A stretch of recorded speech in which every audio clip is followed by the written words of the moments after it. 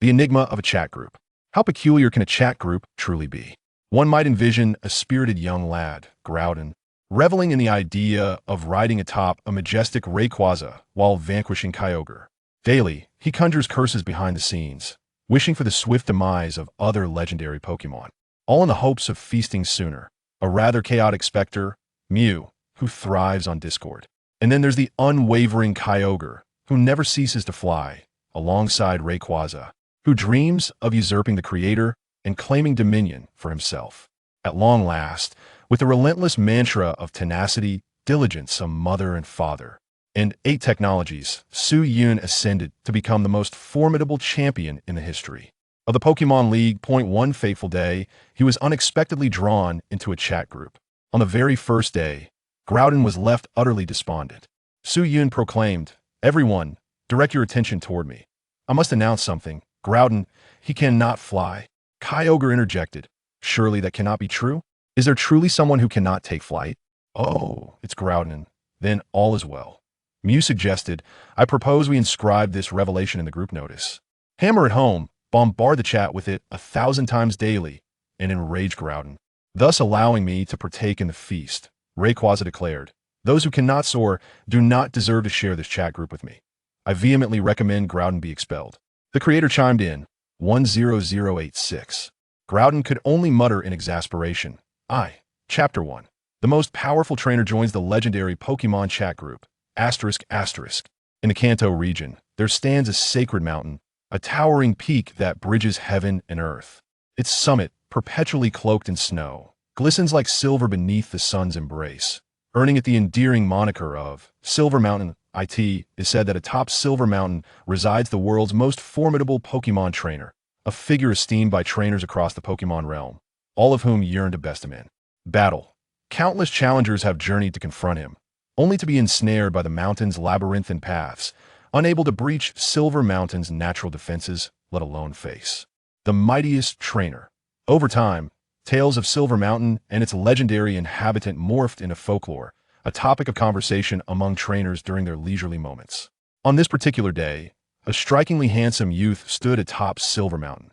With one arm around a shiny Gardevoir and the other embracing a Diancie, he gazed out upon the endless expanse of snow, exclaiming, "Invincibility, truly, it is as lonely as snow." This young man is Su-Yun. 2 years prior, he had traversed into this Pokemon world, and, with the aid of tenacity, diligence, a mother and father, and 8 technologies, he vanquished the champions of all 8 regions in just a year, earning the title of the strongest Pokemon trainer in history. The 8 leagues conferred upon him titles such as the strongest champion and the greatest of all time, his name echoing throughout the Pokemon world. Countless trainers looked to him as a paragon, aspiring to emulate or even surpass his achievements. Yet, such a claim invited an avalanche of tribulations. Wherever he appeared, throngs of admirers gathered. Young fans clamored to express their devotion, while innumerable challengers sought to engage him in battle. On one occasion, he faced over 1,000 trainers in a single day, triumphing against nearly an entire town's worth of challengers. However, the monotony of this life began to wear on him. Sometimes, being too invincible can lead to a unique sorrow born from the absence of worthy adversaries. Thus, he retreated into the confines of Silver Mountain, emerging rarely to engage with the outside world. Unless a powerful trainer arose, little could capture his interest. His days on Silver Mountain were serene, spent in leisurely pursuits with his shiny Gardevoir, enjoying chess matches or playful games with Diancie. Visitors occasionally ascended to see him, like the Ice-type Master, Miss Caitlin, the Flying-type Master, Mr. Drake, and the gentle champion, Miss Cabbage, each one a cherished friend and companion. Just days ago, Miss Cynthia had brought him a selection of his favorite dishes, and they shared heartfelt conversations, indulging in revelry that lasted until dawn.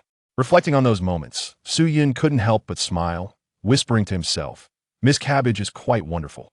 Today was supposed to be a day of relaxation in the hot springs with Gardevoir and Diancie. However, an unexpected occurrence disrupted his plans. An enigmatic voice resonated in his mind. "The legendary Pokemon chat group invites you to join. Do you accept? Accept/O. Do you think you have a choice?" Before him appeared 2 buttons, both signifying acceptance. "Is it you, Toko? Have you returned from the void? I thought you had perished." Su-Yun paused, astonished by the sudden communication. He owed his current successes not solely to his own efforts, but significantly to the assistance of the system that had accompanied him during his journey. Alas, after vanquishing the champion, the system had vanished, departing without a trace. Suyun vividly recalled the tears he shed at that moment. Toko, don't leave me. Toko, how can I survive without you? Though Toko may briefly depart, Toko shall never be absent. A smile of relief spread across Su-yun's face, recognizing that familiar, endearing voice. Toko, you have finally returned. Do you have any idea how I've managed without you all these years? Su-yun began to pour out his grievances, though his tears were feigned, and his desire for compensation was genuine. Yet the system, no fool, promptly unveiled his ruse. I am aware, host. You have been entangled with human females, aiding them in their endeavors. Even your Pokemon have not escaped your affections, spending every day in close quarters with Gardevoir and Diancie. If the host does not mind, I could describe the details in exquisite precision. Cough, cough. I see you know everything. Su-yun cleared his throat, chuckling awkwardly, eager to halt the system's revelations. If this continued, he feared he might find himself banned from the chat. So, is there a reason for your sudden return? Su-yun redirected the conversation, curiosity piqued. Considering that you have attained the pinnacle of human achievement as the strongest trainer, the system has undergone a 3-month period of dormancy for updates and enhancements. This return is to assist you in breaking through the limits of human trainers. Oh, that sounds quite impressive. So how do you intend to help me transcend these limits? Su-yun inquired eagerly. Please join the chat group first. Toko will guide you step by step towards your breakthrough. Su-yun cast a glance at the 2 buttons hovering before him, helplessly raising his hands in resignation. Aha, do I truly have a choice? Without further ado, he pressed the consent button. Immediately, a blinding light enveloped his vision. Once his sight adjusted, a chat group interface materialized before him with crystalline clarity. Ding! The strongest trainer in history has joined the Divine Beast chat group. Click here to welcome the new member. Mew. Welcome, welcome, grinning. Groudon. Kyogre. I do not comprehend, yet I am profoundly astonished, blowing a bubble first. Rayquaza. Oh woo. The little divine dragon has arrived. Arceus. Is this not a gathering of divine beasts? Why summon others to this assembly? Are you intent on testing my solitary judgment with the sharpness of Light Shard? Chapter 2, I have an announcement to make. Groudon cannot fly. Groudon, indeed, what manner of beings are allowed to join our ranks? Mere human trainers. What right have they to coexist with us, the divine beings? My suggestion is to expel him. Mew raises my tiny paw, enjoying the spectacle. Kyogre, anyone can voice such opinions, but you, Groudon, are the last one who should. Groudon, what do you mean, fat-headed fish? Do you dare to look down upon me? Fuming. Kyogre smirks and continues to blow bubbles.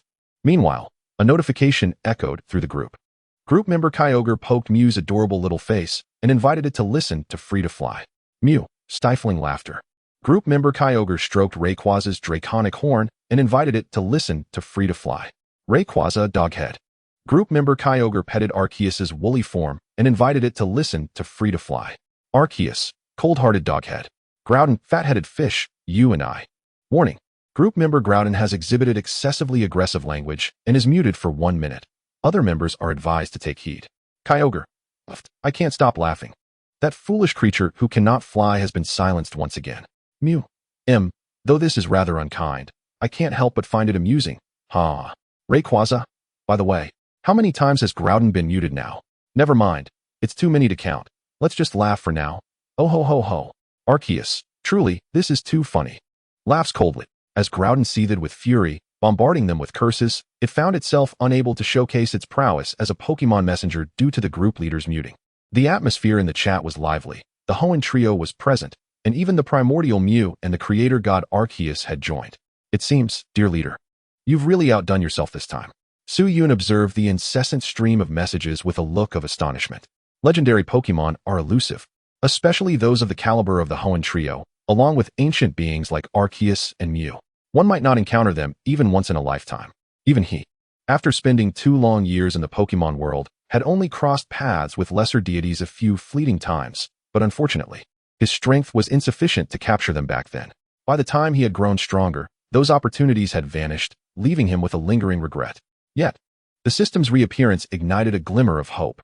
Not only could he possibly capture second-tier gods, But even first-tier deities and mythical beasts could be within reach with the system's assistance. Leader, what benefits do I gain from joining this chat group? Is it possible to capture the divine and mythical creatures within? Su Yun pondered eagerly, unable to contain his curiosity. However, the system promptly doused his enthusiasm with cold water. DeMayo, this group aims to provide various convenient services for its members, such as casual chatting, goods exchange, and information sharing. Additionally, the group features a built-in lottery and shop function, allowing members to purchase items and participate in lotteries using activity points. As the activity level of the group rises, additional functions and benefits for members will increase. Therefore, as a member, please strive to enhance the group's activity level. Oh, that sounds rather promising. How might I elevate the group's activity level? Su Yun mused, finding the system's description quite enticing, albeit slightly exaggerated. Engaging in lively discussions within the group, sparking intense debates. Earning special identifiers and titles, and uploading item information can all contribute to raising the group's activity level. So many options? It sounds deceptively simple. Su Yun was taken aback by the system's response. May I inquire what the current activity level of the group is? He assumed that with so many methods to enhance it, the group's activity level must be quite high. However, reality proved him mistaken. As a line of group chat information appeared before him, he was left astonished. Group name, Divine, Mythical, Beast Chat Group. Group leader, Super Invincible Adorably Explosive System Sister.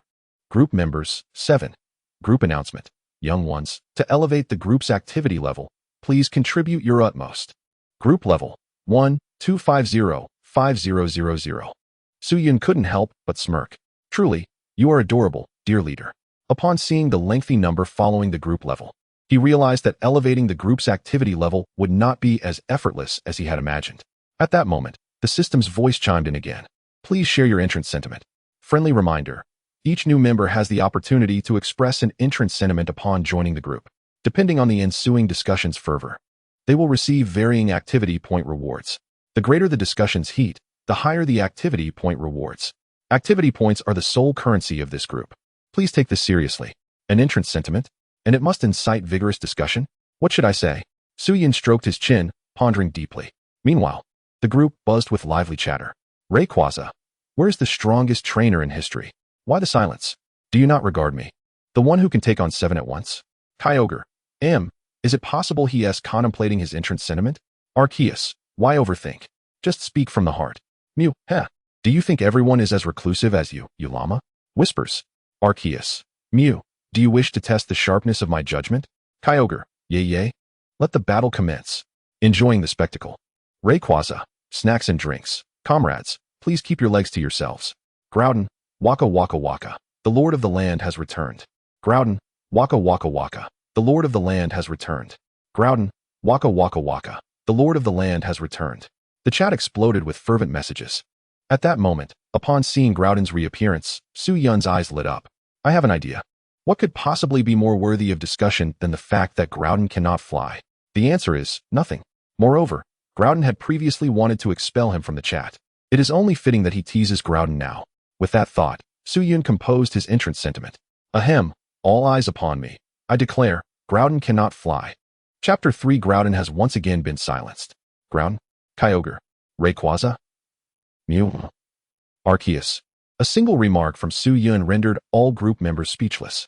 They could hardly fathom that Su Yun's entrance message was a playful jab at Groudon's inability to fly. Once they processed the comment, the chat erupted in laughter. Kyogre, this is too funny. This new member really knows how to stir things up. He has already shattered Groudon's composure.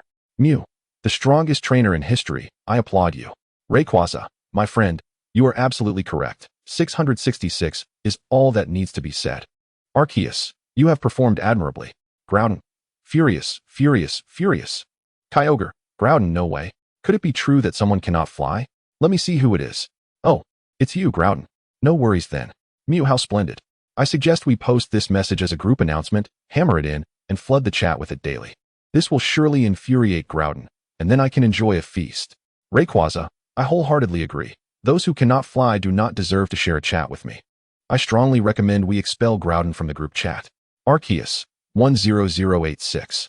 Within the volcanic lava, Groudon seethed as it observed the barrage of teasing messages flooding the chat, its rage causing the surrounding magma to churn dangerously, nearly inciting a volcanic eruption. Groudon, the strongest trainer in history. You human, are you deliberately seeking trouble? I shall cleave you with my sword of ruin. Kyogre. Oh dear, Groudon is truly agitated. Rayquaza. Being upset is futile, it changes nothing, humorously. Mew. The flustered little Groudon is rather adorable. Arceus. I have a premonition, it is about to be silenced once more. Sure enough, as soon as Arceus sent this message, a notice appeared in the group. Warning. Group member Groudon has exhibited excessively aggressive behavior and is muted for 3 minutes. Other members are advised to take heed. Kyogre. Haha, this is too hilarious. Groudon was just released from mute and is already silenced again. You truly are a talent. Rayquaza. Congratulations to Groudon for receiving the mute package. Unless something unexpected occurs, it will surely be at the bottom of this month's activity rankings. Mew. The muted little Groudon is even cuter now. Arceus. I am grateful for nature's gifts. I am finally not the lowest in activity. With Groudon absent, the group chat fell into a serene silence. Su-Yun, observing the tranquility, silently mourned for Groudon for 3 seconds. Then, he burst into laughter. At that moment, the system's voice resonated in his mind. Ding. Your entrance message has sparked intense discussion within the group, earning you a reward of 30 activity points. Ding. Your entrance message has triggered a penalty mechanism, successfully muting one group member, granting you an additional 30 activity points. Soon after, his personal information panel appeared before him. Group member, Su-Yun. Group nickname, the strongest trainer in history. Identity, human. Activity points, 60. Special mark, none. Special title, none. Oh, an additional reward? Thanks to Groudon for the gift. I wonder if 60 activity points is a lot or a little. With this question in mind, Su-Yun looked back at the group chat. He decided to inquire further. Su-Yun, could someone please clarify what would be considered a normal level of activity points for newcomers? Rayquaza. Ahem, though I am reluctant to admit it. This is an undeniable fact. Mine is quite substantial. Kyogre. Mew. Just give a glance and interpret it yourself. Arceus. Cold expression. Su-Yun clicked on Rayquaza's profile and noticed that the gender field oddly indicated male. Wait a moment, isn't Rayquaza genderless? When did it become male? Could it be that mythical beasts can control their gender at will? Su-Yun was puzzled, but now was not the time for such considerations. Just then, Rayquaza spoke up, providing him with an answer. Rayquaza, the strongest trainer in history. Typically, a newcomer's activity points would hover around 15.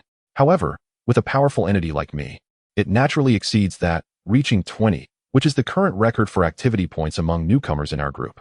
While you might not surpass my record, based on your teasing of Groudon, reaching a normal level should pose no issue.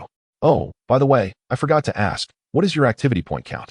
The strongest trainer in history. I believe it would be best not to disclose that. I fear it may startle you. Upon hearing this, the mythical beasts erupted into laughter. Rayquaza. What great storms have I not witnessed? How high could you possibly soar? Could you surpass me? Mew. Exactly. Just say it outright. Kyogre. A mere human. Such courage. How dare you utter such words? Arceus silently retreats behind the others, observing. Seeing the mythical beast's insistence, Su-Yun shrugged helplessly. I do not wish to boast, but my abilities simply do not allow for modesty. The strongest trainer in history, in truth. I possess 60 activity points. Rayquaza, merely 60? What? 60. Impossible, absolutely impossible. No one understands activity points better than I. There's no way anyone could achieve such a high count upon entering the group. Kyogre, 60? Why not just cheat outright? Mew, staring at my dazzling eyes. Sparkling, acting cute. Trainer brother, could you share just a tiny bit with me? Arceus, out of sight, out of mind. I shall sleep zzz. The group members were in disbelief. Each of them had toiled relentlessly to garner high activity points upon their arrival. The best among them, Rayquaza, barely scraped by with a score of 20. Yet here was Su-Yun, a mere human, who had soared to 60, 3 times Rayquaza's score. How could the typically arrogant and dismissive mythical beasts cope with such a revelation? Meanwhile, the muted Groudon, upon seeing the messages in the chat, widened its eyes in astonishment. This human had amassed such a wealth of activity points? No way. I must demand some from him. After all, I contributed significantly to this. Without me, how could he have earned so many points? Yes, that's it. Once I am unmuted, I must have a word with him, or he shall feel the wrath of my sword of ruin. Chapter 4. Drawn to the Golden Legend, the mythical beasts wept in envy. In the chat group, observing the incredulous expressions of Rayquaza and the others, Su-Yun merely smiled faintly, delivering a resounding slap of reality to the faces of the mythical beasts through his actions. Ding! The most formidable trainer in the group has shared his personal data. Fellow members are advised to take note. Rayquaza, I refuse to believe you can truly defy the heavens. Rayquaza swiftly opened the data shared by Su Yun. However, upon seeing the figure in the activity value column, it was left utterly dumbfounded. Rayquaza, what the hell, a staggering 60 activity points. This is clearly cheating, no doubt about it. Groudon, I formally report that the most formidable trainer in the group is cheating. In response, Su Yun merely chuckled. Is it cheating if I just have it? He then turned with an expression of grievance towards the system. System, they are slandering me. They are slandering me. Rest assured, host, the system shall vindicate your name. Soon, the system released a group announcement. Notice, upon examination, the most formidable trainer in the group has not engaged in any cheating behavior. All members are advised not to heed rumors or spread misinformation. Mew wow. Caterpie and Phoeba, how dare you two slander my trainer brother? Kick them out. Kick them all out. The most formidable trainer, my trainer brother, am I doing well? Could you perhaps grant me a few activity points? Rayquaza and Groudon were seething with rage. Not only because Mew audaciously referred to them by their nicknames, but also because Mew had the audacity to betray them to curry favor with Su Yun. Rayquaza, shut your mouth, you rascal. You're tarnishing the dignity of divine beasts. Mew, hee, I'm not a divine beast. I'm a mythical creature. Groudon, you, with your festering sores and oozing rear, I'll obliterate you with my origin pulse. Mew, hee, come and hit me, come and hit me. Groudon. At that moment, Su Yun noticed a detail. He turned to Mew. Can activity points be transferred? Mew, yes, my trainer brother. Personal activity points can be traded with each other. Moreover, your current activity points are quite substantial, making you fully qualified for a lottery draw. A lottery? Su Yun felt a surge of curiosity. He had indeed heard of such a function during the system's introduction, but he hadn't paid much attention at the time. Now, with Mew mentioning it again, his interest was piqued. The most formidable trainer. Mew, where's the lottery function? Mew, you can find it by clicking on the three-line icon at the top right of the chat group. At this moment, Groudon and other divine beasts began to encourage him. Groudon, the most formidable trainer. If you're a man, take a chance. Turn your bicycle into a motorcycle. Rayquaza, yes. The prizes in the lottery are all top-notch. You must give it a try. Su Yun immediately discerned that these two were not acting with pure intentions. The lottery function in the group chat was likely a bit of a scam. Otherwise, Groudon and Rayquaza would not be so eager to entice him to try. Nevertheless, driven by curiosity, he clicked to take a look. There were currently two group functions available. The first was a shopping mall icon, labeled Activity Points Mall. The second, represented by a large spinning wheel icon, indicated the Activity Points Lottery. Su Yun refrained from touching the lottery. After all, it was purely based on luck, and a misstep could lead to a complete loss of his activity points. Thus, he first clicked on the Activity Points Mall. As the screen transitioned, rows of dazzling goods appeared before him. When he saw the items, he couldn't help but widen his eyes and draw in a sharp breath. Item, Origin Life Gem. Price, 9,999. Description, a gem forged from the fusion of the 5 sources of life: land, water, grass, lightning, and dragon, imbued with mysterious powers, capable of reviving withered trees and restoring vitality to all. Item, Crimson Pearl. Price, 6,666. Description, a mysterious pearl infused with the power of the earth, possessing the might to revert Groudon to its primal state. Item, Fairy Plate. Price, 1314. Description, a plate infused with fairy power, granting the bearer endless fairy strength and immunity to any fairy-type damage. Goodness, no wonder Groudon and Rayquaza valued activity points so highly. It turns out they had their eyes set on these prizes. However, these items are exceedingly expensive. I wonder how long it would take Groudon to save enough to purchase the Crimson Pearl. Good grief. Even Arceus's plates are available. One must ponder whether Arceus remains in this group because the system has confiscated all its plates, hoping to one day reclaim them.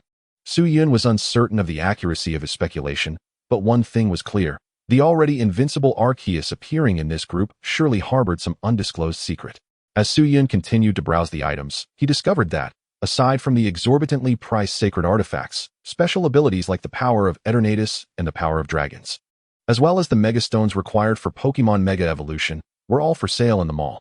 Unfortunately, the prices were far too steep for him to afford at present. Forget it, I may as well try my luck with the lottery. After a thorough inspection, Su Yun felt disheartened to find that none of the items were within his financial reach. He could only sulkily return to the lottery section. Clicking on the lottery icon, a large red spinning wheel appeared before him.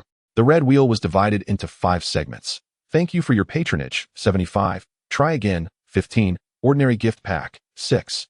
Epic gift pack, 3. And legendary gift pack, 1. Good grief, this is rather deceptive. The thank you for your patronage section occupies a whopping 3/4 of the wheel. Clearly, the system understands the ways of capitalists. Suyun now comprehended why Groudon and Rayquaza were so eager for him to participate in the lottery. This was not merely turning a bicycle into a motorcycle. It was akin to throwing money into a bottomless pit. Even if one were exceptionally lucky, they would still end up emptying their pockets. Nevertheless, despite this, Suyun resolved to give it a shot. After all, his title of cheating battle chicken was not earned without merit. With the assistance of the system and his own extraordinary luck, it would be remiss not to try. Let's do this. Gritting his teeth, Suyun clicked the start lottery button. In an instant, his activity points plummeted from 60 to 10. Simultaneously, the wheel began to spin rapidly, and after 2.5 rotations, the pointer wobbled and came to rest in an inconspicuous gap. Then, a dazzling golden light erupted forth. Wow, a golden legend. Chapter 5, Winning the Thunder Plate. Would Arceus really come after me with judgment? Staring at the golden gift pack before him, Suyun was left speechless. A legendary gift pack? Good grief. With a mere 1 probability, I hit the jackpot? This is utterly absurd, so absurd it defies belief. Even novels wouldn't dare to write such a plot. Suyun was well aware of his generally favorable fortune, yet he never anticipated it would manifest in such an extraordinary manner. After a moment of reflection, an overwhelming wave of elation engulfed him, much like the relentless tide of the sea. Simultaneously, notifications began to flood the chat group. Announcement: congratulations to group member, the strongest player in history, for drawing a legendary gift pack from the lucky wheel. Announcement: congratulations to group member, the strongest player in history, for drawing a legendary gift pack from the lucky wheel. Announcement: congratulations to group member, the strongest player in history, for drawing a legendary gift pack from the lucky wheel. This barrage of notifications rendered the other members restless. Gyoka, what the heck? There's a mole among us. Terminate the transactions immediately. Rayquaza, a thorough investigation is imperative. I have serious suspicions that the strongest trainer in history is colluding with the group leader. Mew, strongest trainer in history. Oh my goodness, you're amazing. May I have a glimpse of your legendary gift pack? I promise I won't take the opportunity to knock you out and steal it. I'm just a naive little Mew. How could I harbor any ill intentions? Arceus, who dares disrupt my beautiful dream? Huh, golden legendary. Unbelievable. At that moment, Groudon, who had just been unmuted, was left utterly flabbergasted upon witnessing this. Groudon, strongest trainer in history. First you had the group leader silence me, and now you've drawn a legendary gift pack. I suspect you and the group leader are in cahoots. Why don't you confess? Strongest trainer in history. Hee, the group leader is already my shapeshifter. What will you do? Are you going to threaten me with your pitiful cliff sword that can barely fly? Gyoka, there's an old saying among humans. CC misinterpreted as a hero. I believe my root fluctuations can pry open your mouth. Mew, silence. Rayquaza, you're finished. Even the creator cannot save you, I assure you. The last person who dared to tease the group leader is now buried under 3 meters of grass. Arceus, you can brag all you want, but don't drag me into this. I have no desire to be associated with the group leader. Shivering. Just as Arceus finished sending that message, the system alert chimed once again. Detected malicious slander against the group leader and fabrication of false information by Groudon. 10 activity points have been deducted as a warning. Groudon, I protest. Clearly, the strongest trainer in history has also slandered you. Why are you solely targeting me? Is it because you think I'm an easy target since I can't fly? I warn you, Groudon has a temper too. Super cute system sister. The statements made by the strongest trainer in history originated from you. Thus all blame shall fall upon your shoulders. Groudon, I refuse to accept this. Super cute system sister, then just stew in it. Groudon, crying pitifully. Gyoka, ahem, I must clarify that I have no association with this Groudon. I have always stood with the strongest trainer in history. It became apparent that the group leader had a penchant for favoring the strongest trainer in history. Opposing the strongest trainer would undoubtedly lead to dire consequences. Groudon, that foolish bird, still dared to protest. He truly has no sense of self-preservation. No, to call him a foolish bird would be an insult to the term. After all, Groudon cannot fly. Mew, being clever, immediately expressed her stance. Mew, I have always been on Trainer Brother S side. Suyun couldn't help but chuckle. Strongest trainer in history, oh? Is that so? Then show me a little lowly. Preferably one that rolls around and acts cute. Mew, No flirting in the group chat. As the conversation drifted further off topic, Rayquaza promptly interjected. Rayquaza, ahem, strongest trainer in history. Didn't you just draw a legendary gift pack? Hurry and open it for everyone to see. If there is something good inside, I want a shot too. Following suit, the other deities and mythical beasts echoed their agreement. Gyoka, yes, we've never seen what treasures lie within a legendary gift pack before. Mew, trainer brother, if you uncover a cute treasure, may I have it? Arceus, I want one too. Groudon, I'll curse you in a circle if you don't draw anything good. Su-Yun was equally intrigued by the contents of the legendary gift pack, and, seeing the other group members eager to witness it, generously replied, strongest trainer in history. All right, let us give you all a glimpse. With that, he opened the legendary gift pack. In an instant, a blinding golden light enveloped him. When his vision cleared, a pale yellow tablet materialized before him. The tablet crackled with tiny bolts of electricity, emitting a sizzling sound. Although it merely floated in the air, the pressure it radiated nearly shattered the surrounding space. Wow, a thunderplate? Su-Yun was left speechless. He never imagined that his casual opening would yield an item associated with Arceus. Should Arceus discover this, would it unleash its judgment upon him? Su-Yun's expression turned peculiar.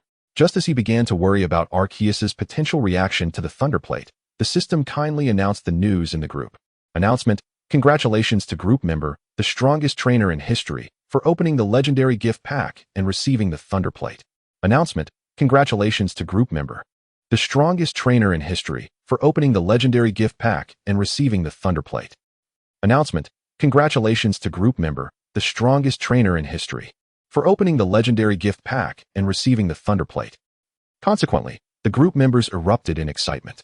Rayquaza, the thunderplate? Human, your luck is astonishing. Strongest trainer in history, though I actually suspect the group leader is manipulating things behind the scenes, but I fear retribution. Gyoka, by the way, isn't the thunderplate an item belonging to Arceus? Is it really possible to draw this? Groudon, Arceus, step forward and say something. The flames are waiting for your explanation. Mew, popcorn time. However, Arceus remained silent, seemingly oblivious to the commotion. Groudon, Arceus, don't lurk in the shadows. Come and speak up. Gyoka, Zeus, old buddy. Rayquaza, Zeus, little brother. Mew, Alpaca, stop lurking. Gyoka, shocked. Rayquaza, has this fellow always been so audacious? Groudon, unbelievable. Even bolder than me.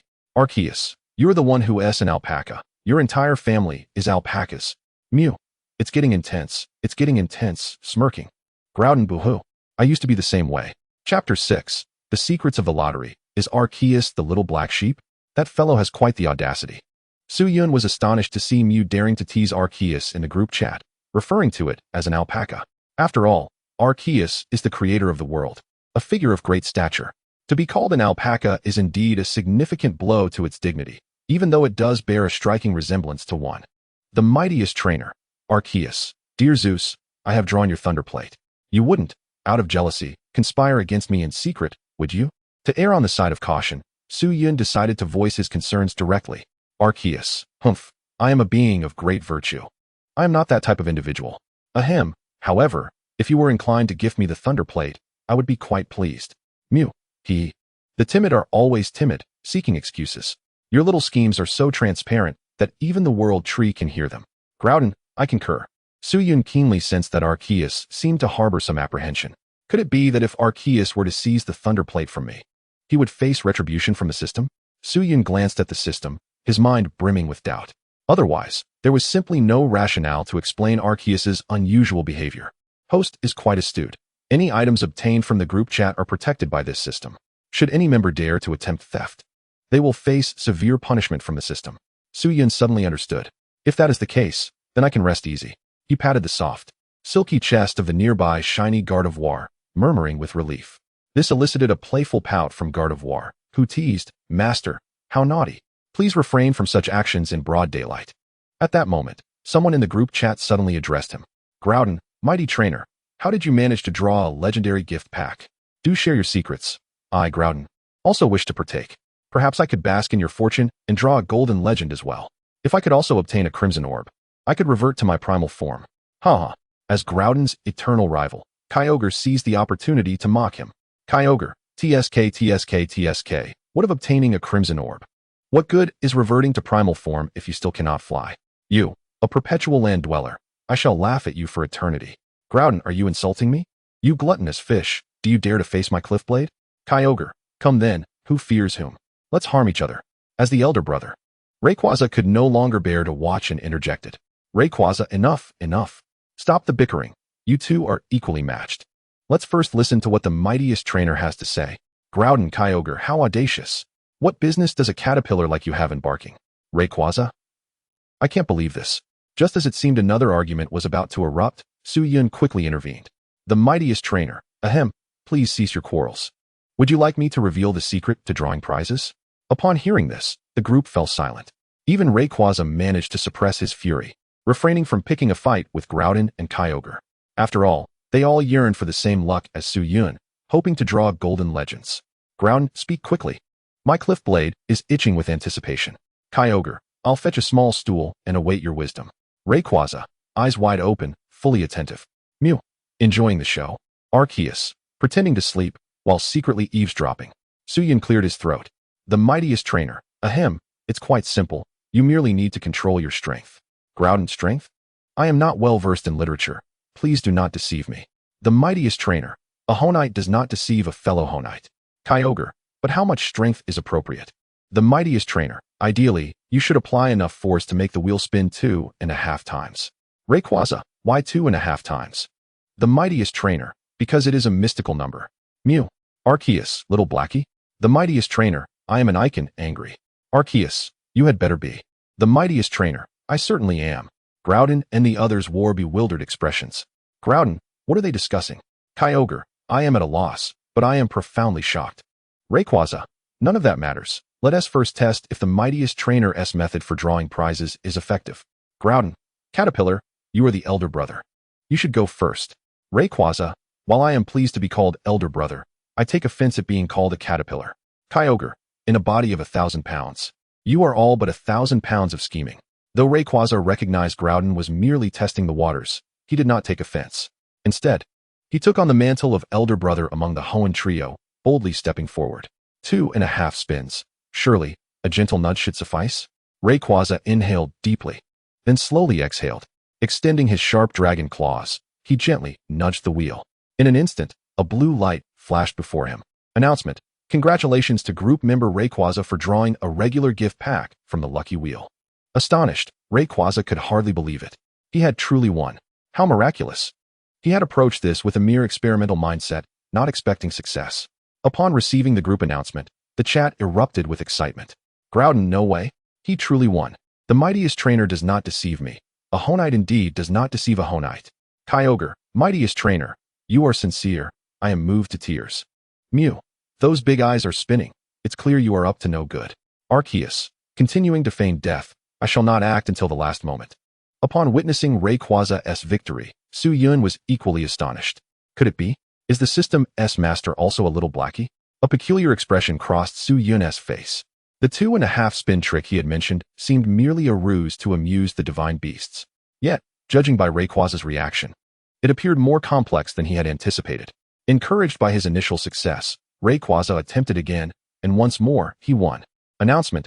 Congratulations to group member Rayquaza for drawing a regular gift pack from the lucky wheel. This time, the members of the group could no longer contain themselves. Groudon, winning consecutively? This is no mere stroke of luck. The mightiest trainer's secret is undeniably effective. Kyogre, I can't hold back any longer. I must give it a try. Mew, how does trainer brother know the secret to drawing prizes? Could it be that he truly has a connection with the group leader? Arceus, no need to rush. Let us observe further. Chapter 7. What if humans bait you? Can you fly? Winning twice in a row, Rayquaza felt quite pleased with himself. While basking in his triumph, he did not forget to express his gratitude to Su-Yun in the group. Rayquaza, mighty trainer, thank you for the generous gift pack.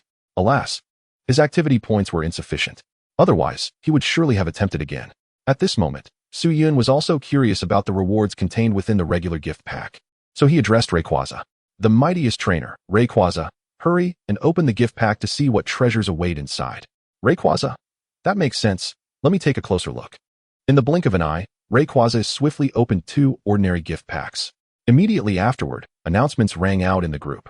Announcement. Congratulations to group member Rayquaza for opening an ordinary gift pack and receiving a Dragonite fruit. Announcement. Congratulations to group member Rayquaza for opening an ordinary gift pack and receiving a Dragon-type energy cube. Groudon Dragonite Fruit? That sounds rather impressive. Can someone knowledgeable enlighten us? As a creature that has dwelled in volcanoes for eons, my understanding of berries is quite limited. At that moment, Su-Yun puffed out his chest and stepped forward without hesitation. The strongest trainer. Ahem, allow me to explain. After all, I possess considerable knowledge. Rayquaza, oh? Is that so? Let's see what you've got. The strongest trainer. No, please, Dragon Brother. Mew. Come on, this is a serious group. Let us keep it appropriate. Kyogre, hee. After a brief pause, Su-Yun commenced his enlightening discourse on Dragonite Fruit. The strongest trainer, Dragonite Fruit, is an exceptionally rare berry, named for its resemblance to the eye of a dragon. Groudon, no? Is that so? Caterpie, would you kindly remove your eyes so I can compare them to the Dragonite Fruit and see if they truly resemble one another? Rayquaza, you, Voldemort, get lost. With a scowl.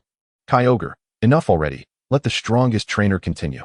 Rayquaza and Groudon exchanged a glare, and the commotion subsided. Su-Yun resumed his introduction.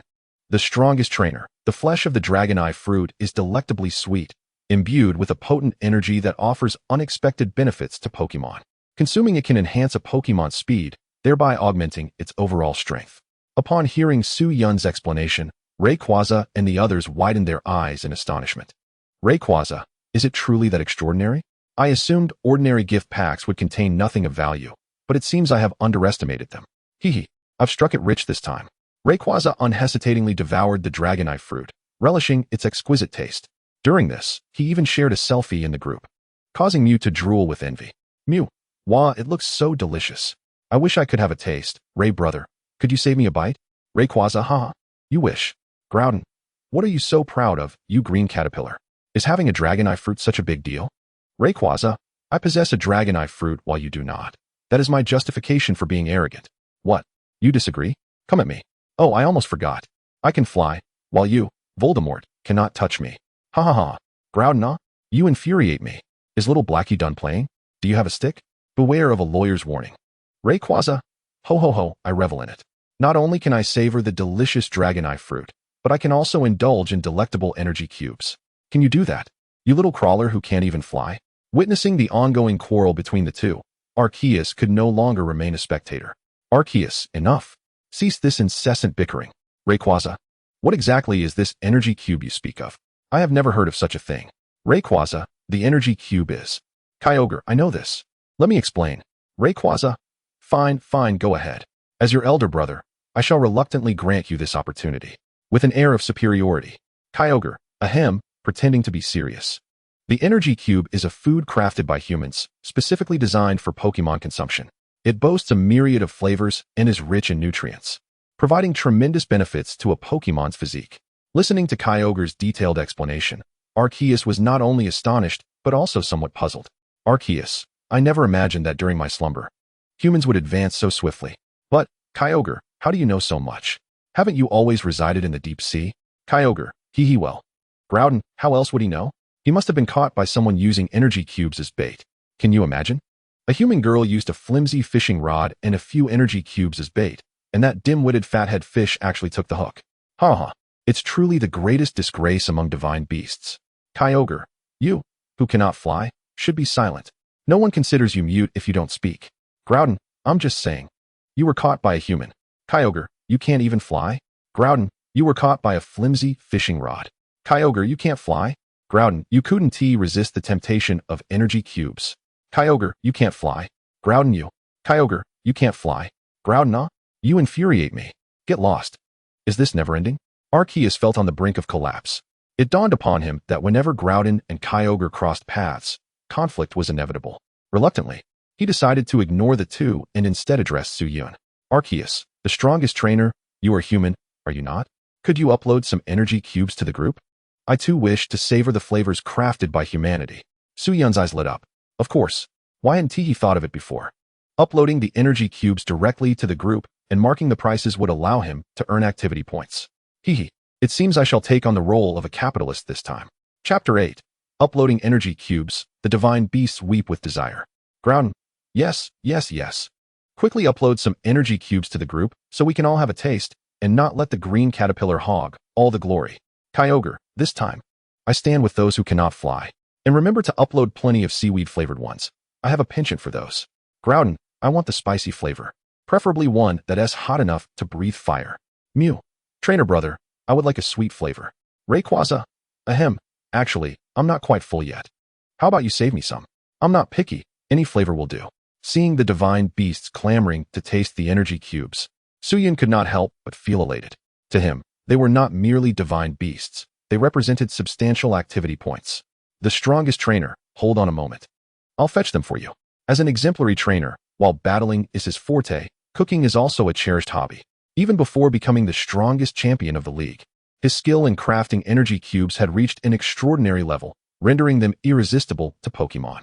This was precisely why Shinado and Diancie were so devoted to following him.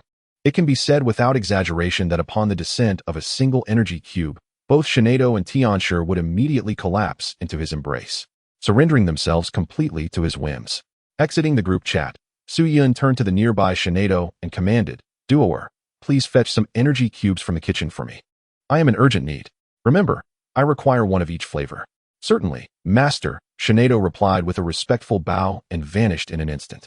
Before long, she reappeared, gracefully balancing a platter of energy cubes. Well done, you shall be rewarded this evening. Suyin said with a slight smile as he accepted the energy cubes from Shinado's hands. Tongs, how do I upload these energy cubes to the group? Ding. The upload function has been activated for you. It has detected that you are about to upload perfect grade energy cubes, totaling 30 pieces. Would you like to proceed with the upload immediately? Without hesitation, Suyin declared, upload. Ding. Assessing the value of the items you are uploading, please hold on. Ding. Assessment complete. The system suggests a download price of 3 activity points per cube. Shall I set the download value of the perfect energy cubes to 3? Suyin frowned slightly. Only 3 activity points? That seems rather low. Can it be increased? You may set the activity value independently, but it cannot exceed 3 times the suggested price. A glimmer of excitement flickered in Suyun's eyes. Oh? So I can set the download value to 9 then? Theoretically, yes, but the system does not recommend this. As a member of the group, you should possess a spirit of selfless dedication. Suyun attentively considered the system's advice. Well said. No further discussion on this. Set it to the maximum value. System, you are truly unyielding. Ding. Download value set successfully. Uploading in progress. Ding. Congratulations on a successful upload. Simultaneously, an announcement popped up in the group chat. Notice, the strongest trainer in history has uploaded perfect energy cubes. Members wishing to download must pay 9 activity points. Groudon, Kyogre, Rayquaza, Mew, Arceus, the strongest trainer in history. Groudon, what sort of trickery is this? You demand 9 activity points for a single energy cube? Why not just rob a bank? Kyogre, a merchant, an unabashed capitalist. Rayquaza, luckily, I have tasted the energy cubes. Otherwise, I might have been led astray by you. Mew, trainer brother, could you possibly lower the price? It's too expensive for me. Arceus, I too find this price rather inappropriate. The strongest trainer in history. This is an injustice. I assure you, this is already the lowest price. After all, I am offering perfect energy cubes, not the inferior ones available on the market. Have you all forgotten? Just moments ago, Rayquaza spent a full 50 points to draw a single energy cube, which is far more costly than what I am offering. I swear, if I make even a penny off you, let the heavens strike me down.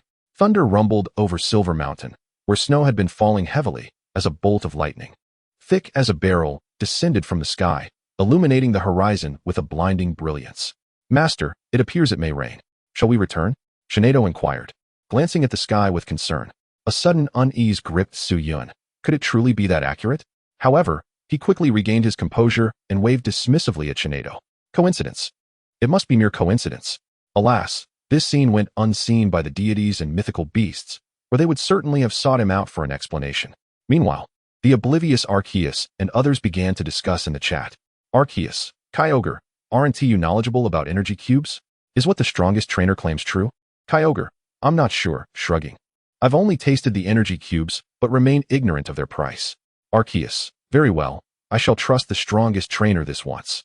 After some contemplation, Arceus, unable to resist the temptation, decided to spend 9 activity points to download an energy cube. Ding. Arceus has downloaded the perfect energy cube you shared, and you have earned 9 activity points. At the very moment following Arceus' download, Suyun received a notification from the system. prompting an excited smile to blossom on his face. Haha, the venture has begun. In the endless void of the universe, Arceus examined the vividly colored energy cube in his grasp, a flicker of surprise crossing his eyes. Humans are indeed a remarkable species, capable of creating food with such delightful aromas. I wonder how it tastes? With that thought, Arceus placed the energy cube in his mouth to savor it. As an explosion of flavors inundated his palate, he could not help but squint in pleasure. Truly delectable. My apologies, Slates.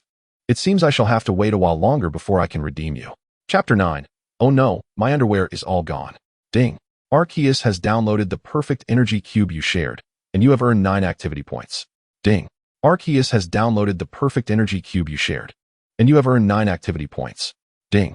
Arceus has downloaded the perfect energy cube you shared, and you have earned 9 activity points. As the notifications continued to appear before him, Su-Yun's heart swelled with joy. Ha ha ha, who would have thought Arceus would become addicted, providing me with so many activity points? It won't be long before I can participate in the lottery again. Watching his personal activity points rise, Su-Yun could hardly contain his delight. In the group chat, Arceus silently sent a thumbs-up emoji to Su-Yun, clearly impressed with the perfect energy cubes provided. The other group members, witnessing this, began to feel a stir of desire. Groudon, is it really that delicious? It seems Arceus is utterly entranced. Rayquaza, I can't speak for the flavors of the energy cubes uploaded by the strongest trainer, but I can assure you, the one I drew was absolutely divine.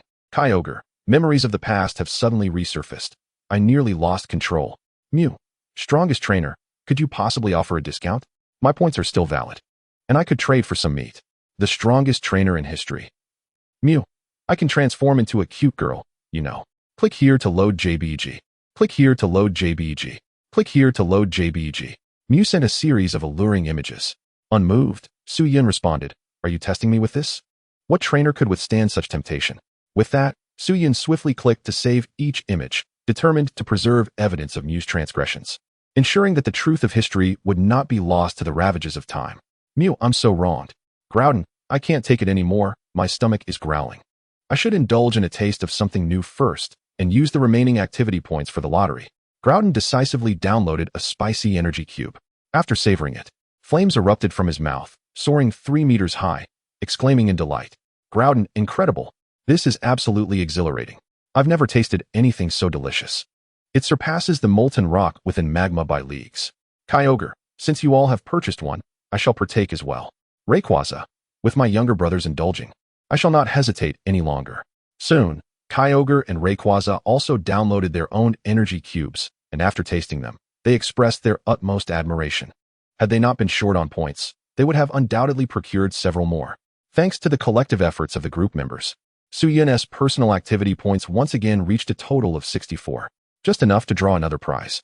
Without a moment's hesitation, he clicked on the lottery interface. Another round commenced. Immediately, a flash of purple light illuminated the screen. Ding!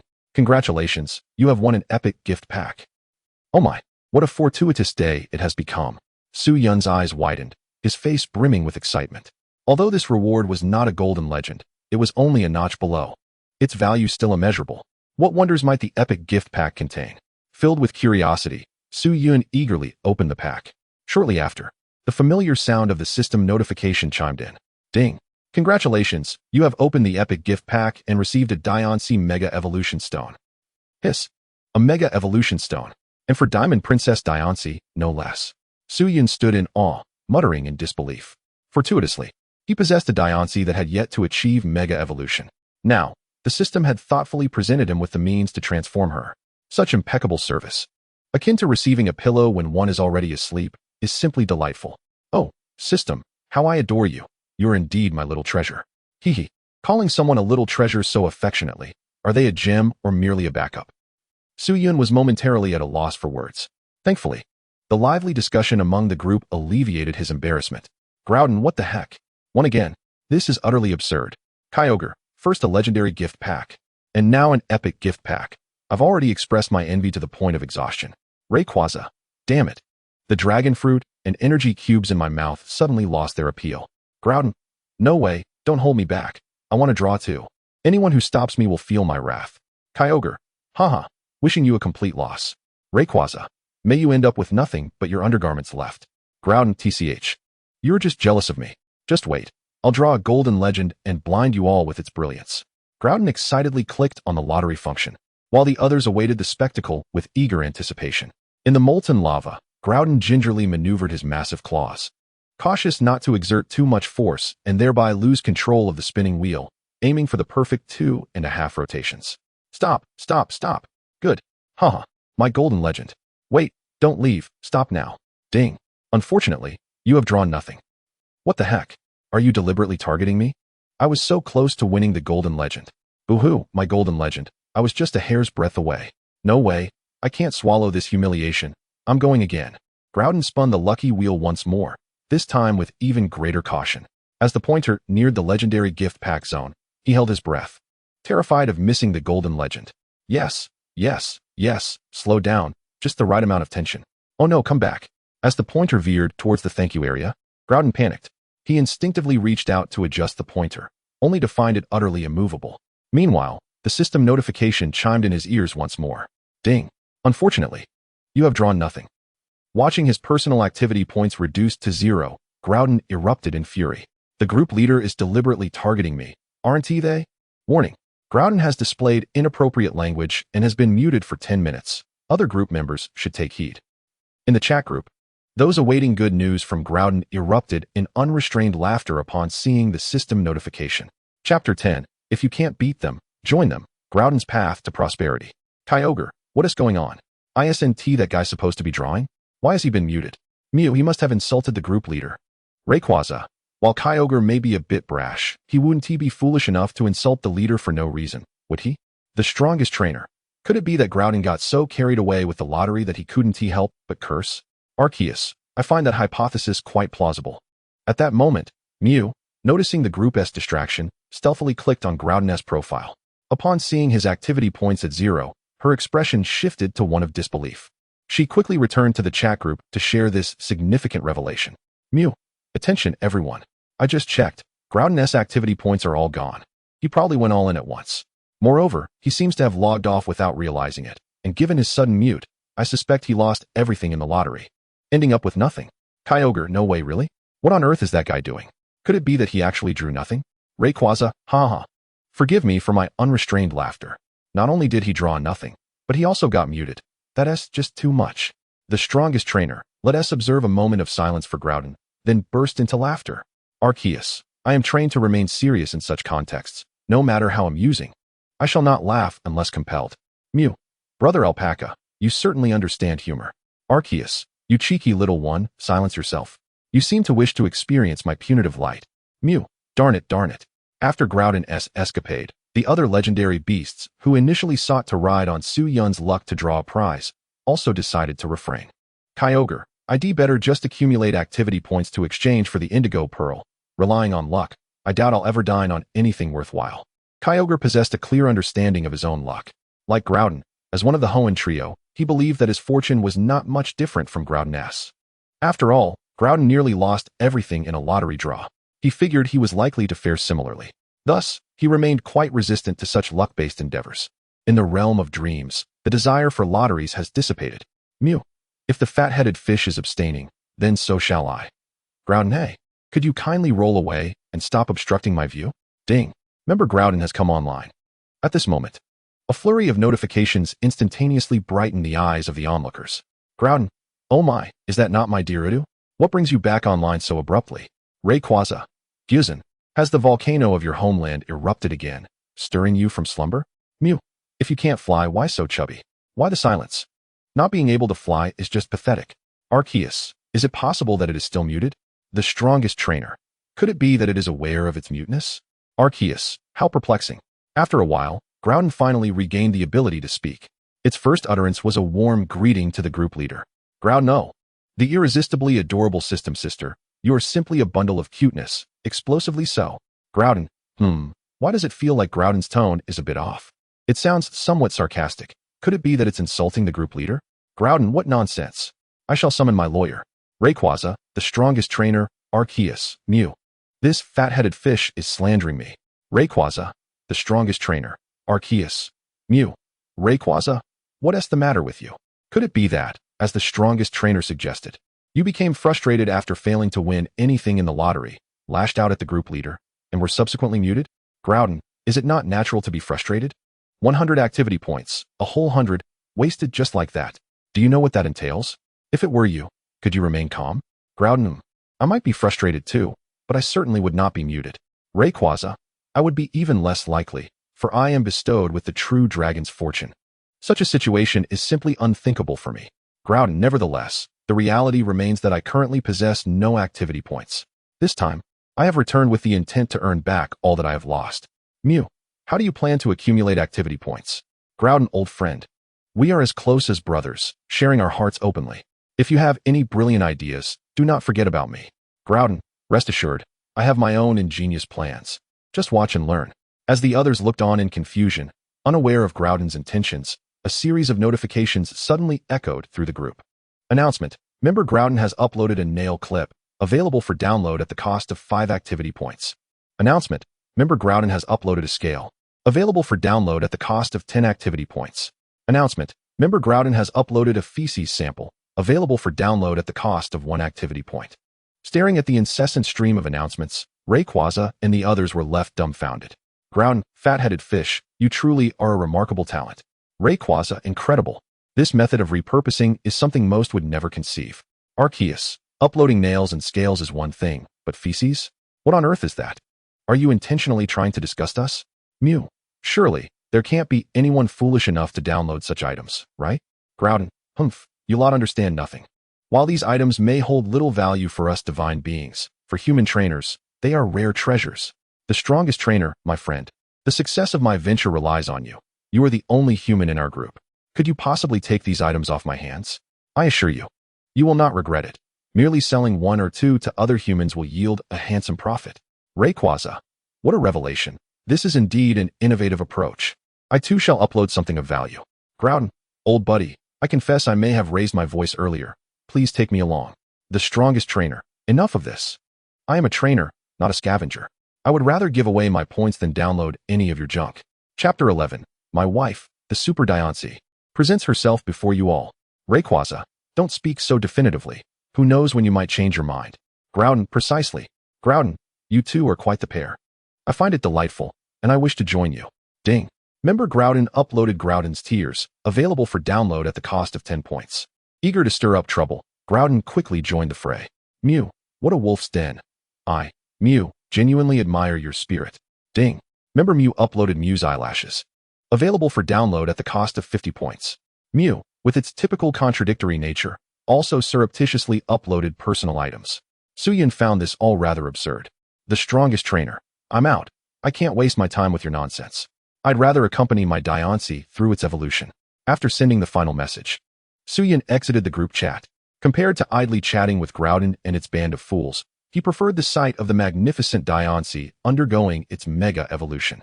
After all, he possessed the Mega Evolution Stone for Diancie. Who could resist the allure of a darling little diamond princess? The answer is, no one. Suyin cradled Diancie as he returned to his villa. Gently stroking its head, he tenderly remarked, My dear princess, would you like to experience the power of Mega Evolution? Just say the word, and I will initiate your transformation. Unbeknownst to him, a dazzling gemstone radiating with vibrant colors had appeared in his hand. This gem exuded a tremendous energy that captivated Diancie at first sight. Long ago, Suyin had taught his Pokemon how to articulate human language, allowing Diancie to easily exclaim in a human-like tone, Wow, what a beautiful gem. As the Diamond Princess, Diancie held an inexplicable fondness for the glimmering gemstone.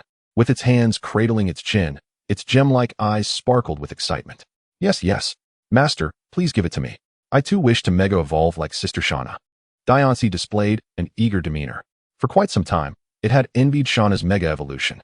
In its eyes, Mega Evolution not only enhanced 1S strength, but also transformed 1S appearance, rendering it even more beautiful. Having accompanied Suyin for many years, it had witnessed Shauna's Mega Evolution numerous times, fostering an intense sense of admiration. It had long dreamed of achieving Mega Evolution, to become even more exquisite and powerful. Unfortunately, Mega Evolution stones are not easily obtained. After all these years, Suyin had yet to procure one for it. Initially, it had surrendered all hope, but unexpectedly, Suyin bestowed upon it an extraordinary surprise. Ha ha ha, splendid. I, too, am eager to behold our beautiful princess's form after her Mega Evolution.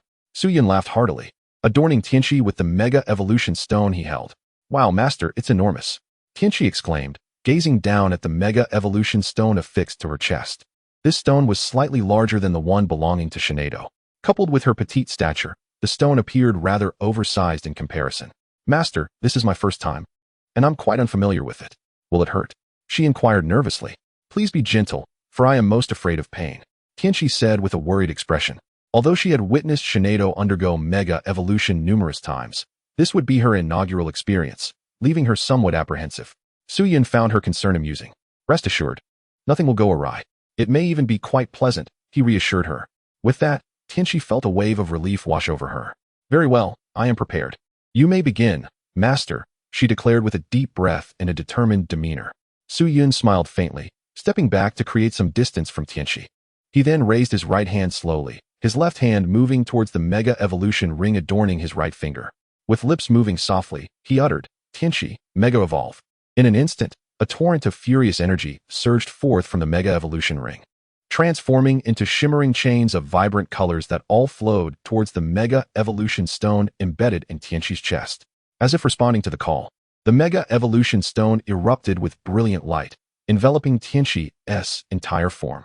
Waves of energy cascaded into her body like a relentless tide, cleansing her being and gradually awakening the latent potential slumbering deep within her genes. As time flowed on, Tianqi's physique began to transform. Her once diminutive form grew taller and more majestic. The diamond atop her head sparkled more brilliantly, radiating an enchanting glow. Too long. White ribbons extended from the back of her head, dancing gracefully in the gentle breeze, embodying a mesmerizing elegance. Her gown, pure as snow, enveloped her entirely, resembling a blooming snow lotus, untouched by the mud and untainted by the clear waters. Her lower body was no longer a monotonous black stone, but had been replaced by exquisite pink crystals, rendering her even more captivating. It worked. Tianqi has evolved into Mega Tianqi. Suyun's eyes sparkled with excitement as he gazed intently at the radiant Mega Tianqi, akin to admiring a flawless masterpiece. Beautiful, absolutely breathtaking, noble yet elegant, adorable yet dignified. A petite figure paired with a regal aura. She embodies countless virtues. This is the Diamond Princess. Mega Tianqi. He resolved to capture this exhilarating moment, determined to flaunt it. Suyun promptly opened the Legendary Beasts chat group and utilized its built-in photo feature to snap a stunning picture of Mega Tianqi. He then proudly shared it with all group members. The strongest trainer in history. Everyone, my beloved Mega Tianqi has presented herself. Wryly smiling Dragon King. Instantly, the previously quiet group erupted with excitement. Groudon, is that Tianqi? I'm not well read. Don't deceive me. Isn't Tianqi just a little black charcoal? Kyogre, are you blind? Didn't you see it's Mega Tianqi? Do you even comprehend the significance of Mega? Rayquaza, don't quarrel with someone who can't even fly. How do you expect them to accomplish anything? Groudon, Green Caterpillar, keep insulting me. Furious, furious, furious. Kyogre, ha ha ha, that's a fair point. But strongest trainer. Aren't you human? How can you refer to Mega Tianqi as your beloved? That is quite absurd and unthinkable. I deem you truly peculiar. Chapter 12. The matters between Rayquaza and Dratini. Groudon. Surely, no one among humans truly loves Pokemon, right? Rayquaza. Ahem, it's not entirely impossible. During my travels, I once encountered a human who had offspring with a Pokemon. Rayquaza recalled some past events, but it seemed to touch upon unpleasant memories, and so he refrained from elaborating further. Kyogre, even if someone did love a Pokemon, it couldn't possibly be Tianqi, could it? She is adorned entirely in diamonds. Do you think you're a diamond yourself? As the divine beings continued to drift further into absurdity, Suyun hastily interjected, anxious to safeguard his reputation. The strongest trainer in history. Ahem, I must clarify that I have always been well-versed in propriety since childhood, a true gentleman. Please do not unjustly tarnish my character. As for my term of beloved, it is merely a term of endearment for Mega Tianqi, expressing the closeness of our bond. It's similar to Groudon being called the one who cannot fly, Kyogre as fat-headed fish, Rayquaza as green caterpillar, Mew as that slippery one, and Arceus as the alpaca. I trust you can comprehend this? Groudon, why drag me into it? What have I done to deserve this? Kyogre, you're the fat-headed fish. Your whole family is fat-headed fish. Rayquaza, how dare you? What did you just call me? I am a dragon. A divine dragon soaring through the clouds, not some green caterpillar. Mew, what did I do to deserve this? Arceus, you're quite bold, aren't you? The attention of the divine Pokemon was abruptly diverted, and a surge of anger welled up within them.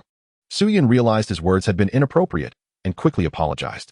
The strongest trainer in history. Ahem, I acknowledge my earlier remarks were ill-advised. How about this? I will help you arrange the items you wish to sell and see if any humans are willing to purchase them. What do you think? As soon as he spoke, the divine Pokemon unanimously supported the idea. Groudon, no problem, I wholeheartedly agree. Kyogre, a magnanimous individual speaks for me. Such trivial matters are beneath my notice. Rayquaza, I second that. Mew 1. Arceus, 100. Suyin smiled with satisfaction. Indeed, these naive beings were easily swayed.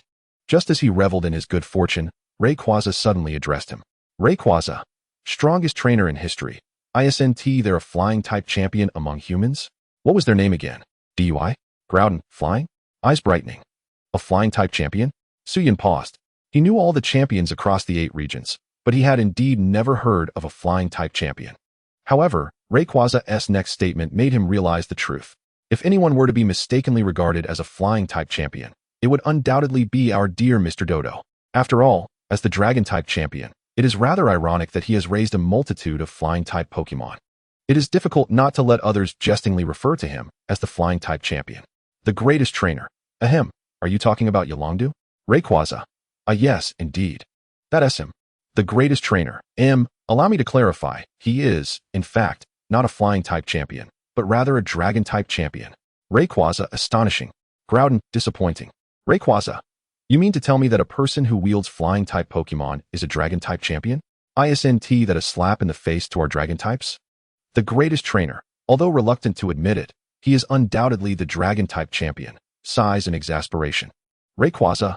Well, regardless of whether he is a dragon or a flying type. As long as he is not a ground type, I have no complaints. Groudon. What do you mean by that? Are you looking down on me? Kyogre. I want to say who is getting anxious, but it's just a game. Sneaky smile. Rayquaza. I recall that this fellow seems to have quite an interest in dragon-type treasures. I happen to have a dragon fang that I recently shed. Would you like me to ask him if he is interested? If he is, you may take it. And as for the compensation you seek from him, that is entirely up to you. I have no objections. Suyin raised an eyebrow, thinking to himself, Rayquaza's dragon fang? That is indeed a precious item. If Yolongdu finds out, he would likely drool with desire. However, I am curious as to how Rayquaza knows him. The greatest trainer. All right. No problem. I'll inquire about it later. But I'm curious. How did you come to know him? Rayquaza? Humph. How else would I know? Back in the day, I was minding my own business atop the sky pillar when that fellow came to seek me out for a battle, claiming he wanted to capture me to bolster his dragon army. Would I acquiesce to such a request? Without a second thought, I engaged him in combat. I must admit, his strength is commendable, especially his Dragonite, which left a profound impression on me. Initially, I believed he was a dragon-type champion among humans, so I didn't dare take him lightly. Should he truly defeat me, I might have considered following him. Yet gradually, I sensed something amiss. Can you imagine? A person proclaiming that he would have me join his dragon army sent forth a battalion of nothing but flying types. You may be human, but to be a flying-type champion as well? Traveling all this way to recruit me? What? Do you wish for me to join your flying army? As the illustrious Dragon King, I could not tolerate such indignity. My temper flared, and without hesitation, I gave him and his Pokemon a sound thrashing. Later, as he departed, he introduced himself, claiming he would return, and that was when I learned of his true identity. After hearing Rayquaza's irate recounting, Suyin could only chuckle helplessly. Unsure of what to say, he recalled a time when Yolongdu had ventured out alone, only to return severely injured, requiring hospitalization for over half a month in the Chengdu Alliance. Suyin had visited him then, but when asked about the cause of his injuries, he had remained tight-lipped. Now, it seemed that Rayquaza's tale must be connected to that incident. Kyogre. Haha. I never imagined you, Caterpie, would have such a misadventure. How unfortunate. Rayquaza. What is so funny? Are you proud of being caught by a human girl? Kyogre. At this moment, Groudon's mind became active.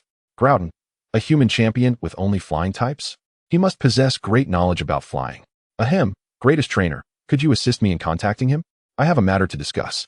Kyogre. What business could a ground-type Voldemort have with a flying-type champion? Oh, I see. Are you hoping to glean some tips about flying? Dream on, Groudon, you'll never soar. Rayquaza. While it may be harsh, the blimp fish speaks the truth. Mew. My heart aches for little Groudon for 3 seconds, then bursts into laughter. Ha! Arceus. How did I ever create such a creature as you? The greatest trainer. If you truly seek Yolongdu for flying advice, my suggestion is to abandon that hope. For Yolongdu cannot assist you in that regard. Ding. Groudon exited the group chat, grumbling. Ding. Groudon, growing increasingly irate, re-entered the group chat. Groudon, you lot. Warning. Group member Groudon has exhibited severe verbal misconduct and is muted for 30 minutes. Other members are advised to take heed. Kyogre, haha. I'm dying of laughter. Rayquaza, please forgive my unrestrained laughter. Mew. Little Groudon's flustered demeanor is quite amusing. Arceus, I hope Groudon doesn't take this too hard. The greatest trainer, he should be fine. After all, he has been mocked his entire life. So what a few more jabs. In a volcanic lava chamber, Groudon gazed skyward and howled.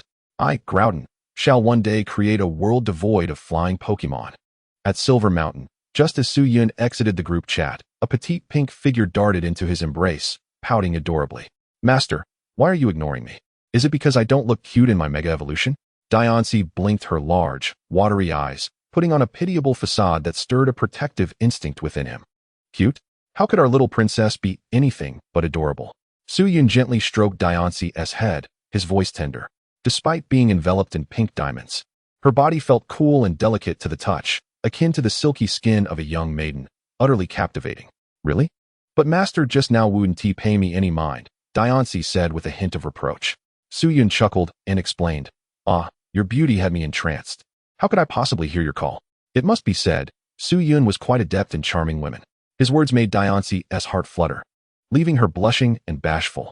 Oh, master, you're so annoying. You're making me shy.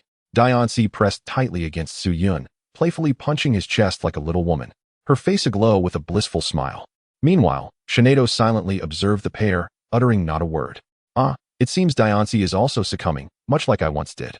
Diancie's current state reminded Shinado of her own past. Once upon a time, she too was captivated by Su Yun's charm. Eventually, she chose to forsake her family and accompany him on a legendary journey, becoming his right-hand companion. Yet now, she had not battled in a long while. Instead, she had taken on the role of a maid, responsible for caring for Su Yun's daily needs, cooking, changing clothes, bathing, and warming his bed. Those who are capable take action, while those who are not sometimes do as well. Just as Shinado was lost in her reverie, a warm, large hand enveloped her in an embrace. What could she be pondering? Could it be jealousy? Her cheeks flushed a delicate crimson as she shot a glare at Su Yun. Stammering, no, of course not. Su Yun's hand mischievously wandered across her form. Oh, is that so? Shinado's face grew even more flushed, and she hurriedly wriggled free from his grasp. It's getting late. I need to prepare lunch. Flustered, she fled, her heart racing like a startled fawn. Yet there lingered an unsettling emptiness within her. If it were the master, would it be permissible to partake in such activities? Su Yun chuckled softly, shaking his head. After all these years with me, you still find it hard to let go. He then turned his gaze to the Super Tiancong, smiling as he said, You should also assist Shinado in preparing lunch. Reluctantly, Super Tiancong left Su Yun's embrace and returned to the villa. Once the two fairies had departed, Su Yun retrieved his phone and dialed Long Yu's number. Clearly, he had not forgotten the task entrusted to him by the legendary Pokemon, Rayquaza. We apologize, but the number you have dialed is not in service. Please try again later. Soon, an automated voice echoed through the line. Su Yun frowned slightly. Not in service? Where has that guy wandered off to, instead of staying put in the alliance? After some time, he tried calling again, but the result was the same. Never mind. I'll reach out to him later tonight. There's no rush on this matter, he muttered, opting not to pursue it further and instead returned to the villa to join Shinado and Tiancong for lunch.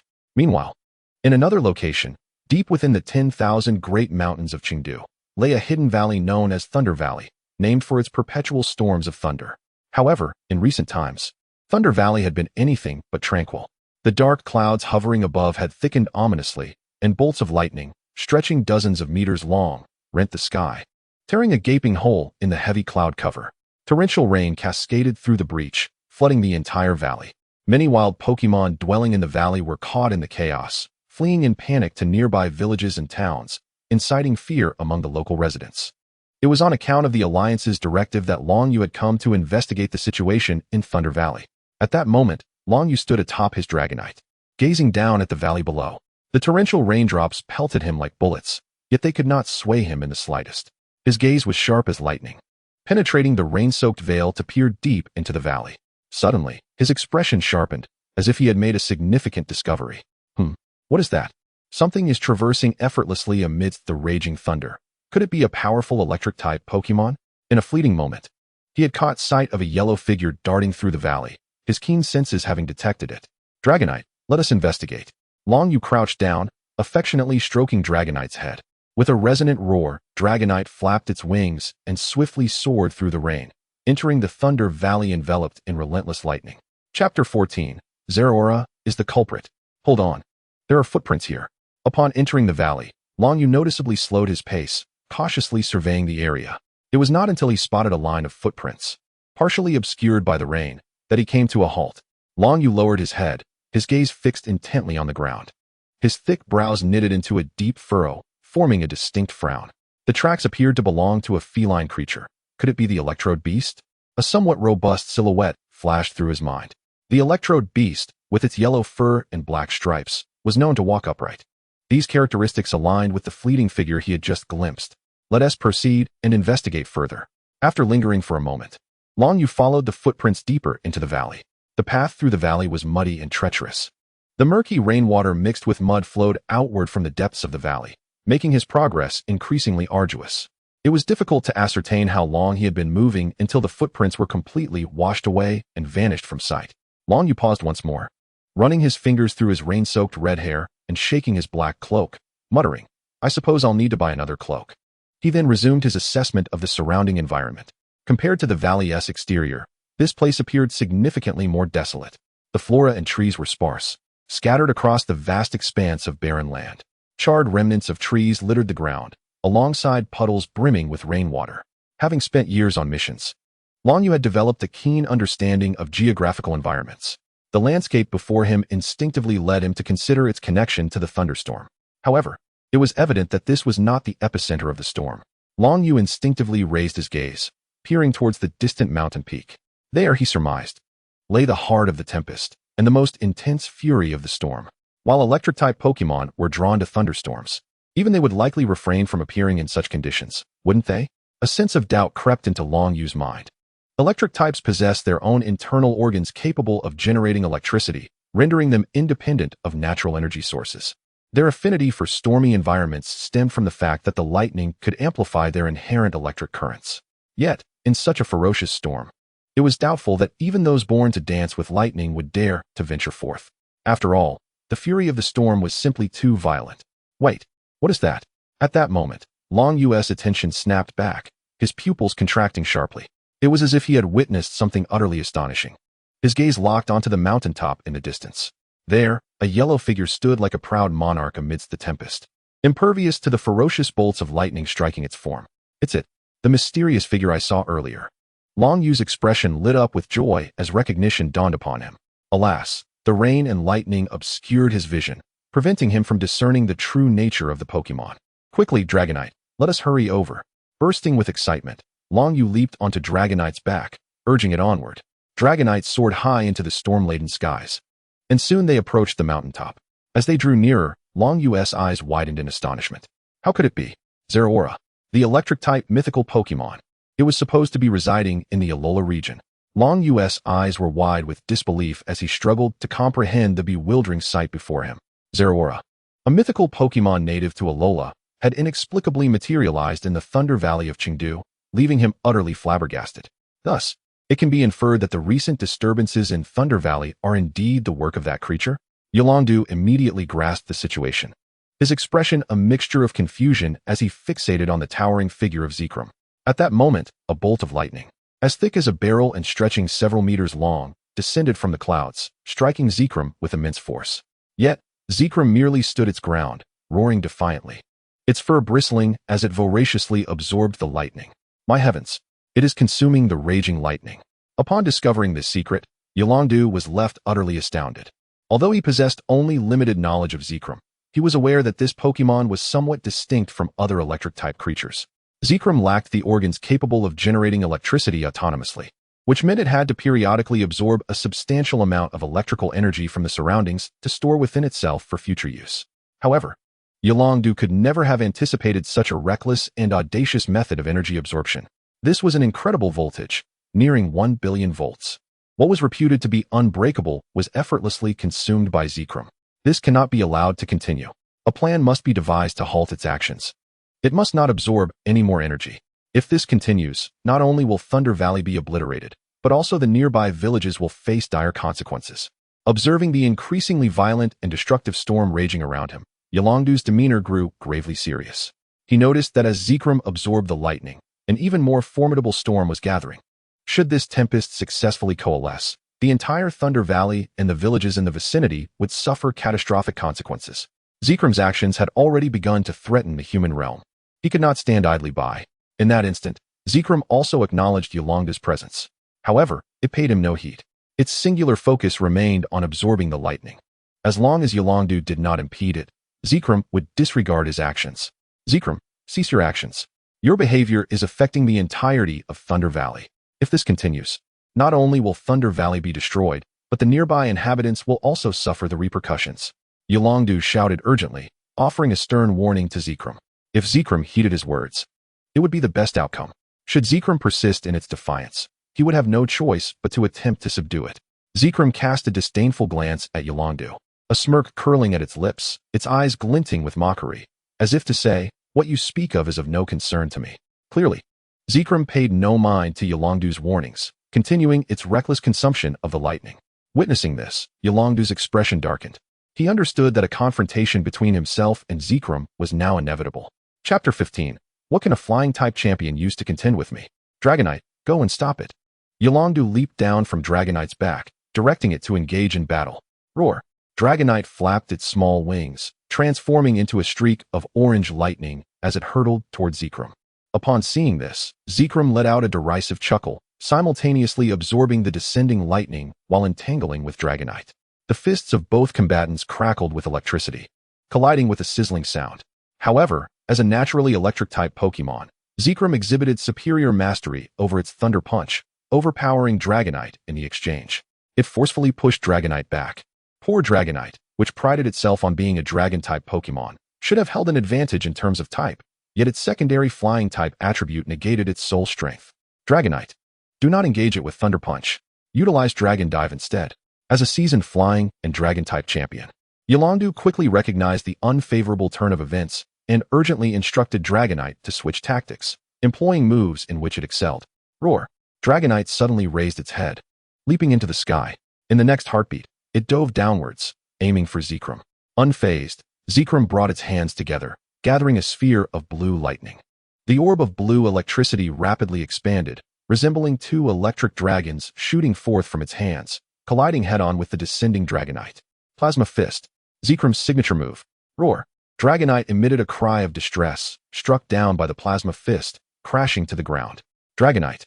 Yolongdu's expression shifted dramatically as he rushed toward the spot where Dragonite had fallen. He could hardly believe how formidable Zekrom's Plasma Fist was, having defeated his Dragonite in a single blow. Dragonite, are you alright? Yolongdu exerted all his strength to help Dragonite back to its feet, then used the power of the oak to heal its wounds. Dragonite shook its head, signaling that it was not gravely harmed. The earlier blow from Zekrom had caught it off guard, leaving it slightly dazed, which was why it had fallen from the air. In reality, it had not completely lost its fighting capability. Seeing this, Yolongdu couldn't help but breathe a sigh of relief. At the same time, he gazed at Zekrom, standing triumphantly atop the mountain, and couldn't help but muse. Truly, as a mythical Pokémon, its strength is indeed remarkable. Even my Dragonite has suffered at its hands. Perhaps only that individual could truly subdue it? In that moment, a striking figure flashed through Yolongdu's mind. Su Yun, hailed as the most formidable trainer in the history of the League. Alas, the distance to Silver Mountain was far too great. Otherwise, he might have called upon him for assistance. With a heavy sigh, Yolongdu chose not to dwell on it any longer. After a brief respite, he commanded Dragonite to engage once more and thwart Zekrom. Unfortunately, Zekrom's power was overwhelmingly formidable. Within mere rounds, Dragonite was once again defeated. Yolongdu had contemplated sending out his other Pokémon, such as Gyarados, to assist, but upon considering the terrain, he realized it was ill-suited for Gyarados and its kind to fight. Furthermore, Gyarados, being a flying type, was directly countered by Zekrom. If Dragonite struggled against Zekrom, sending in Gyarados would merely result in a swift defeat, leading him to dismiss that idea. Zekrom cast a mocking glance at Yolongdu, its gaze filled with disdain, as if to say, "You are too weak." This left Yolongdu feeling quite vexed. How could this esteemed dragon-type champion be deemed weak? Yet, he found himself at a loss for a suitable retort, for indeed, his dragon team could not stand against Zekrom. Thunder rumbled ominously overhead. Yolongdu looked skyward, his face paling with alarm. This is bad. A thunderstorm is approaching. The very event he wished to avoid was unfolding. No, they must leave this place at once. Dragonite, we must go. Yolongdu could no longer afford to attempt to stop Zekrom. If he lingered any longer, once the thunderstorm arrived, both he and Thunder Valley would vanish from this world. Roar! Dragonite, sensing the cataclysmic energy emanating from the sky, became alarmed. Not daring to linger, it swiftly took to the skies, carrying Yolongdu away from the valley. In the final moments of their departure, Yolongdu cast a deep, lingering glance back at Zekrom. He witnessed as Jirachi boldly charged into the tempest, drawing all the lightning to itself and voraciously consuming the electric fury. Longyu did not know the extent of Jirachi's capacity to absorb such energy, but he was certain that once the lightning struck, the entire Thunder Valley would be reduced to mere dust. The nearby inhabitants would undoubtedly be affected as well.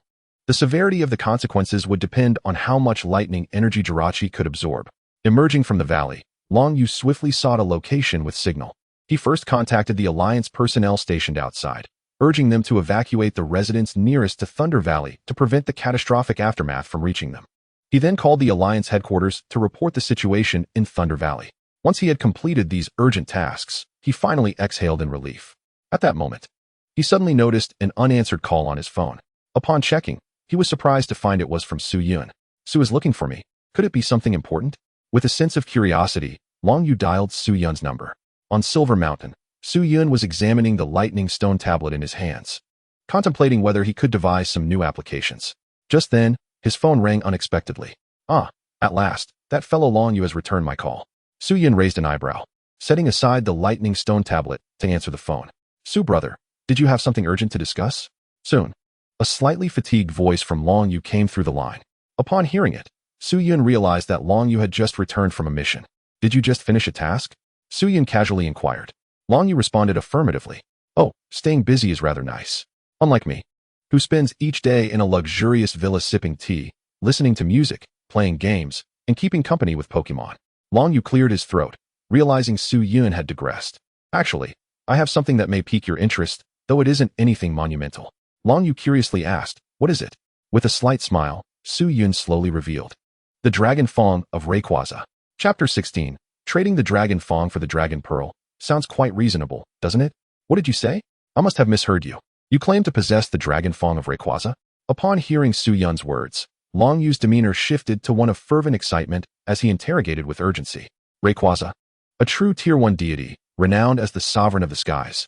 Its prowess is undoubtedly among the pinnacle of all mythical and legendary Pokemon. Take Jirachi, whom he encountered today. While Jirachi had overwhelmed him effortlessly before Rayquaza, it would be compelled to lie down quietly like a docile kitten. The Dragon Fong of Rayquaza, naturally, is no ordinary object. Its collectible value is one thing, but the dragon's might it embodies is incomparable to any ordinary dragon-type Pokemon. If other dragon-type Pokemon were to adorn it over time, it would imperceptibly enhance their draconic aura, thereby augmenting their strength. This may not hold significant allure for other trainers, but for him, a dragon-type champion, it is an immense temptation. With the assistance of Rayquaza's Dragon Fong, his dragon legions would ascend to greater heights. Su Yun smiled knowingly. Indeed, you heard correctly. I currently possess a Dragon Fong of Rayquaza. I want it. I want it. Longyu exclaimed. Su brother, please ensure it remains with you. Do not sell it to anyone else. As a dragon-type champion, no one understands the significance of Rayquaza's Dragon Fong better than I. Longyu was so elated he became somewhat incoherent, even invoking his status as a dragon-type champion. Years ago, he had ventured alone to the Sky Pillar ruins, where he encountered the legendary sovereign of the skies, Rayquaza. Being a dragon-type trainer, he was immediately filled with the desire to capture it. Unfortunately, Rayquaza's power was far too formidable. He exhausted all his Pokemon, but was no match for it. Ultimately, he had to flee in defeat. Now, years later, he never expected to learn of the whereabouts of Rayquaza's Dragon Fong. His obsession with Rayquaza was reignited. Even if he could not capture Rayquaza, he would seize something of its essence. Longyu's eyes gleamed with fervor as he declared resolutely. Su Yun was not surprised by Longyu's reaction. He had anticipated it. Very well. You are my dearest friend and brother, so I shall certainly reserve it for you. However, you know this Dragon Fong did not come easily to me. Consider this. Long Yu quickly grasped the hint, smiling. Recently, a new batch of mini Dratini has been born in my family, and one of them is a shiny variant. How about I offer it to you? Su Yun's eyes brightened. A shiny Dratini is indeed a valuable treasure. However, the thought of it evolving into a Dragonite, with its vibrant green hue, made him uneasy. Perhaps not. The waters surrounding shiny Dragonites are too deep for me to navigate. Do you have any other Dragon-type offspring? Your family has existed for many years. Surely, you have more than just Dragonites among your Dragon-type Pokemon? Long Yu pondered for a moment before responding. To be honest, my family does train Dragonite, but we also cultivate Salamence, albeit in lesser numbers. Consequently, finding quality Salamence offspring is not so straightforward. If you're not in a hurry, why not wait for me to return to my family and inquire if any new promising Salamence offspring have been born? What do you think? Su Yun found this suggestion agreeable. Salamence is also a near deity and possesses the potential for mega evolution, offering even greater potential than Dragonite. If he could exchange the Dragon Fong for a promising Salamence offspring, it would indeed be a fair trade. Thus, he acquiesced. All right, I shall await your good news. After hanging up, Su Yun resumed his study of the Lightning Stone Tablet. He discovered that, in his hands, the Lightning Stone Tablet seemed dormant, devoid of any radiance. He contemplated ways to activate it, feeling that its secrets were not merely superficial. If he could unravel its mysteries, perhaps he could one day attain a status akin to Arceus himself. Regrettably, after hours of research, he made no progress. Since the one who tied the knot must also be the one to untie it, perhaps he should consult Llama. Without becoming obstinate, Su Yun opened the chat group and posed a question. The strongest trainer in history, Arceus, Zeus, how do you utilize your stone tablets? Why does it seem like an ordinary stone in my hands? Arceus may have been in slumber, for he did not respond immediately. However, the thoughts of other legendary Pokemon stirred to life. Kyogre, the depth of the stone tablets is unfathomable. As a mere human, you cannot comprehend it. Heed my advice. Pass the tablet to me, and I shall examine it for you. Mew. Haha, you scheming fish. I heard that from the World Tree. You covet the trainer's tablet, you scoundrel. Kyogre, how dare you? What insolence is this, you scoundrel? What audacity for you to speak to me in such a manner? Given our respective standings, it seems you wish to experience the tremors of my origin. Mew, I shall berate as I please. What of it? If you dare to defy me, then come, take a bite. Rayquaza. Ahem, allow me to speak fairly. Since it pertains to the Thunderstone tablet, it is only fitting that an electric-type deity elucidates the matter. Conveniently, I share a deep bond with Zekrom. Mighty trainer, why not entrust the Thunderstone tablet to me first? I shall then pass it on to Zekrom for clarification. What say you? The strongest trainer, you resemble a green caterpillar, lounging atop a tree in the verdant forest, spinning silk. Each of you seeks to deceive me into relinquishing my Thunderstone tablet, as if I were unaware of your schemes. Su Yun mercilessly exposed Rayquaza's hypocritical facade. Rayquaza was immediately flustered. Rayquaza, what insolence! I shall summon my lawyer. Family, does anyone comprehend? He slanders me. He truly slanders me. Groudon, Mew, the strongest trainer. I find myself utterly speechless, much like the last time. At that moment, it appeared the quarrel within the group roused Arceus. Arceus finally made an appearance. Arceus, the strongest trainer, well-posed question. Do not inquire again. You have obtained the Thunderstone tablet. Yet you dare to ask how to utilize it? Do you truly believe I would respond? The strongest trainer, 1 activity point. Arceus, what do you imply? I too possess dignity. Would I bow for mere trifles? The strongest trainer, 5 activity points. Arceus, ahem, young ones. It is only natural for one who is devoted to the world to enlighten and guide others, is it not? Chapter 17. Activating the Thunderstone tablet. Deities descend in droves. Arceus.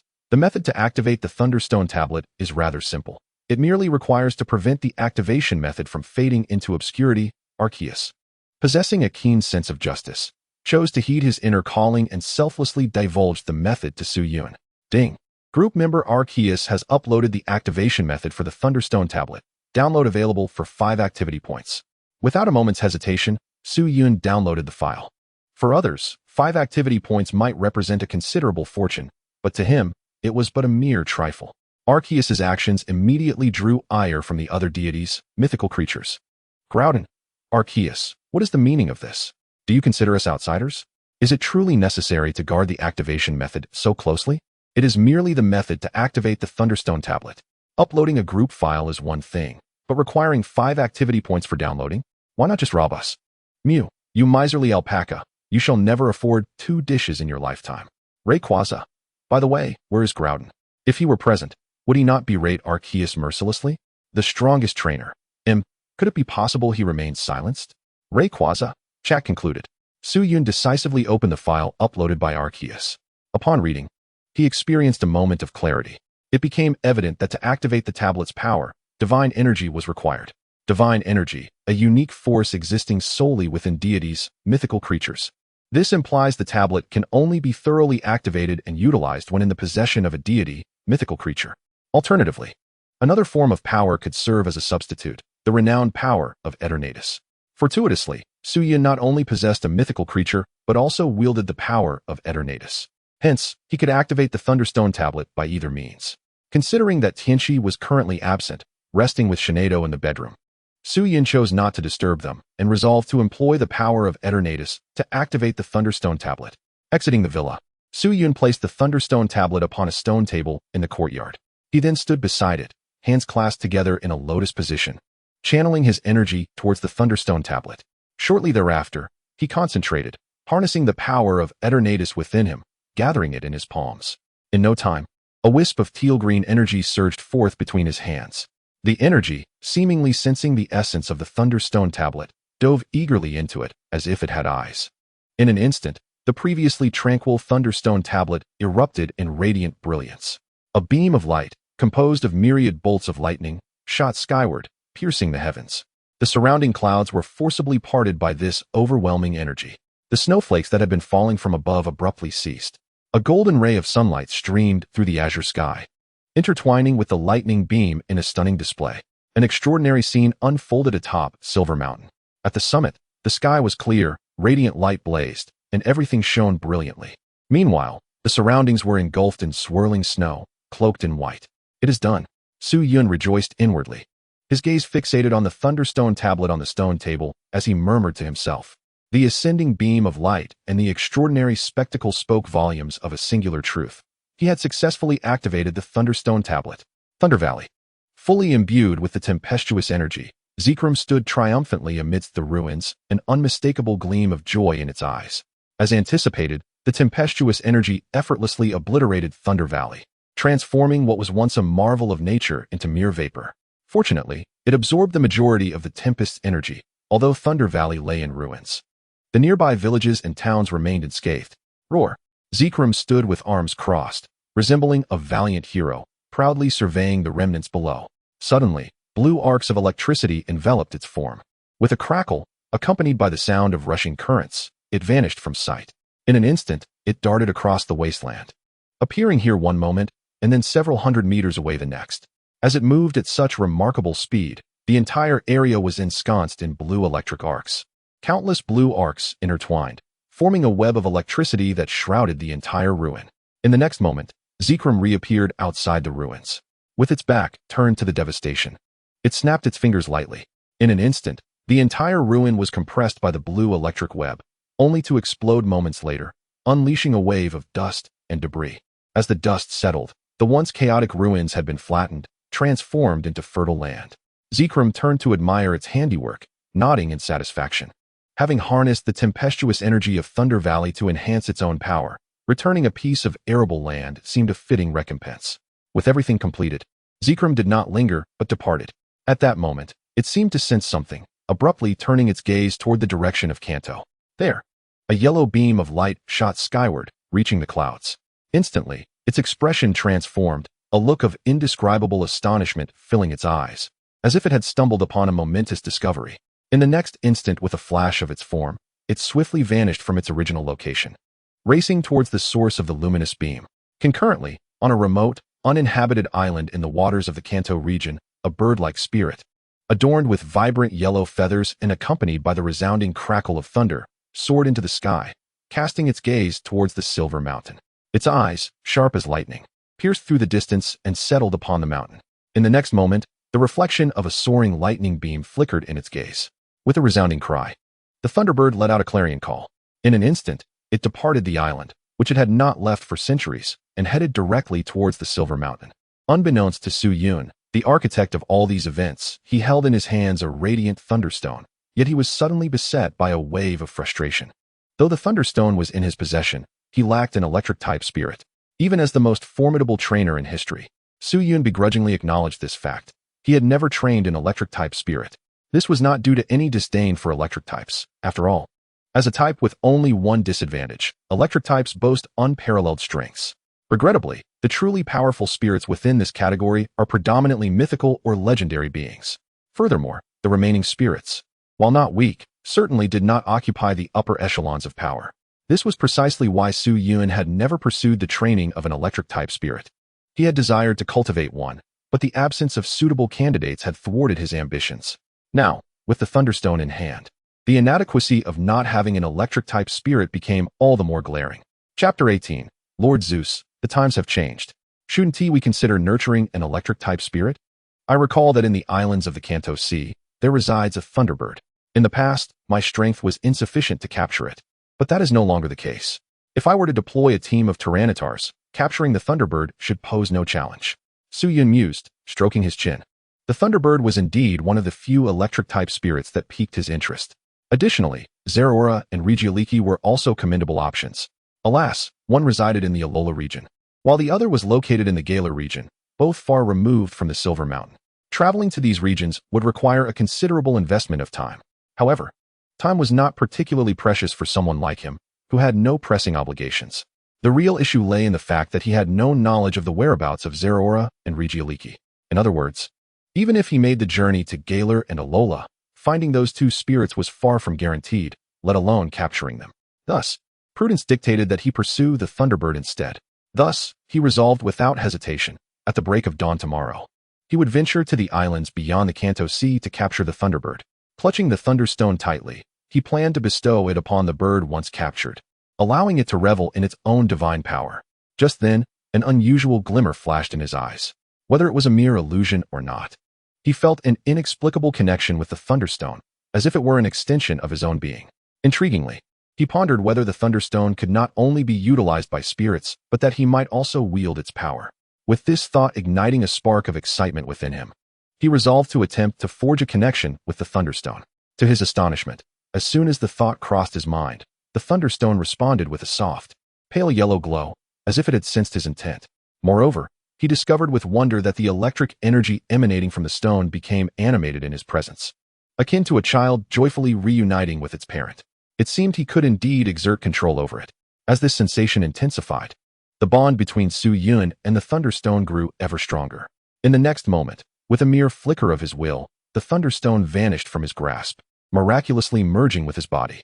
He felt no discomfort. It was as if the Thunderstone had always belonged to him. This revelation astounded Su Yun. Humans could indeed harness the power of the stone. Or perhaps, as a transmigrator, he had access to unique privileges? He could not be certain. Yet one thing was clear.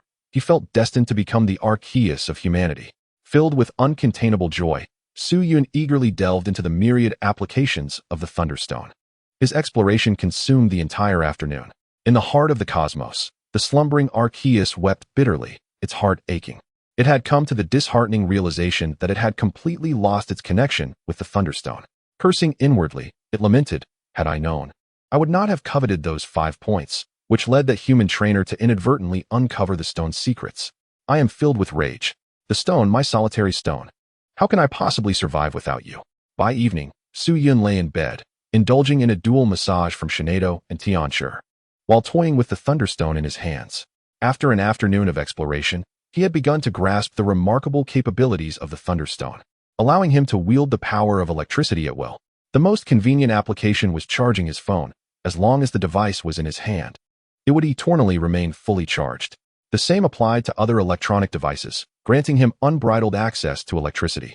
With such a gift, he couldn't resist the urge to flaunt it before Arceus and the others, asserting his prowess. After all, to not show off would be a disservice to youth. Su Yun considered this notion splendid. Perhaps it was time for Arceus to relinquish its throne, allowing him to assume the mantle of the creator. With this thought, he opened the Legendary Beast chat group, sharing a selfie accompanied by an ostentatious declaration. "The strongest trainer in history. Greetings, everyone. I have successfully merged with the Thunderstone. From now on, please refer to me as Thor." Instantly, the group buzzed with excitement. "Kyogre, what in the world? You have integrated the Thunderstone into your being? The strongest trainer in history. Bingo. Groudon, greetings, Thor. I am the god of water. Rayquaza, hello, Thor. I am the dragon god. Mew. Thor, greetings. I am the god of dreams. Groudon. If you all have ascended to godhood, then I shall be the god of the earth, shall I not? Kyogre. That is a grave error. You cannot be a god. You ought to be a demon. Groudon. Why is that? Kyogre. Because you lie prostrate on the ground. Rayquaza. It's truly you who brings harm. You pudgy fish.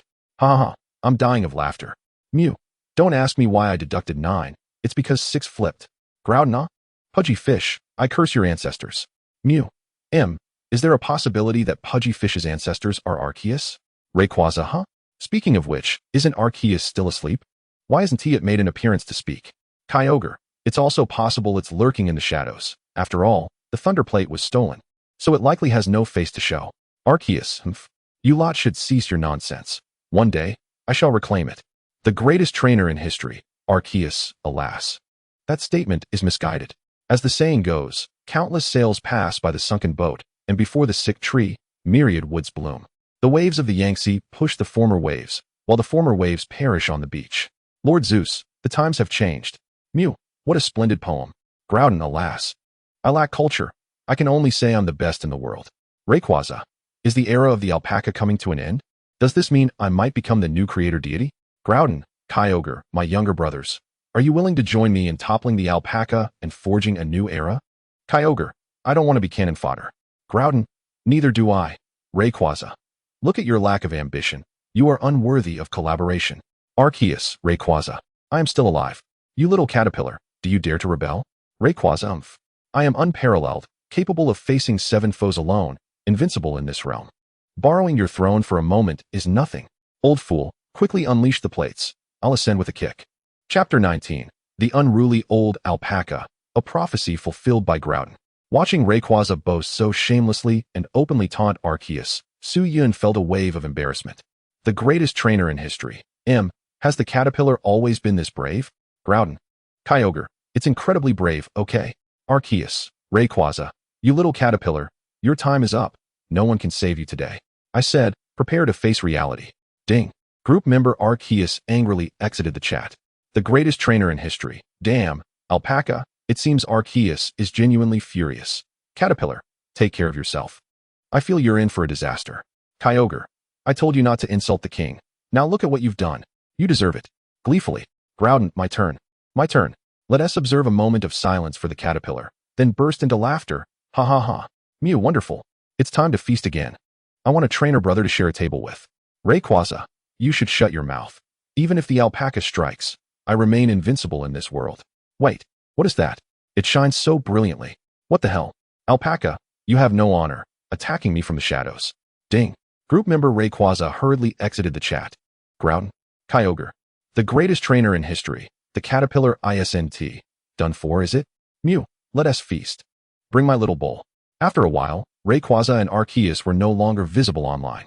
Mew was still waiting for the feast. Bored. Mew struck up a conversation with Su-Yun. Mew, the greatest trainer in history. Brother trainer, did you really merge the Thunder Plate into your body? The greatest trainer in history. I prioritize authenticity. Mew, have you ever considered nurturing an electric-type Pokemon? After all, the Thunder Plate offers numerous benefits to electric types. The greatest trainer in history, of course. I initially intended to nurture a Zeraora, but I wasn't sure where to catch one. Coincidentally, not far from where I live, there's a Zapdos, so I was thinking of catching it tomorrow for training. Mew, Zeraora? How about me instead? Mew sent a selfie, transforming into the appearance of Zeraora, and it was the white shiny version. So handsome and adorable. Su-Yun was instantly captivated. The greatest trainer in history. Mew, you look stunning. When will you come to my house for an open-hearted exchange? Mew, anytime, anywhere, brother, I'm ready. But could you first send me the Thunder Plate to take a look? The greatest trainer in history. You must be joking. He knew it. Mew was up to no good. At this moment, Kyogre also joined in. Kyogre, the greatest trainer in history. If you truly merge the Thunder Plate into your body. As a fellow group member, I must advise you to be cautious. The greatest trainer in history. Oh, what do you mean? Kyogre, the Thunder Plate. Being the treasure of electric types, you should understand how immensely attractive it is to them. If those electric types catch a whiff of the Thunder Plate on you, you will be in trouble. If you're lucky, you might encounter a kind-hearted Pokemon that chooses to stay by your side, borrowing the thunder energy within you to enhance its own strength. After all, since you have merged with the Thunder Plate, being around you would yield similar effects to wearing the plate. If your luck is slightly worse, You might just suffer some minor injuries while having the Thunder Plate taken from you. However, if your luck is truly poor, encountering ruthless Pokemon could lead to more than just losing a Thunder Plate. You could very well be disemboweled by those fiends. Moreover, I heard you mention there is a Zapdos near your residence. Although Zapdos is merely a low-tier legendary Pokemon, it's not to be underestimated. Once associated with legendary Pokemon, none are mere trifles. Furthermore, as an electric type, it possesses keen sensitivity to the world's thunder energy. It's possible that it has already discovered your possession of the Thunder Plate. Upon hearing Kyogre's words, Suyun couldn't help but furrow his brows. He had been so excited that he overlooked these potential dangers. Nevertheless, he wasn't overly concerned. After all, his reputation as the greatest trainer in history wasn't merely for show. As long as he didn't encounter a being like Zekrom, he could handle it. After all, the strength of the team he had been cultivating from the start was rather absurdly powerful. At that moment, Groudon, who was always eager for drama, chimed in. Groudon, I don't think you'll even need to search for Zapdos tomorrow. It might just come to you. Suyun silently cursed in his heart. Just as he was about to tease Groudon for not being able to fly, a sudden thunderous crash erupted outside. Immediately after, a brilliant flash of lightning illuminated the pitch-black night sky. Through the window, he could even see the light stretching across half the sky, tearing the dark heavens apart. The sheer power of it made him furrow his brows, even while lying in bed. Something was amiss, exceedingly amiss. Suyun's eyes instinctively narrowed. The weather atop Silver Mountain is indeed far from pleasant, yet it would never conjure thunder from thin air, especially at night. Before him, a bolt of lightning carried an unusual scent, prompting Suyun to recall Jiaker's earlier words, and his demeanor inadvertently shifted to one of seriousness. Shinai Duo, Tianchi, prepare yourselves. We may have an unexpected visitor. After issuing this warning, he hastily donned his attire and ventured outside with Shinai Duo and Tianchi. Standing on the summit of Silver Mountain, Suyun's gaze pierced the inky darkness of the night, scanning the distant sky. Suddenly, a figure weaving through the clouds seized his attention. This silhouette, accompanied by crackling lightning, emitted a low rumble with each flap of its wings. Every few moments, arcs of electricity would explode around it. Utilizing the faint glimmers of light, Suyun discerned its visage, Zapdos. A look of astonishment washed over his face. How prophetic Jiaker's words had been. The figure soaring through the night sky was indeed one of the legendary bird trio, Zapdos. Chapter 20. The unusual shiny Bangiras. Are you striking my home? To his surprise, Jiaker, that dark sorcerer, was not merely a messenger but also a harbinger of ill fate. Before I could seek him out, he has come knocking at my door. However, this turn of events might save me a journey to the Kanto Sea. Suyun, unperturbed by the approaching Zapdos, felt a surge of excitement and exhilaration instead of fear. Oh, Zapdos, I presume you have come for the Thunderstone I possess? Alas, I fear you may lack the strength to seize it. He mused to himself, his eyes sparkling with anticipation. Since you've arrived, why not stay by my side? I find myself in need of an electric-type Pokemon, and you shall fill that vacancy. At that moment, Shinai Duo and Tianchi sensed the hostility emanating from the newcomer and instinctively positioned themselves in front of Suyun to shield him. Master, let's Mega Evolve. This unruly bird is ours to handle. Shinai Duo declared seriously, though a hint of warmth lingered in her tone. She could sense the formidable presence of Zapdos and understood that, without Mega Evolution, she might not stand a chance. Yet, to protect Suyun, she would bravely face any adversary. Suyun, however, gently pulled both Shinai Duo and Tianchi back, smiling as he said, "No need. Let others handle the battle. Your duty is to serve me well." He playfully pinched their cheeks, causing both Pokemon to blush with shyness. "Master, you're incorrigible." Shinai Duo pouted, resembling a bashful young lady. Tianchi nestled closer to Suyun, her gem-like eyes brimming with curiosity rather than anxiety.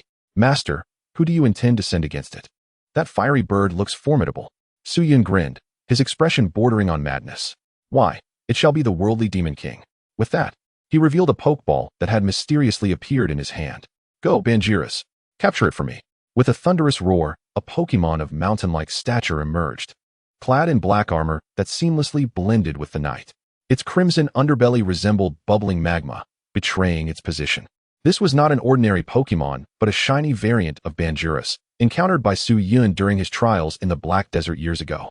Perhaps influenced by its harsh habitat, this Bangiras' coloration deviated from the usual teal or shiny golden hues, instead mirroring the abyssal black of the desert, allowing it to conceal itself more effectively in that environment. However, in other settings, it was easily exposed. Thus far, Su-Yun knew of no other Banjiras of this hue outside the realms of the Black Desert, thanks to the brutal conditions of its home. This Banjiras was significantly more powerful than its ordinary counterparts, having fought alongside Su-Yun for years, reaching an apex of strength. Even champion-level Pokemon seldom posed a challenge to it, with only beings like Zapdos possessing the merit to contest its might. With a magnificent entrance, Banjiras commanded the scene. Its towering form and resounding growl instilling pressure even in the circling Zapdos above. Banjiras, seize it, Su-Yun commanded, his voice ringing with authority. Banjiras responded with a ferocious roar, conjuring a massive boulder and launching it toward Zapdos. Chew! Zapdos, unfazed, scoffed at Banjiras' attack. It opened its elongated beak, unleashing a devastating bolt of lightning that collided with the oncoming rock. Boom! With a thunderous crash, the boulder shattered into fragments, yet the electric arc remained undeterred, hurtling towards Su-Yun's position. Master, watch out! In a critical moment, Shinai Duo sprang into action, teleporting Su-Yun to safety just in time to avoid the onslaught. The fierce electricity struck the mountainside, obliterating rock and debris, leaving a gaping crater in its wake.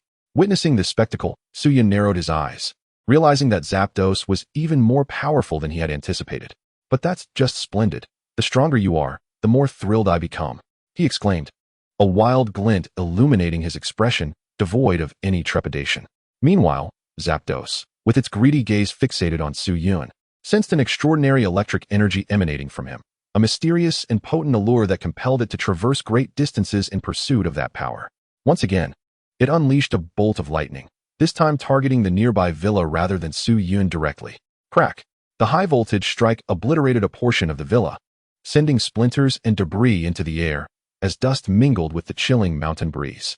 Watching his painstakingly constructed villa being ravaged, Su-Yun's expression darkened ominously. A terrifying storm of emotions brewed within him, ready to explode. Unbeknownst to Zapdos, it continued to taunt Su-Yun with its arrogance. Human, relinquish the thunderstone within you, and I may spare your life. Otherwise, your fate shall mirror that of your dwelling. In silence, Su-Yun slowly raised his gaze, his icy eyes smoldering with fury. A mere glance from him sent shivers down one's spine. Even the legendary Zapdos felt a sudden jolt of apprehension upon gazing into Su-Yun's eyes, sensing an undeniable threat. How could this be? I am a divine beast. How can I feel threatened by a mere human? It must be an illusion, yes. Surely a mere figment of my imagination. Zapdos incessantly refuted its prior feelings. At that moment, Su-Yun's lips moved, infused with seething rage as he bellowed. How dare you strike my home? Mega Evolve, Tyranitar, and obliterate this fiend. Without hesitation, Su-Yun revealed the Mega Evolution ring adorning his hand, prompting Tyranitar to undergo its transformation. Clearly, he had reached the pinnacle of fury, intent on enacting the most ferocious retribution upon Zapdos. Chapter 21. Zapdos' Despair and an Uninvited Guest. Roaring, Tyranitar unleashed a thunderous cry that reverberated through the surrounding mountains and forests. A cascade of iridescent light erupted from the ring in Su-Yun's possession, surging wildly into the megastone nestled within Tyranitar's chest. Under the baptism of this newfound power, its form began to undergo a dramatic metamorphosis. The already imposing figure grew even more colossal, resembling a mountain standing resolute. Its armor became impervious, akin to an indestructible shield, reflecting a chilling black sheen under the radiant light. Most notably, its eyes resembled a deep pool of blood, exuding a savage, bloodthirsty aura. Just a single glance instilled a sense of plunging into an abyss, enveloped by an overwhelming atmosphere of killing intent and coldness. Panting heavily, the Mega Tyranitar fixated its gaze upon the Zapdos soaring above. Its breath billowed forth, transforming into two thick plumes of white mist that ascended into the frigid night air, reminiscent of the exhaust from a war machine. While Zapdos was not diminutive within the realm of Pokemon, it paled in comparison to the towering Mega Tyranitar, rendering it utterly insignificant. The immense pressure emanating from Mega Tyranitar made Zapdos appear even smaller. Had it not been for the dignity of its divine status, Zapdos might have chosen to flee this place, for the oppressive aura was overwhelming, nearly suffocating. Boom. Just as Zapdos was lost in thought, a colossal sound erupted from the surrounding space. Instinctively, it turned towards the source, only to be left dumbfounded by the sight before it. Mega Tyranitar raised both arms, hoisting a boulder the size of a small mountain, and hurled it towards Zapdos. Zapdos, incensed, cursed vehemently, condemning the ancestors of Mega Tyranitar with every expletive it could muster. Such a massive rock, if it struck, it would surely reduce Zapdos to mere pulp. With no time for hesitation, Zapdos reacted swiftly. It flapped its wings vigorously, conjuring a whirlwind in the sky. This tempest swirled rapidly before it, drawing in clouds from miles around, coalescing into a dark, oppressive storm.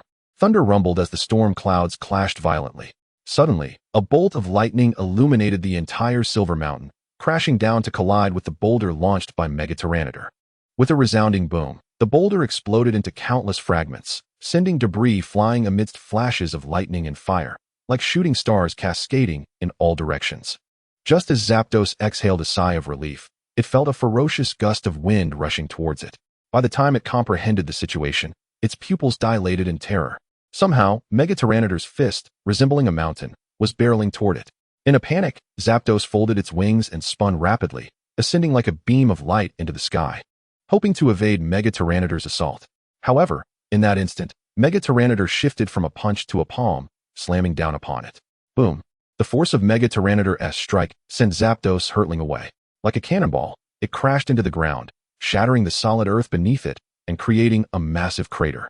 Its wings lay helplessly spread, sprawled in the pit, utterly defeated. The proud demeanor it once possessed had vanished entirely. Yet Mega Tyranitar was not inclined to let it off so easily. Raising its foot, it prepared to deliver a crushing blow, ready to unleash the ground-type move, Earthquake. Zapdos was paralyzed with fear. Although it possessed the flying type, which typically grants immunity to ground-type attacks, it was now grounded, rendering its advantage moot. Moreover, its primary electric type was directly countered by the ground type. If Mega Tyranitar's Earthquake connected, it would not survive even 10 lives. Instinctively driven to survive, Zapdos sprang to its feet, aiming to ascend into the air and reclaim its type advantage. Surrounding it, lightning crackled, resonating with the bolts cascading from the heavens. A tempest of destructive thunder enveloped it, forcefully repelling the advancing Mega Tyranitar. Ha! This divine beast is not so easily vanquished. In its newfound confidence, Zapdos seized upon its speed advantage, enveloped in crackling electricity as it darted towards Mega Tyranitar, launching a flurry of multi-directional assaults. However, the damage inflicted was akin to mere pinpricks, having little effect on Mega Tyranitar, which remained unscathed while Zapdos grew increasingly weary. Cursed be this behemoth's defense. Zapdos gasped, frustration mounting within. The tumultuous emotions surged, causing the electricity surrounding it to destabilize, akin to a flickering flame in a tempest, on the brink of extinguishment.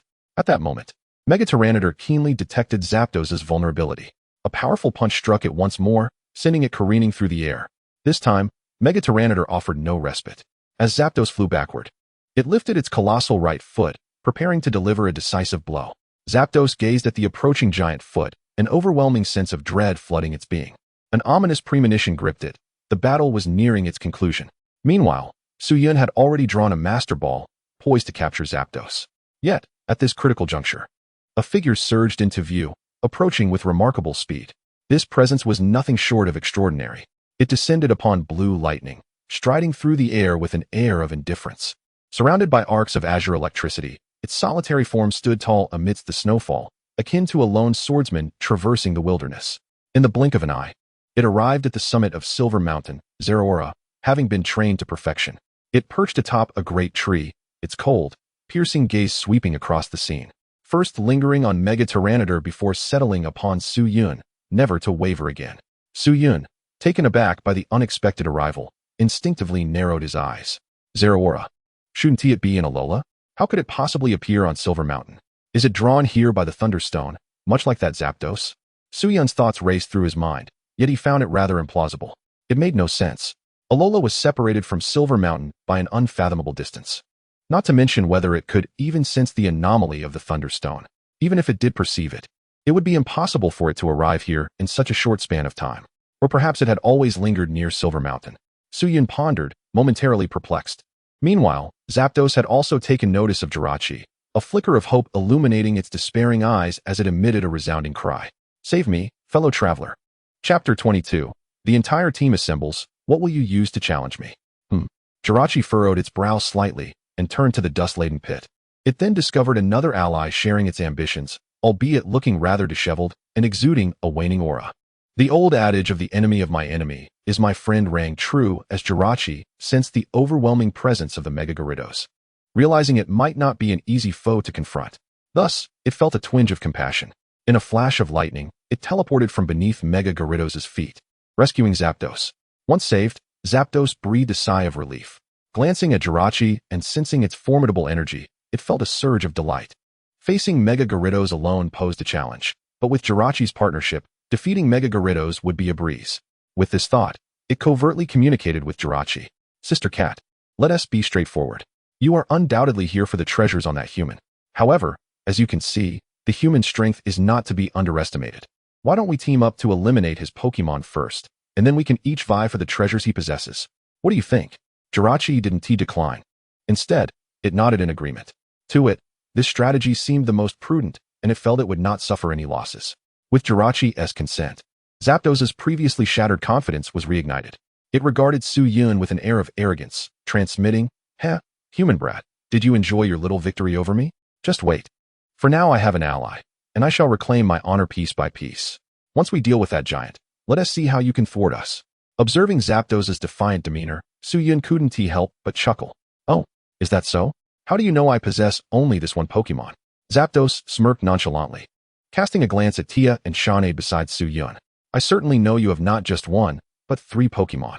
However, aside from that colossal one, do you believe the other 2 can stand against us? Su Yun chose not to dispute this and instead turned his gaze toward Jirachi. Little kitty, do you share this opinion? Instantly, a hint of displeasure crossed Jirachi's face. It despised being called little kitty, particularly by a human. Humph. Do you humans only indulge in pretentiousness? If you have other Pokemon, feel free to unleash them and test our mettle. Su Yun raised an eyebrow, a look of surprise gracing his features. Internally, he reveled, oh, such a sweet, soft voice. It's a little female cat? If I were to capture it and nurture it. His interest in Jirachi surged, especially upon learning of its gender. Adopting a more refined demeanor, Su Yun offered Jirachi a gentlemanly smile. In that case, let us indulge your desires. As soon as the words left his lips, Su Yun's expression shifted to one of gravity. It has been a while since I've allowed my team to stretch their legs. Today, let them all come forth. With that, he waved his hand dramatically. 5 Pokeballs flew into the air simultaneously. Clap, clap, clap, clap, clap.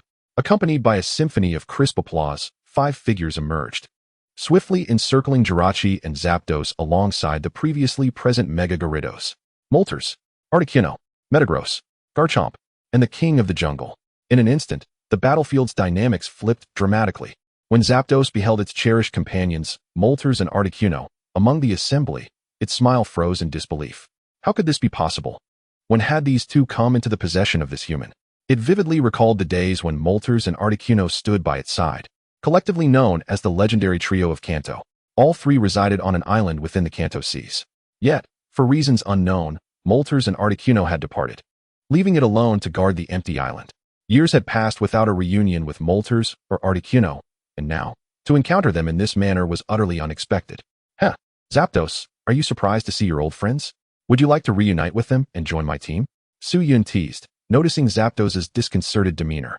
At this moment, Moltres and Articuno chimed in. Little Yellow, join us as the Master's Pokemon, and we can remain together forever. Little Yellow, there's no shame in following the Master. And you'll enjoy a feast of delicacies every day, far superior to gnawing on wild berries. Zapdos shook its head vehemently, exasperated. Silence. Cease your prattling. You dare disrupt my resolve? I, Zapdos, would rather starve to death outside than join you. Jirachi eyed Zapdos in astonishment, surprised by its unwavering conviction. Meanwhile, Zapdos discreetly communicated with Jirachi.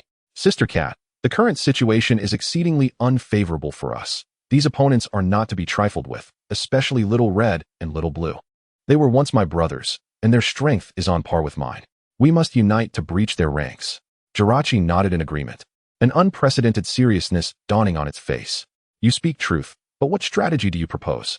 Zapdos replied. I observe that the elder lying to the southeast appears to possess the weakest aura. Let us defeat it first, then dismantle the others one by one. Jirachi concurred, agreed. But who shall attract the fire of the other 5 Pokemon? Zapdos chuckled awkwardly. Sister Cat, your strength surpasses mine, and given my current injuries, I doubt I could withstand the onslaught of the other 5. Would you draw their fire while I unleash a full-force strike against the elder? Jirachi accepted the plan without hesitation. Very well, let it be as you say. With that, Jirachi transformed into a streak of blue light and dashed forward. Su Yun, witnessing this, unhesitatingly pressed the button on his Mega Evolution Ring. triggering the mega evolutions of Garchomp and Metagross. Let us finish this swiftly. I cannot hold out much longer. Simultaneously activating the mega evolution forms of 3 Pokemon, even he felt the weight of exertion. Roar!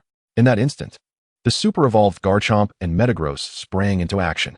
With the exception of the slumbering king of naps, the remaining Pokemon were equally resolute, launching their attacks. Zeraora unleashed its full power, enveloped in a cocoon of azure lightning, single-handedly staving off the onslaught of 5 Pokemon. Meanwhile, Zapdos, unwilling to squander time, assessed the situation.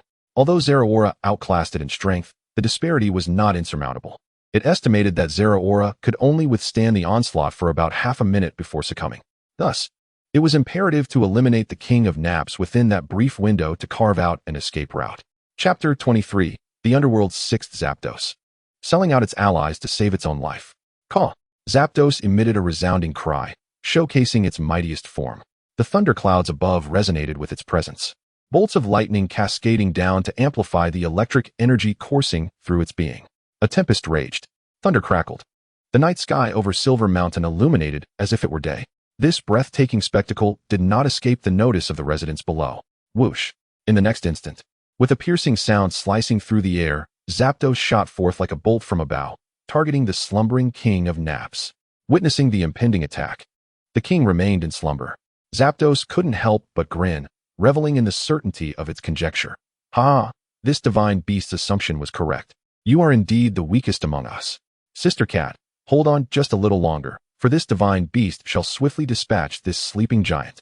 However, in the next heartbeat, the King of Naps' eyes suddenly snapped open. A piercing, cold light shot forth from its gaze, instantly extinguishing Zapdos' mirth. In that moment, it sensed a fear more profound than that instilled by the prior Super Tyranitar. Its pupils constricted to pinpricks. The once immobile King of Naps grinned widely, suddenly springing to its feet with the agility of a fish leaping from water. Its sinewy arms, long and robust, swung through the air with a whooshing sound. As Zapdos approached, the king unleashed a punch with all its might. The surrounding lightning dissipated upon encountering the force of the punch. And as for Zapdos itself, the sheer ferocity of the punch rendered it unable to keep its eyes open, only just managing to glimpse a shadow advancing toward it. In the next moment, a searing pain struck its face. Ouch! Before Zapdos could utter a word of protest, it was sent flying by a single blow. Boom, boom, boom. The nearby hills of Silver Mountain were instantly flattened. The dense primordial forest was cleaved in twain by an invisible force, as if a celestial blade had descended from the heavens, carving a deep gash in the earth that stretched for hundreds of meters. The battles on the other side halted, stunned by this cataclysmic display of power. Zeraora gazed at the horrifying scar left upon the ground, its eyes twitching involuntarily. It could scarcely fathom the magnitude of strength required to produce such a terrifying sight. What fate awaited Zapdos, struck by this force? In contrast, Su Yun remained eerily calm, as though such spectacles were commonplace to him. The King of Naps, his very first Pokemon acquired upon his arrival in this world, had accompanied him on his journey. Witnessing his triumphs, it was undoubtedly his most trusted ally. Even the Super Tyranitar dared not provoke the King of Naps, for its power eclipsed all his Pokemon, rightfully earning the title of the strongest. This King of Naps was unlike any other, having completely overcome its inherent laziness and mastered the traits of a powerhouse. One punch was enough to send even Arceus reeling, leaving behind 2 slate fragments in its wake. As for the King's penchant for napping amidst battle, it was merely a ruse to confound its adversaries. One could only lament that Zapdos, lacking discernment, chose to confront the mightiest. The ensuing chaos was inevitable. Boom. Just as everyone was momentarily stunned, a bolt of lightning suddenly erupted from the ground, shattering the mound of debris and soaring skyward. It was Zapdos. It had revived once more. Even Su Yun was taken aback. To withstand a punch from the King of Naps and rise again. Truly, it was a legendary creature, remarkably resilient. Zeraora breathed a sigh of relief. It sensed Zapdos' aura climbing, more formidable than ever. Clearly, it had been provoked into unleashing its ultimate move. This was fortuitous. It could synchronize with its avian comrade for a decisive strike against 1 or 2 foes before systematically dismantling the remainder. With this in mind, Zeraora released its full energy, entering a state of frenzy. Even Su Yun, witnessing this spectacle, believed that Zapdos and Zeraora were prepared to go all out, and he gravely cautioned his Pokemon, "Be careful. They are about to unleash their fury." Yet, before he could finish his warning, the following scene left him utterly dumbfounded. As Zapdos soared into the clouds, It traced a luminous arc of yellow across the sky, racing toward the distant horizon. It was fleeing. Zeraora stood frozen, aghast. It could hardly fathom being outmaneuvered by Zapdos. The traitorous sixth. Even Su Yun found himself momentarily speechless, unable to anticipate such a dramatic conclusion. Oh, is it truly retreating? Is it not going to unleash its ultimate move before departing? Su Yun's expression turned bizarre as he watched the yellow streak resembling a rainbow arching across the sky. His emotions a tumultuous blend of complexity. Yet, this complexity morphed into excitement as his gaze shifted to Zeraora. With Zapdos fleeing, capturing a small cat would be a splendid consolation prize. A grin spread across Su Yun's face as he exchanged glances with Super Tyranitar and the others. What are you waiting for? Seize that little cat. I intend to train it thoroughly. Roar. In an instant, the battle erupted anew. Zeraora was left in tears, all its bitterness and regret crystallizing into a single lament. The sixth has betrayed me. Without Zapdos' assistance, the pressure on Zeraora was palpable. Undeterred and resolute, it fought valiantly. Battling from the northeast to the southwest of Silver Mountain, it pierced through several mountains, leaving the nearby forest in ruins. Yet, ultimately, even the most steadfast fists could not overpower many, and it was defeated by Super Tyranitar and its companions. Zeraora knelt upon the ground, panting heavily. Its reservoir of lightning spent, reduced to a mere shadow of its former self, incapable of continuing the fight. At that moment, Su Yun approached with measured strides.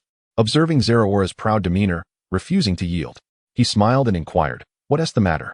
Have I wronged you by having you follow me?" Zeraora remained silent, turning its head away, refusing to meet Su Yun's gaze. Unperturbed, Su Yun gently coaxed, "I know you and Zapdos came here for what I possess." As he spoke, a thought crossed his mind, and a faintly yellow lightning slate floated in his palm. Upon beholding the Thunderstone tablet, Jirachi's eyes widened in astonishment, its breath quickening, infused with a palpable greed. Yet, the instant it recalled its current status as a captive, completely at the mercy of another, despondency swiftly enveloped its spirit. Su Yun continued, "I am aware of the allure this artifact holds for you, but do not forget, I am its true master. Any attempt to seize it from my grasp will be met with refusal. Instead, why not become my Pokemon and accompany me henceforth? You would then partake in the blessings of the Thunderstone tablet. Moreover, with my assistance, you could harness its power to enhance your strength far more effectively than if it were merely yours to possess." Chapter 24. Address me as your queen, and come to the ball. Jirachi regarded Su Yun with a deep gaze, finding merit in her words. Given the fact that it had already been subdued by Su Yun, it realized it had little choice left. Embracing this new path as Su Yun's Pokemon would not only guarantee its sustenance, but also elevate its power through the tablet. What a splendid prospect. With that thought, Jirachi felt a sense of relief. Nevertheless, as a mythical creature, it still desired a semblance of dignity. Thus, it haughtily presented a request to Su Yun. "I may acquiesce, but you must never refer to me as Little Kitty again." Su Yun chuckled. "Very well, Little Kitty." Jirachi retorted, "Do not call me Little Kitty. Refer to me as Sister Cat or Your Majesty." "Of course, Little Kitty," Su Yun replied, successfully capturing Jirachi. She lifted her gaze towards the sky, where the rainbow was gradually fading, a smirk of playful mockery curving her lips. "I possess the Thunderstone tablet. What harm is there in allowing you to run for a while?" With her other Pokemon safely stored away, she instructed Shenandoah and Tiancher to keep watch at home. Then, she leapt onto the back of Articuno, heading in the direction that Zapdos had fled. At the foot of Thunder Mountain, a group of onlookers remained wide awake at midnight, gazing intently at the location of Silver Mountain. It was as if a breathtaking, albeit unclad, beauty stood there, teasing them with her allure. Goodness, what is happening? With all this thunder and fire, something significant must have occurred. Whenever there are unusual happenings, there is bound to be something amiss. I distinctly heard several resounding booms, accompanied by violent tremors. Could it be an earthquake? Do you think tonight's phenomena could be related to the legendary figure residing atop Thunder Mountain? Are you referring to the handsome man known as the strongest trainer in history? Indeed, I have heard he secluded himself on Silver Mountain long ago. Many powerful trainers attempted to challenge him, only to return defeated without even setting foot on the mountain. Over time, no one dared venture to Silver Mountain again. Yet, the tales of that figure have never ceased. Given the celestial anomalies, I dare say, he might be emerging from his retreat. Impossible. That can't be true. I had interactions with him in the past. He was elusive and preferred to remain low profile. He would never create such a commotion. Huh, you, a mere carpenter. How could you have ever crossed paths with such a legendary figure? Surely, you jest. How dare you? I personally built the restroom in his home. I still have the wood that was used to construct it. While the crowd argued fervently, a streak of blue light suddenly zipped overhead. One sharp-eyed individual pointed at the sky, exclaiming, "Look, what is that? It appears to be a large bird with someone atop it. Why does the air suddenly feel so cold? Could it be that my recent training sessions with Shineduo have left me weakened? No, it's that large bird causing it. It's exuding an icy chill. My hair is freezing into icicles. Wait, a blue bird that emits cold? Could it be? That's none other than Articuno, one of the legendary 3 of the Kanto region. Unbelievable. Articuno is a deity of our region. Even Lord Yolongdu could not capture it. How could anyone possibly tame it? Of course, it is possible. You must understand, that individual is revered even by Lord Yolongdu. Remarkably, though I cannot discern the figure's features. It might indeed be the one from Silver Mountain. Could it be that the legendary figure from Silver Mountain is finally emerging? This is monumental news. The entire world of trainers is about to be set ablaze. Simultaneously, elsewhere, after escaping Silver Mountain, Zapdos felt a wave of relief wash over it, noticing no pursuers behind. Its flying speed gradually decreased. Phew. Luckily, this deity is swift. Otherwise, I might not have made it out of Silver Mountain today. TSK. That little kitty is truly naive, thinking I would risk my safety for that group. How absurd. I would never jeopardize my well-being for a mere mortal. Alas, it is regrettable that I could not acquire that electric treasure upon the human-esque person.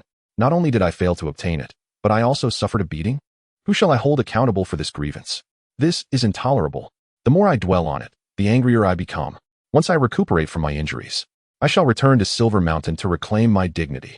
A deity cannot be humiliated. I, a proud divine beast, shall not be trifled with. Zapdos grumbled to itself, while simultaneously cursing the ancestor of the Leave of Absence King. That punch had nearly rendered its beak useless, and it still throbbed painfully with every touch.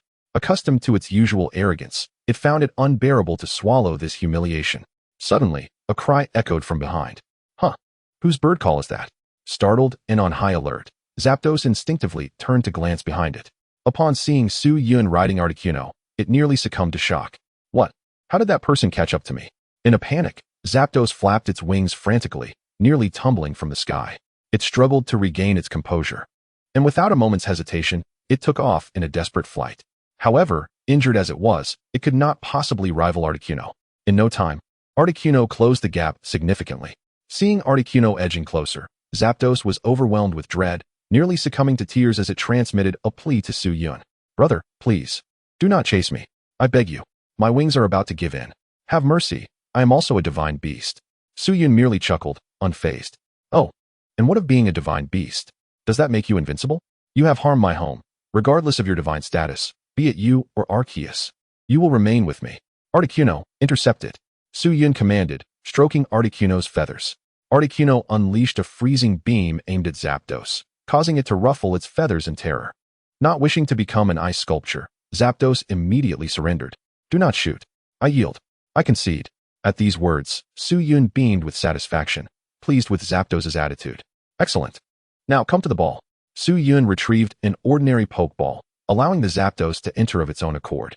Chapter 25. The Enduring Law of True Fragrance. Undercurrents at Silver Mountain.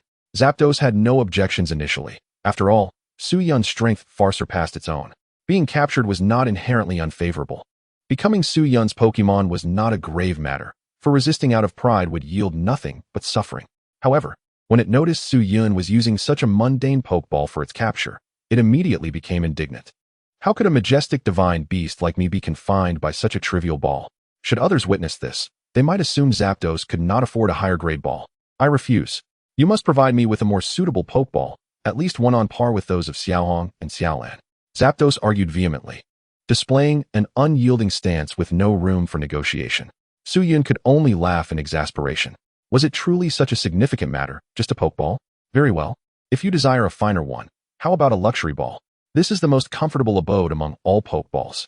With that, Su Yun produced a black and gold luxury ball, gesturing invitingly to Zapdos. Upon hearing this, Zapdos's eyes brightened, nodding in satisfaction. Now this aligns with my identity as a divine beast. Without waiting for Su Yun's prompting, it joyfully dove into the luxury ball. Thus, all 3 legendary Pokemon of Kanto were captured by him alone. Returning to Silver Mountain, Su Yun released both Zapdos and Zeraora. Considering the commotion from the previous night, he anticipated that many would come to investigate Silver Mountain the following day. To prevent any disturbances to his tranquility, he turned to Zapdos and assigned it a sacred task. Zapdos, starting tomorrow, you shall be responsible for patrolling Silver Mountain. Remember, no strangers are to be allowed entry. To elevate the prestige of this role, Su Yun even bestowed upon Zapdos the title of Guardian of the Mountain. Zapdos, however, was not naive and was immediately discontented by such a physical endeavor.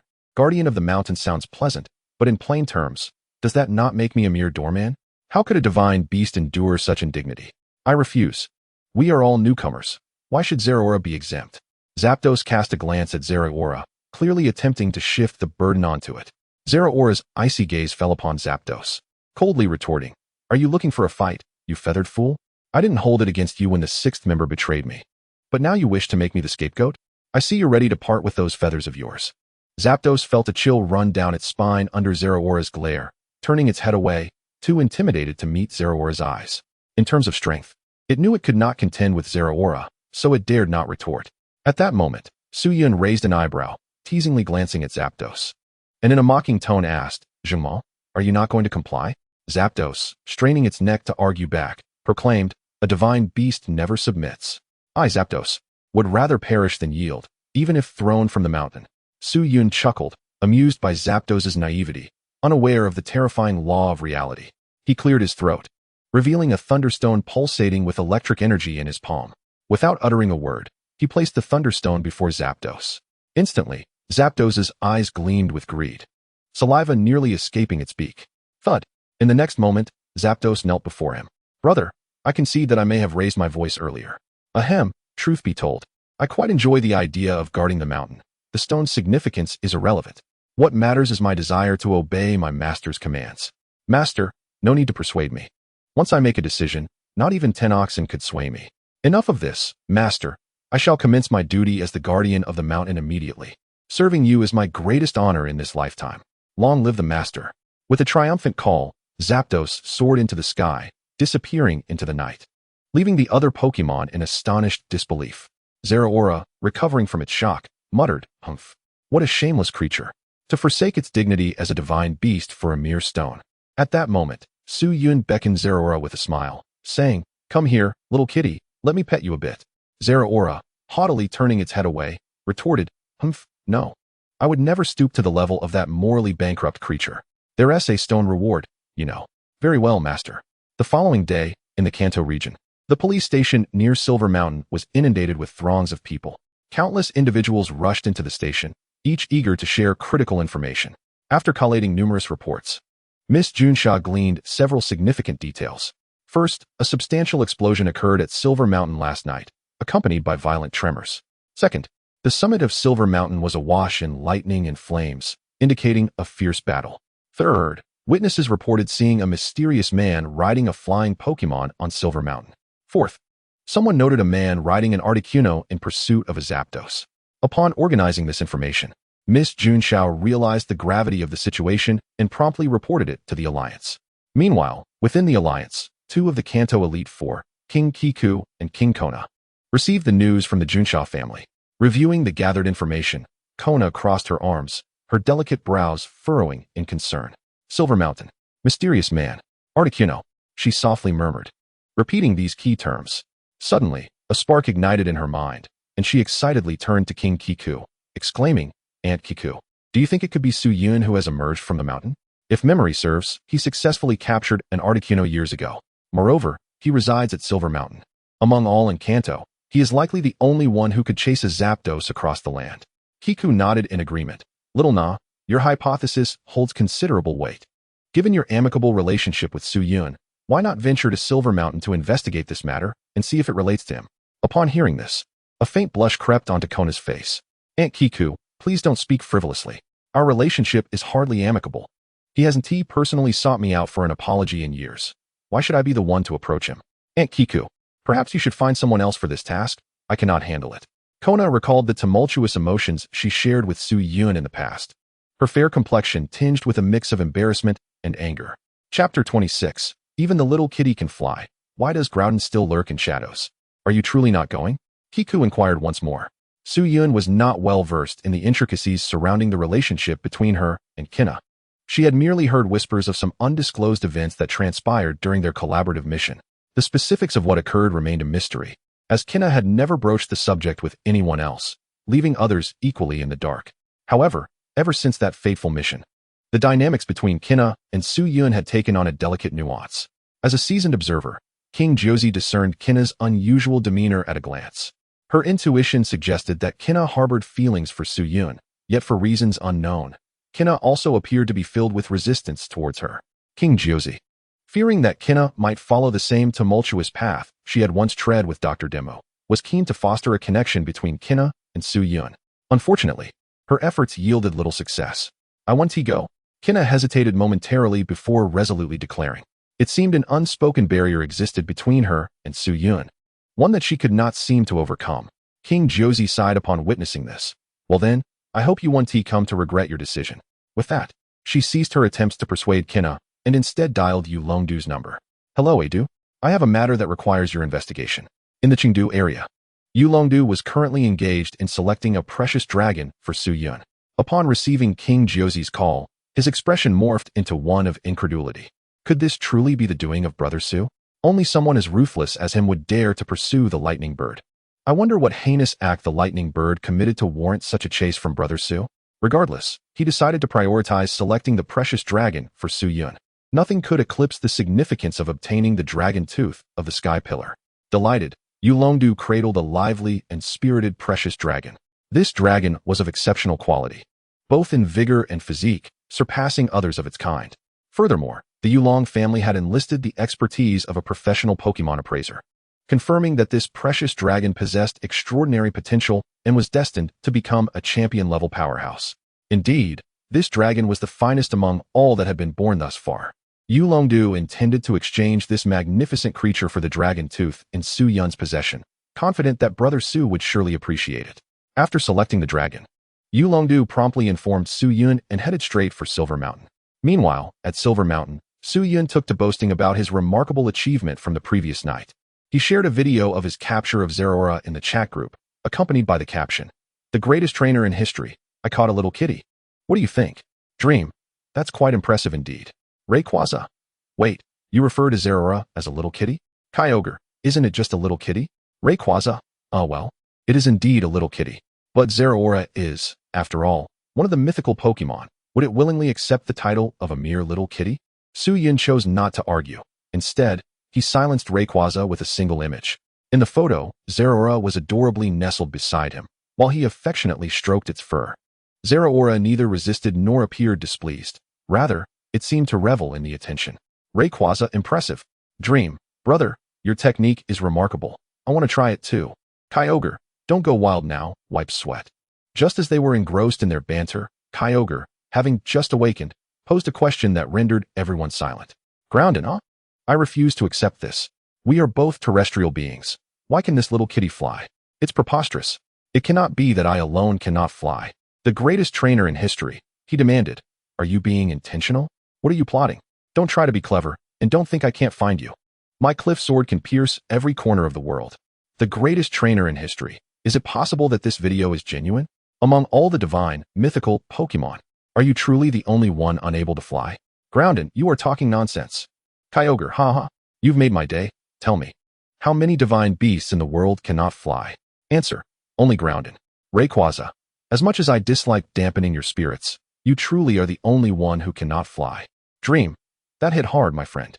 Notification, Arceus has gifted a song to group member Groudon. Groudon, I swear. Warning, group member Groudon has exhibited excessive language and is muted for 3 minutes. Other group members are advised to take heed. Kyogre, let me see who has been muted. Oh, it's you, Groudon. Rayquaza, in the realm of muting, I have to admit, Groudon takes the cake. Dream, you've truly grasped the art of muting, Groudon. The greatest trainer in history. Ah, it's the alpaca. When it strikes, it does so with absolute precision.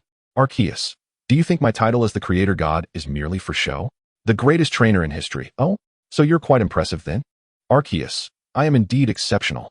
The greatest trainer in history. In that case, could you introduce me to Dialga? I have urgent business with it.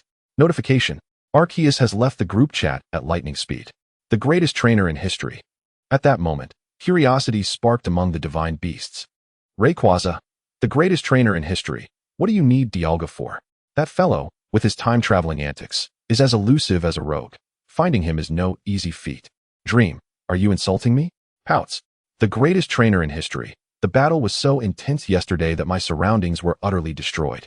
I thought to enlist Dialga's power to restore my home. Rayquaza, you could easily seek out Ho-Oh. That old bird possesses the sacred power of resurrection. It can not only revert living beings, but also restore inanimate objects to their original state, be it your flowers or even your house. It can bring them back to their former glory. Su-Yun's eyes lit up upon hearing this. He had only known that Ho-Oh could revive living beings, but had never heard of its ability to restore other items. The greatest trainer in history. Ho-Oh is that powerful? Could you perhaps introduce me? Just as Rayquaza was about to respond, he was interrupted by the sudden chime of the system's notification. Notification. Congratulations to everyone.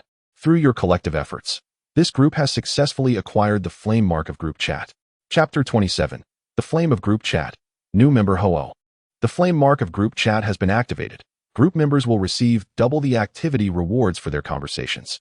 Notification. Congratulations to all group members for acquiring the group mark for the first time. Each member will receive a reward of 300 activity points. Notification. Group member the greatest trainer in history, as the trigger for the group chat's flame mark, receives an additional reward of 300 activity points. Notification. A friendly reminder. The total experience points of this group have reached 3696, and we are merely 1304 points away from leveling up. I encourage all members to continue their efforts. Once the group chat ascends to level 2, new features will be unlocked, and each member will receive generous rewards, the specifics of which will depend on individual total activity points. In an instant, the group members erupted with excitement. Kyogre, wahoo! Let us take flight. Rayquaza. Haha, with 300 activity points, I can enter the lottery several times. Mew. Boo-hoo. Had I known, I would have spoken more. Perhaps I could have been the lucky one to ignite the group chat. Arceus, quietly saving up, and one day, I shall redeem my lonely tablet.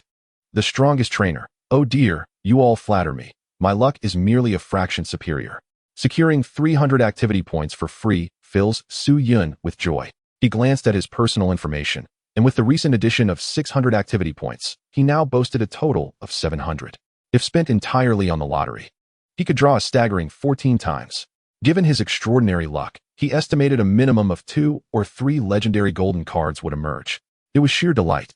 At that moment, having finally shed his silence, Groudon, elated by the sudden 300 activity points, began to exuberantly chatter in the group. Groudon, wow, I have activity points again. This time, I shall redeem myself and strive for a golden legend. Clearly, the memory of his last lottery experience, where he lost nearly everything, had left a lasting impact. Now that he had a chance to rectify his past mistakes, he would not let it slip by. Kyogre, hee, I eagerly await your all-in bet. Rayquaza, just don't end up blind with desperation like last time. Mew, stealing a laugh. Groudon, heh, laugh all you want. Soon you'll be weeping with envy. Groudon retorted playfully, then began to prepare to wager all his points on the lottery. Just then, the system notification chimed once more. Beep. Congratulations everyone. Our group has gained the qualification to invite new members, and the group leader is diligently extending invitations. The members were taken aback, their curiosity piqued, and they momentarily set aside thoughts of the lottery. Kyogre, new members? Splendid. Are more legendary beasts joining our family? Mew. It could also be mythical creatures. The strongest trainer, perhaps a human trainer. Rayquaza? Who it is matters not. What is crucial is whether they can fly. Groudon? Green caterpillar. What do you mean by that? Who are you implying? Wah. Taste my cliff sword. Rayquaza? Hey, I can't hit what is flying. It drives me mad, Voldemort. Meanwhile, at a certain hot spring resort, a mist shrouded the area, creating an ethereal atmosphere. The sound of cascading water mingled with the laughter of young women, narrating the sanctity of the place.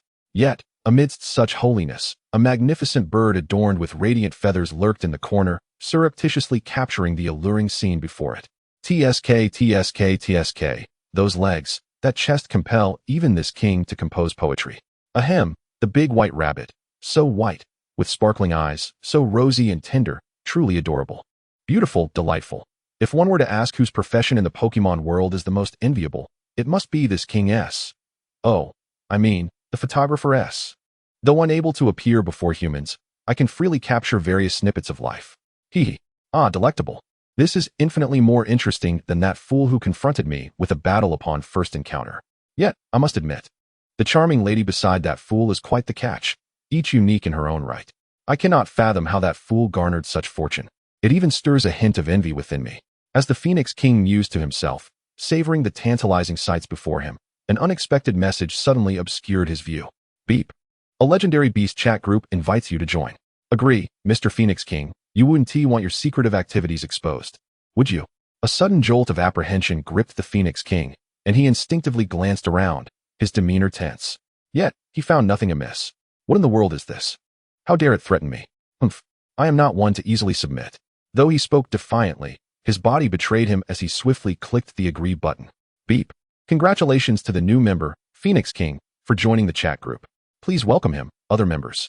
In the chat group, upon witnessing the Phoenix King's arrival, Su-Yun and the others momentarily froze.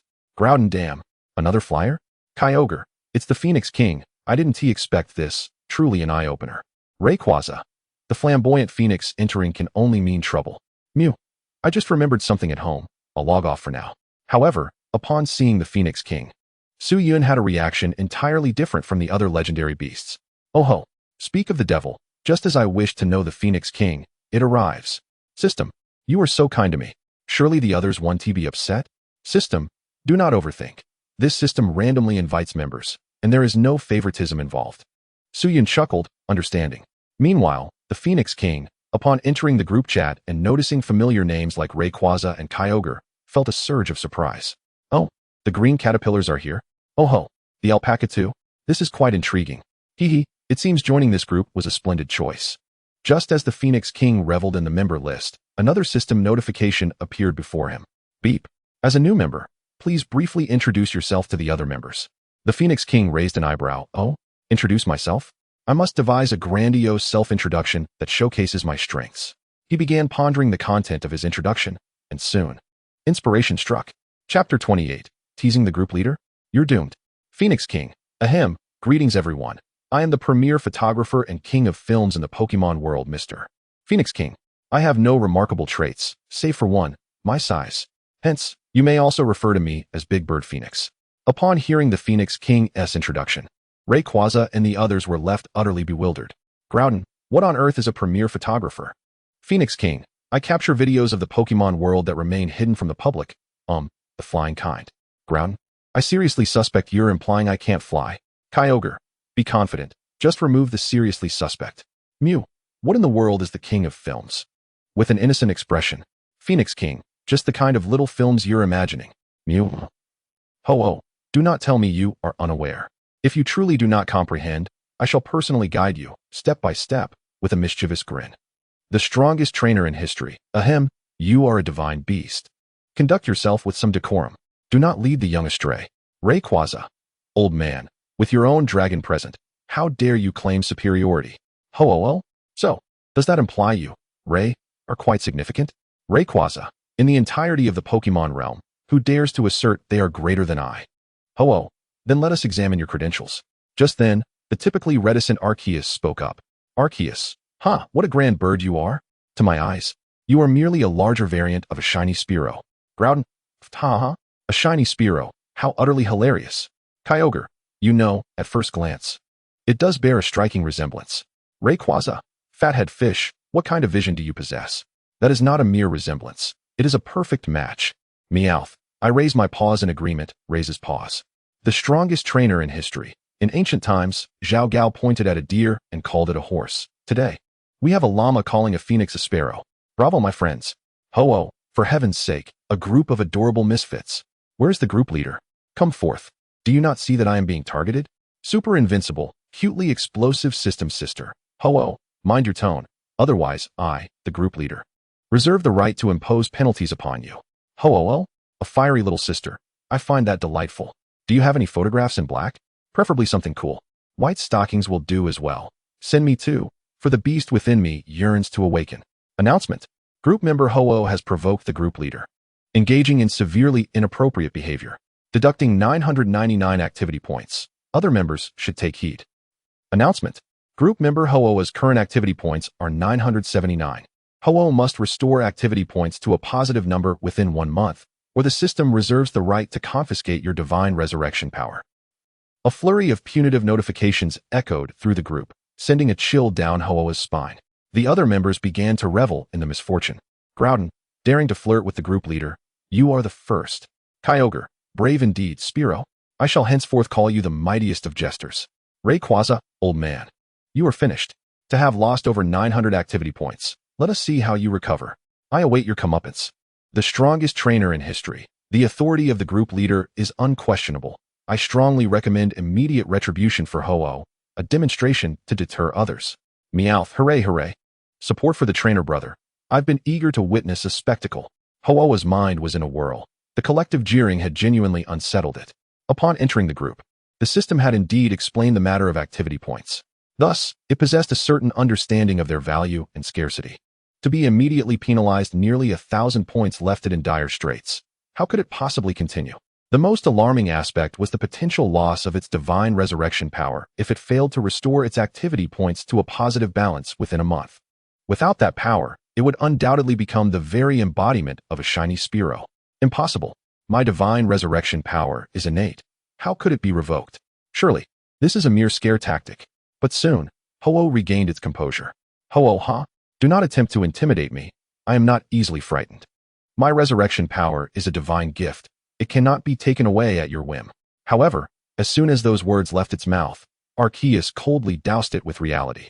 Arceus, allow me to share some unfortunate news. It is indeed within their capacity to do so. Ho-Oh, impossible. Even if you are the creator, you shall not deceive me. Arceus, oh? Is that so? Then why do you think I am present in this group? Ho-Oh, this. A sudden realization struck it. A chill racing from its feet to its head. Indeed, the creator is the architect of the entire universe, wielding absolute power, invincible. Why would they be here? Furthermore, it seemed they held a certain fear of the group leader. Wait, could it be? Ho-Oh suddenly connected the dots. It swiftly opened the group chat shop interface. And upon seeing the items that included the tablets symbolizing Arceus's source of power, it was struck with clarity. Oh dear, I seem to have stirred a considerable hornet's nest. Recognizing the enormity of its mistake, Ho-Oh panicked. In a desperate bid to salvage its future, it promptly clicked on the group leader's avatar to initiate a private chat. Ho-Oh, dear group leader, there were many outside just now. It was my fault. I shall kneel before you. Kindly retract your punishment. Super invincible, cutely explosive system sister, huh? Only now do you realize the importance of an apology? It is too late. Ho-Oh. Please, great leader, I am a divine beast. Grant me some leniency. Super invincible. Cutely explosive system sister, divine beast? What of it? Even the creator would not be of consequence. Ho-Oh, woe is me. Is there truly no means of redemption? Super invincible. Cutely explosive system sister, find a way to earn your activity points yourself. With negotiations having collapsed, Ho-Oh returned to the chat group, laden with overwhelming gloom, and sought assistance from the other members. Ho-Oh, brothers, lend me your aid. I truly do not wish to lose my divine resurrection power. Groudon, serves you right. Did you dare to tease the group leader? Kyogre, now you fear? Where was this concern earlier? Rayquaza, given that we all possess the ability to fly, I shall reluctantly extend a helping hand. You might consult the strongest trainer in history. They happen to require your divine resurrection power. Perhaps they can resolve your predicament.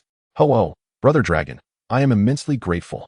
When I achieve success, I shall be the first to bring you to enjoy the finest performances. Strongest trainer in history.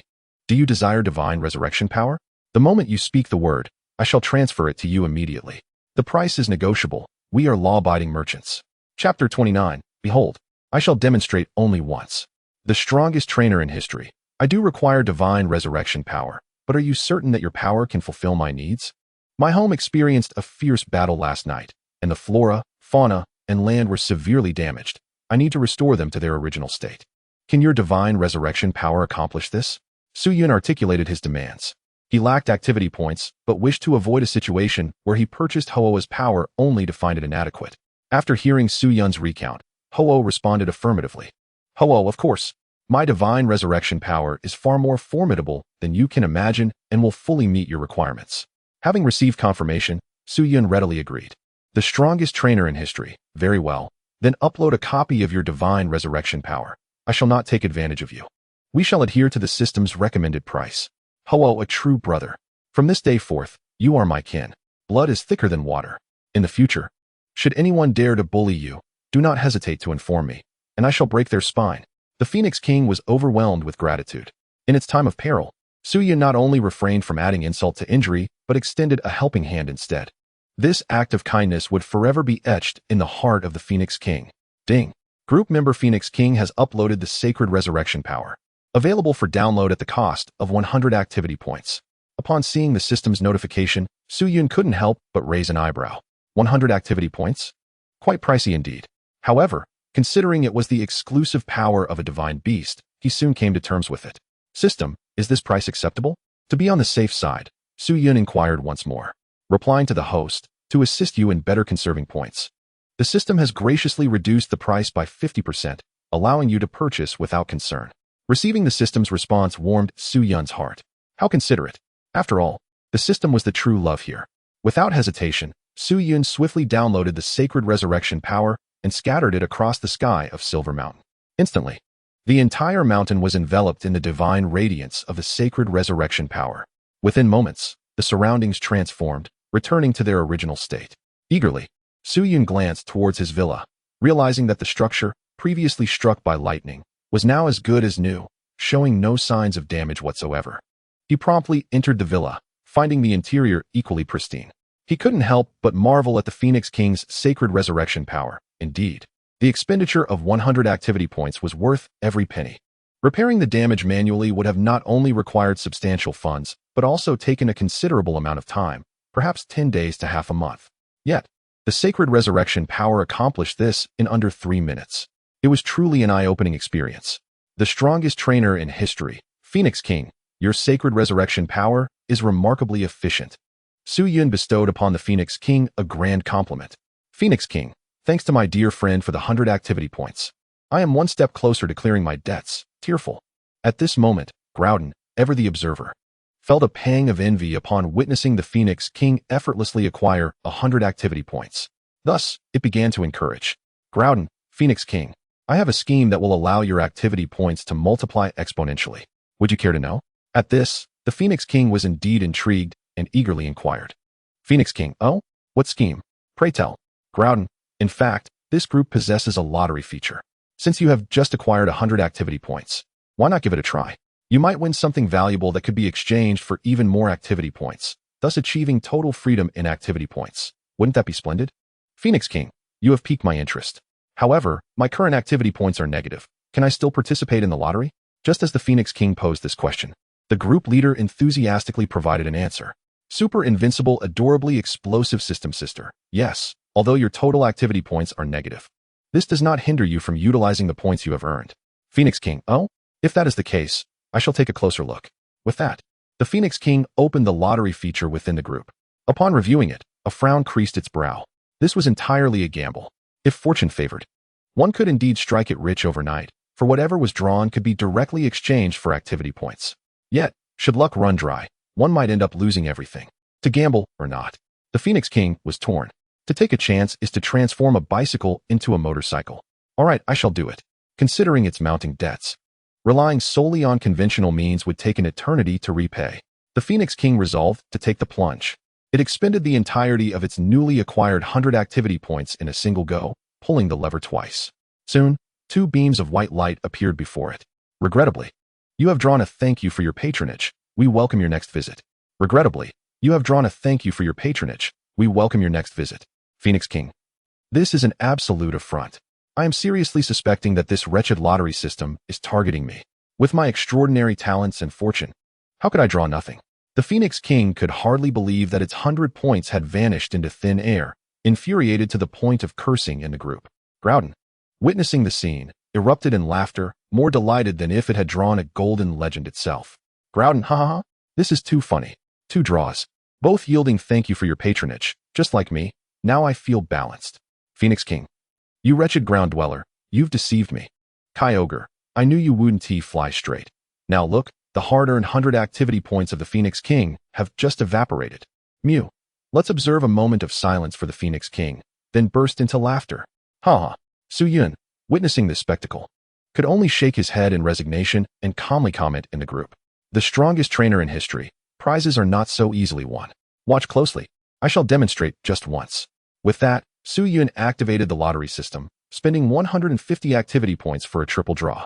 3 seconds later, 3 golden beams shot skyward, accompanied by a timely group announcement. Ding! Congratulations to group member the strongest trainer in history for drawing a legendary gift pack in the lucky spin. Ding! Congratulations to group member the strongest trainer in history for drawing a legendary gift pack in the lucky spin. Ding! Congratulations to group member the strongest trainer in history for drawing a legendary gift pack in the lucky spin. Chapter 30. As the subject of flight arose, Groudon grew agitated. Observing the golden beams, akin to the morning sun rising, the group members were left in awe. Groudon cheating. This must be cheating. 3 consecutive draws yielding golden legends. Such odds are slimmer than my ascent to the heavens, yet he accomplished it. If this is not cheating, what is? Kyogre, I cannot contain my envy. Drool is spilling from my mouth. Great one, please take me along. Rayquaza. I knew this fellow had a special relationship with the group leader. Otherwise, how could he draw 3 consecutive golden legends? Mew, trainer brother is so amazing. Could you let me have a turn? I can transform into any shape for you to play with. Arceus, PY trade. The type of person I detest most is one who takes shortcuts. Unless I get a turn too. Among them, the Phoenix King was the most bewildered. Phoenix King, are you kidding me? My activity points just vanished, and you pull off a triple draw of golden legends? How audacious. Can you not consider my feelings? Do you not know that my heart is weak, and I might just perish from the shock? The Phoenix King was now breathing rapidly, its face turning a shade of deep purple. As Su Yun's benefactor, it should have been rejoicing at his success in drawing 3 golden legends. However, the timing of Su Yun drawing these 3 golden legendary items was precisely after his points had already been squandered.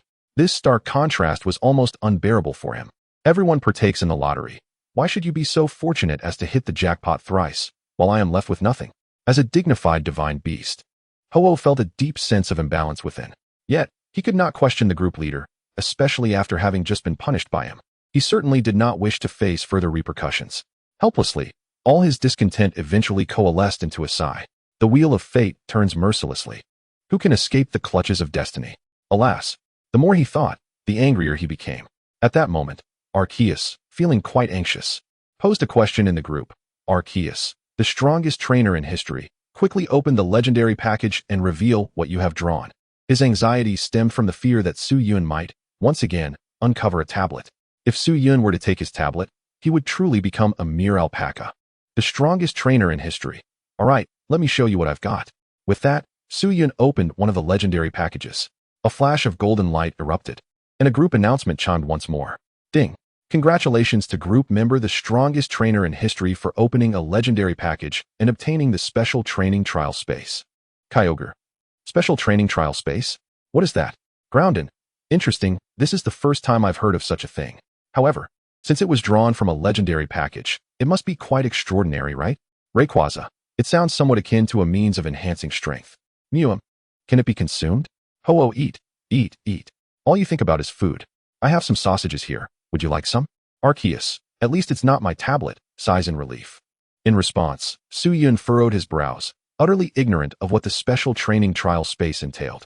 Therefore, to ascertain what this item truly was, he inquired, System, could you elaborate on the functions of the special training trial space?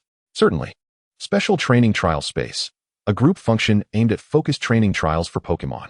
Once activated, Pokemon can enter this space for specialized training. Upon completion of the training trial, the comprehensive abilities of the Pokemon will experience a significant enhancement. Oh, so it can be interpreted as a tool for enhancing Pokemon strength? Su Yun pondered and paraphrased. The host can certainly understand it this way. Su Yun nodded, feeling quite satisfied. After all, it was an item from a legendary treasure chest. Moreover, it was fortuitous that Yolongdu intended to present him with a precious dragon, allowing him the opportunity to test it out. Perhaps he could even evolve it into a Dragonite in a short span of time. He was genuinely pleased with this reward. Noticing others in the group seeking clarification about the special training trial space, Su Yun did not hesitate to provide a brief introduction. Rayquaza. I knew it. My guess was correct. Ha ha ha. I truly am quite clever. Groudon. Why does this sound somewhat underwhelming? Oh, I see now. Our divine beasts are already at the pinnacle of strength, so the special training trial space holds little value for us. It is, however, a treasure for you humans with comparatively weaker abilities. The strongest trainer in history. Are you implying that I am weak? Just because you can't fly, you've become arrogant. What use is your strength if you cannot soar? You, a mere ground dweller. You will never fly. Groudon, Enough. Stop right there. Fuming with rage. Arceus. Enough already. If you can't fly, don't disrupt the conversation. The strongest trainer in history. Please continue unveiling the remaining rewards. Just don't unveil my tablet. Whispers. The strongest trainer in history. That sounds reasonable. With that, Suyun opened the second legendary treasure chest. Ding. Congratulations to group member the strongest trainer in history for opening a legendary treasure chest and obtaining the Seed of Flight. Arceus. Wonderful, it's not a tablet. Groudon, Flight. Quickly, let me see. Kyogre. Humph. Why are you, a ground dweller, so excited? Do you genuinely believe you can fly? Don't be delusional. You'll forever remain a ground dweller. Rayquaza. Agreed. I wholeheartedly support that statement. Mew. Lifting my little paws in agreement. Ho-oh-oh. Mew looks rather adorable. Ahem, little Mew. Could you do me a favor and open your mouth? I have something urgent to discuss. The Seed of Flight? What is this unfamiliar item? Suyun furrowed his brow, muttering to himself. He still had no clarity regarding the second prize. However, from its name, it likely pertained to flight. It was no wonder Groudon was so exhilarated. After all, who hasn't harbored dreams of soaring through the skies? Especially for a perennial ground dweller like Groudon. With a humble attitude, Suyun once again sought the system's guidance. System, could you further explain the function of the Seed of Flight? Seed of Flight, a miraculous seed infused with a fragment of the power of flight, possessing potent flying-type energy. Once a Pokemon refines it, their internal flying attribute energy will be greatly enhanced, bestowing them with the innate ability to learn all flying-type moves. Effective only for Pokemon possessing flying genes. Chapter 31. The Dream of Flight crashes again. Oh, to learn all flying-type skills? Suyun's eyes lit up. Does that mean Rayquaza's exclusive skill, Dragon Pulse, could also be learned? Dragon Pulse is Rayquaza's unique skill and the key to its Mega Evolution. It is an immensely powerful flying-type move, with the sole limitation being that only Rayquaza can comprehend it. However, the emergence of the Seed of Flight seems to break this restriction, allowing other Pokemon to also learn Dragon Pulse. That's correct. Upon receiving confirmation from the system, Suyun couldn't help but feel exhilarated. Yolongdu would soon gift him a precious dragon, which conveniently possessed flying genes. If he were to have the precious dragon refine the Seed of Flight, wouldn't that mean the precious dragon could learn from Rayquaza and Master Dragon Pulse? With this thought, Suyun couldn't restrain his laughter. What a remarkable item. Truly exceptional. As expected from a legendary treasure chest, Suyun was overjoyed. At that moment, Groudon in the group suddenly began to panic. Groudon, the strongest trainer in history. Please say something. What exactly is the Seed of Flight? Is there a chance it will allow me to fly? Groudon, the strongest trainer in history, quickly show me. Otherwise, I might just lose it. Groudon, the strongest trainer in history, the strongest trainer in history, the strongest trainer in history. Suyun, it was evident that Groudon was genuinely anxious. After all, this could determine whether or not he could shed the label of a ground dweller, leaving him no choice but to feel tense. Suyun did not keep Groudon in suspense and promptly shared the system's explanation of the Seed of Flight in the group. Upon witnessing the function of the flying seed, Groudon was instantly overwhelmed with excitement. Groudon, I can fly now. I am no longer a mere land dweller. The most formidable trainer, sell me that flying seed. I care not for the cost. I shall toil endlessly to acquire it. Groudon's determination was unprecedentedly resolute. However, the subsequent remark from Kyogre doused the flames of enthusiasm blazing within him like a bucket of cold water. Kyogre, are you out of your mind? You think you can fly? Perhaps you should revisit the description of the flying seed. The latter part only applies to Pokemon possessing flying genes within them. Are you pretending not to see that? To speak frankly, you, a perennial land dweller, do you possess any flying genes? Rayquaza? That is a misjudgment. Does it imply that he lacks flying genes? That is clearly unrelated to the concept of flight. Ho-oh, is it truly acceptable to mock those who cannot fly? It seems rather amusing. May I join in? Groudon, what? Do you possess no sense of humanity? I simply wish to soar. Is that a crime? Oh heavens, oh earth. Group member Arceus played a song for Groudon, requesting all members to listen together. The snowflakes flutter down, the north wind whispers, the world, vast and boundless. The most formidable trainer. 6. At this moment, the onlooker Mew took the opportunity to boast. Mew, fortunately, I possess all attribute genes. This statement immediately captured Groudon's attention. Groudon, all attribute genes? Does that mean you have the flying attribute as well? Hehe. If that is the case, my grand plan to soar may not be unattainable. Mew, what do you intend to do? Pitifully small and helpless. No, I'm still a child. You cannot treat me inappropriately. The most formidable trainer, Dear trainer brother, please save me. I do not wish to be sullied by the inability to fly. The most formidable trainer. Ahem, you should be more mindful, so many are watching. I understand your longing to fly, but you must not lose your senses. Ho-oh-oh? Is the battle of the flightless about to commence? This size disparity is intriguing. Wait a moment, I shall prepare a camera. Kyogre, what the hell? Is this something I can view without payment? Groudon, you lecherous lot, silence. I am not the sort of person you think I am. I merely wish to taste Mew's blood. Besides, that little Mew is hardly bigger than my finger. Would I ever set my sights on it? Mewmph. I wouldn't even glance at a big oaf like you. The most formidable trainer. Ahem, I must clarify. Earlier when I referred to tasting blood, do not misconstrue my words. Ho-oh. Everyone is looking at me. I am innocent. Kyogre, so am I. After a series of antics, the group returned to their previous topic. Groudon subtly requested Mew to allow him a taste. However, Mew looked utterly repulsed and outright refused. Suyin also joined in the persuasion. The most formidable trainer. You should abandon any thoughts regarding Mew, Groudon. If flying genes were so easily obtained, would there be so many land dwellers in this world? Kyogre, indeed, just accept your role as a land dweller. You shall never soar. Groudon, what? Can we not enjoy ourselves here? Rayquaza, no ho-oh, huh? This group is truly delightful. Each member is talented and eloquent. I adore this place. Notification, group member Groudon angrily exited the chat. Kyogre, how dull. A few jabs at him, and he becomes irate. Rayquaza, let it be. Let us not concern ourselves with him. Most formidable trainer.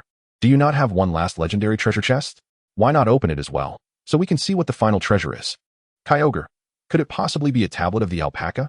Mew, given the luck of trainer brother, it is not altogether impossible. Arceus, silence, all of you. If you do not speak, no one will regard you as mute. Ho-oh, oh, Zeus, the elder brother is irate, a rare occurrence, it must be recorded. Seeing the group's keen interest, Suyin decided not to keep them in suspense. Moreover, he too was eager to discover what lay within the final legendary treasure chest. Taking a deep breath to steady his mind, Suyin decisively opened the last legendary treasure chest. A radiant beam of golden light erupted forth, accompanied by a notification sound echoing through the chat. Ding! Congratulations to group member the most formidable trainer for opening the legendary treasure chest and receiving the Supreme Dragon Mastery. Chapter 32. How could I, the esteemed Dragon-type champion, be looked down upon? Supreme Dragon Mastery? Could it be an enhanced version of Dragon Mastery? As he gazed upon the final prize, Suyun's curiosity was piqued. He was well aware of Dragon Mastery, as the champion of the Chengdu region, Dragon Master Du, possessed such power.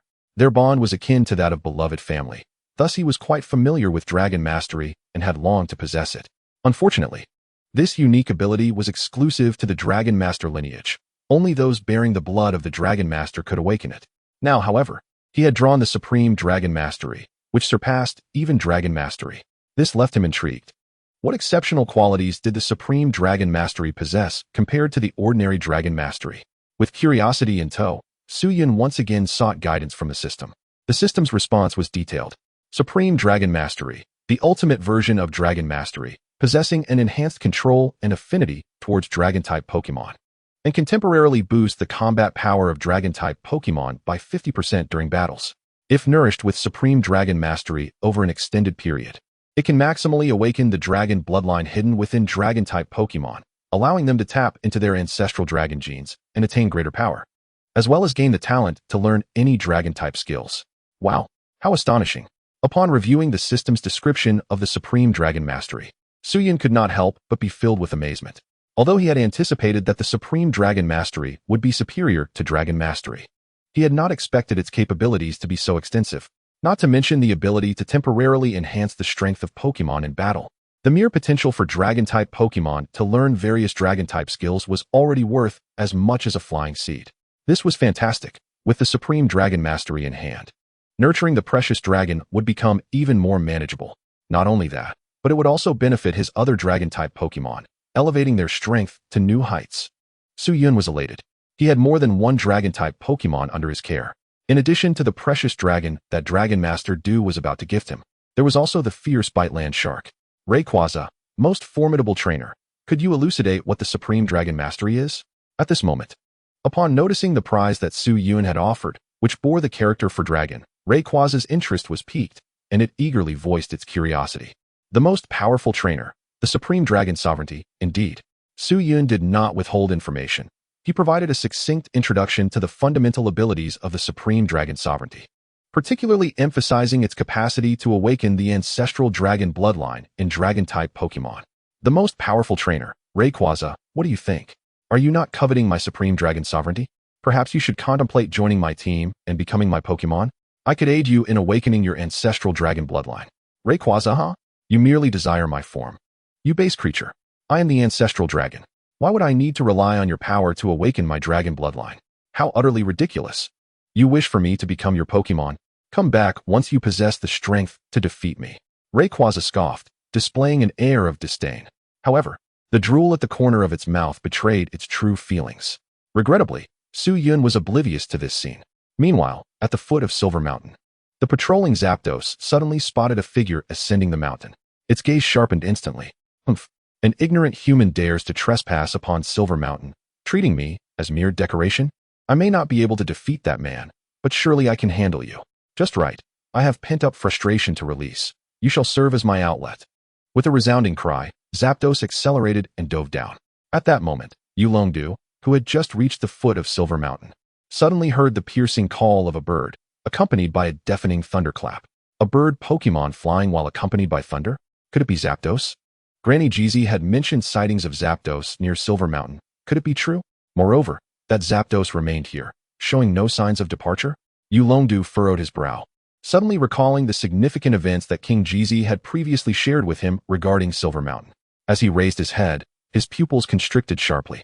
A Pokemon cloaked in yellow feathers, crackling with electricity, suddenly entered his line of sight. Who else but Zapdos? Indeed, it was Zapdos. Yulongdu exclaimed. Hadn't it been pursued by Brother Su? Why was it still at Silver Mountain? Could it be that Brother Su had captured it? Though not impossible, as Su Yun had previously caught its brethren, Moltres and Articuno. So, could it be that they were all part of the same family now? Thus, Zapdos' sudden appearance was a deliberate gesture from Brother Su to welcome me? A hint of pride flickered across Yulongdu's expression. Brother Su was quite considerate, sending a divine beast like Zapdos to greet me. I felt somewhat embarrassed. Yulongdu smiled with satisfaction, his gaze toward Zapdos softening considerably. He enthusiastically raised his hand. Greetings, Zapdos. Hello, Zapdos, I am Yulongdu. However, to Zapdos, Yulongdu's demeanor appeared foolish. What is this human doing? Is he greeting me? Please. I am here to teach you a lesson. What do you think this is, a friendly encounter? Or are you attempting to bribe me? Huh, foolish human. Do you think this is a test for me? What divine beast cannot withstand such a challenge? With that, Zapdos unleashed a bolt of lightning, showing no mercy toward Yulongdu. Taken aback by this sudden turn of events, Yulongdu scrambled aside, exclaiming, We are on the same side, big brother. What on earth are you doing? Yet, Zapdos merely scoffed at his words. On the same side. You think you are worthy? With that, it released an even more potent bolt of lightning, aimed directly at Yulongdu. Seeing that gentle persuasion was futile, Yulongdu grew exasperated. So you think I am easy prey? I am the Dragon King. My Dragon Legion is no mere pushover. Since you are so eager to fight, let us engage. Dragonite, come forth and show it our might. Without hesitation, Yulongdu summoned his ace, Dragonite, to battle against Zapdos. Chapter 33. If I cannot win, I shall call for reinforcements. Do I not have any dignity? Roar. Dragonite issued a powerful roar, transforming into a streak of orange lightning, launching itself into the air to confront Zapdos. Zapdos let out a cold snicker, summoning a cataclysmic thunderbolt directed at Dragonite. Yet, Dragonite stood undaunted, raising its fist to unleash a frigid aura, striking the bolt of lightning with a powerful punch. Crack! The icy chill spread along the lightning, instantly encasing it in frost. Humph, not bad. You possess some strength, far superior to those previous weaklings. A flicker of surprise appeared in Zapdos' eyes, acknowledging Yulongdu's prowess, albeit only momentarily. Crack! In the next instant, a mightier bolt of lightning cascaded from the heavens, striking Zapdos and enhancing its internal electric energy. The sky roiled with stormy clouds, lightning crackling. Zapdos, amidst this chaos, resembled a thunder god descended upon the earth. The previous night's battle had left it feeling stifled, without any chance to retaliate, accumulating a vast amount of rage. Today, at last, it encountered an opponent capable of exchanging blows, and it was determined not to squander this opportunity to unleash all the pent-up fury from last night. As Yulongdu sensed the terrifying aura emanating from Zapdos, his expression grew grave. Truly, it was a divine beast, even a lesser one should not be underestimated. Moreover, this Zapdos was no ordinary specimen. It was undoubtedly far more formidable than the one he encountered at the abandoned power plant, existing on an entirely different level. My Dragonite may have triumphed over the Zapdos at the power plant, but against the one before me, the outcome remains uncertain. Yulongdu squinted, murmuring to himself. However, recalling how Brother Su had relentlessly pursued this very Zapdos the previous night, an unsettling feeling washed over him. Brother Su could effortlessly defeat the Pokemon I struggled against. Alas, it seems that over the years, the gap between me and Brother Su has only widened. A sense of melancholy enveloped Yulongdu. He considered himself a talented trainer. Yet before Su Yun, he felt utterly mediocre. As for strength, that was even more pronounced. 2 years ago, Su Yun could easily vanquish his Dragon Legion.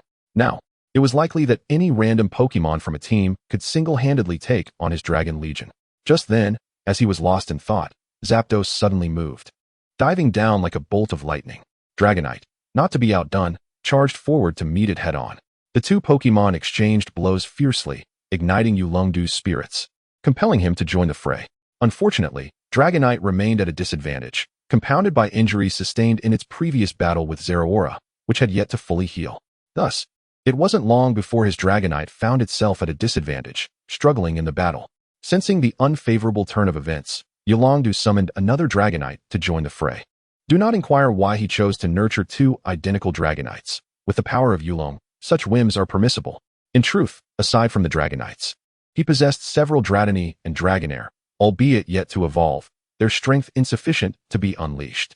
However, in the future, once they have completed their evolution, it would not be inconceivable for him to release 6 Dragonites at once.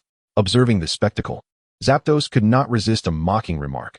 Are you attempting to play a game of shadow clones with me? Look at me, killing 2 birds with 1 stone.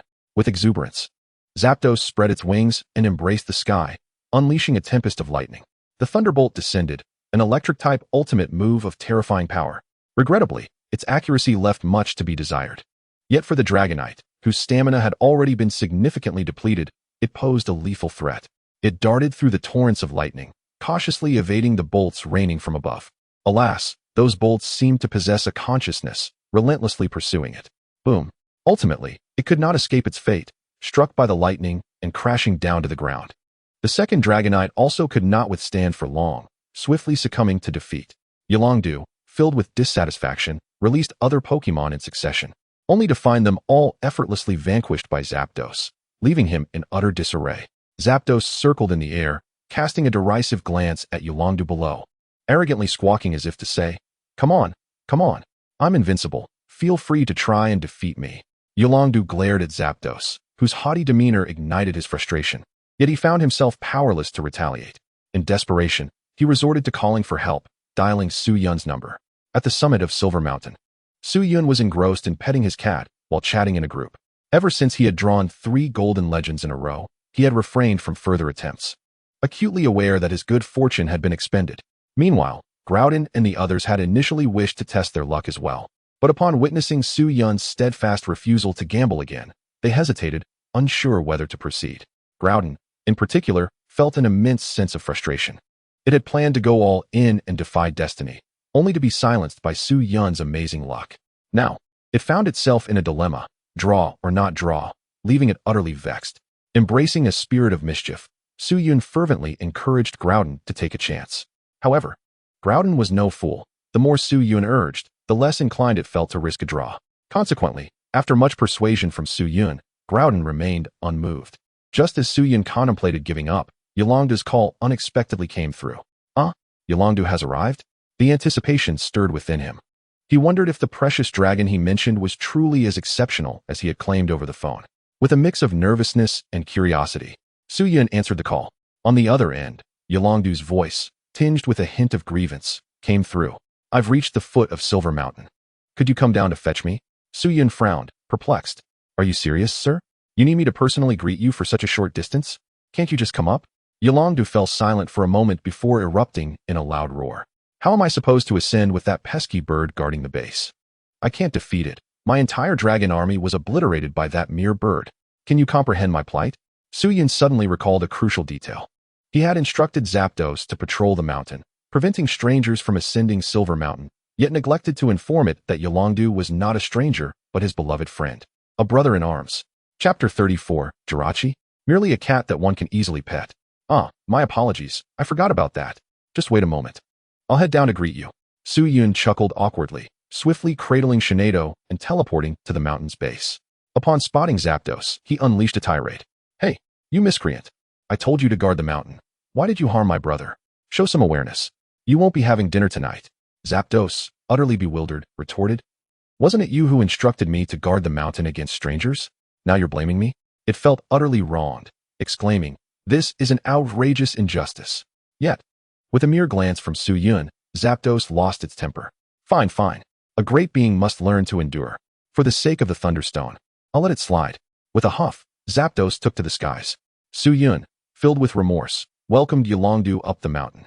Yolongdu, surprisingly unfazed by the earlier incident, was instead struck with astonishment at Su Yun's prior remarks. Su brother, was that Zapdos you used to guard the mountain? Are you being serious?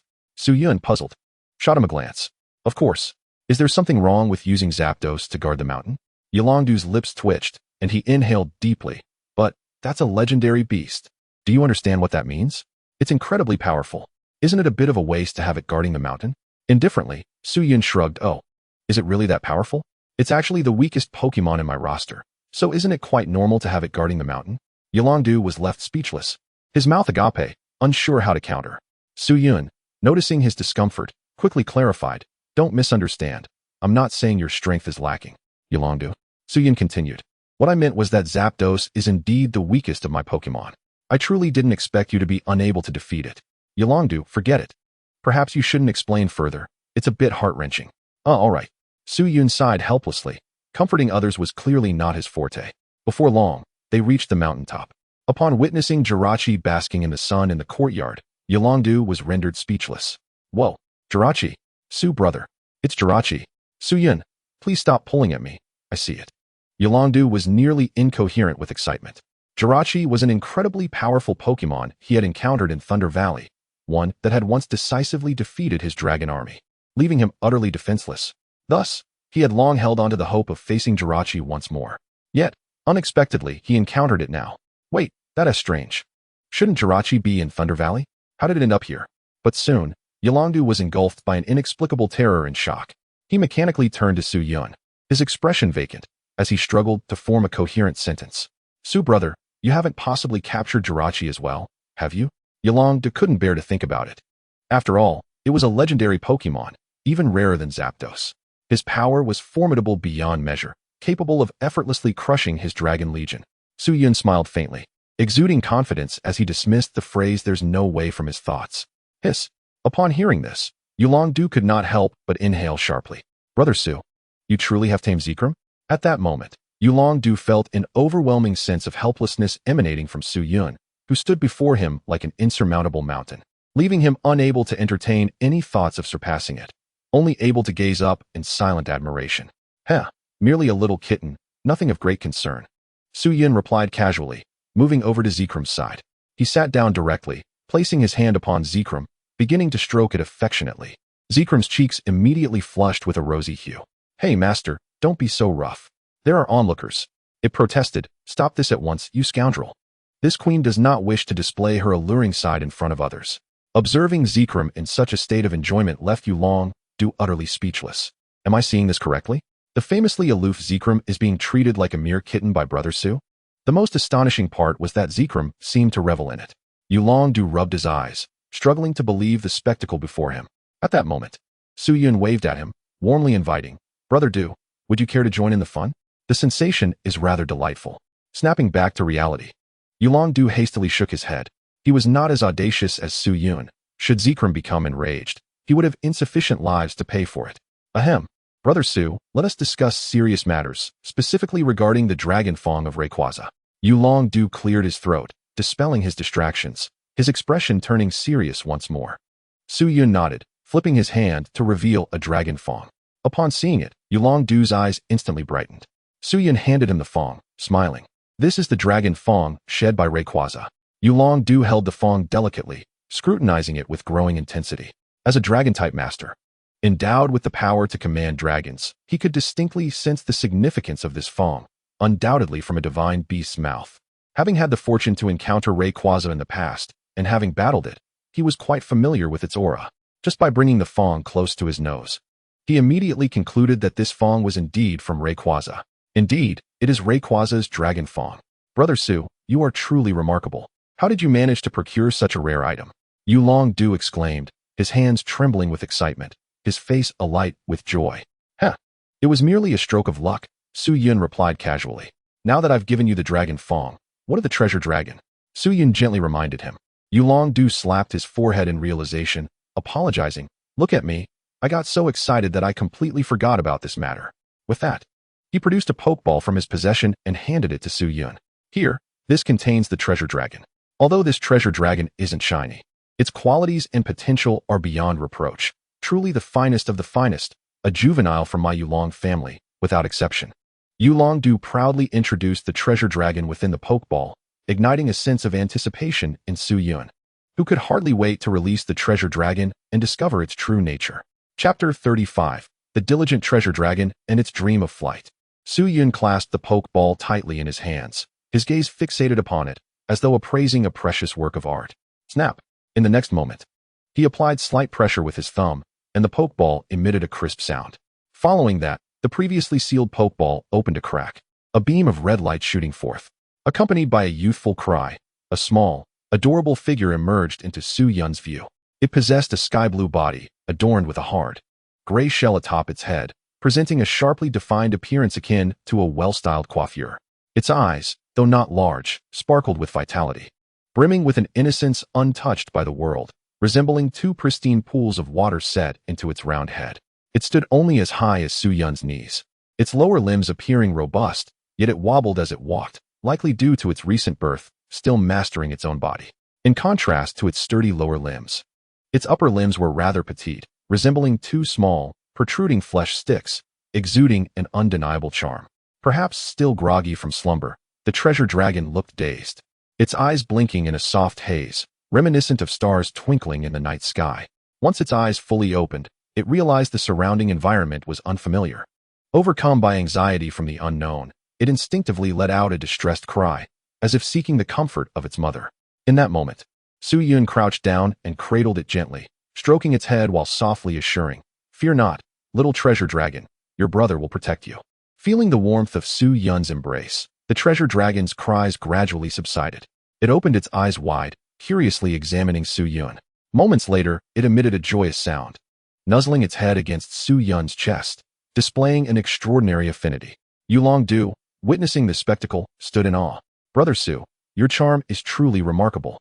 The treasure dragon has only just met you, yet it exhibits such closeness, surpassing even my own bond as one endowed with the power to command dragons." Initially, he had worried that the treasure dragon might be shy and difficult to bond with, but it seemed his concerns were unfounded. This little creature appeared to favor Su Yun even more than him.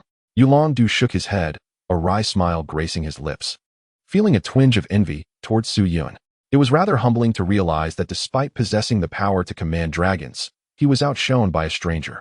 Su Yun merely smiled in response, offering no further explanation. In truth, the treasure dragon's immediate affection towards him was largely attributable to the supreme dragon commanding power he had recently acquired. While Yulong-Du's ability allowed him to connect more easily with dragon-type Pokemon, Su Yun's supreme dragon commanding power held an even greater allure for these creatures. Thus, he was not surprised by the treasure dragon's attachment to him rather than favoring Yulong-Du more. However, Yulong-Du remained unaware of Su Yun's supreme dragon commanding power. Had he known, his perspective might have shifted considerably. "Brother Su, how do you find this treasure dragon? Are you satisfied?" Seeing the treasure dragon and Su Yun getting along so well, Yulong-Du felt a sense of relief and inquired with a smile. Su Yun nodded in approval, stating, "Quite so, I am very pleased. This treasure dragon is exceptional both in appearance and innate qualities, truly a gem among gems." Although he currently lacks the ability of the Eye of Data, which would allow him to accurately assess the qualifications of this baby dragon through data detection, his intuition honed from years of nurturing Pokemon enables him to make a confident judgment. This baby dragon possesses at least champion-level potential. In the future, it will undoubtedly evolve into a formidable champion-level entity. Ha ha ha, since Brother Su takes a liking to it, I shall rest easy. I will not intrude upon your time with the baby dragon any longer. Farewell. With a cheerful smile, Yulongdu took his leave, not lingering any further with Su Yun. Su Yun was well aware that Yulongdu's haste to depart was simply to expedite his research on the Rayquaza's dragon fawn. Thus, he refrained from detaining him and escorted Yulongdu away from Silver Mountain. Upon returning to Silver Mountain, he chanced upon the baby dragon leaping off a tall rock. Nearby, Shinado, observing the scene, initially assumed the baby dragon was being mischievous by climbing the rock. Concerned for its safety, she rushed forward, intending to catch the baby dragon. However, at that moment, Su Yun seized her, bringing her to a halt. Master, what are you doing? If it falls from such a height, the baby dragon could get hurt. Shinado exclaimed, her face marked by worry as she looked at Su Yun in confusion. Yet, Su Yun merely shook his head, explaining, do not fret. The baby dragon is perfectly fine. This is an essential phase in its growth, aimed at eventually sprouting wings and soaring through the skies. Baby dragons are inherently filled with a yearning for flight, a desire that rivals the passion of Groudon for soaring. Thus, from a young age, baby dragons repeatedly leap from heights to practice their flying techniques, hoping one day to take to the skies. The gray armor atop their heads grows specifically to safeguard them, effectively preventing injuries from falls. Therefore, the moment I saw the baby dragon ascend the rock, I understood its intent. Consequently, I have no worries regarding its safety. It is Shinado, unfamiliar with the baby dragon's nature, who, overwhelmed by maternal instincts, cannot help but be concerned for it. The baby dragon possesses such a trait? Shinado gasped in surprise, as this was the first she had heard of it. Su Yun smiled gently, nodding for her to continue observing. As expected, after securing its footing atop the rock, the baby dragon unhesitatingly flapped its arms and leaped down, striking a pose reminiscent of one learning to fly. Shinado watched in awe, realizing that the baby dragon's evolution into a salamence would grant it wings due to its diligent training in its youth. Shinado's mouth hung agape, her expression one of newfound understanding. Su Yun nodded in agreement, affirming, indeed, as long as one perseveres, even without a flying type, it is possible to grow wings and soar through the heavens. Of course, there is one exception. Shinado, intrigued, inquired, who? Su Yun's lips curled into a knowing smile. Groudon. Chapter 36. Even the baby dragon is practicing flight, while Groudon lingers in idleness. Neither Shinado nor Su Yun chose to interrupt the baby dragon's flight practice, instead standing by and quietly observing.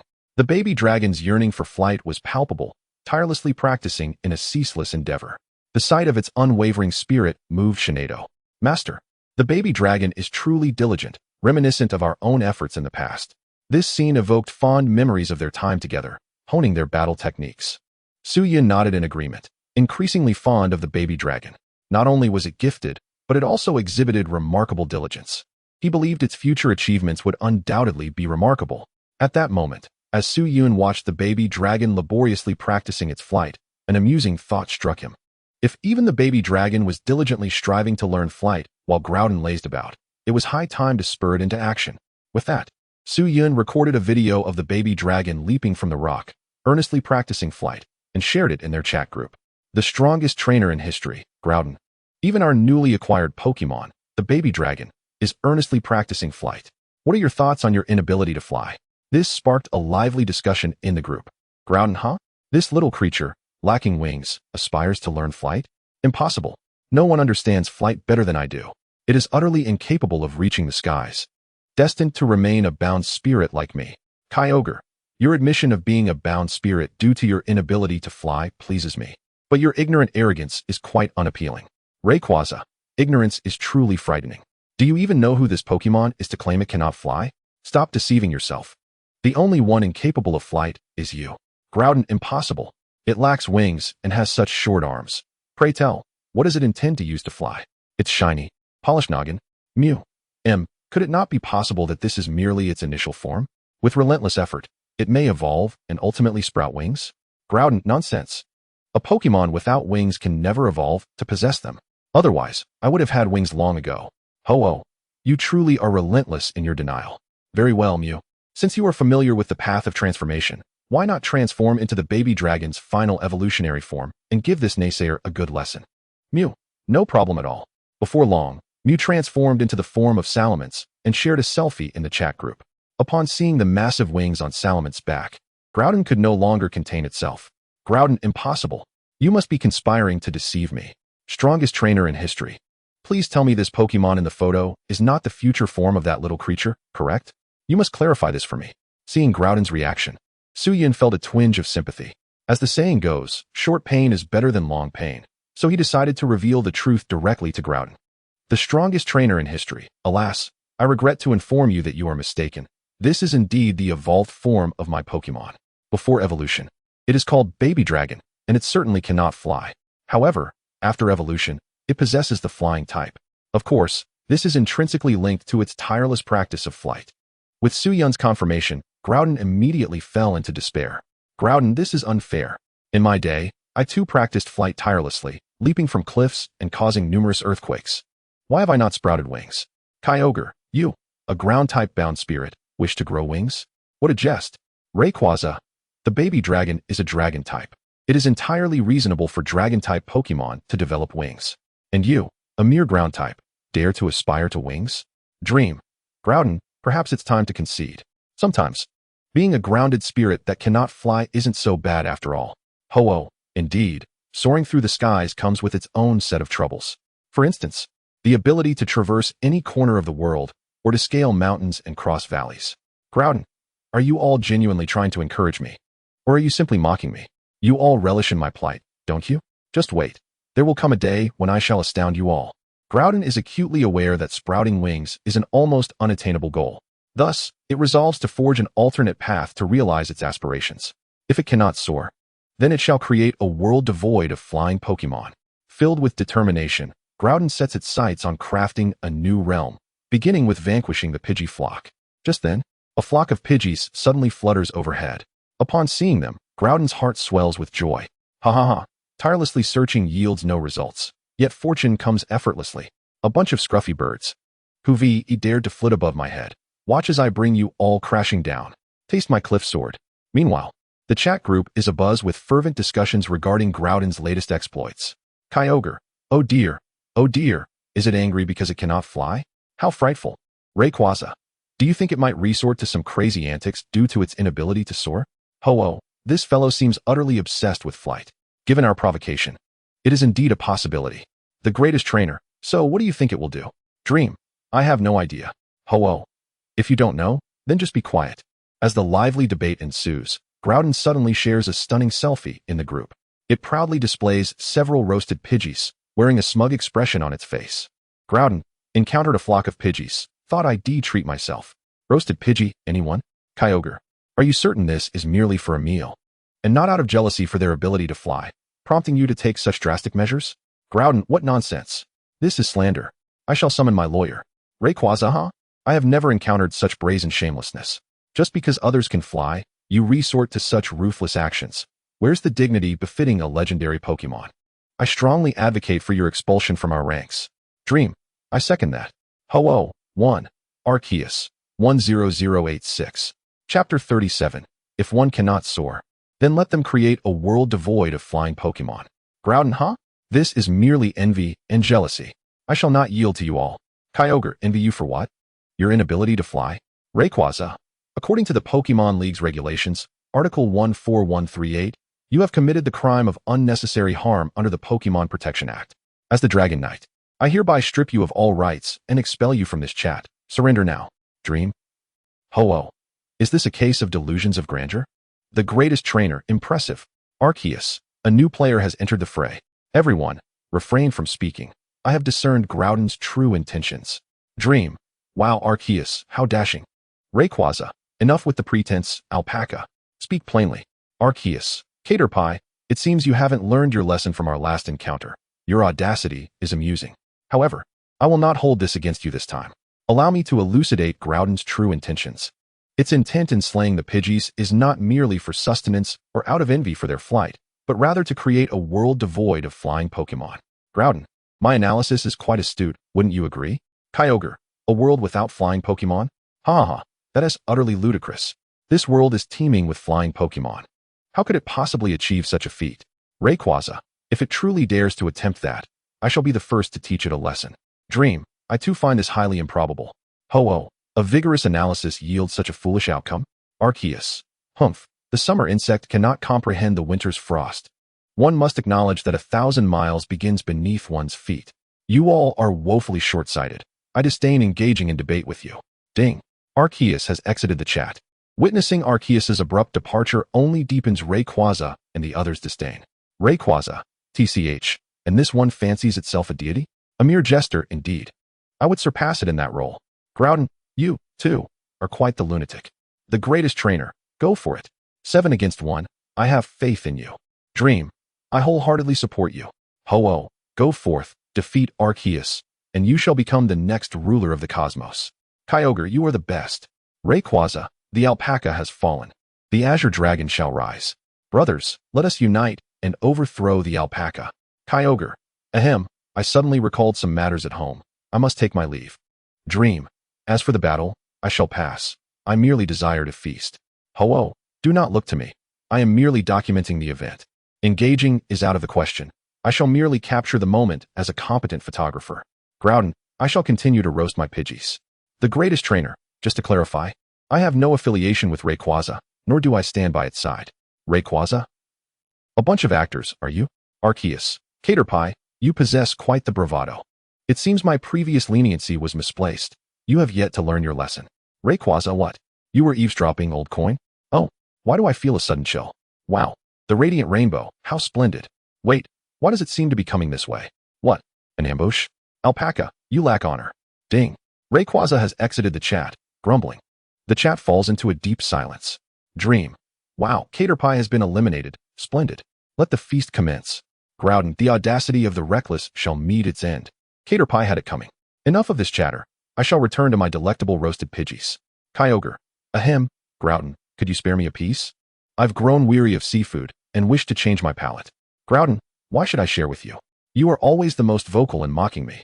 Keep your distance, little shadow. Kyogre, come now. We are dear friends, brothers in arms. How could you treat me so? Groudon, spare me the theatrics. Kyogre, blood is thicker than water. Seiyun, naturally uninterested in roasted Pidgey, decided there was nothing left to discuss and exited the chat. Shifting his focus to the specialized training trial space he had acquired, Seiyun mused to himself about the efficacy of this space in enhancing a Pokemon's strength. He decided to put it to the test. Turning his gaze to the distance, he spotted his Bagon practicing its flying skills and waved it over. Bagon, come here for a moment. With a curious tilt of its head, Bagon scampered over eagerly, its little legs moving in a delightful hurry. Seiyun gently stroked its head and said softly, I have a special training program for you. Would you like to try? It can significantly enhance your strength and will greatly assist you with your flying practice. The mere mention of flying lit up Bagon's eyes with excitement. More than the prospect of gaining strength, it was far more concerned with mastering the art of flight. Consequently, upon hearing that this specialized training could expedite its flying skills, Bagon's heart surged with exhilaration. Almost without hesitation, it nodded vigorously, expressing its willingness to undertake the training. Seeing this, a satisfied smile graced Seiyun's face. Excellent. Then let us commence. He summoned the system and promptly activated the specialized training trial space. Immediately, a series of prompts appeared before him. Ding. Welcome to the specialized training trial space. Please select the Pokemon you wish to train.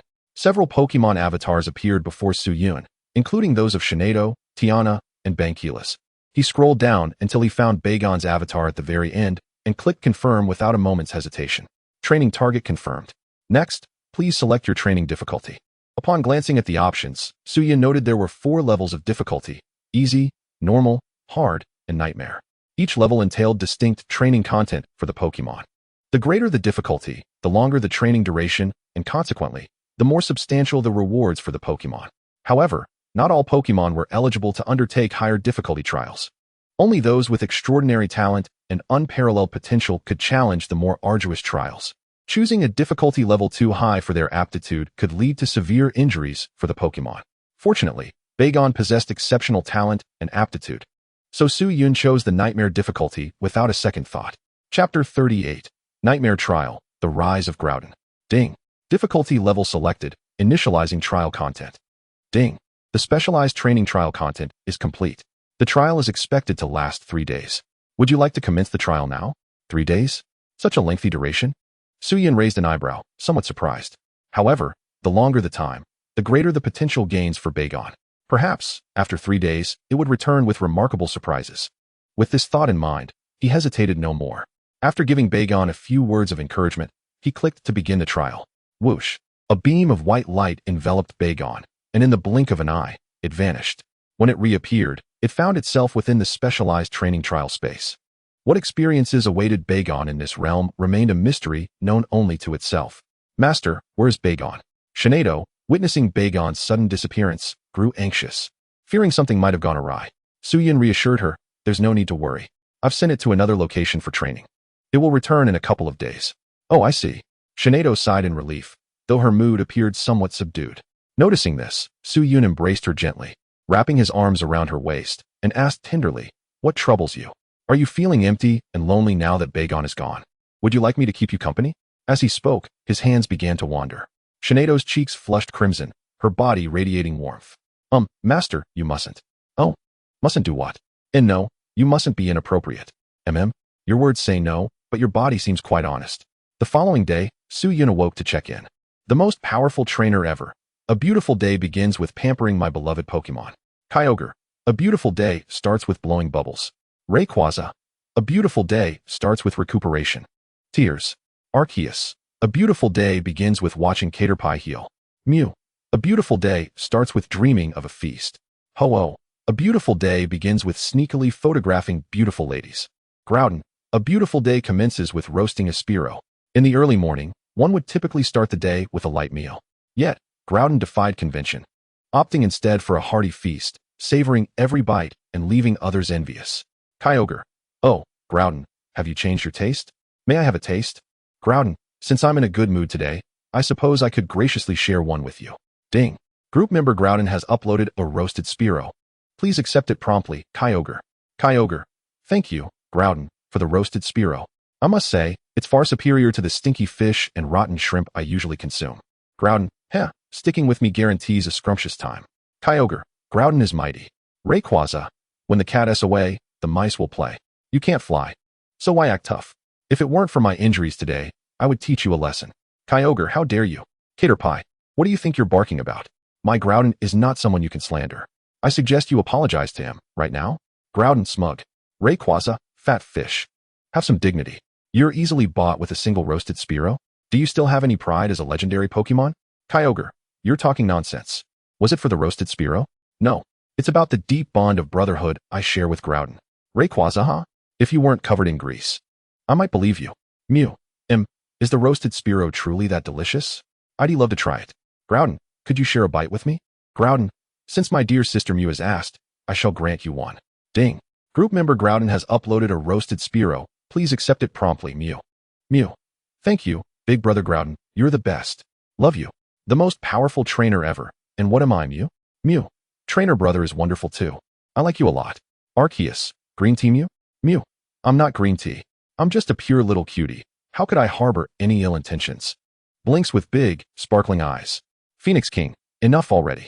Can you not consider my feelings? I won't even mention the roasted BB bird, but what on earth is roasted Chatot? Do you truly believe this king is a vegetarian? Groudon, my apologies. I forgot there was a shiny Chatot in the group. I promise to change that next time. Kyogre. Phoenix King, why don't you try one? It's quite delicious. Phoenix King, huh? This king would never consume something that cannot fly. Ding. Group member Groudon has uploaded a roasted Chatot. Please accept it promptly, Phoenix King. Phoenix King, what do you mean by cannot fly? Are you attempting to bribe this king? Is this your test for a deity? Which deity could withstand such a trial? Ding. Group member Phoenix King has downloaded the roasted Chatot uploaded by Groudon. Kyogre. Uffed. Phoenix King, are you trying to make me laugh to death? Do you wish to inherit my half of the roasted Chatot? Rayquaza. A mouth that is ungrateful yet a body that is honest? Meowth. Phoenix King, you aren't secretly indulging. Are you? Surely not. Surely not. The noble Phoenix King devouring its kin. Could this be a moral decline or a loss of primal instinct? Phoenix King, silence, you fool. This king is a vegetarian and does not consume meat. Downloading the roasted Chatot is merely to grant it a peaceful resting place. Meowth. Ah, yes, yes, yes. Kyogre. Ah. Yes, yes, yes. Groudon. Ah, yes, yes, yes. Rayquaza. Ah, yes, yes, yes. The strongest trainer in history. Ah, yes, yes, yes. Doghead. Arceus. Indeed. The essence of beings is merely that of a repeating machine. Ah, yes, yes, yes. Doghead. Phoenix King. Damn it. Let it all be destroyed. Let none of you live. Meanwhile, in the Hoenn region, in the land of flames, Volcanic ash fell from the sky like feathers in a snowstorm. As far as the eye could see, towering volcanoes stood poised to erupt, forming a formidable line. Scalding magma emitted terrifying waves of heat, distorting the very air around it, causing it to ripple like a heat wave. Inhaling this atmosphere felt akin to being seared alive. This place is known as the Land of Flames, a veritable forbidden zone for life. Not a single living creature could be found here, not even a blade of grass or a tree. At this moment, however, a robust figure approached this desolate land. Chapter 39, Groudon's Grand Scheme. Who dares say I cannot fly? Phew, it's scorching. Yulong Du wiped the sweat from his brow, gazing ahead at the countless active volcanoes with an expression of grave concern. 3 hours prior, he had been at home studying the dragon Fong gifted by Su Yun, when he suddenly received a call from the League, instructing him to investigate the recent geological activity in the Land of Flames. This matter was not meant to fall under his purview. After all, the Land of Flames belonged to the Hoenn region, not Chengdu, and he had no reason to meddle. However, the champion of the Hoenn region happened to be that fellow, Stephen Stone. Though Stephen was commendable in many respects, he had an unfortunate penchant for rock collecting, often disappearing to various corners of the world to pursue his hobby. This consistent absence meant that whenever the Hoenn League sought his assistance, they could seldom locate him. This time was no exception. The League had originally intended for Stephen to investigate the Land of Flames, but he had vanished to who knows where to dig for stones, rendering him unreachable. The Hoenn League was reluctant to send anyone else, for the Land of Flames was perilous. Even a champion trainer might not emerge unscathed, let alone anyone else. Thus, after much deliberation, they reached out to the neighboring Chengdu League, seeking their aid.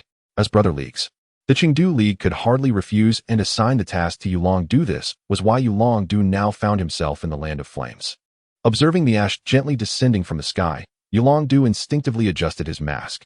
The air quality here was dreadful, exacerbated by the high temperatures, making him feel exceedingly uncomfortable, even making breathing a challenge. He was eager to complete the investigation swiftly and depart from this wretched place. Just then, he was startled by a cacophony of bird calls behind him.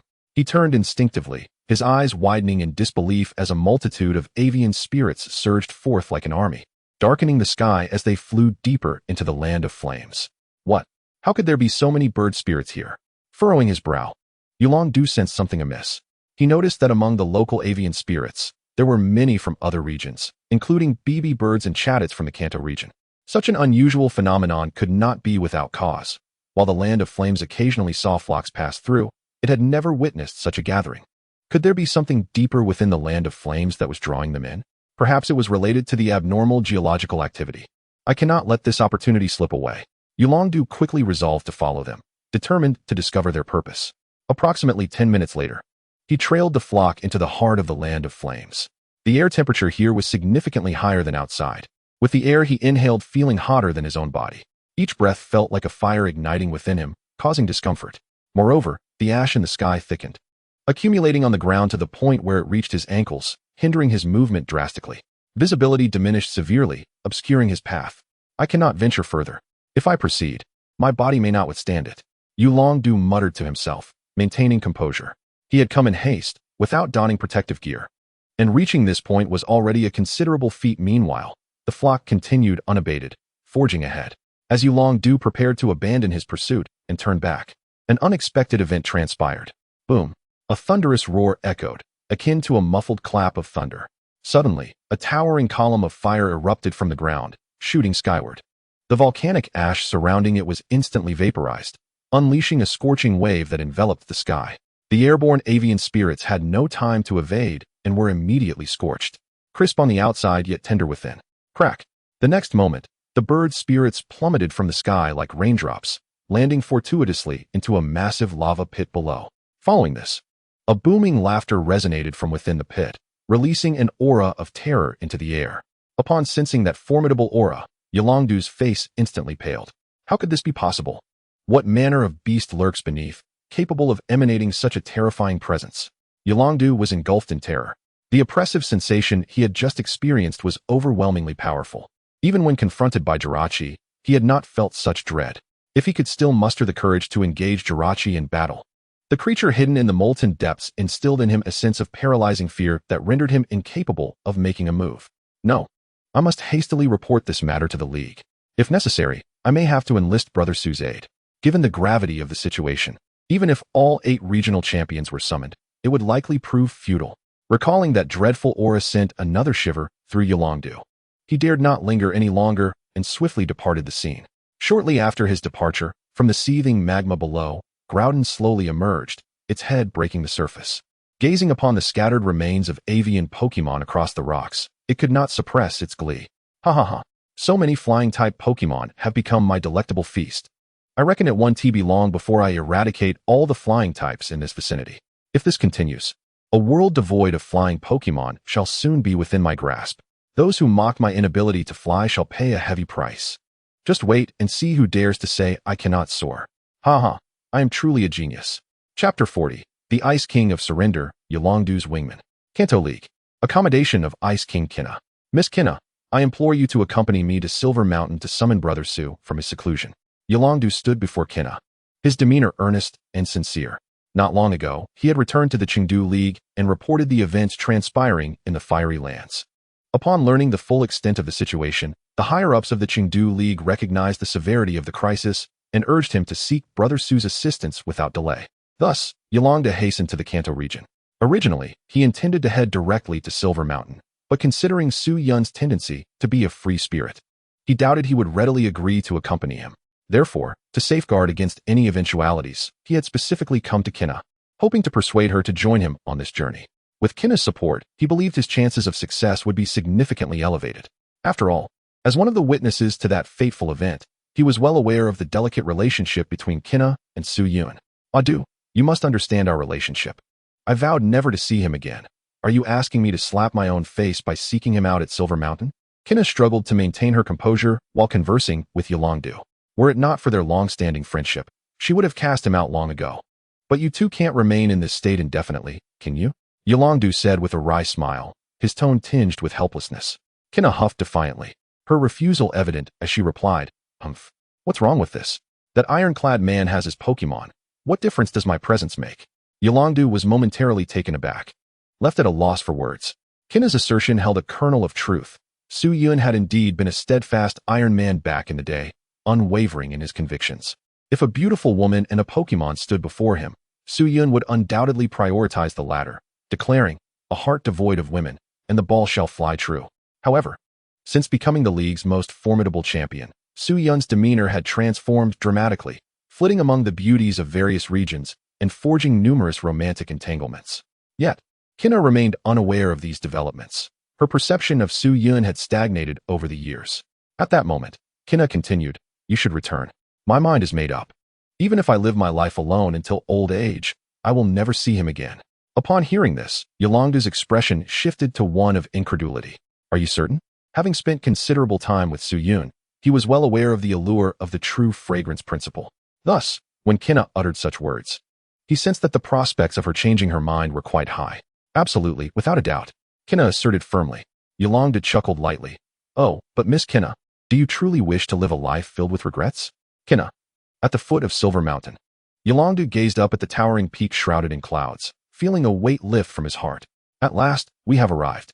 Miss Kinna, I assume this is your first visit to Silver Mountain? The scenery is quite splendid, is it not? Yolongdu turned to Kinna, who stood in awe beside him, smiling as he spoke.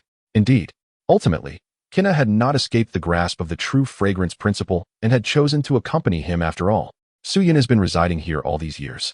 Kinna pondered, gazing at the breathtaking vista before her, feeling an inexplicable pang of sorrow. The beauty of the landscape was undeniable, yet it also bore a sense of desolation. In her mind, Su Yun must have felt exceedingly lonely living here alone for so long. Yolongdu nodded solemnly. Yes, Brother Su has chosen to live in seclusion here for many years. I believe he did so out of guilt towards you, Miss Kinna, wishing to atone and cleanse his soul. Kinna momentarily lost her focus, her heart, long untouched by tumult, quivering at Yolongdu's words. Noticing Kinna's eyes glistening with unshed tears, Yolongdu seized the opportunity to continue. Moreover, Brother Su speaks of you daily. Just the other day, when I visited him for a chat, he confided that you have always held a place in his heart. Kinna's eyes glistened even more, deeply moved by Su Yun's selfless affection. Had it not been for Yolongdu's revelations, she would have never known that the Iron Man Su Yun possessed a tender side. Is what you say truly accurate? Kinna asked, her heart filled with skepticism. Yolongdu nodded earnestly. Indeed, I swear upon my honor. If I speak falsely, May the heavens strike me down. Crack! A bolt of lightning, as thick as a barrel, descended from the heavens, causing Yolongdu to weaken at the knees. Once he realized it was merely Zapdos, he breathed a sigh of relief. Is this the legendary Zapdos you mentioned? Kinna gazed at the divine beast before her, overwhelmed by a sense of awe. Although she had not participated in the recent upheaval at Silver Mountain, she had been following the events closely and had learned the truth from Yolongdu. Yolongdu nodded, seemingly unfazed by Kinna's tension. Yes, let us proceed. Since Zapdos has appeared, Brother Su must be aware of our arrival. The two hastened up the mountain side by side, with Kinna moving even faster than Yolongdu, seemingly eager to reunite with Su Yun. Observing this, Yolongdu silently offered a prayer. Brother Su, I have spoken so highly of you just now, so please don't let the mask slip later. If Kinna finds out that I have deceived her, my life will surely be forfeit. Among the three great champions of the Johto Alliance, I fear no one except Kinna and Yulong. The reason is quite simple. After all, he is a champion of the flying type. Alas, atop the mountain, Su Yun was engaged in a battle with Groudon in their chat group. Recently, Groudon had taken to bribing the other legendary Pokémon with roasted bird Pokémon, resulting in a significant decline in the teasing directed at him. This left him rather discontented. It wasn't that he harbored any deep-seated animosity towards Groudon. Rather, he felt that life lacked a certain spark without the humor of flightless creatures. After all, he was a true fan of the illustrious Groudon. Oh, is someone approaching? Could it be that Dajuo again? Just then, Su Yun suddenly heard footsteps from below the mountain. He rose to close the chat group, his gaze drifting downwards. To his surprise, a familiar visage gradually emerged. Soon after, two large, fluffy rabbits hopped into his line of sight. Goodness! So fierce, so large, so soft. Chapter 41, The Ingenious Groudon. Is there truly such a fearsome creature in existence? Su Yun marveled, his eyes shining with fervor. Once he discerned the identity of the newcomer, however, his excitement began to settle. It was Kinna, which made perfect sense. In truth, Su Yun and Kinna were quite old acquaintances. He had noticed her figure long ago.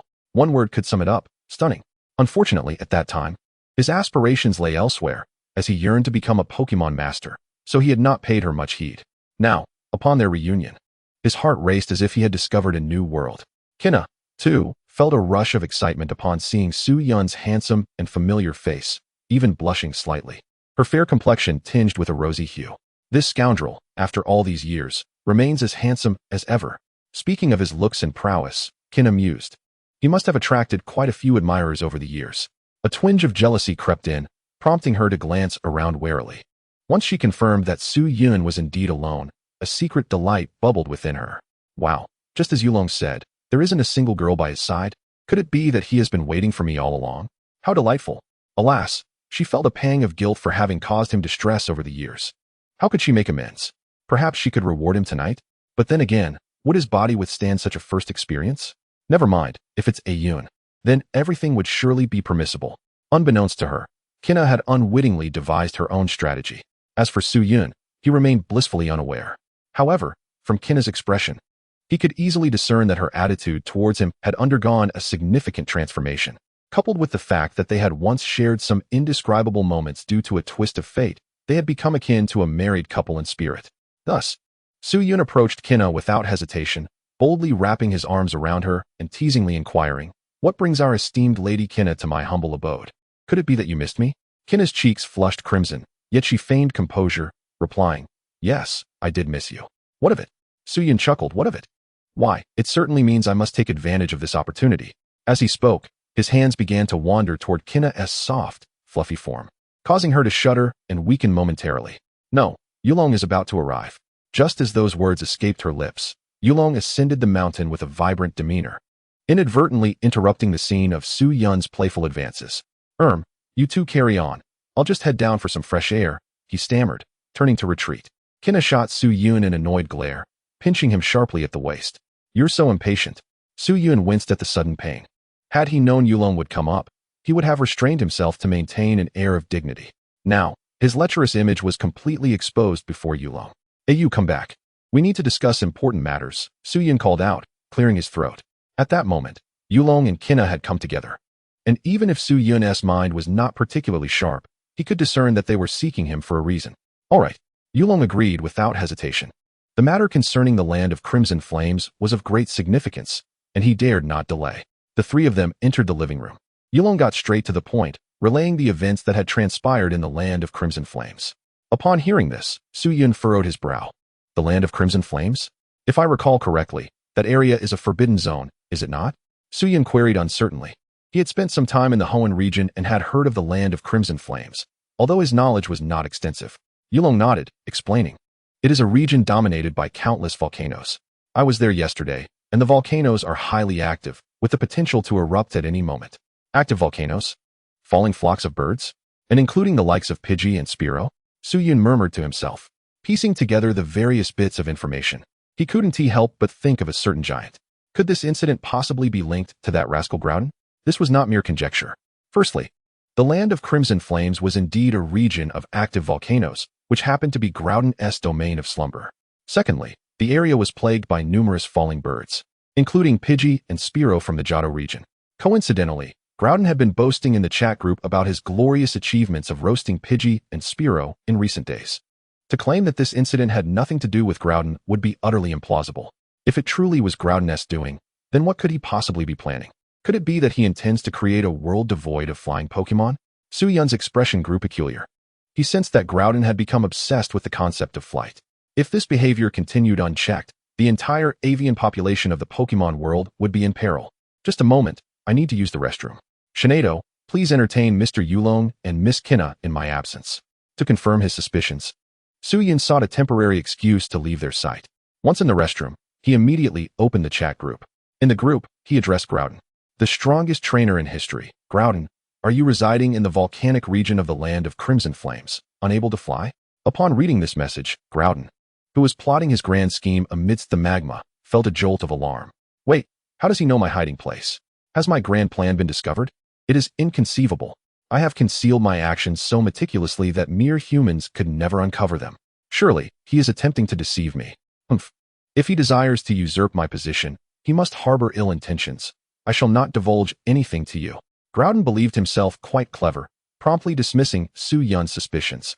Groudon, you are mistaken. I am not in the Fiery Lands. I have no knowledge of what you refer to as the Fiery Lands. Upon witnessing Groudon's response, Su-Yun couldn't help but smirk. Was Groudon displaying a hint of foolishness? Never mind that. He decided to continue his inquiries. The strongest trainer in history. Is the recent mass disappearance of the avian population in the Fiery Lands in any way connected to you? Groudon, I have already stated that I am not in the Fiery Lands. How could this matter possibly pertain to me? Furthermore, why would I target the avian population? While I may not possess the ability to fly, I am certainly not a petty creature. The strongest trainer in history. Then where did your roasted Pidgeys and roasted Spearows come from? Groudon, I found them. They simply fell from the sky, and I collected them to roast and eat. Is that not permissible? The strongest trainer in history. You best be speaking the truth. Lawyer's warning. Groudon, I assure you, I am indeed speaking the truth. Chapter 42. Communicating Battle Techniques with Champion Kona. Seeing Groudon's obstinate refusal to admit guilt, Su-Yun found himself momentarily at a loss. Although Groudon outwardly denied any involvement, Su-Yun was certain this affair was inextricably linked to him. Contemplating this, Su-Yun muttered under his breath, You, a Voldemort. Think you can feign ignorance with me? Just wait. When I arrive at the Fiery Lands, I shall catch you red-handed and see what you have to say then. Su-Yun resolved to personally venture to the Fiery Lands, intending to show Groudon the true meaning of being caught in the act. After closing the chat group, Su-Yun returned to the living room. Yolongdu, noticing Su-Yun's grim expression, inquired with concern, What's wrong? Are you suffering from diarrhea or constipation? Su-Yun ignored the nonsensical Yolongdu and stated directly, I have taken on this task. We shall depart for the Fiery Lands tomorrow morning. What do you think? Upon hearing this, Yolongdu's heart leaped with joy, eagerly responding, That is splendid. I have been waiting for those very words. With the assistance of Su-Yun, the strongest trainer in history, Yolongdu felt reassured, jokingly adding, Tonight, I can finally get a good night's sleep. Su-Yun glanced outside, observing the nightfall, and suggested, It is getting late. Perhaps you should stay the night. Yolongdu was taken aback, feeling unworthy of such hospitality. However, since Su-Yun had graciously invited him, he reluctantly agreed. Su-Yun smirked slightly, rolling his eyes at Yolongdu. What are you thinking? I was referring to Ms. Kona. Kona appeared momentarily stunned, looking at Su-Yun in surprise. Su-Yun nodded seriously. Yes, the path down Bain Mountain is treacherous at night, making one susceptible to wild Pokemon attacks. You must have noticed the Zapdos lurking at the foot of the mountain when you arrived. Despite its seemingly harmless demeanor during the day, It reveals its vicious nature at night, attacking indiscriminately. Therefore, for your safety, I suggest you stay here for the night and descend in the morning. Upon hearing this, Kona's expression shifted to one of apprehension.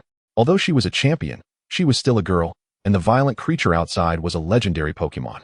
Su-Yun's warning made her hesitate to venture down the mountain. She could only nod in agreement with Su-Yun's plan. However, her intuition told her that Su-Yun's invitation to stay the night was not entirely innocent. Perhaps he had ulterior motives for her. Yolongdu was considerably braver than Kona, but even he felt a bit uneasy after Su-Yun's words, asking, "Brother Su, what about me?" Su-Yun cast a cold glance at Yolongdu, stating icily, "There is no room for you here. You should descend the mountain." What a jest! He had intended to engage in a vigorous battle with Kona that night. Exploring myriad techniques, how could he allow Yolongdu to remain and disrupt such a pivotal moment? Yolongdu grew anxious. "But you just said it was unsafe to go down at night because of the Zapdos." Su-Yun lamented internally. "I implore you, Yolongdu, can't you see the obvious? You know the nature of that Zapdos. Did you not grasp my intention of frightening Kona into staying on the mountain? Must you complicate matters?" To encourage Yolongdu to leave, Su-Yun deliberately employed a tactic of provocation. "I only mentioned that for Ms. Kona's sake. Being a girl, I feared for her safety. You, a grown man and a powerful dragon-type champion, should not be afraid of such trivial dangers. If you truly feel that way, I shall mock you as a flying-type champion for the rest of your life." Upon hearing this, Yolongdu became indignant. "You may say I am not your match, but you shall not question the strength of my Dragon Legion. I am a dragon-type champion, not a flying-type champion. It is merely a Zapdos. Last time, I was careless, which led to my defeat. If it dares to provoke me again, I shall simply pluck its feathers." With that, Yolongdu stood and strode toward the door. Turning back to glance at Su-Yun and Kona, he calmly declared, "I bid you both farewell. We shall meet again tomorrow." With that, Yolongdu departed. Kona stared wide-eyed at him, suspiciously regarding Su-Yun. "Why do I feel as though you were intentionally provoking him?" Su-Yun smiled faintly. "Have confidence. Remove the word intentionally from your thoughts." Kona's expression betrayed her worry. "But if you do this, won't he be in danger?" Su-Yun patted Kona's shoulder reassuringly. "Rest easy. There is no real danger. Everything I said was merely a fabrication." Kona was taken aback, her mouth agape in disbelief. "Fabrication? Then why did you insist on my staying?" Su-Yun grinned mischievously. "Well, what do you think? The night is still young. Let us savor it slowly." As he spoke, Su-Yun's hand mischievously slid down from Kona's shoulder, eventually resting upon the two majestic snowy peaks. "No, this is not permissible. I am not prepared." The following morning, Su-Yun glanced at the peacefully sleeping Kona beside him, a satisfied smile gracing his features. Last night, they had both indulged in a frenzy of passion, showcasing their skills across the living room, bathroom, and bedroom, culminating in a triumphant yet modest victory for Su-Yun. Alas, today they were to depart for the fiery lands. Otherwise, he would have relished a morning workout. With a sigh, Su-Yun muttered to himself before rising. After preparing breakfast, he personally served it at the bedside for Kona to enjoy. I wonder how those outside would react if they discovered that the goddess Kona is merely a sloth. Too lazy to rise for a meal, Su-Yun teased, observing her elegant manner of eating. Kona shot him a playful glare, pouting, "You cannot blame me. It is all your fault. Hee, there's no helping it. Our King is simply too enticing." Su-Yun chuckled sheepishly, ruffling his hair. Last night, the two had been rather reckless, leaving Kinna now with weak legs and unable to rise from bed. To be fair, it was indeed his fault. "Ahem, you should rest well in bed today. I need to head to the fiery land with Adu." Su-Yun affectionately patted Kinna's head. Before leaving Shinado and Tianxia at home to care for Kinna, he then descended the mountain to rendezvous with Yulong-Du. Chapter 43. I was spied on. Where's Miss Kinna? Didn't she come down with you? Yulong-Du inquired, perplexed, upon seeing Su-Yun alone. "Oh, she was too fatigued last night. So she's resting in bed now," Su-Yun casually replied, igniting Yulong-Du's curiosity. "Too tired? What exactly did you two do last night?" "Wait a moment. I sensed something was off when you kept Kinna behind while sending me down the mountain. Could it be?" Yulong-Du's thoughts suddenly pivoted, and clarity dawned upon him. Su-Yun smiled subtly, a hint of pride gracing his features. "As you surmised, we've indeed progressed." Yulong-Du's eyes sparkled with excitement. "Pray, do elaborate on this progression." Su-Yun retorted, "Get lost." Half a day later, in the Hoenn region, at the fiery land, Yulong-Du and Su-Yun arrived. Gazing upon the boundless expanse of volcanic terrain, with ash swirling in the air, Su-Yun felt his prior suspicions solidify. This place could very well be the slumbering ground of Groudon. Who would have thought that Groudon had concealed itself so meticulously, retreating to such an inhospitable and desolate locale. It was no wonder that no one had ever discovered it. "Sue brother, the air here is detrimental to our health, and the temperature is exceedingly high. It would be prudent for us to don protective suits before venturing deeper," Yulong-du suggested, retrieving 2 sets of protective gear from his bag, handing one to Su Yun while effortlessly donning the other himself. "No need. You keep it," Su Yun politely declined. Instead, he withdrew a pokeball from his belt, releasing Articuno. Instantly, the surrounding temperature plummeted. "With Articuno, I'm perfectly fine," Su Yun chuckled, patting the majestic bird. Articuno understood his intent immediately, summoning a frosty shield that effectively countered the searing heat and volcanic ash from outside. Enveloped in the refreshing chill, Su Yun felt far more comfortable than Yulong-du in his protective suit. Yulong-du cast an envious glance at Su Yun. "If only I had an Articuno as well." However, Articuno could only carry one person. Leaving Su Yun unable to share this boon with Yulong-du, he mounted Articuno's back and instructed Yulong-du, "I'll scout ahead. You follow at your own pace. If you feel overwhelmed, just stay put and wait for me. Don't push yourself." Yulong-du held no resentment towards Su Yun's command. "Understood. I have few whom I admire in my life, but you are undoubtedly one of them. Articuno, let us be off," Su Yun called, stroking Articuno's feathers. "Caw!" Articuno sang out, flapping its wings and stirring a gust of icy wind as they soared into the depths of the fiery land, closely followed by Yulong-du. Meanwhile, Su Yun opened the chat group, monitoring Groudon's activities in real time. "Groudon, brothers, it's another day of roasted Farfetch'd D. Quite delectable. Anyone want a bite?" "Mew, me. Me. Kyogre, bro, I want some too." "Ho-oh, you fiend. Return the Farfetch'd D carcass to me. I must give it a proper burial." "Groudon, huh? Where will you bury it?" "Let me guess. Oh, it must be in your belly, right?" "Ho-oh, humph. This king would never commit such a heinous act. I am a scholar of the spring and autumn annals." "Kyogre, oh, ho-oh, is your interpretation of the spring and autumn annals legitimate? I wish to learn. May I borrow a volume?" Observing the whimsical banter of the legendary Pokémon, Su Yun raised an eyebrow. It seemed that Groudon had rapidly ascended in status within the group, nearly rivaling Llama.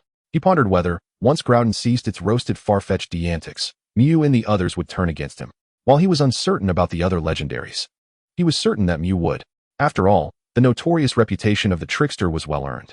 Suddenly, a cacophony of cries erupted from the sky. Su Yun turned to see a vast flock of birds soaring towards the depths of the fiery land. "Here they come, as long as we follow them. Finding Groudon will be no trouble."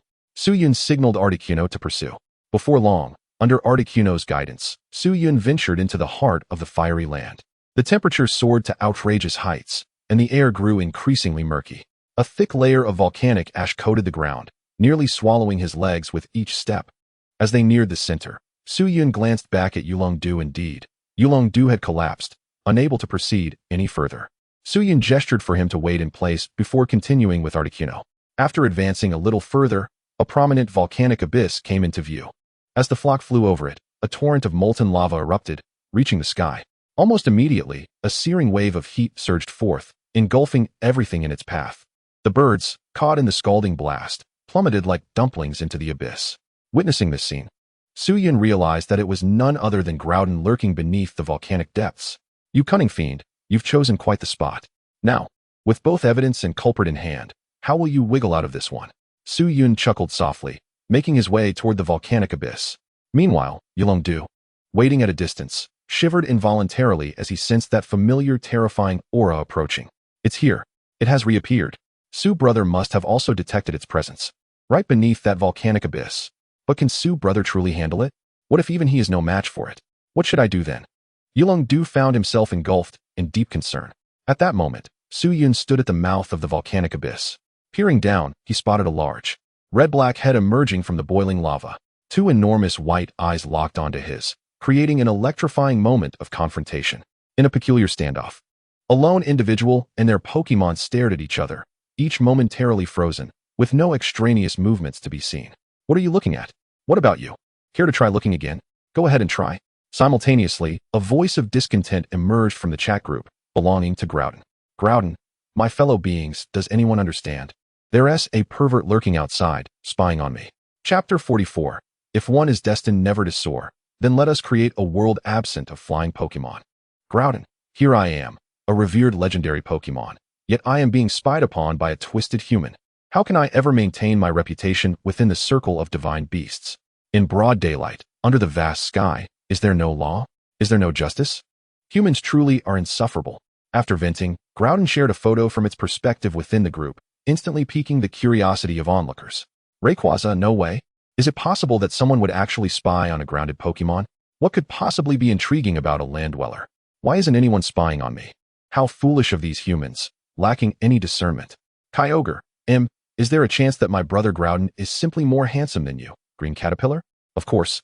My words are sincere, not merely intended to curry favor with Groudon in hopes of obtaining roasted Pidgey. Ho-oh. Heh, if you hadn't clarified, I might have believed you. Arceus, have you not noticed that the individual in the photo seems rather familiar? Rayquaza, oh? Now that you mention it, there is indeed something oddly recognizable about them. Mew. Oh dear, isn't that my trainer brother? Look, the person in the photo bears an uncanny resemblance to my trainer brother's avatar. Kyogre, goodness, it truly is. Could it be that my brother Groudon has inadvertently entangled himself with the most formidable trainer in history? Groudon, cough, that's not me. I didn't do anything. Stop spreading lies. Feeling guilty. Arceus, the most powerful trainer in history, please step forward and clarify. Meanwhile, Su-Yun was observing Groudon's every move from above. Suddenly, he sensed that he was mentioned in the chat group and instinctively opened the conversation to see what was amiss. Upon reading Groudon's accusations, his expression darkened. How dare you, grounded beast, malign me, calling me a perverted voyeur. Just wait and see how I deal with you. Su-Yun muttered angrily, engaging Groudon in a heated exchange within the group. The most powerful trainer in history. Groudon, you pathetic land dweller who can never soar. What do you have to bark about? I, the illustrious most powerful trainer in history, am well versed in matters of honor. How could I stoop to spying on you, a creature incapable of flight? What gives you the audacity to slander me? Groudon, you're the one who can't fly. You are the land dweller. Say that again. Do you dare challenge me with the Sword of Ruin? My Sword of Ruin is itching for action. Rayquaza. Looks like we have a classic case of the most powerful trainer in history. The tension between these two is palpable. Mew. Oh, come on. Let us get this fight started. I want to feast on the spectacle, and I want seconds. Kyogre, Groudon, don't hold back. I'll stand by you. Most powerful trainer, you think you're tough? Strength means nothing here. It's all about influence and background. Do you know who my brother Groudon is? I suggest you apologize to him immediately, or my Origin Pulse 1T be so forgiving. The most powerful trainer in history. I'm aligned with the group leader. What of it? Are you challenging me? Kyogre. Huh. I thought you were someone important, but it turns out you're just a nobody. Wait, what did you say? You're with the group leader? Kyogre felt a chill run down his spine, sensing something ominous. At that moment, the group leader spoke up. Super adorable system sister. All members, I stand behind the most powerful trainer in history. Anyone who dares to lay a hand on him shall face dire consequences. Her words rendered the group silent. Kyogre. Cough. I must clarify that my previous remarks were not my true sentiments. It was that Groudon fellow who coerced me into saying such things. In truth, I hold the most powerful trainer in history in high regard. Groudon. Rayquaza. Impressive, betraying your allies without hesitation. Mew. Groudon and Kyogre's friendship? Now that's a sight to behold. The most powerful trainer in history, he expected Kyogre, a legendary Pokemon, to possess some semblance of dignity. Instead, he turned out to be a mere opportunist, swaying with the wind. At that moment, Groudon lowered its head, contemplating retreating into the magma to escape the situation. However, Su-Yun had no intention of allowing that. Noticing Groudon attempting to flee, he swiftly intervened in the chat. The most powerful trainer in history, grounded beast, don't run away. Your big head is already exposed. I saw you long ago. Hiding is futile. Groudon, you're mistaken. That wasn't me. It was my relative. Yes, my relative. The most powerful trainer in history. Does your relative amuse themselves by tormenting birds? And roasting them to perfection? With that, Su-Yun shared a photo, revealing a perspective that perfectly matched the one Groudon had previously sent. Any discerning eye could see that Groudon and he were in the same location. In other words, Su-Yun had indeed seen Groudon. Yet even then, Groudon stubbornly refused to confess. Groudon, so what? My relatives can't fly either. They simply enjoy hunting birds and roasting them. Isn't that reasonable? Since they resemble me. It's only natural for you to mistake my relative for me. Witnessing Groudon's desperate attempts at justification, the divine, mythical beasts could no longer restrain themselves. Rayquaza, enough. Grounded beast. I have never encountered such shamelessness. Kyogre, exactly. When one is at fault, one must acknowledge it. If you're going to take a beating, stand tall. Stop making excuses. Arceus. If you continue to deny it, I wouldn't mind letting you experience what Rayquaza felt back then. Ho-oh. It's over for you, Grounded One. It's time for a fresh start. Groudon, woe is me. Fine, it was indeed me. With Groudon's admission, Su-Yun smiled in satisfaction. The most powerful trainer in history. To recognize one's errors and amend them is a noble quality. A child can be taught. Groudon, yes. If it weren't for the group leader protecting you, just wait until I unleash my sword of ruin on you. The most powerful trainer in history, in truth. I sought you out for no grave matter. I merely wish for you to cease your brutal slaughter of flying Pokemon. I understand your desire to soar, but the stark reality is that you cannot. Groudon, are you deliberately provoking me? The most powerful trainer in history, ahem. What I mean is that no matter how many flying Pokemon you slay, it will not change the fact that you cannot fly. Groudon, humph, and what of it? If destined never to soar, then I shall conjure a realm devoid of flying spirits. Chapter 45, Groudon's Compromise, The Return of Bagon. Rayquaza, ingenious thought. Ho-oh, Groudon. What do you mean? Do you intend to strike against me? You wretched creature, you shall never take flight in your lifetime. Mew. Is it not too cruel to remain earthbound? For the sake of personal gain, you would slaughter so many innocent lives. Do you not possess a shred of conscience? Kyogre. Indeed, if it were me, I would never resort to such actions. Groudon. Oh, how noble you are. You shall never fathom the anguish of a divine beast that cannot fly. Ugh. This wretched existence, I can hardly bear another moment of it. Kyogre. Groudon. You are not considering despair, are you? No. Please, Groudon, don't leave us. How shall I survive without you? Groudon, get lost. You are the one who should despair. With a scowl. Mew. Boo-hoo. Poor little Groudon. My heart aches for you.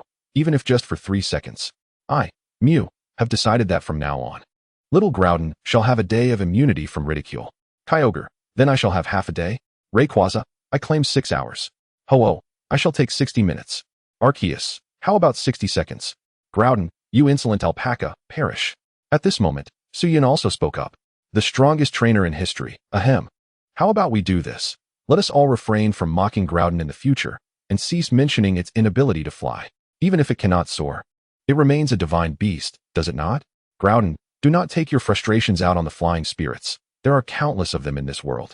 You cannot annihilate them all, nor is it feasible. Moreover, such actions would severely disrupt the ecological balance, and the Alliance would never permit it. Would this not be a win-win situation? What say you? Rayquaza, Mew, Kyogre. That sounds quite agreeable. Groudon, since you have all so earnestly beseeched me, I shall reluctantly acquiesce to your request. Ultimately, through amicable negotiations, both parties reached a consensus on the issue of coexisting peacefully with the flying spirits. Gurgle. Groudon cast one last glance at Su-Yun before descending into the magma. Su-Yun, in high spirits, returned to the side of Longdu. Upon seeing Su-Yun's return, Longdu eagerly inquired, Su brother, what did you discover?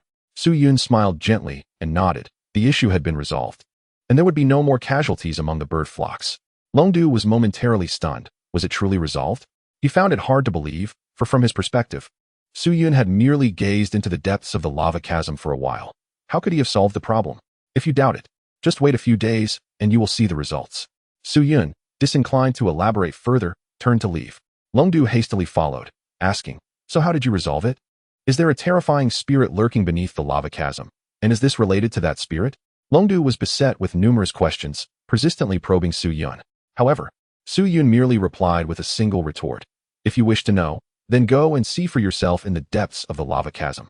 As if even the vicinity of the lava chasm is inaccessible to him. Su-Yun's words were clearly intended to dispel his curiosity. Realizing this, Longdu could not help but let out a wry smile. It seems I shall never uncover this secret in my lifetime. Yet, being able to avert the crisis is sufficient for me. Silver Mountain. Perhaps unable to endure the evening's exchange of battle techniques with Su-Yun, when Su-Yun returned, Kona had already departed. This left Su-Yun feeling somewhat disappointed, as it appeared that much of the evening's enjoyment had vanished. Master, if you do not mind, Shinado would like to serve you in place of Miss Kona. At this moment, Shinado, sensing Su-Yun's thoughts through telepathy, shyly approached him, lowering her head to express her feelings softly. Tianxia would like to join too. Tianxia, unwilling to be outdone, leapt into Su-Yun's embrace. Tianxia wishes to achieve super evolution and serve the master in the most beautiful form.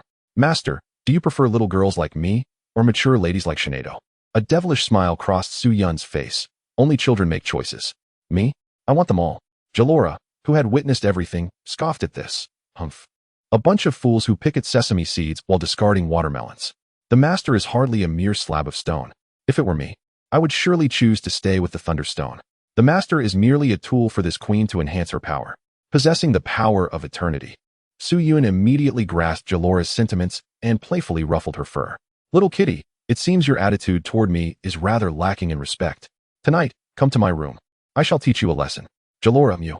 The following day, a series of system notifications abruptly awakened Su-Yun. Ding. The special training trial has concluded. Please retrieve your Pokemon. Su-Yun, filled with excitement, leaped from his bed. The special training for Bagon has ended? He wondered how much its strength had improved over the past few days. With eager anticipation, Su-Yun opened the chat group and summoned Bagon from the special training trial space. Suddenly, a brilliant white light appeared before him. As the light gradually dissipated, a round, gray-white Pokemon emerged before his eyes. This is Shelmet. Su-Yun was utterly astonished. Shelmet is the second evolutionary form of Bagon. This signifies that Bagon has successfully completed its evolution within the training trial space. Moreover, its aura is remarkably potent. Su-Yun estimated that Shelmet's current strength might be at the elite level. Such power is clearly not typical for a newly evolved Shelmet. This implies that Shelmet must have completed its evolution some time ago. Its current strength is likely not far from evolving into Salamence. Truly, the nightmare difficulty of the special training trial has led to such a significant enhancement in just 3 days. Had I possessed such an advantage when I first arrived in the Pokemon world, I would have become the strongest trainer in history in an even shorter time. Su-Yun's eyes sparkled, his satisfaction with the training effects of the trial space evident. Now that Bagon has evolved into Shelmet, it is likely that its flying genes have awakened as well. It is time to refine the flying seed. As he spoke, a silver-white seed enveloped in a small whirlwind appeared in Su-Yun's hand. That is indeed the flying seed, one of the golden legends he had drawn. Chapter 46, Bloodwing Salamence, becoming a disciple of Rayquaza. Upon sensing the aroma of the flying seed, Shelmet's eyes gleamed with greedy anticipation. It struggled to swing its 4 short limbs, waddling eagerly to Su-Yun's side. With great effort, it lifted its front body, gazing longingly at the flying seed in Su-Yun's hand.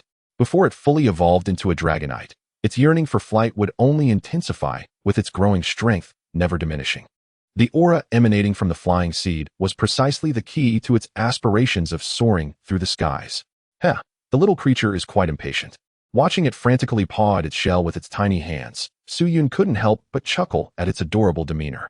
Crouching down, Su-Yun brought the flying seed close to the mouth of the Shelmet. Here, consume this. It will aid you in realizing your dream of flight.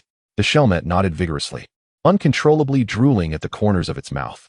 Without a moment's hesitation, it opened wide and swallowed the flying seed whole. The instant the seed entered its body, it felt as if a tempest had stirred within, washing over it and igniting its blood in a fervent boil. Roar. Finally, the Shelmet could no longer contain itself and emitted a somewhat juvenile roar. Its eyes glowed crimson, as if flames were about to spew forth. The hardened shell on its body began to swell, as though something were striving to burst forth from within. Su-Yun observed this spectacle with astonishment, exclaiming in wonder. Could it be that the power of the flying seed is prompting the Shelmet to evolve prematurely? His brow arched in surprise. 2 fleshy orbs on the Shelmet's back began to swell, growing larger, resembling wings preparing to emerge from its body. As if to affirm Su-Yun's conjecture, a serene, warm white light suddenly enveloped the Shelmet. Upon witnessing this luminous phenomenon, Su-Yun's expression transformed into one of sheer astonishment. This is the light of evolution. Is the Shelmet truly about to evolve? Su-Yun found it hard to believe his eyes. He recalled that when the Dragonite was bestowed upon him, it was merely a juvenile Pokemon. In scarcely 3 days, it was poised to evolve into its ultimate form, Dragonite. Such a terrifying rate of evolution would be remarkable even within the entirety of the Pokemon world. The reasons behind this extraordinary transformation were readily apparent. Undoubtedly, the training trial space and the aid of the flying seed were instrumental. It was truly inconceivable that the Shelmet could achieve its final evolution solely through the influence of a single flying seed. However, with such rapid evolution, it was likely that the Shelmet's strength would struggle to keep pace with its newfound form, compared to those who evolved through prolonged accumulation and experience. A disparity in strength was to be expected. Once the evolution was complete, Su-Yun resolved to find a worthy opponent for it to hone its combat prowess. With this thought in mind, Su-Yun opened the chat group. If there were anyone suitable to accompany Dragonite in training, it would undoubtedly be the legendary Rayquaza, possessing the same elemental attributes. Moreover, Rayquaza had the exclusive move Dragon Ascent, perfectly aligned with the flying type. Having consumed the flying seed, Dragonite would conveniently have the opportunity to learn all flying type moves, including the coveted Dragon Ascent. Thus, Su-Yun had an additional plan in mind for seeking Rayquaza as a training partner to enable Dragonite to learn the exclusive move Dragon Ascent. Just imagine, in the future, riding a Dragonite capable of using Dragon Ascent on leisurely outings. How majestic that would be. The strongest trainer, Rayquaza, my friend, do you have time to mentor a protege? I am willing to offer 200 activity points as compensation. Groudon hiss. 200 activity points? Why not come to me? I am certainly more capable than that green caterpillar. If you choose me, I can teach at Cliffblade. Kyogre. Haha. And you think you qualify? Can you fly? Do you possess the ability to soar? No, you cannot. You are but a ground dweller, destined to never take to the skies, yet you wish to teach others? What? Do you want others to become eternal ground dwellers like you? Groudon, fat-headed fish. You deserve to be caught. You only have 4 limbs. Just as Rayquaza had yet to respond, Groudon and Kyogre began their bickering. Ever since Su-Yun forbade Groudon from hunting flocks of birds the day before, Kyogre, deprived of the temptation of roasted Pidgey, had undergone a complete 180-degree shift in attitude. Reverting to its former self, a day without bantering Groudon left it feeling discontent. In the midst of Groudon and Kyogre's squabble, Rayquaza finally replied. Rayquaza, the strongest trainer, cough. Do you take me for a mercenary? I, Rayquaza, am not one to be driven by greed. In truth, activity points are trivial. What I truly desire is the joy of mentoring, do you understand? The strongest trainer, then shall I refrain from offering you any activity points? Rayquaza? What is this? What kind of talk is this? I may not need them, but you cannot withhold them. The strongest trainer, all right. Then I shall grant you 200 activity points if you assist me in training Dragonite, ideally teaching it some moves. My requirements are modest. If you could simply teach it Dragon Ascent or Dragon Star, that would suffice. Rayquaza, Dragon Star? Dragon Ascent? You certainly have lofty ambitions. I can teach them. But do you believe your Pokemon can learn them? The strongest trainer, I have great faith in Dragonite, as long as you are willing to teach. I assure you it will learn. Rayquaza, oh ho?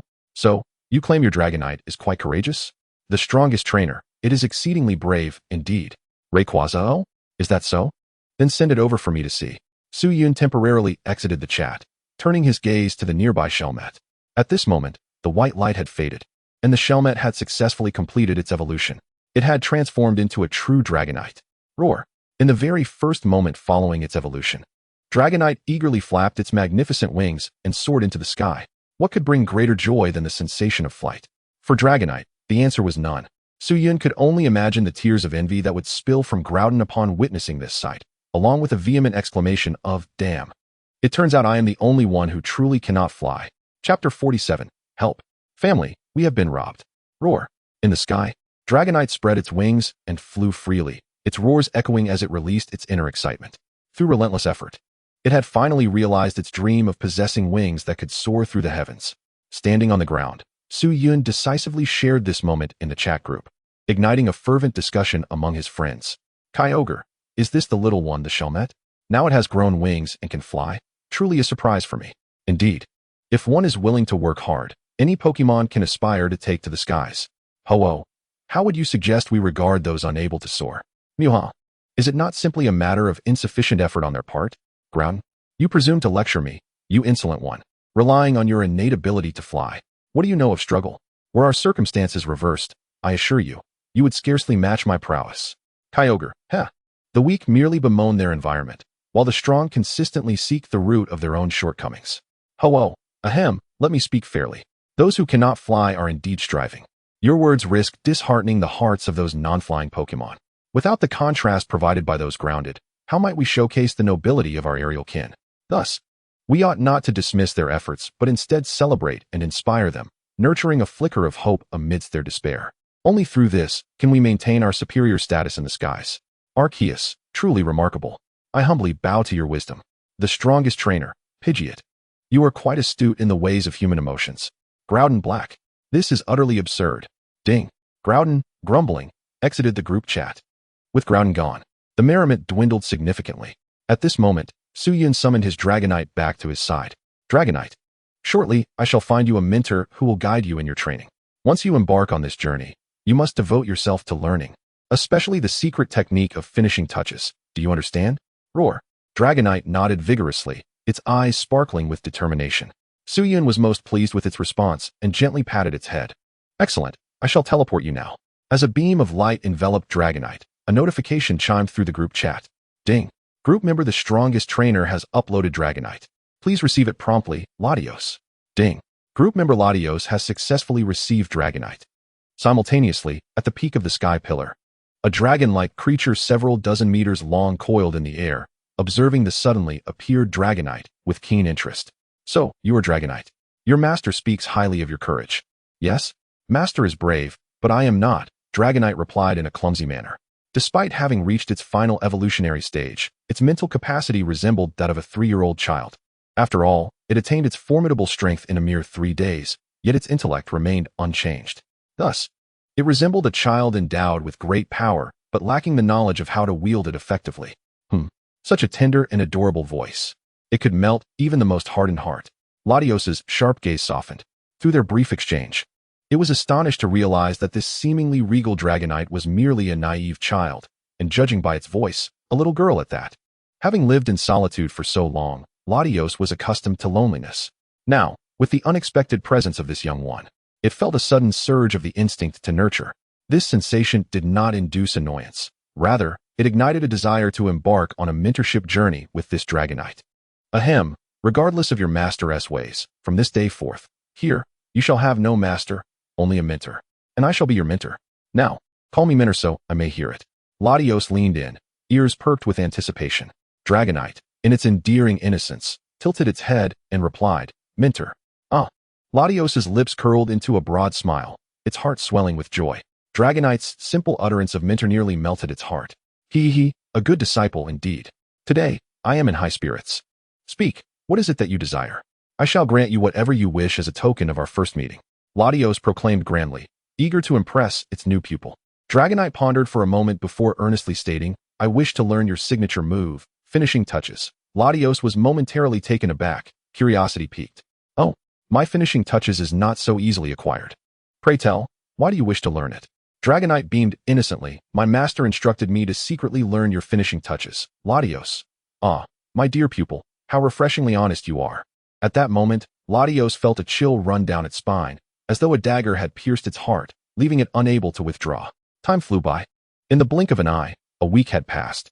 On Silver Mountain, Suyun reclined in a chair, luxuriating in the dual massages provided by Shiny and Tiana. This past week had been one of remarkable leisure. Each day was spent either playing games exclusive to him and Shiny or discussing the proper utilization of young ladies with Tiana. In between, he engaged in light-hearted banter in the group chat with a host of unrestrained mythical creatures. Counting the days, it was nearly time for him to reclaim Dragonite, as originally. He had only paid 200 activity points to Latios and could not expect Latios to train Dragonite indefinitely.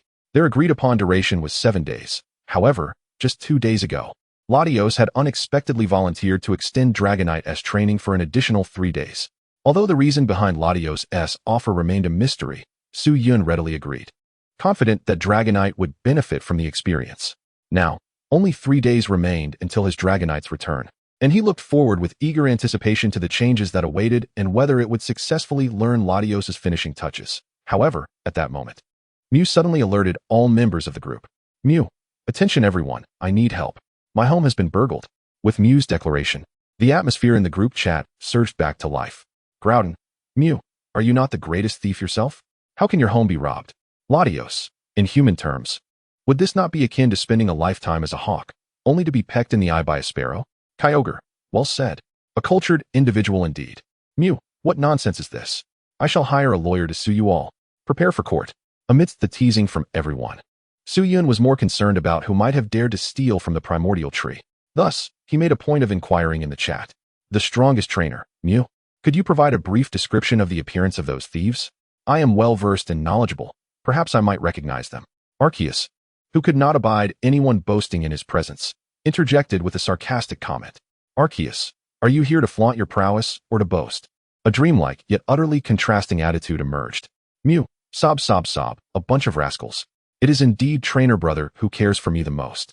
The mightiest trainer in history, Trainer Brother. I ran so swiftly at that moment that I hardly caught a clear glimpse of them. Yet I did notice that they were all clad in black garments. emblazoned with a large red R insignia on their chests. Upon hearing this, Suyin instantly deduced the identity of this group. The black uniforms bearing the R emblem could only belong to Team Rocket, the notorious villains of the Kanto region. Who would have thought that after all these years, they would rise again from the ashes? Suyin murmured, as a tempest of emotions surged within his once calm gaze. Long before he became the strongest champion of the league, he had personally ventured to challenge the former leader of Team Rocket, Giovanni, at the Cerulean Gym. That battle, as expected, concluded with his triumph. As the victor, he not only acquired the badge of the Cerulean Gym, but also compelled Giovanni to disband the very organization he had founded. From that moment forth, Team Rocket vanished from the public eye, seldom to be seen again. Giovanni, in pursuit of greater power, chose to live in seclusion. No one knew his whereabouts anymore. Now, years have passed in the blink of an eye. The organization that once faded from his memory has abruptly returned. What ulterior motives could be driving Team Rocket's resurgence? Why have they recklessly infiltrated the World Tree? Is this merely a revival of Team Rocket's remnants? Or has Giovanni returned to reclaim his dominion over Team Rocket? A myriad of questions flooded Su Yun's mind, overwhelming him with a sense of impending storm. To unravel these mysteries, he knew he must seek insight from the very essence of Team Rocket. His attention turned back to the chat group, and he sent a message. The mightiest trainer, Mew, could you initiate a live stream and stealthily follow that group to discern their intentions? I believe such covert activities should pose no challenge for you, the Master of Stealth. Upon hearing Su Yun refer to it as the Master of Stealth, Mew instantly became displeased. Mew, I am not the Master of Stealth. Who dares call me that? Whoever does so shall feel my wrath. Besides, what is wrong with being adept at tracking? Who decreed that proficiency in tracking necessitates following others? After all, I am a legendary Pokémon, and frankly speaking, everyone here ought to refer to me as father. You expect me to follow them? Do I not have any dignity? At this, the other legendary Pokémon in the group could no longer remain silent. Arceus, insolent. How dare you speak to me in such a manner? What is your status to address me like this? Groudon, huh? I see you wish to test my cliff blade. Rayquaza, do you believe this divine dragon would not obliterate you with a single swipe of my tail? Kyogre, I could easily obliterate you with a single wave of my power. Ho-oh-humph. A mere whelp that has yet to grow up dares to ask us to call it father? Truly laughable. Do you even have any fur? Not a single strand. Observing Mew's reluctance, Su Yun resorted to the age-old adage that money can move mountains. The mightiest trainer, how about 30 activity points as compensation? Mew, only 30? Do you take me for a beggar? It must be at least 40. I am not your cheap labor. The mightiest trainer, in truth, he had intended to offer 50. But since Mew had already lowered its price, he begrudgingly agreed. The mightiest trainer, fine, 40 it is. Upon hearing Su Yun's agreement, Mew was momentarily taken aback. It had anticipated some back-and-forth negotiation, yet he had consented so readily. A pang of regret washed over it. Sob, sob, sob, what a loss. Had I known, I would have asked for more. Though disheartened, 40 activity points still constituted a significant income for it. Thus, it promptly acquiesced to Su Yun's request, justifying its actions with a suitable rationale. Mew, since trainer brother has sought my assistance, I shall reluctantly oblige. However, I must clarify that my actions are not driven by the paltry 40 points, but rather by my willingness to assist trainer brother in any endeavor. The mightiest trainer, yes, yes, yes. Ho-oh, is there room for some fun as well? Grinning mischievously, might I request some fun, dear Mew? Mew, no way. Absolutely not. Simultaneously, at the World Tree, Team Rocket members traversed the forest, guided by the instruments in their possession. Their purpose for venturing to the World Tree was to locate a certain object. Once they found it, their grand plan would be set into motion. Captain, look over there. An abandoned ruin. Suddenly, the leading Team Rocket member exclaimed, his eyes gleaming with inexplicable excitement. Apollo, a Team Rocket officer, felt a rush of joy upon hearing this, and hurriedly pushed past his comrades to advance. When he beheld the overgrown ruins before him, an uncontrollable delight spread across his face. We found it. The item the doctor requested is right here. Once we secure it, Team Rocket shall rise again. Chapter 49. Mew, you are destined to be the master of stealth for eternity. The faces of Team Rocket members glowed with barely concealed exhilaration. With a wave of Apollo's hand, the group surged into the ruins. Unbeknownst to them, a small pink creature was peeking at them from behind the foliage. Indeed, it was Mew. At this moment, Mew utilized the live streaming feature of the chat group to broadcast the events to its members in real time. Access to its live stream required merely 5 activity points, a bargain indeed. However, this endeavor inevitably sparked public outrage. Groudon, Mew, do you still have any shame? Charging a fee to enter a live stream? I see you are blinded by greed. Mew. Apologies, but I am a visual streamer. Only those who pay may watch. Those like you, who can't even fly, should refrain from entering. Groudon. You can call me poor, but you cannot insult my inability to fly. Furiously. Rayquaza. In broad daylight. Mew. You dare to engage in such deceit? Is there no law? Mew. Watch if you wish. I am not forcing you. Ho-Oh. Cough. Do you have any black silk? If so, I shall watch. Kyogre. Heh, what is there to watch? I, Kyogre, could be bored to death and would never glance at your stream. Ding. Welcome, Kyogre, to the live stream. Mew. Indeed, it is a case of double standards, my friend. Groudon. Fathead fish, you traitor. I, Groudon, express my disdain for you with my real name. Ding. Welcome, Groudon, to the live stream. Rayquaza. Where are your principles? Where is your dignity? As one of the illustrious Hoenn trio, I feel utterly embarrassed. Ding. Welcome, Rayquaza, to the live stream. Ho-Oh, goodness. We agreed to resist together, yet one by one. You all sneak into the live stream. What a bunch of scoundrels. Ding. Welcome, Ho-Oh, to the live stream. Arceus. Ahem, since you all have entered. It seems reasonable for me to join in the merriment, does it not? Ding. Welcome, Arceus, to the live stream. This motley crew never fails to amuse. Suyun watched as Kyogre and other legendary Pokemon entered the live stream one after another, and their eccentric antics brought a smile to his face. However, more than their antics, he was preoccupied with the question of what the Team Rocket members were actually seeking. Within the dilapidated ruins, moss blanketed the walls, while weeds sprouted from the crevices of the crumbling stones, overtaking the ground entirely. It was evident that this forsaken site had existed for centuries, if not millennia. Searching for an item in such a place would undoubtedly prove exceedingly challenging. Suyun couldn't help but voice his curiosity in the group chat. The strongest trainer in history. Mew. What purpose did these ruins serve in the past? Why does it appear in the vicinity of the World Tree? Mew. I have no idea. The strongest trainer in history. You are the guardian of the World Tree. How could you not know? Mew. Truly, I do not know. The strongest trainer in history. Could you ponder a bit harder? Mew. I genuinely have no clue. Suyun furrowed his brow. Logically, as the oldest Pokemon and a symbiotic entity with the World Tree, Mew should possess knowledge of such matters. Moreover, these ruins, with their evident signs of human construction, lay within the territory of the World Tree. It was only reasonable that Mew would be informed. Additionally, Suyun was perplexed by another matter. The World Tree was supposedly guarded by the 3 pillars, meant to thwart intruders. Yet, how had Team Rocket managed to infiltrate without encountering any resistance? And why was there no sign of battle on their part? Even now, he had yet to spot the 3 pillars. Thus, he posed his questions aloud. The strongest trainer in history. Mew. Where are your little brothers, the 3 pillars? Team Rocket has invaded. Why haven't they come to expel the intruders? Mew. I have no idea. The strongest trainer in history. What else can you say besides that? Mew. I also eat, sleep, and play with toys. The strongest trainer in history. Truly, you are something else. It's no wonder you'll forever be a slacker. Suyun was utterly at a loss with Mew.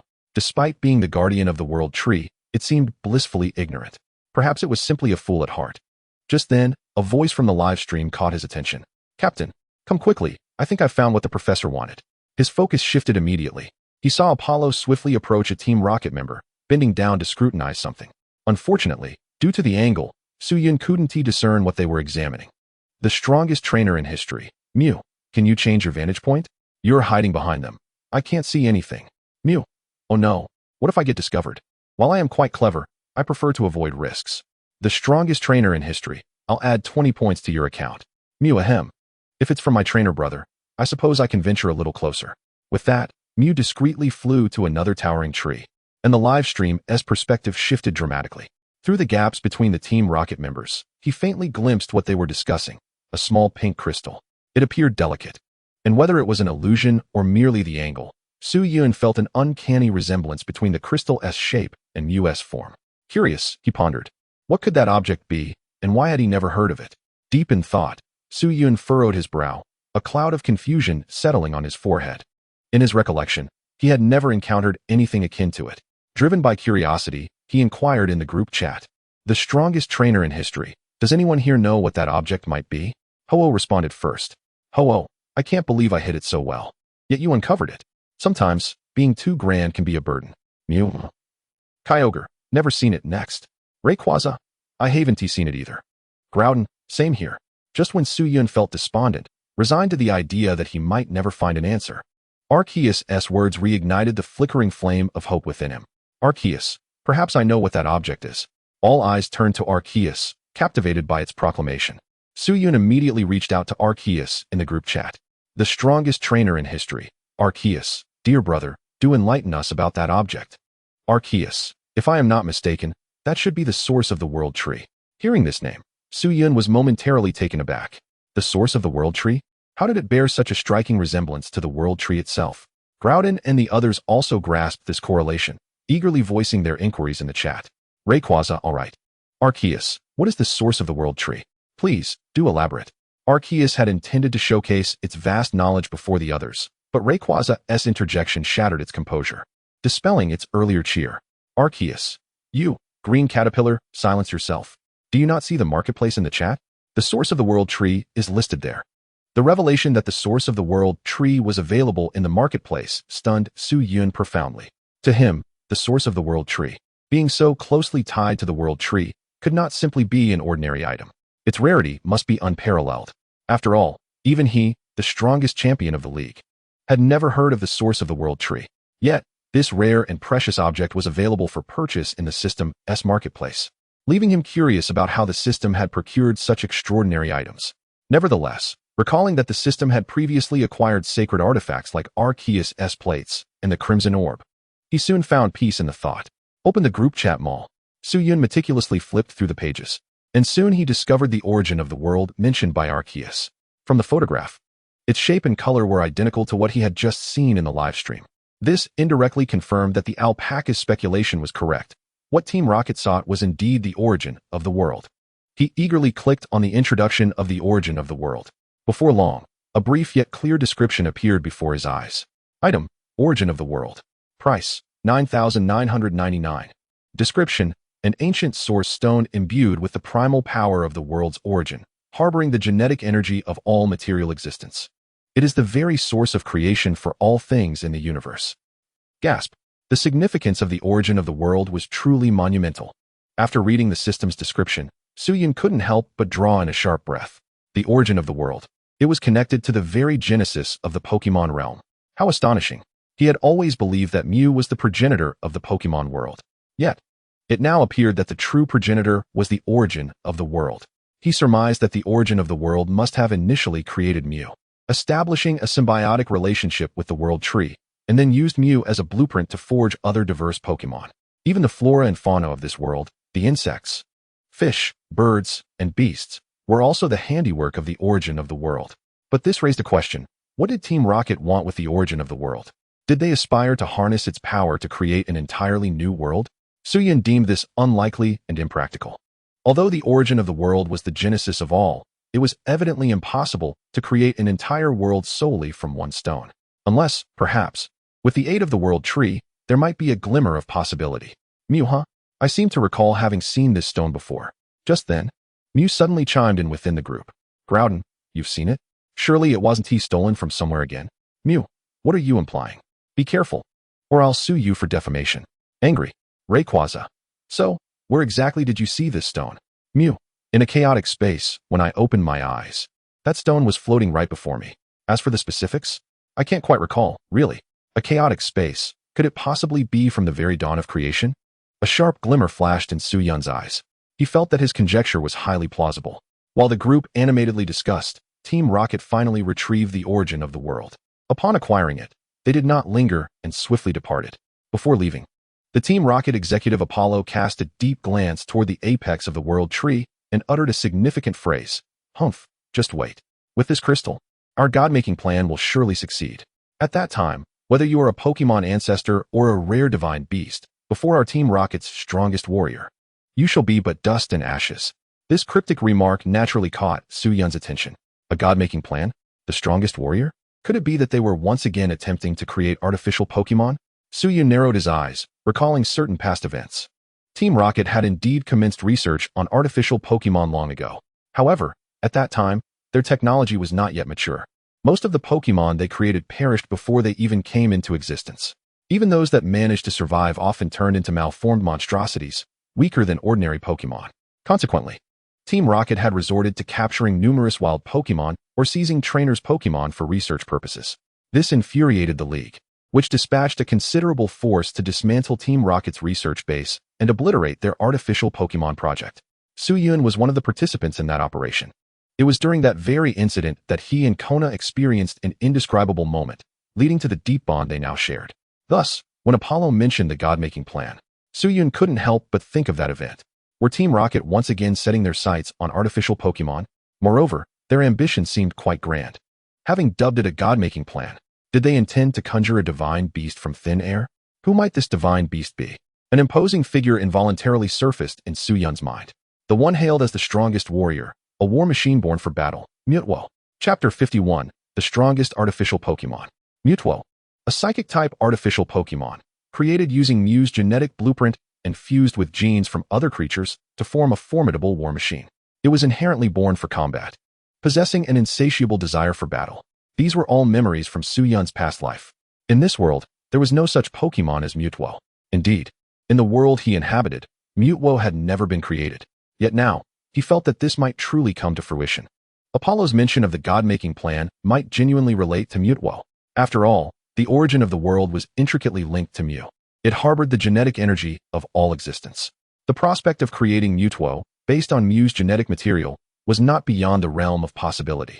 If that were the case, the gravity of the situation would escalate significantly. Should Team Rocket gain control over Mutwo, it would spell catastrophic disaster for the Kanto region and indeed the entire world. Su-Yun furrowed his brows, his expression darkening. He felt it was imperative to investigate Team Rocket's intentions. If they were truly attempting to create Mutwo, he would not impede its birth. However, he would not allow Mutwo to fall into Team Rocket's hands. With this resolve, he returned to the group chat and issued a second command to Mew. The strongest trainer in history, Mew. You must immediately follow that group from Team Rocket and ascertain where they are taking the origin of the world. I need to know the precise location. Mew immediately expressed reluctance. Mew, darn it. I'm tired and don't want to move. Besides, following them is too dangerous. What if I get caught? I've heard that humans can be quite cruel to Pokemon, and I'd rather not suffer. The strongest trainer in history. Are you afraid? Mew, I am not. The strongest trainer in history. You are afraid. Mew, no. If you keep slandering me, I'll bite you. I can be quite fierce. The strongest trainer in history. If you're not afraid, then go chase after them. Mew, darn it. The strongest trainer in history. How about 20 activity points? Think it over. Mew, what do you take me for? I'm not the kind of Pokemon who would sell myself for a measly few activity points. I would rather starve to death outside than concede.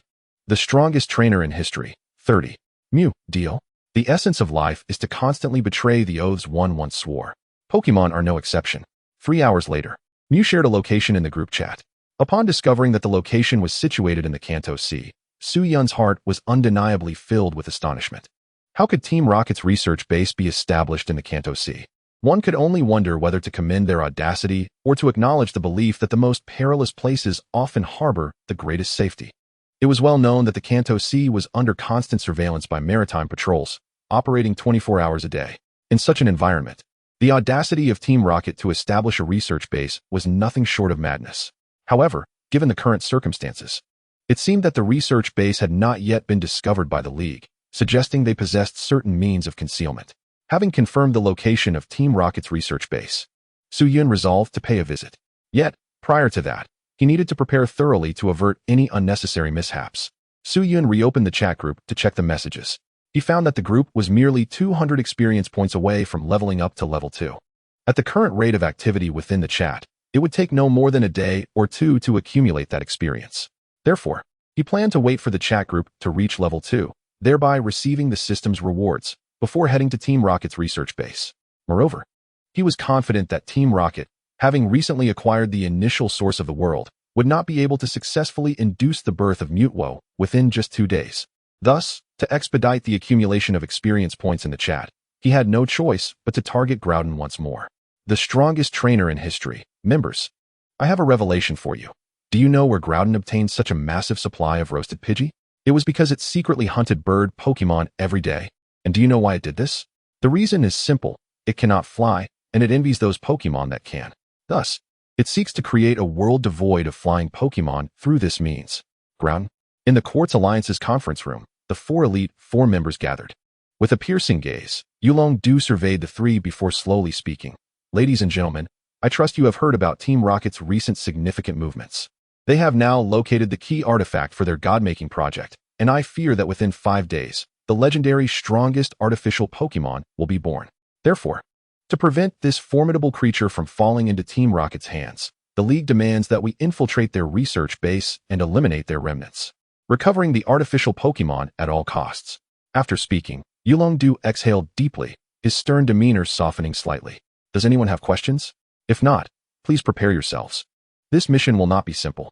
It cannot be overstated that this mission was the most challenging they had faced thus far. The fighting-type master, Shiba, furrowed his brow in confusion and turned to Yulong-Du, asking, Adu, since this mission is so perilous, why not enlist Su Yun's help? Wouldn't it make our task considerably easier? Yulong-Du chuckled wryly, responding with a hint of resignation. Su Yun is not a member of the League's staff. We have already sought his assistance several times recently. The League's stance is that we cannot continually burden him. Ultimately, we must rely on our own strength.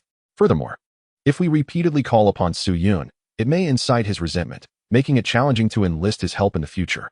Shiba nodded, acknowledging Yulong-Du's reasoning, and refrained from further comments. Kona then inquired, when shall we depart? Yulong-Du replied, in 2 days. 2 days, you say? It seems I have time to bid farewell to Su Yun. Kona breathed a sigh of relief. For some reason, this mission stirred a sense of unease within her. She feared that something unfortunate might befall her during the mission. Thus, to mitigate any potential regrets, she resolved to meet Su Yun before their departure, ensuring that if any misfortune were to occur, she would harbor fewer regrets. Chapter 52. Level Up, Champion Rewards. Silver Mountain. The intoxicating sunset bathed the mountaintop in golden hues. A strikingly beautiful woman approached from afar. Kona, the Ice Queen of the Kanto League. She had come to meet Su Yun. As she arrived at the foot of the mountain, a Zapdos, accompanied by a low rumble of thunder, descended before her. Has your master sent you to fetch me? Kona exclaimed in surprise, gazing at the Zapdos before her. The first time she had accompanied Yulong-Du to Silver Mountain, she had encountered Zapdos and learned that it was Su Yun's Pokémon, tasked with safeguarding the mountain's security. Zapdos shook its head. It had not received any instructions from Su Yun. It merely happened upon Kona while patrolling. As for why it chose to land and personally escort her up the mountain, the reason was simple. One dark night, it had inadvertently witnessed a battle between Su Yun and Kona, thus becoming aware of their connection. Therefore, it wished to allow Kona to speak favorably of it to Su Yun, hoping to escape the burdens of guarding the mountain and to engage with the thunderous slate within Su Yun. After all, even divine beasts understand the intricacies of human relationships. Zapdos indicated for Kona to mount its back. She accepted without hesitation, carefully climbing aboard. Thus, Zapdos soared towards the mountain's peak with Kona on its back. In mere moments, they reached the summit. Thank you, Zapdos. I will speak kindly of you to your master. Kona gently stroked Zapdos's head, expressing her gratitude. Without Zapdos's assistance, she would have expended much effort climbing the mountain. With a cheerful chirp, Zapdos took to the skies, disappearing into the clouds. Reassured by Kona's words, it felt at ease. At that moment, Su Yun heard the commotion outside and stepped out of the courtyard. Upon seeing Kona, his eyes lit up. What is this? It's only been a few days, and you already miss me? Su Yun approached Kona, playfully pulling her into an embrace and teasing her with a smile. Kona playfully rolled her eyes at him. Police, don't flatter yourself. I'm not missing you. I came here to say goodbye. She informed Su Yun about the mission she would embark on in 2 days, though she refrained from disclosing the specifics. Upon hearing this, Su Yun instinctively furrowed his brows. From Kona's expression and tone, it was clear that their upcoming mission was likely fraught with danger. Unfortunately, I have matters to attend to over the next couple of days. Otherwise, I would gladly lend you a hand.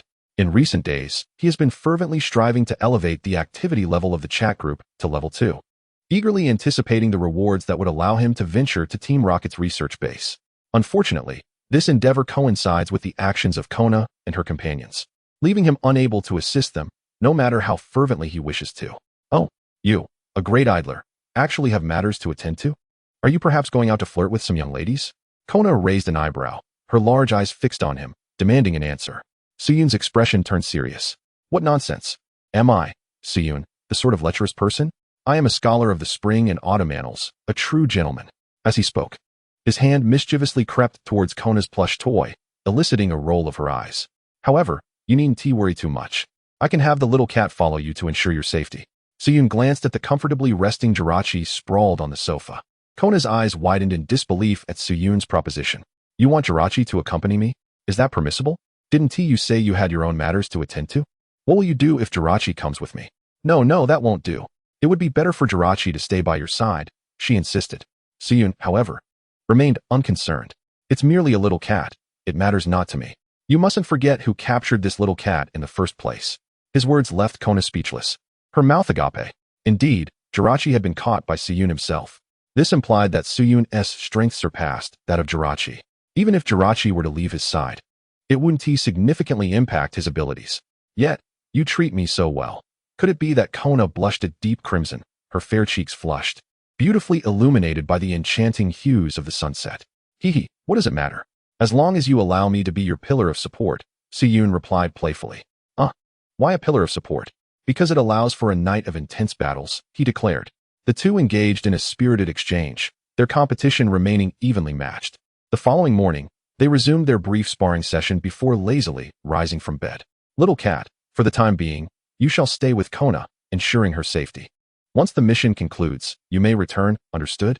Suyun affectionately ruffled Jirachi's fur, imparting his serious instructions. Jirachi cast a disdainful glance at him. You can flirt all you like, but why should I serve as a bodyguard for your lady? Do you take me for a mere little cat? Upon your return, I shall let you play with the slate for an entire day. Meow? I am but the little cat of the master. I can do anything for my master. Suyun nodded in satisfaction. Indeed, your misunderstanding of the situation is rather amusing. You've done well. After bidding farewell to Kona, Suyun resumed his activities in the chat group. 2 days passed in this manner. When the notification of the system upgrade appeared in the chat, Suyun smiled with contentment. At last, we have leveled up. Ding. Congratulations to all group members.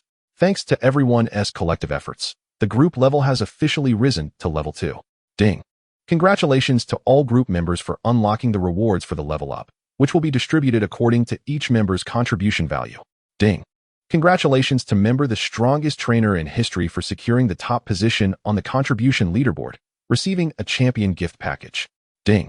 Congratulations to member Groudon for claiming second place on the contribution leaderboard, receiving a runner-up gift package. Ding. Congratulations to member Rayquaza for attaining third place on the contribution leaderboard, receiving a third place gift package. Ding. Congratulations to member Kyogre for securing fourth place on the contribution leaderboard, receiving an elite gift package. Ding. Congratulations to member Mew for earning fifth place on the contribution leaderboard, receiving an outstanding gift package. Ding. Congratulations to member Ho-Oh for achieving sixth place on the contribution leaderboard, receiving a standard gift package. Ding. Congratulations to member Arceus for receiving 7th place on the contribution leaderboard, receiving a comfort gift package. Chapter 53, The Psychic Slate, Arceus Weeps. Every member in the group chat received rewards, but due to the varying contribution rankings, the rewards differed drastically. As the top contributor, Suyun quietly basked in his glory. The strongest trainer in history. Everyone, I graciously accept your congratulations. Once again, I find myself in first place. Despite the envy from the legendary Pokémon, they could not dispute Suyun's honor. After all, he had tirelessly engaged in conversations within the group, elevating its activity level to unprecedented heights. His first place ranking was well-deserved. However, when it came to the second place, some legendary Pokémon were less than pleased. Rayquaza, I have no objections to the strongest trainer in history being first. But how could that flightless Voldemort outrank me and take second place? Kyogre, exactly. That flightless creature must have cheated. I strongly suggest a thorough investigation into the flightless. Groudon, huh? Jealousy. I see through your blatant envy. You are nothing but a bunch of petty clowns. So what if I cannot fly? Do you possess a higher contribution than I? Do you have my rewards? I am the runner-up. One step below the best. Ho-Oh, how infuriating. How could it boast like that? Mew. Though I am reluctant to admit it, I must concede that the flightless one has legitimately earned that second place. After all, who could deny that the trainer brother has relentlessly focused on it? Kyogre. Ha, your words bring me great comfort. Rayquaza, Groudon. It must be tough being mocked for not flying all the time, right? Ho-Oh. No wonder my rank is so low all along. I realized it was because I could fly. Had I not been able to fly like Groudon, I could have easily claimed second or third place. Groudon, you little black sheep. A bunch of little black sheep. Have you had your fill of oil cakes? Are there no branches left? Be careful. I'll issue a warning from the Green Corpse. Arceus, please forgive me for my unkind laughter. For the first time, I truly understand how amusing the flightless joke is. Groudon, what are you barking about, you woolly creature? How dare you mock me when you hold the lowest contribution value? Arceus. Rayquaza. This woolly creature is truly pathetic. It would be better to hand over the throne of the creator to me. Ho-oh, woolly creature, we are indeed kindred spirits. However, I never expected you to rank even lower than I. Ha ha ha, I can't breathe from laughing. Mew, what is happening, little brother? Kyogre, is that so? I thought the creator god was exceptionally powerful. Turns out, he is just a mere loser. Arceus, enough of this. Let us all perish.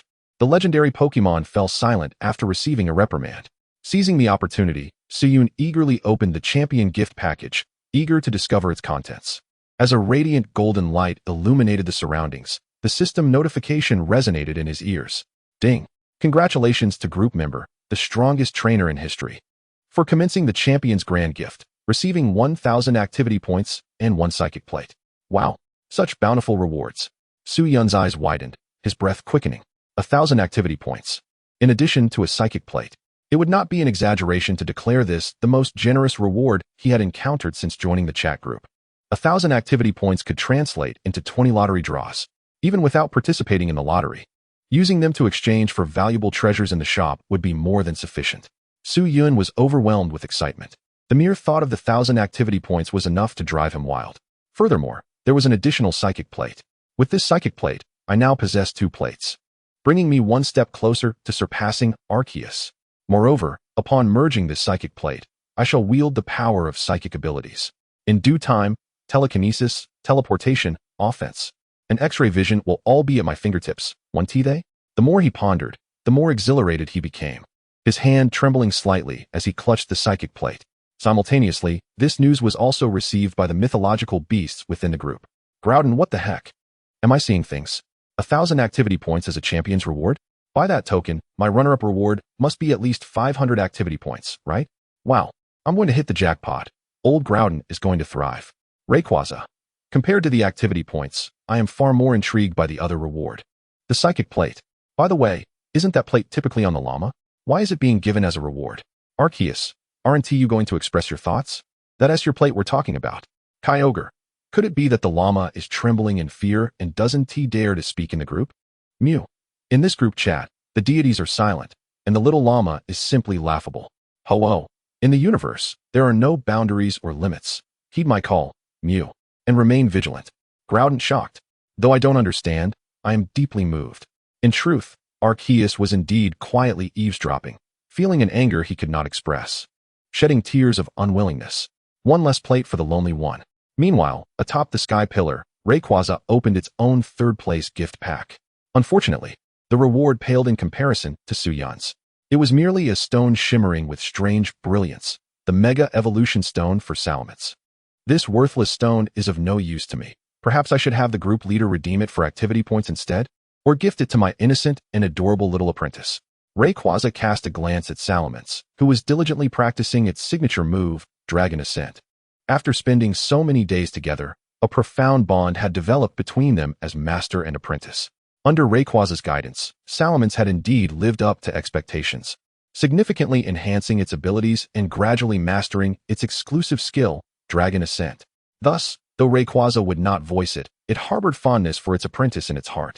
Oh well, activity points can be earned again, but an apprentice like this is irreplaceable. After careful consideration, Rayquaza ultimately chose a different path. Apprentice, come here. I have something wonderful to give you. Chapter 54, New Function. Groudon moves 1 step closer to the dream of flight. While the deities reveled in the joy of their rewards, the system notification chimed once more in the group. Ding! Congratulations to all group members. The group level has successfully increased to LV2, unlocking a new function, Assist Summoning. Assist Summoning. Any member in the chat can summon other members to assist them in battle 3 times a month, with assistance lasting no longer than 24 hours.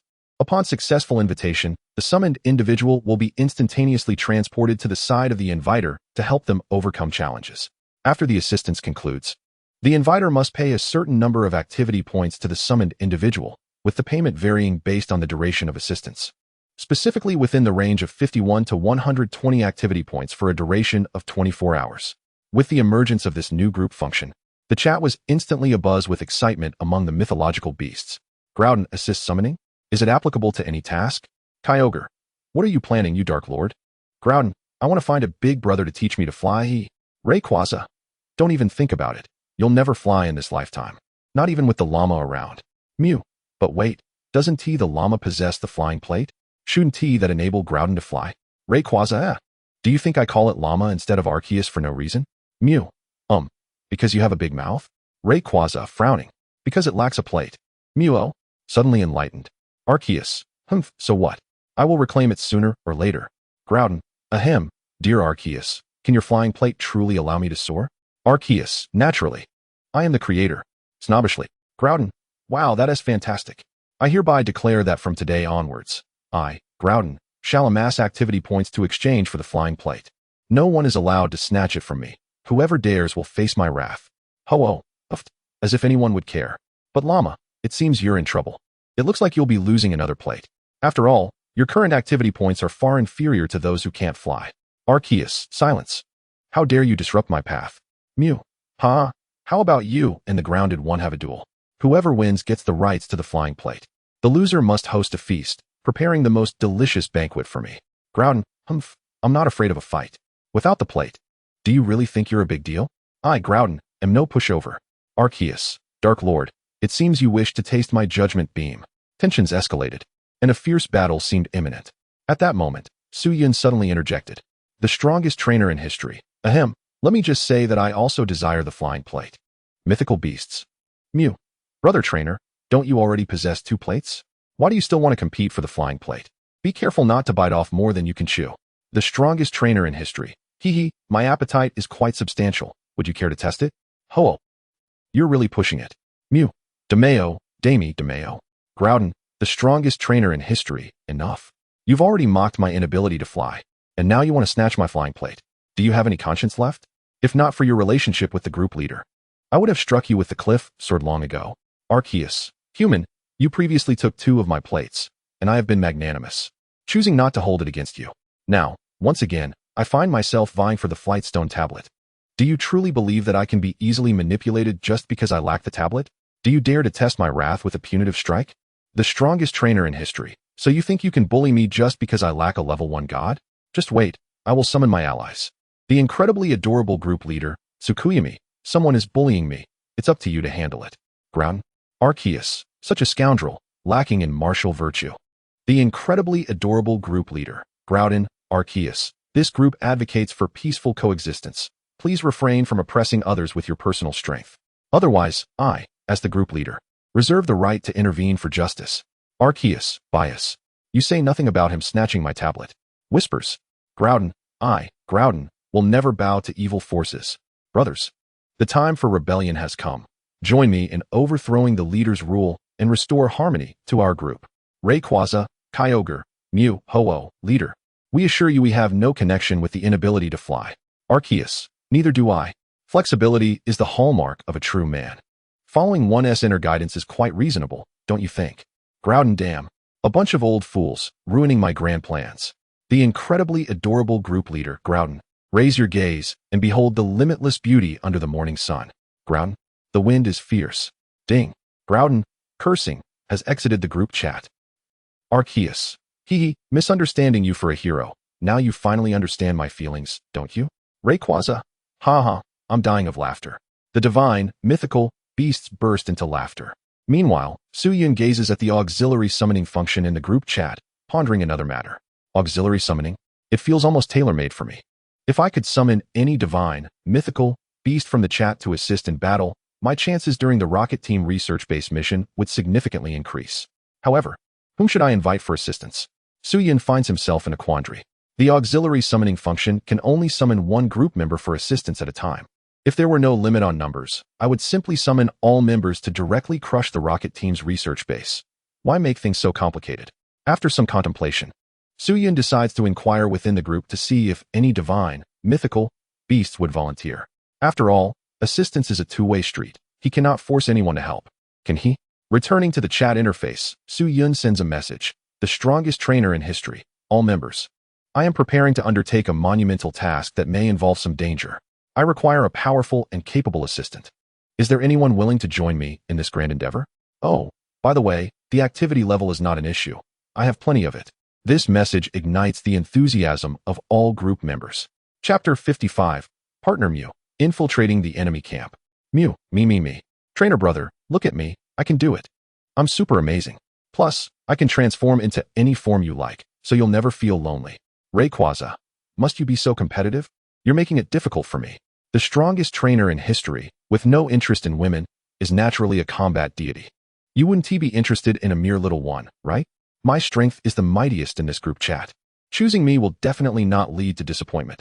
It's a 100 value for money. Ho-oh ahem. The two above are too weak. If I claim second place in support, there's no one who dares to claim first. My divine resurrection power is absolutely unparalleled. Even if it means expelling your waste, I can restore you. So human. It should be clear whom you should choose, right? Arceus. Ahem. Although I lack the tablet, I am still the sovereign of the universe. My strength is still unquestionable. Choose me, and I will definitely not let you down. Kyogre. Damn it, you've said all the good things. What am I supposed to say now? Suyu never expected the divine, mythical beast to be so eager. Is this the charm of activity points? He cannot help but exclaim. The feeling of having activity points is exhilarating. However, with so many options, he finds himself suffering from decision paralysis. Rayquaza seems good, Arceus is acceptable, and Ho-Oh is not without merit. Perhaps I should choose Mew. After careful consideration, he finally makes up his mind. Whether or not Mew can transform is irrelevant. What matters is her petite stature, which makes her easy to hide beside him without detection. This is precisely the effect he desires. As for Rayquaza and the others, while their strength is impressive, they are evidently not as convenient to use as Mew. After all, who could refuse a little sister who affectionately calls him brother? The strongest trainer in history. Mew, you're the one. Upon seeing her name called, Mew is overjoyed. Mew, yay. Trainer brother, you're the best. I, Mew, will wholeheartedly serve you. Meanwhile, the divine, mythical beasts who were not chosen lament and express their frustration. Rayquaza, I knew it. Human trainers are all lecherous. You forsake my powerful presence for the sake of Mew's form. Despicable. Such a mere child is unworthy of collaboration. Ho-oh, how infuriating. Is my little Mew going to transform into the form of the strongest trainer in history? I'm so unwilling. Strongest trainer in history. Can you call my name next time? I wish to feel involved, tears streaming down. The strongest trainer in history. Hey, Spearow, can you be serious? He never expected Ho-Oh to be so desperate. Ignoring the vulgarities of the divine, mythical beasts in the group, Su-Yun preemptively pays 100 activity points, successfully activating the auxiliary summoning function. Immediately, a beam of white light descends from the sky. Meow, accompanied by a soft and adorable cry. A pink little sprite appears before Su-Yun, the ancestor of all tricksters. Mew, Mew. Mew, appearing so openly before a human for the first time, is visibly excited, circling around Su-Yun incessantly. Su-Yun is both amused and exasperated. Enough already. If you keep spinning, I'll get dizzy. Meow. Mew finally comes to a halt. Trainer brother, you're so handsome. At that moment, Mew suddenly praises Su-Yun, leaving him astonished. You can speak human language? Indeed. Mew was not communicating telepathically, but was genuinely conversing in human language. Mew innocently nods. Yes, a little kitten taught me. She's amazing and knows everything. A little kitten? Su-Yun murmurs. Could it be Meowth from Team Rocket?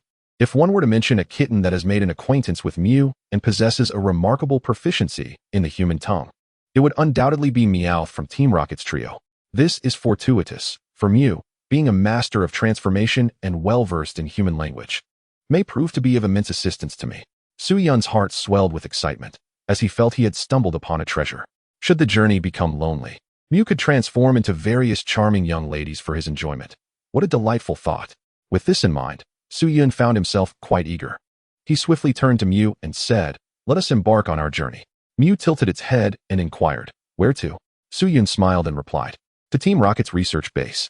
Meanwhile, on the other side, Yulongdu and his companions were also geared up and ready to set off.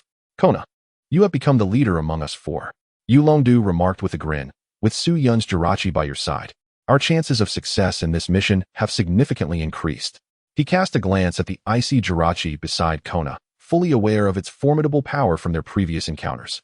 Now that Su-Yun had entrusted Jirachi to Kona, their safety was undeniably assured.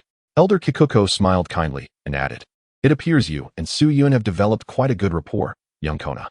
For someone who treasures Pokemon like jewels, his willingness to allow such a powerful creature to remain by your side speaks volumes of his affections for you."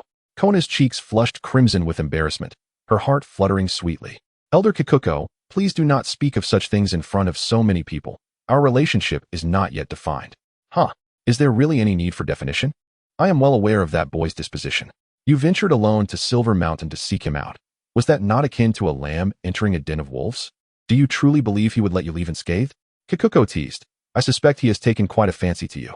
Kona lowered her head, her face burning, and dared not respond, fearing that their secret would soon be laid bare. Fortunately, Kikuko shifted the conversation, asking, Edu, have there been any recent developments from Team Rocket? Yulongdu shook his head, not at the moment. However, according to Professor Oak's calculations, their plans have likely reached a critical juncture. It is time for us to take action. Indeed, Kikuko nodded in agreement. In that case, let us depart swiftly to avoid unnecessary complications. Chapter 56, The Other Side of Mew, Master of Stealth. In the Kanto Sea, on a little-known island, Su Yun and Mew materialized out of thin air. Surveying the overgrown and desolate thicket surrounding them, Su Yun cast a bemused glance at Mew. I asked you to find a secluded spot, not to bring me to this forsaken wilderness. How are we to execute our mission here? Not only is infiltrating Team Rocket's research base a challenge, but locating their headquarters seems nearly impossible. In an effort to better infiltrate the research base, Su Yun had specifically requested Mew to teleport him to a hidden location on the island. However, he had not anticipated that Mew would misunderstand his intentions. Mew pouted, clearly displeased. Why are you being so harsh? I am merely following your instructions. Is this place not secluded enough? Su Yun found himself momentarily speechless. My apologies. I presumed you were a wise sage, yet it seems you are more akin to a naive fledgling. Mew blinked in confusion. What is a fledgling? Can it be eaten? Su Yun replied, Eat, eat, eat. All you ever think about is food. Do you truly believe I would offer you a sausage right now? Mew scoffed. So what if I can't eat it? Why be so fierce? I merely wish for some delicious treats. What ill intent could there possibly be? Suddenly, amidst their playful banter, rustling noises emerged from the thicket. Instinctively, Su Yun covered Mew's mouth, signaling it to remain silent, while his gaze fixed intently ahead. Ike, why have you brought me here? If Dr. Xia discovers we have left our posts, we will surely face reprimand. Heh, in this desolate wilderness, what could a solitary man and woman possibly do? Naturally, they would engage in activities meant for two. Alan, this feels inappropriate. What if someone arrives? Who would come to such a forsaken place? Alan dismissed her concerns. After days of relentless research, I am on the verge of bursting. This rare opportunity for excitement cannot be squandered. Don't be so impatient. I am not prepared yet. Indeed, but my little buddy cannot wait any longer. Hiding in the underbrush, Su Yun observed the scene unfolding before him. A man and a woman hastily shedding their garments in the clearing. His expression turned peculiar. What incredible luck I possess. Encountering such a situation, judging by their attire, they appeared to be researchers, and if his assumptions were correct, Dr. Xiao they mentioned must be none other than Team Rocket's chief scientist, Dr. Xiaobo. If he could impersonate these two, infiltrating the research base would become considerably easier. Excitement danced in Su Yun's eyes, not for the unfolding spectacle, but for the plan he had just conceived. At that moment, Mew, with its wide, curious eyes, peered at the couple and whispered to Su Yun, Trainer brother, what are those two doing? Why are they taking off their clothes? Clearing his throat to mask his embarrassment, Su Yun quickly covered Mew's eyes. Do not look. This is not suitable for children. Mew pouted. If you prevent me from seeing, that is rather embarrassing. Humph. I want to see. I am not a child. Seeing this, Su Yun decided not to intervene further. One can never truly deter a curious spirit. Pokemon are no exception. He turned to Mew and asked, Can you perform a surprise attack? Mew hesitated for a moment. Then its eyes sparkled with excitement, its tail perking up. How did you know I could ambush? Su Yun responded with a raised brow. I had no idea that such a seemingly innocent creature possessed a cunning side. Then this should be simple. Su Yun's gaze sharpened with mischief, a smirk playing on his lips. Mew, I have a task for you. What task? Do you see those two individuals ahead? While they are distracted, incapacitate them, and be sure to strike hard enough that they remain unconscious for an extended period. Mew beamed with delight. When it comes to ambushing, I am unrivaled. The title of Master of Stealth is not bestowed lightly. Leave it to me. Mew made an okay gesture towards Su Yun, wielding a spiked club forged from concentrated psychic energy, and charged forth, observing the lengthy and robust weapon in Mew's grasp. Even Su Yun couldn't suppress a gasp of astonishment. With such a blow, even Arceus would likely be rendered unconscious. It seemed prudent for me to tread carefully in the future, lest I provoke it and find myself at a loss for how I was subdued. At that moment, Su-yun's perception of Mew ascended to a new pinnacle. In a blink, Mew silently appeared behind the man. The woman, facing away, remained oblivious to Mew's presence. Just as the man's eyes blazed with fury, ready to take action, Mew suddenly smirked mischievously, raising the club to strike the back of the man's head. Hee hee. Here comes the little flying stick. With a resounding thud, the man collapsed, unconscious on the ground. What's wrong? The woman seemed to sense something amiss and turned just in time to see the hefty club hurtling towards her. With another thud, she too fell, rendered insensible. Mew, satisfied with the incapacitated duo, tucked away the club and waved towards Su-yun, who was concealed in the shadows. Trainer brother, come out. I've taken care of them. Seeing the pair motionless, Su-yun emerged slowly from the underbrush. Well done, as expected from you, Mew. Mew proudly tilted its head, basking in the praise. Trainer brother, what shall we do next? With a mysterious smile, Su-yun replied, we will strip them of their clothing and disguise ourselves as them to infiltrate Team Rocket's research base. He then added, oh, by the way, since you can transform, you can also take on the form of a human woman, correct? Mew nodded in affirmation, no problem. But what about you, trainer brother? Do you know how to change your appearance as well? Su-yun shook his head, I do not. But there are items in the chat group's marketplace that can assist me. Chapter 57, Disguise, a live broadcast deep into the Tiger's Denver. Su-yun accessed the group chat's marketplace and found what he required. Item, shape-shifting cloak. Price, 300. Description, a cloak crafted from the cells of Ditto, possessing the miraculous ability to transform the wearer's appearance into that of any living being. This was a product he had discovered during a moment of boredom, and its peculiar effects had made a lasting impression on him. Now, it proved fortuitously useful. 300 points were but a trifling sum for Su-yun, a wealthy individual. With a grand gesture, he purchased the shape-shifting cloak with confidence. Donning the cloak, he concentrated and transformed into the likeness of the fallen man. He then dressed in the man's clothes, executing a flawless switch. Mew, witnessing this transformation, gazed in awe. Wow, trainer brother, you're amazing. I want to try too. With playful enthusiasm, Mew employed its transformation ability and became the woman on the ground. However, as it had not donned any clothing, its bare form was laid bare before Su-yun, leaving him speechless and slightly flustered. Ahem, don't just stand there. Hurry and put on the woman's clothes. Su-yun gently urged, trying to be subtle. Mew, however, posed a question that left him momentarily speechless. How do I wear them? I don't know how. With no other choice, Su-yun reluctantly assisted Mew in getting dressed, thus averting an awkward situation between them. After completing these tasks, Su-yun inquired, can you extract memories?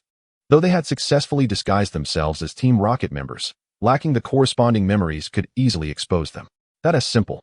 Anyone with a modicum of psychic ability can do it, Mew replied confidently. Su-yun felt a wave of frustration. You're quite the conversationalist, aren't you? He had recently merged with a psychic tablet and considered himself knowledgeable about psychic abilities, yet he could not perform the memory extraction you had mentioned. Fortunately, with Mew's assistance, he felt reassured. Mew placed its small hands on the heads of the man and woman, closing its eyes as it silently delved into their memories. This process concluded swiftly, and Mew transmitted the retrieved memories to Su-yun. After digesting the information, Su-yun learned the identities of the two individuals. They were both researchers at Team Rocket's base. The man was named Chin-che, and the woman was Chun-lan. They were not only cousins, but also in a romantic relationship, working as key assistants under Liu Bo at the research base. Their responsibilities encompassed the core secrets of Team Rocket. The so-called God-making plan, as the name suggests, aimed to create not just one, but a batch of the strongest artificial Pokemon capable of conquering the world. Their genetic blueprint was derived from none other than Mew's own DNA, reputed to possess the genes of every Pokemon in existence. Years ago, a Team Rocket expedition discovered a fossil of Mew's eyelash in an abandoned cave, marking the inception of the God-making plan. Regrettably, countless attempts had resulted in failure, and they had not succeeded in creating the ultimate artificial Pokemon. Recently, however, an executive named Apollo returned with a crystal that provided a significant breakthrough, allowing them to successfully create an artificial Pokemon with normal life signs, which they named Mewtwo, signifying a being that surpasses Mew. If he was not mistaken, the crystal Apollo had brought back was likely the origin of the world. He never anticipated it would become the key to creating Mewtwo. Su-yun couldn't help but recall the system's description of the origin of the world, an ancient source stone containing the primal power of existence, embodying the genetic energy of all matter, the fountain from which all things arise. With the combination of the origin of the world and Mew's genes, how formidable would Mewtwo become? He surmised it would likely exceed his previous understanding of Mutwo. After all, in his perception, Team Rocket had only succeeded in creating Mutwo using Mew's genes without the so-called origin of the world. Fortunately, I brought Mew along. Otherwise, I might have genuinely fallen into their trap. Su Yun sighed in relief, grateful for his caution. According to the duo's memories, Mutwo had been successfully created but was not yet fully perfected and remained in a dormant state. Perhaps this would present an opportunity for him. As Su Yun contemplated his plans, an unexpected message appeared in the chat group. Ho-Oh, the strongest trainer in history, what clandestine activities are you and Mew up to? Care to livestream it for us to see? Groudon, I wholeheartedly agree. Kyogre, me too. Su Yun pondered for a moment and concluded that hosting a live stream would not only earn him activity points, but also enhance the group's vibrancy. Thus he decided against declining the offer.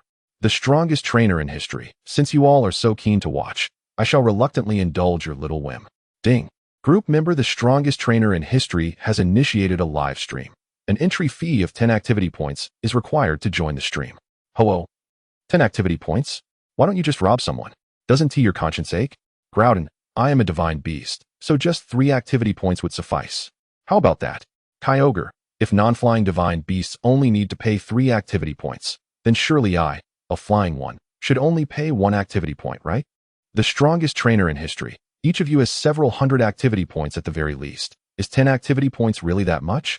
Divine beasts ought to maintain their prestige. If I set the activity points too low, wouldn't that diminish your status? Rayquaza? That makes sense. For that reason, I shall pay. Kyogre, since the cater pie has paid, I shall pay as well. Groudon, same here. Arceus, ahem, as a mythical beast, could you perhaps lower the fee? The strongest trainer in history, surely not. The esteemed creator deity cannot afford even 10 activity points? Arceus, silence. Are you looking down on me? A mere 10 activity points is trivial for me to obtain. Ding. Welcome group member Arceus to the live stream. Witnessing this scene, Su Yun couldn't help but chuckle. The phrase desperate to save face seemed to perfectly describe the situation. With Arceus leading the way, the other divine beasts soon joined the live stream. Upon seeing Su Yun and Mew on the other side of the stream, they were all left dumbfounded. Groudon, who are these two? Ho-Oh, what the heck? Black Stockings. Chapter 58. Resonance with Mutwo. Rayquaza, you two little thieves, quickly tell us where you've hidden the elusive one and the strongest trainer in history. Kyogre, wow. I mistook you for a hero. I believe my origin waves can pry open your mouths. The divine and mythical beast shouted furiously, leaving Su Yun utterly speechless. The strongest trainer in history. Isn't there a possibility that we are indeed the strongest trainer in history, and Mew? Groudon, impossible, absolutely impossible. No one understands the strongest trainer in history and Mew better than I do. Rayquaza, huh? Just because you claim to be the strongest trainer doesn't make it so. Pay me 50 activity points to prove your strength, and then I might believe you. Kyogre, I'm not greedy, I only want 30. Ho-Oh, then I want 20. Arceus, ahem, I would be satisfied with just 10 activity points. The strongest trainer in history. Su Yun quickly discerned that Rayquaza and the others were conspiring to swindle his activity points. Thus, he dropped the pretense and revealed his true identity to the divine, mythical beasts. When they finally saw his true form, their jaws dropped in shock. Groudon even let out a curse. Groudon, what the hell? Why can one human comprehend the way of transformation while I still can't fly? The strongest trainer in history. Actually, I'm using the shape-shifting cloak from the group chat shop. I don't understand the way of transformation myself. Groudon, huh? I knew it. How could a mere human possibly grasp the way of transformation? Kyogre, what are you so happy about not being able to fly? Regardless of whether the strongest trainer in history understands the way of transformation, you still can't fly. Groudon, damn it. This beastly life truly makes me not want to linger for even a second longer. Just as Groudon was sulking alone, questioning the meaning of its existence, Ho-Oh suddenly spoke up, astonishing everyone. Ho-Oh, so, strongest trainer in history. Does that mean the Black Stockings beauty beside you is truly Mew transformed? Wow, unexpectedly quite beautiful. By the way, could you send me a close-up photo of Mew in Black Stockings? I shall bestow upon you supreme glory. The strongest trainer in history. You shameless old bird. Can't you have some decency? Mew. Old toucan, you absolutely must not be lewd towards me. I'm still just a child. Ho-Oh. Oh-ho. If you say that, then I am even more excited. Lewd, lewd, lewd. Well then, a lewd soul, a lewd spirit. Lewdness above all else. Ho-Oh has truly gone down the path of lewdness without return. Su Yun decided not to engage further with Ho-Oh, and instead moved Team Rocket's 2 members aside, using his psychic abilities to plunge them into a deep slumber. He then sought a concealed spot to hide them away, lest they be discovered by the rest of Team Rocket. Witnessing the entire process, Ho-Oh immediately began to shout in the group chat. Ho-Oh, why the censorship? Do you look down on me? Speak up. I demand that you remove the mosaic at once. I want to appreciate this worldly masterpiece. Groudon, how could a big toucan like you fancy human women? I truly don't understand what is so good about them. Isn't the Fire Lizard King much better? Kyogre, I must disagree.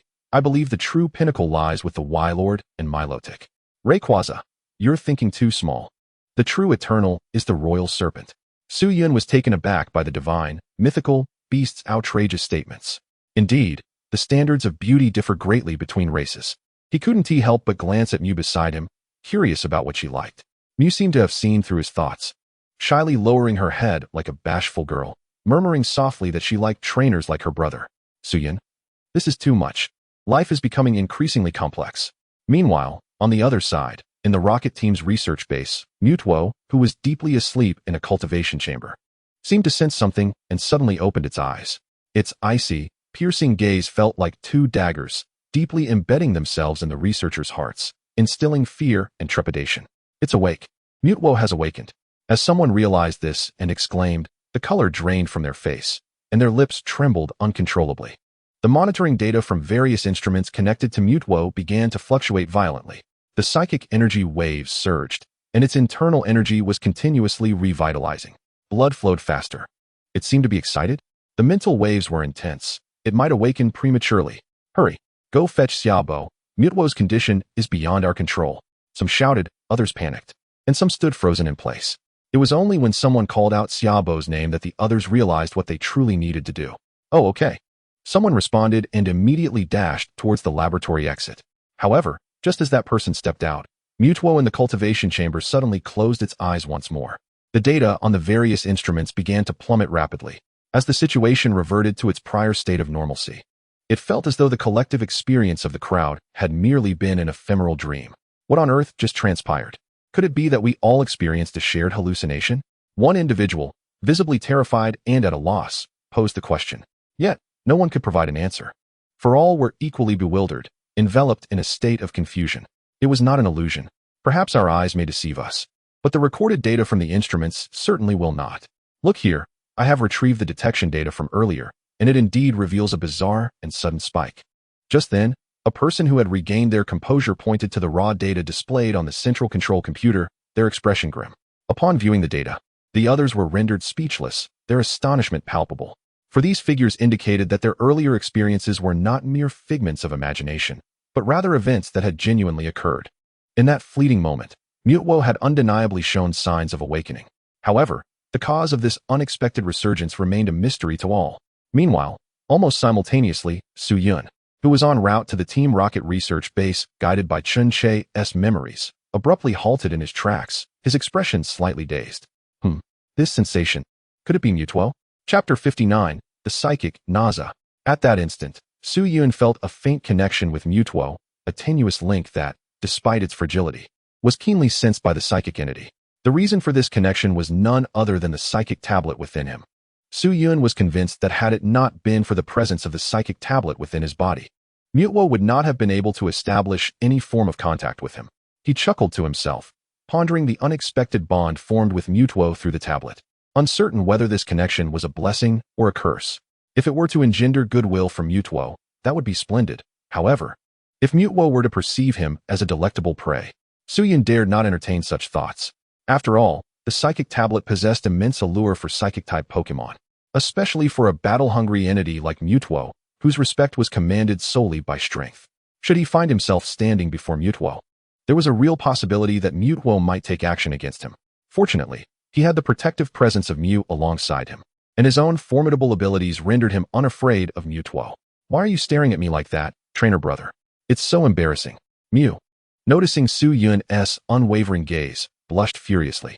Su-Yun, bemused, gently tapped Mew's small head and feigned seriousness.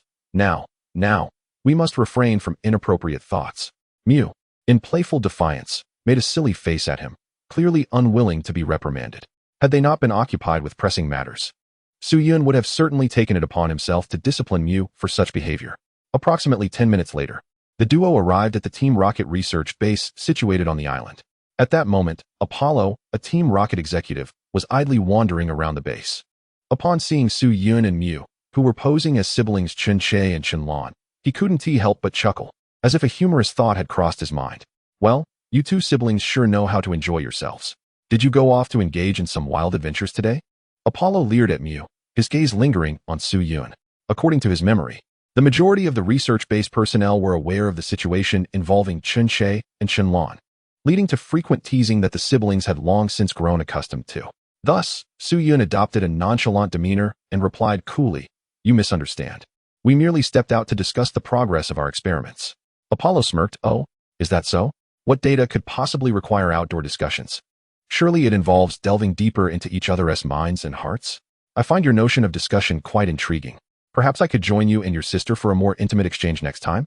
Apollo's unabashed scrutiny of Mew's figure was laden with lewdness, making even the innocent Mew feel uncomfortable. Mew communicated telepathically, "Trainer brother, that person is truly detestable. May I strike him with a surprise attack?" Su Yun restrained Mew, signaling for caution. Should Mew act impulsively, their identities would be compromised. Maintaining his composure, Su Yun retorted, "You needn't concern yourself with the data. Just focus on your task outside." According to Chen-Che's memories, Su Yun understood that Apollo's primary role was to carry out various missions assigned from above. So calling him a mere errand boy was not entirely unjustified. That remark struck a nerve with Apollo, causing his expression to darken. Just as he was about to retaliate against Su Yun, a researcher clad in a white lab coat rushed out, his face lighting up with joy upon seeing Su Yun. "Assistant Chen, Dr. Xia is looking for both of you. Please follow me at once." The researcher spoke hurriedly, as if a significant incident had occurred. Su Yun nodded, disregarding Apollo, and followed the researcher without another word.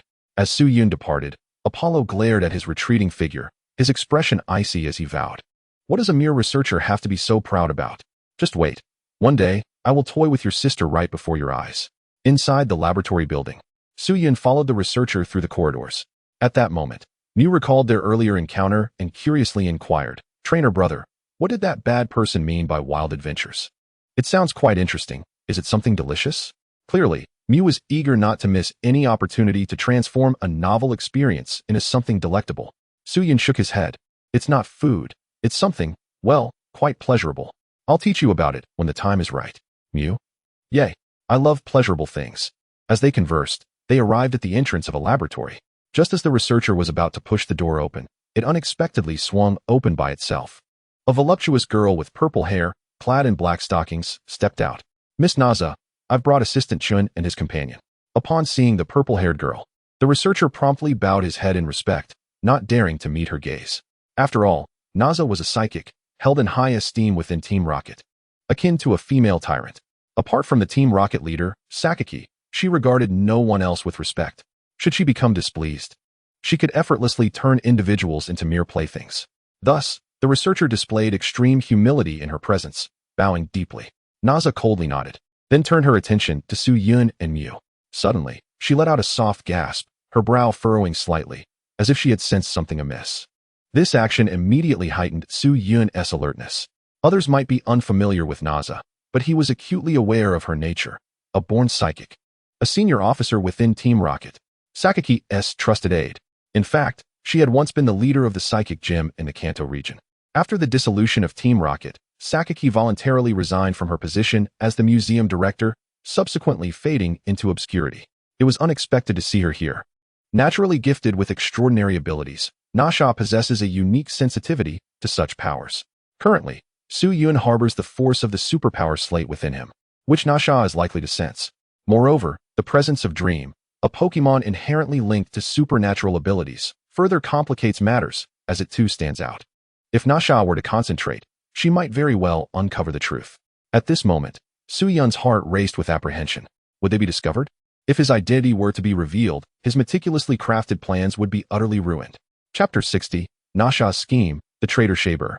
Nasha's gaze flickered between Su Yun and Dream, instantly thickening the atmosphere with tension. Even the unfortunate researchers stood silent, drenched in sweat, overwhelmed by Nasha's intangible yet potent aura, afraid to move. Su Yun endeavored to maintain his composure, striving to reveal no weaknesses.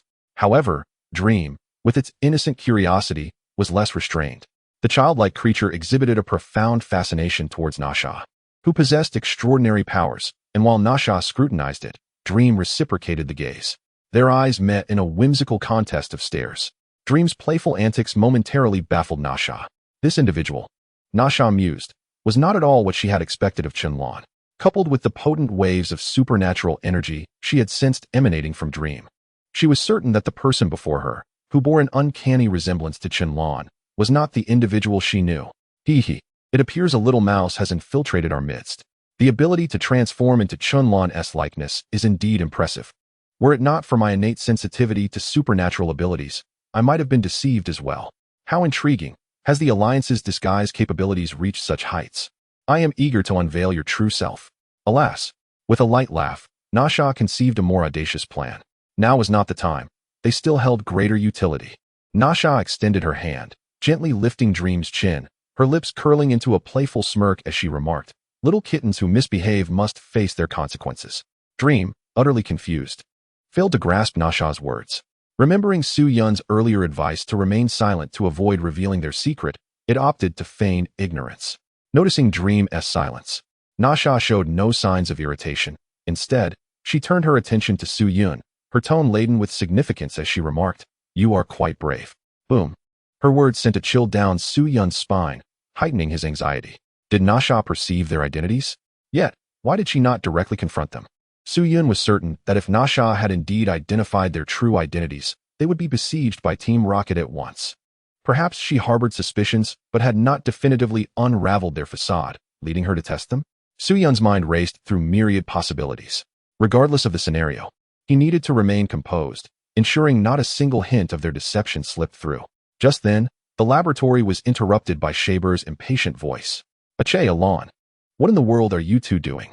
Hurry up and come here." Moments later, a white-bearded elder with an imposing presence stormed out of the laboratory. He was none other than Shaber, the chief scientist of Team Rocket and the mastermind behind the God creation plan. Upon observing the tense atmosphere between Nasha and Su Yun, Shaber's expression shifted. Taking a deep breath, he regarded Nasha with a grave demeanor, inquiring, "Miss Nasha, have Ache and his companions caused any trouble? If they have offended you in any way, I will personally apologize." Nasha shook her head, her tone devoid of emotion. "No, I was merely overthinking." With that, she offered no further explanation and walked away from Su Yun, leaving Shaber bewildered. Undeterred, he summoned Su Yun and Dream into the laboratory. Seated at a desk, Shaber sipped his coffee, adopting a stern demeanor as he scrutinized the two. "Speak. What were you two doing outside instead of staying in the lab?" Just as Su Yun prepared to respond, Dream interjected, "Playing in the wild." Uffed. The unexpected reply nearly caused Shaber to choke, coffee spewing forth. Su Yun shot Dream a fierce glare, urging it to silence. He then awkwardly turned to Shaber, offering a sheepish explanation. "Actually, we were, however." Shaber interrupted with a dismissive wave, seemingly uninterested in explanations.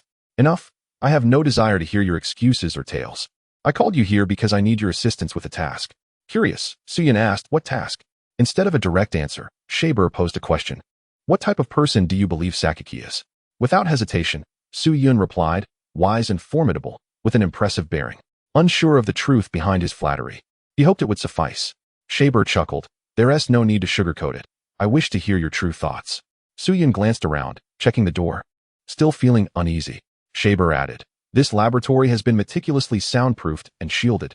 Even someone with Nasha's powers standing outside cannot hear or see what transpires within."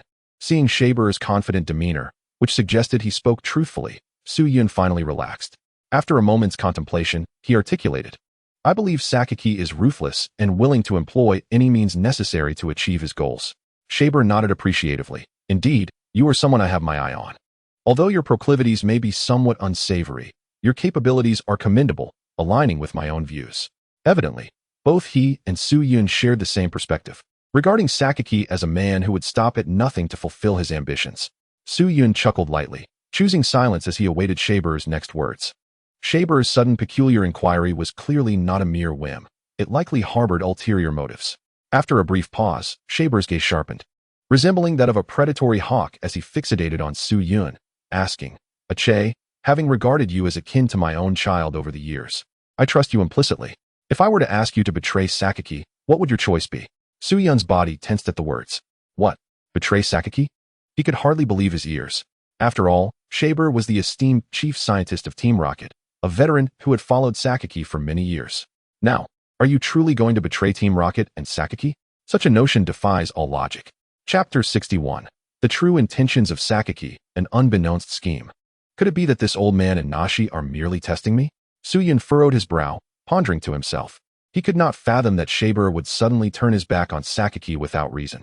Taking a deep breath, Suyun forced a smile and feigned nonchalance as he asked, "Doctor, surely you jest?"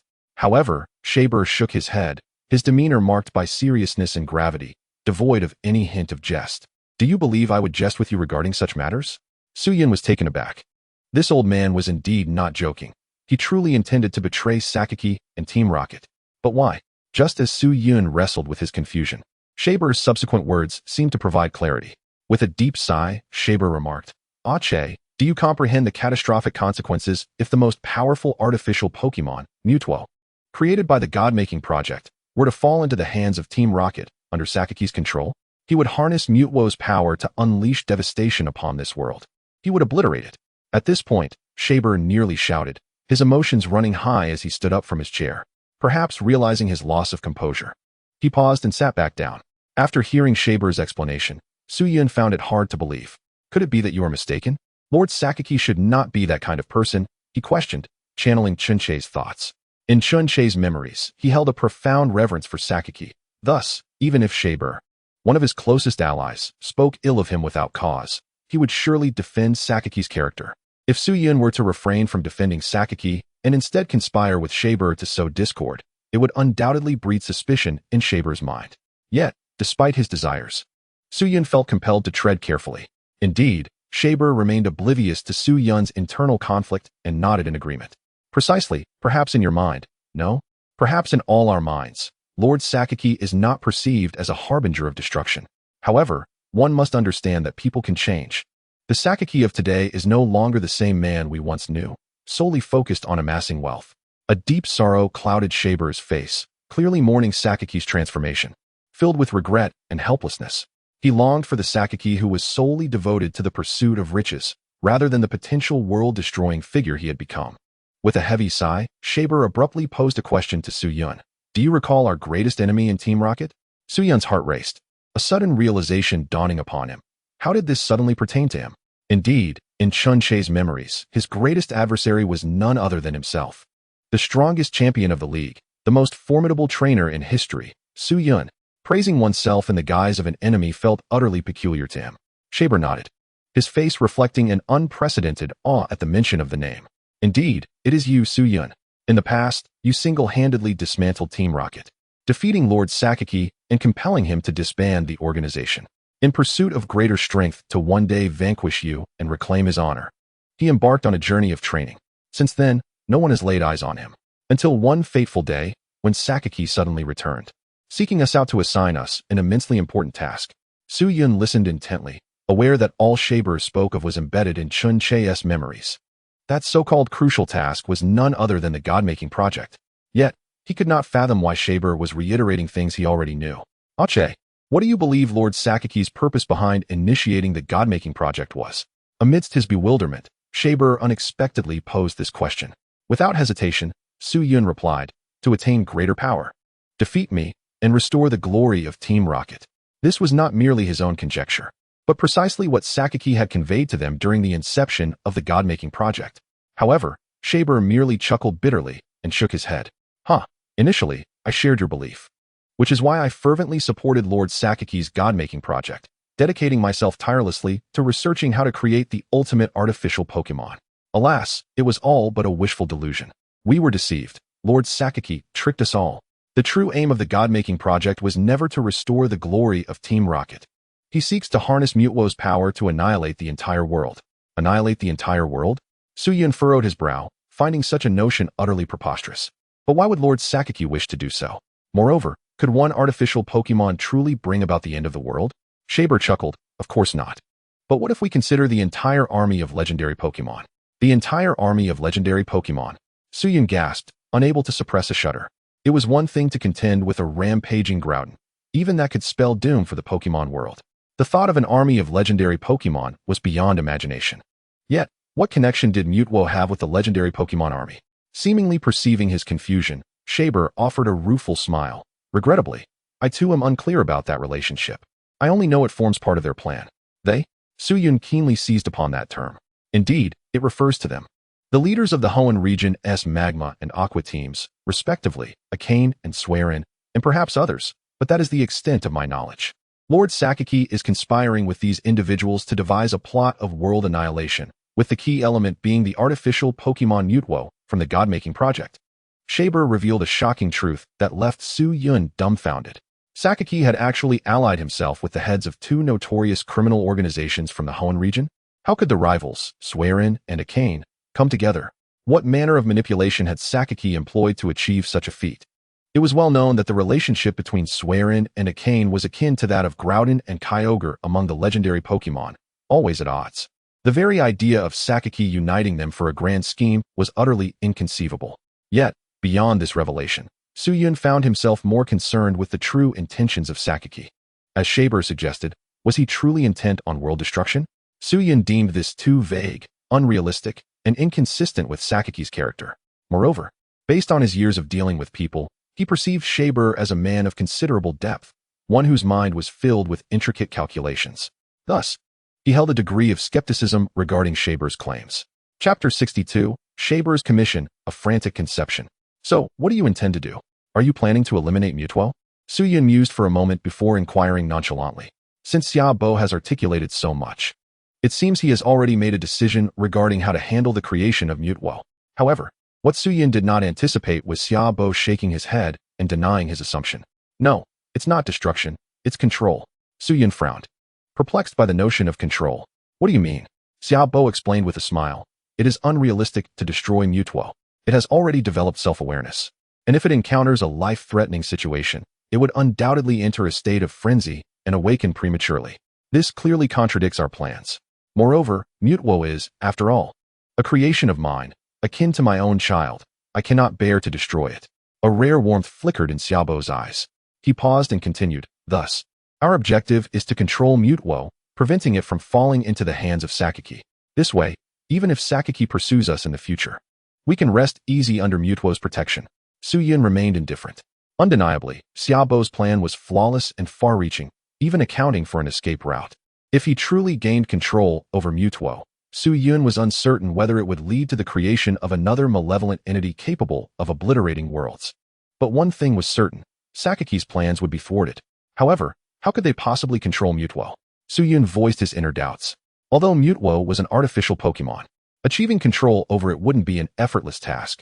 Xiaobo replied with a confident smile. Oh, it's quite simple. All that is required is to inject my genetic material into Mutwo.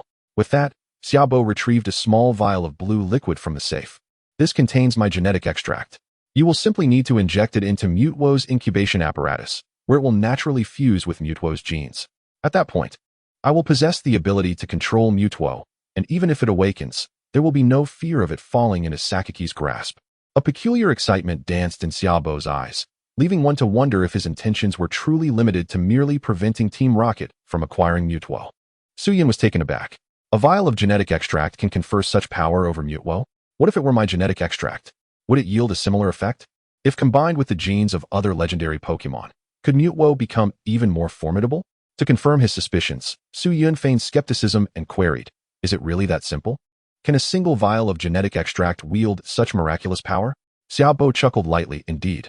Do not forget, Mutwo is inherently a product of Mew's genetic extraction. As long as we inject genetic material before its complete emergence, the infused genes will become part of its being, enhancing its abilities in certain respects. Although my genes may not amplify Mutwo's strength, they can create a special resonance, leading it to perceive me as akin. Coupled with the control device I have meticulously designed, controlling Mutwo will be a breeze. A flicker of disappointment crossed Suyun's face. Indeed, Xiaobo was not as simple as he had initially thought. The genetic extract would merely foster a sense of affinity between Mutwo and Xiaobo. To genuinely control Mutwo, it appeared he would still require the control device Xiaobo had mentioned. However, from Xiaobo's words, he keenly detected another point. If the genetic extract were sufficiently potent, it might enhance Mutwo's capabilities. This notion ignited a wild idea within him. What if Arceus's genes were also injected? Would the resulting Mutuo not be even more powerful? It is well known that Arceus, as the sovereign of the universe and the god of creation, possesses genes that are more ancient and powerful than those of Mew. Mutuo, being based on Mew's genetic structure, might become an entity surpassing both Mew and Arceus if infused with Arceus's genes. This thought exhilarated Su Yun.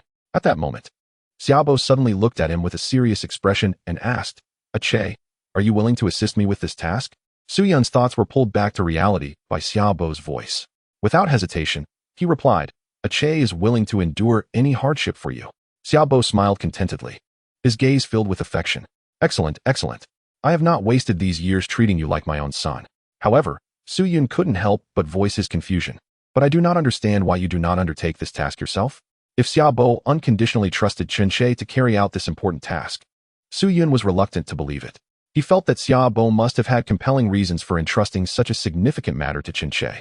Indeed, Xiaobo's subsequent words confirmed his suspicions. Haha, if it were possible, I would naturally handle it myself. But unfortunately, Sakaki has begun to harbor suspicions about me. Do you recall the woman who just left, Naji? She was sent by Sakaki to monitor me. While I am not afraid of Naji's surveillance when I remain in this laboratory, once I step outside, her psychic abilities are beyond my capacity to evade. Therefore, I require your assistance in this matter. At this point, Xiaobo paused, his gaze growing intense as he fixed it upon Su Yun. "Ache, I believe you will successfully complete this task, correct?" Su Yun nodded resolutely. "I will." It was then that he finally comprehended why Naji, despite seemingly recognizing him and Mew's identities, had chosen not to expose them. It seemed she intended to use them to test Xiaobo. However, he would not allow Naji to have her way, nor would he permit Xiaobo to succeed. Ha ha ha, splendid. Now go forth. Mutuo has encountered some issues and may awaken prematurely. Our time is limited. Xiaobo patted Su Yun's shoulder, speaking earnestly. Su Yun was taken aback. Mutuo had encountered an incident? He was unaware of any such information in Chen-Che's memories. However, Xiaobo clearly did not wish to elaborate, insisting that Su Yun act quickly. Reluctantly, Su Yun suppressed his curiosity and departed the laboratory with Mew. Chapter 63. Catching Turtles in a Jar. Who is the real turtle? Once outside the laboratory, Mew, who had been silent until now, could no longer contain itself and eagerly asked, "Trainer brother, are we truly going to inject Xiaobo's genes into Mutuo?" Having accessed Chen-Che and Chunlan's memories, Mew was well aware of the creation of Mutuo and the plans surrounding it. Naturally, it was filled with curiosity and interest regarding this artificial Pokemon crafted from its genetic essence. Of course not. Rather than allowing Xiaobo to control Mutuo, I would prefer to be its master, Su Yun retorted with a cold smile. He intended to execute a cunning ruse, substituting Xiaobo's genetic extract with his own, preferably augmented with Arceus's genes, before injecting it into Mutuo. This way, not only could he forge a more powerful Mutuo, but he would also establish a connection with it, facilitating its eventual subjugation. Upon learning of Su Yun's plan, Mew became quite exhilarated, its large eyes sparkling with excitement. "Wow! Trainer brother, you are so mischievous!" it exclaimed. Clearly, for this instigator of chaos, nothing was more entertaining than causing a ruckus. "Hee, Mr. Chen-Che, Miss Chunlan, how I have long awaited your arrival." Just as Su Yun and Mew turned the corner of the corridor, a slender figure emerged from the shadows, leaning against the wall, gazing at the duo with a mocking expression. It was the high-ranking officer of Team Rocket, Naza. Upon encountering Naza, Su Yun felt no surprise. He had already deduced that once he and Mew exited the laboratory, she would inevitably seek them out, especially after realizing she had deliberately chosen not to expose their identities. "Miss Naza, to what do we owe the pleasure of your company?" Although he was fully aware of her intentions, Su Yun feigned ignorance. Naza let out a disdainful laugh, skipping the pleasantries and getting straight to the point. "If you wish for your identities to remain concealed from others, follow me." With that, she awaited their response before turning down one of the corridors. Mew, realizing the gravity of the situation, suddenly became anxious, gripping Su Yun's arm in a flurry of panic. "What should we do? Mew's been discovered." Su Yun shot at an exasperated look. "You just now realized we've been found." Mew innocently tilted its head, perplexed. "Oh, have we been discovered for a long time?" Su Yun sighed. Indeed, despite being one of the oldest beings, Mew's simplicity rendered it somewhat naive, akin to a bewildered fawn. "Let's follow her and see what unfolds." He grasped Mew's hand and trailed behind Naza. His plan had yet to come to fruition, and it wasn't the right time to clash with her. Moreover, he was curious about Naza's ulterior motives. Before long, the trio traversed a lengthy corridor, eventually arriving at an abandoned warehouse. Upon entering, Naza swiftly locked the door behind them and regarded Su Yun and Mew with a sly smile. Su Yun mirrored her playful demeanor, internally scoffing at her reckless decision to sever her escape route.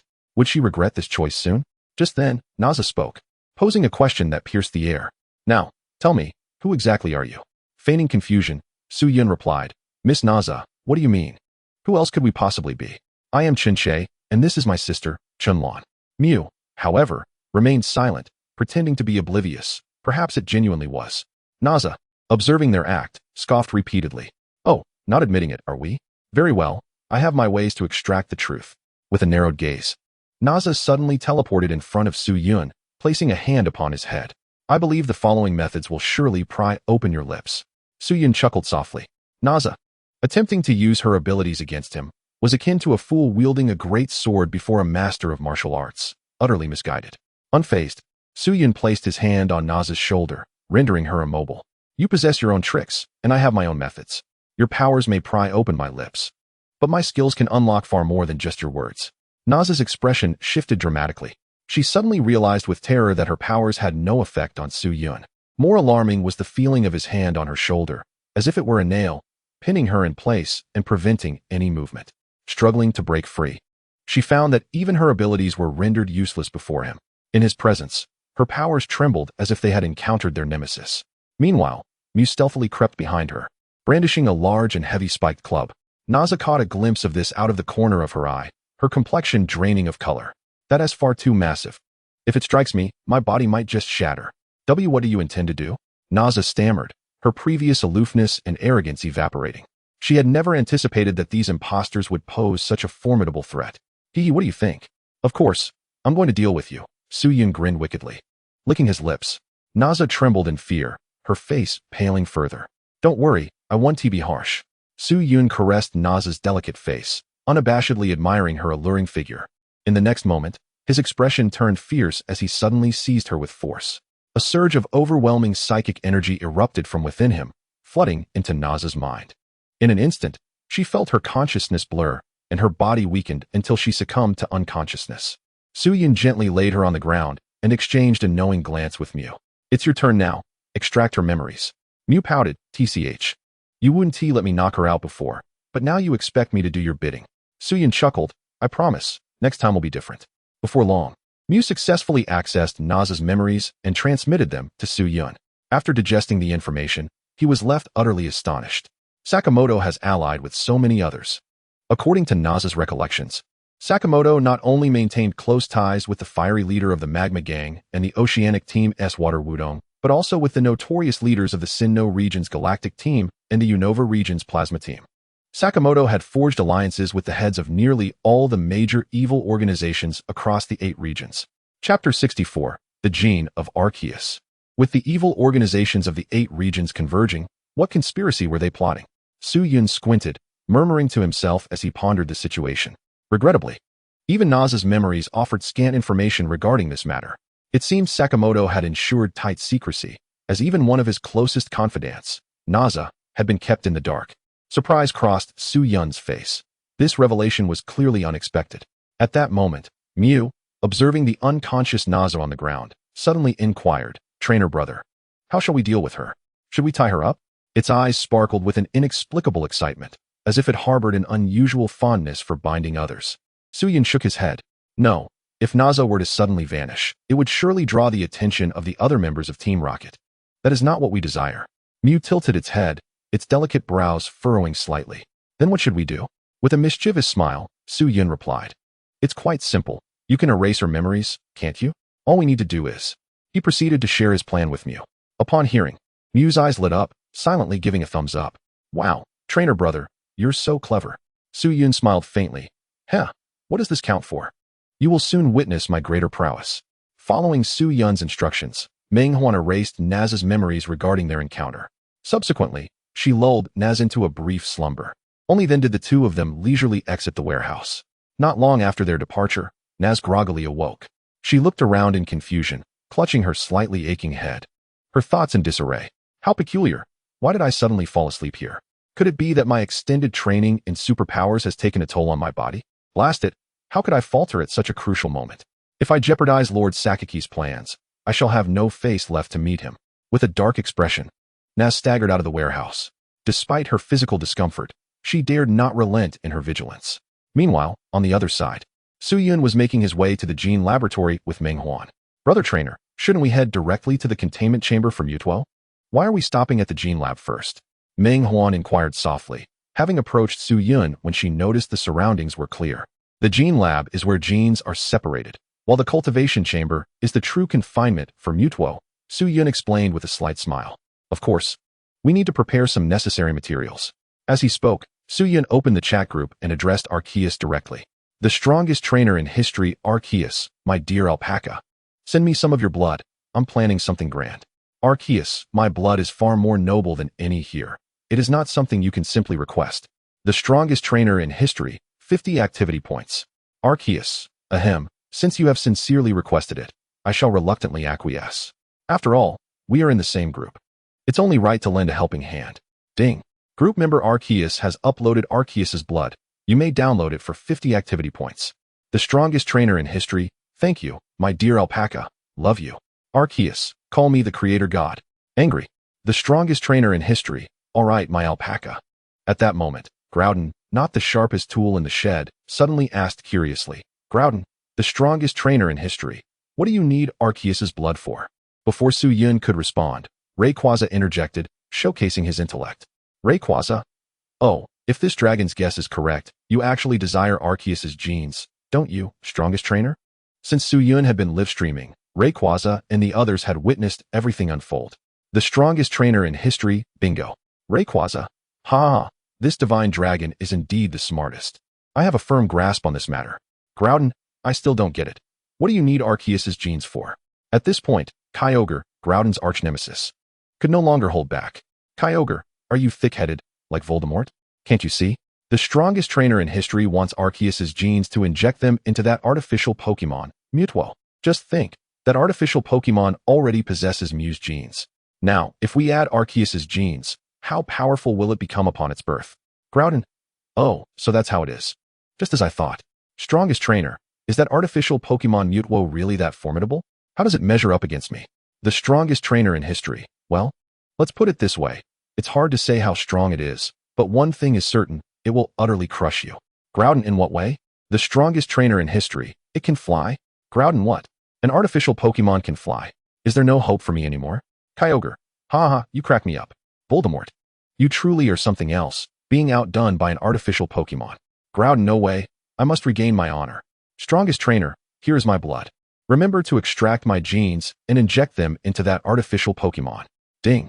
Group member Groudon has uploaded his blood. Strongest trainer, please download it as soon as possible. Groudon's thinking was rather simplistic. If he could not prevent it from flying, then he would make it a part of himself. However, he was taken aback when Su-Yun outright rejected his offer. The strongest trainer in history. Sorry, I don't need it. Groudon, are you looking down on me? Kyogre, it could also be that he fears injecting your genes will prevent it from flying. Snickers. The strongest trainer in history. Ahem, you misunderstand. What I meant is, aside from the alpaca, I do not need any of your genes. Rayquaza? Kyogre. Groudon? Ho-Oh. Arceus, look at this. Look at this, what is called presence. This is presence. Proud. Chapter 65. The Resurrection of Mutwo. All legendary beasts. What do you mean, strongest trainer? Do you dare to look down upon us? You must not know how to write the word death.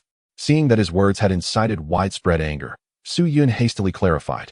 The strongest trainer in history. Ahem, everyone, please do not misunderstand. That was not my intention. What I meant is, I already possess your genes. After all, you all know that Mutwo was created based on Mew's genes. And Mew, as the progenitor of Pokemon, conveniently possesses the complete genes of all Pokemon. Therefore, your genes are actually already included. Mew my apologies, but Mutwo has already fully taken on my form. You all may as well give up on your delusions. Groudon, so what if it was born first? Is having all the genes such a big deal? It is still just a mere thing. Kyogre, exactly, just a mere thing. For all eternity. Rayquaza, it's all Arceus's fault for creating Mew so early. If I were the creator god, I would never make such a low-level mistake. Arceus, hurry and relinquish the throne so I can take a seat. Arceus, get lost. Ho-Oh Mew, could you grant me the experience of returning to my homeland? Smirks. Mew, I don't understand. Once Su-Yun acquired Arceus's blood, he promptly exited the group chat. Shortly thereafter, The two arrived at the gene separation chamber. The gene separation chamber was a critical experimental site, guarded by numerous elite members of Team Rocket. However, due to Su Yun's unique status, he was granted easy access. Approaching the gene separator, Su Yun dripped Arceus's blood into the machine, followed by a drop of his own blood, and then activated the separation device. In approximately 3 minutes, the genetic extraction fluid, a blend of his and Arceus's DNA, was meticulously prepared. Su Yun retrieved the newly concocted genetic fluid and juxtaposed it with the earlier sample handed to him by Xiaobo. A cruel smile suddenly crept onto his lips as he callously discarded Xiaobo's sample into the waste bin. The presence of the weasel signified that the prince's existence was rendered unnecessary. With the new genetic extraction fluid securely in hand, Su Yun turned and exited the separation chamber with an air of indifference. Not long after his departure, Xiaobo arrived at the same location. Concerned that Su Yun might not successfully execute the plan, he deliberated and concluded that it would be prudent to prepare another sample of his own genetic extraction fluid. As he approached the door of the genetic separation chamber, a familiar figure abruptly flashed past the corner of his vision. The ever-cautious Xiaobo furrowed his brow, internally muttering to himself, that figure resembled Chen-Che. Shouldn't he be in the cultivation room? What brings him here? A foreboding sensation washed over him. Hastily, Xiaobo retraced his steps and inquired with the guard at the entrance. Has anyone come here before? The guard nodded gravely, responding, Yes, Doctor. Mr. Chen-Che and Miss Chen-Lan were here just moments ago. Xiaobo's expression shifted, and he urgently pressed. What was their purpose? The guard hesitated, confessing, We didn't dare to pry, so we aren't sure. Xiaobo's face flushed with anger. Fools. His intuition warned him that Chen-Che's sudden appearance at the genetic separation chamber concealed a nefarious secret. Was it possible that Chen-Che intended to betray him and substitute his genetic extraction fluid with his own? Doubt gnawed at him, yet his countenance darkened ominously, and his mood plummeted to an all-time low. Chen-Che, you had better not disappoint me, otherwise. A glint of icy malice flickered in Xiaobo's eyes. He could tolerate betrayal from Sakamaki, but he would not permit anyone to betray him. Dr. Xia, have you encountered some trouble? At that moment, a light, melodic voice interrupted his thoughts. Xiaobo turned to see Nazi, leaning casually against the wall, having observed him for some time. He was taken aback. When had she arrived? How had he not sensed her presence? True to his cunning nature, Xiaobo maintained his composure, quickly restoring his demeanor to one of tranquility. It's nothing. I merely recalled some vexing matters, he replied blandly before turning to leave, aware that he could not extract his genetic material in Nazi's presence. Nazi did not pursue him. Once Xiaobo had completely departed, she approached the guard and commanded, Should you see Xiaobo return, report to me immediately. Yes. The guard complied, knowing better than to defy Nazi's orders. Compared to Xiaobo, Nazi inspired far greater fear. Chen-Che and Chen-Lan. It appears they have had a falling out with Xiaobo, she mused with a smirk. Perhaps I can extract some valuable information from the two siblings. A mysterious glimmer danced in her eyes as she reflected on the earlier exchange between Xiaobo and the guard. Since she could not glean useful information from Xiaobo, the Chun siblings naturally became her next target. Unbeknownst to her, however, she had just been outmaneuvered by Chen-Che and Chen-Lan moments ago. In the dream cultivation chamber, Su Yun navigated through layers of guards, ultimately arriving at his destination. As he stepped inside, the slumbering dream in the cultivation pod seemed to sense his presence and abruptly opened its eyes. Simultaneously, the surrounding nutrient solution began to froth and bubble vigorously, as if boiling. The various instruments connected to its body emitted piercing alarms, with data skyrocketing towards critical levels.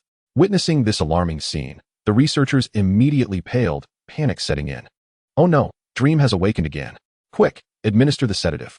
It is still in the fusion development phase. It cannot wake up now. A supervisor shouted, urging the operators into action. We're administering the sedative, but... Doctor, the situation is dire. The sedative doesn't seem to be effective. The researchers lamented as the data continued to surge. Increase the dosage of the sedative. We must not allow Dream to awaken prematurely at this critical juncture. Otherwise, everything we have worked for will be in vain. The supervisor commanded darkly. He then turned to another researcher, urgently instructing, Why are you still standing there? Go fetch Xiaobo and the others. Understood. The researcher stammered, momentarily taken aback. However, just as he was about to leave, a figure entered the chamber, their calm demeanor starkly contrasting the chaos surrounding them. The onlookers paused in astonishment as the newcomer declared, There's no need to fetch Xiaobo. I will handle this. In the midst of their astonished gazes, Su Yun stepped forward. Assistant Chun, The head of the cultivation chamber recognized Su Yun and immediately greeted him with a beaming smile. As Xiaobo's trusted aide, Chen Che wielded unprecedented influence within the research facility. He was one of the highest authorities in the God-making project, second only to Xiaobo himself, commanding absolute authority over the researchers. Thus, upon seeing Su Yun, the supervisor's frayed nerves instantly calmed. To him, Chen Che's presence was akin to having Xiaobo himself present. All problems would be effortlessly resolved. Assistant Chun, regarding Dream. The supervisor cautiously relayed the situation. Su Yun merely nodded in acknowledgement, exuding an air of confidence without elaborating further. This only reinforced the supervisor's belief that the issues at hand were trivial to Su Yun. Assistant Chun, what should we do next? Please guide us. The supervisor inquired respectfully. Su Yun gestured for them to step back. You all retreat. Allow me to operate. The supervisor hesitated, glancing at Su Yun with uncertainty. He felt that Su Yun was being rather presumptuous, attempting to tackle the crisis single-handedly without any assistance. Should anything go awry, the repercussions would fall squarely on his shoulders, as he was, after all, the head of the cultivation chamber. What? Do you not trust me? Su Yun's expression darkened slightly as he perceived the supervisor's reluctance. I merely fear that you may struggle with the operations, given the complexity of the instruments, the supervisor stammered. Keenly aware of Su Yun's notorious reputation for being somewhat vindictive, he did not wish to incur Chen Che's wrath, for life would become exceedingly difficult should he do so. Having followed Master Xia for all these years to manage this plan, do you truly believe I cannot operate those instruments by myself? Are you looking down on me? Su Yun scoffed coldly, his tone growing increasingly displeased. The project leader, taken aback by his fierce demeanor, turned pale as a sheet, beads of sweat forming on his forehead. Seeing Su Yun's unwavering resolve, he dared not obstruct him further. He waved at the staff in the control room, urging them to step aside and relinquish their control to Su Yun. The staff, unable to defy the order, reluctantly exited the control room. Observing this, Su Yun nodded in satisfaction. Well done. Now, watch closely, for I shall present you with a grand surprise, he remarked with a half-smile, turning to enter the control room. The project leader, filled with trepidation, sensed an underlying meaning in Su Yun's words, yet was unable to decipher the intricacies and found himself vexed. Upon entering the control room, Su Yun immediately spotted Mutuo suspended in the petri dish through the glass. At that moment, Mutuo, arms crossed, was floating serenely. As Su Yun approached, Mutuo suddenly opened its eyes. Those sharp, piercing orbs glowed with a chilling purple light, fixated intently on Su Yun. Had Su Yun not been aware that this was a one-way glass, he might have genuinely believed Mutuo was staring directly at him. With Mutuo's awakening, the readings on the instruments began to surge alarmingly, accompanied by a shrill alarm. Simultaneously, Su Yun felt an inexplicable tremor within himself, as if responding to Mutuo's presence. This piqued his curiosity. It seems you are quite exhilarated. Is it because you sense the psychic slate within me? Indeed, it must be an immense allure for you. A Pokemon of extraordinary psychic prowess, considering it harbors the essence of ultimate power. Su Yun conversed with Mutuo, while beside him, Mew, with a look of fascination, inquired, Trainer brother, is this the artificial Pokemon Mutuo created from my genes? Su Yun smiled gently, nodding in affirmation. Indeed, you are witnessing your replica. What are your thoughts? Mew tilted her head, pondering. Though it was created from my genes, it is not nearly as adorable as I am. Su Yun chuckled softly. Mew's unique perspective was ever so amusing. Moreover, she seemed somewhat lacking in intelligence. At this moment, Mew added, I can sense it repetitively pondering a rather foolish question. Su Yun glanced at Mew in surprise, noticing her sincerity, and curiously asked, what question? To him, it was only natural that Mutuo, being born from Mew's genes, would have an intrinsic connection to her. Who am I? Where am I? Who are you? Trainer brother, don't you think Mutuo seems a bit dim-witted? Su Yun chuckled heartily. He found Mew's observations entirely reasonable. After all, Mutuo was a newly created entity by humans, a nascent life form, and such existential queries were not unexpected. He deemed it unnecessary to address Mew's confusion and approached the injection apparatus, replacing the anesthetic with the genetic culture solution. In the next moment, he activated the machine, and just as the instrument data was about to peak, he forcefully injected the genetic culture solution into Mutuo's body. Upon the injection, Mutuo's readings immediately halted their ascent and gradually began to decline. Its wide-open eyes slowly closed, slipping back into slumber. Witnessing this, a satisfied smile graced Su Yun's face. Sleep now, for I eagerly await your next awakening. This slumber shall not be a mere brief respite, but rather a rebirth. Chapter 67. A Calculated Move. Meanwhile, outside the control room, the onlookers, hearing the alarm gradually subside, collectively exhaled in relief. Wonderful. The alarm has ceased, and Mutwo has returned to slumber. Assistant Shun, being a prominent figure in Master Xia's inner circle, single-handedly resolved the crisis, putting the prematurely awakened Mutwo back to sleep. What an impressive feat. If only we possessed his level of skill, we too could enjoy the privilege of assisting Master Xia. Laughter and celebration erupted among the researchers outside the control room. However, within the confines of the control room, Su Yun furrowed his brow, devoid of the anticipated excitement. This is unexpected. It should not be this way. Initially, he had shared the optimism of the external researchers, believing Mutwo's success was assured. Yet, he soon realized something was amiss. Logically, after the injection of the new genetic culture solution, Mutwo should have descended into a profound slumber to integrate the new genes, reflected in the data as a drop to the lowest readings. Strangely, Mutwo's life signs did not plummet as he had anticipated. Instead, they merely decreased halfway and then stagnated. This conundrum left him perplexed, unable to comprehend why it had unfolded this way. Could it be that Master Xia deceived me? Was the fusion of other genes with the current Mutwo truly impossible? No, that could not be the case. If that were true, he would have had no need to orchestrate such elaborate measures or provide me with that vial of genetic culture solution. Even in its current state, Mutwo should be capable of integrating new genes. This was indisputable. Thus, the problem must lie within that vial of genetic culture solution. Su Yun narrowed his eyes, swiftly deducing the underlying truth. That old fox, Master Xia, has outsmarted me. The genetic culture solution he provided must contain additional components. Those components are essential for the successful fusion of the new genes with Mutwo. Without them, relying solely on the genetic culture solution would be futile. Realizing this, Su Yun's expression darkened. He had succeeded, but not entirely.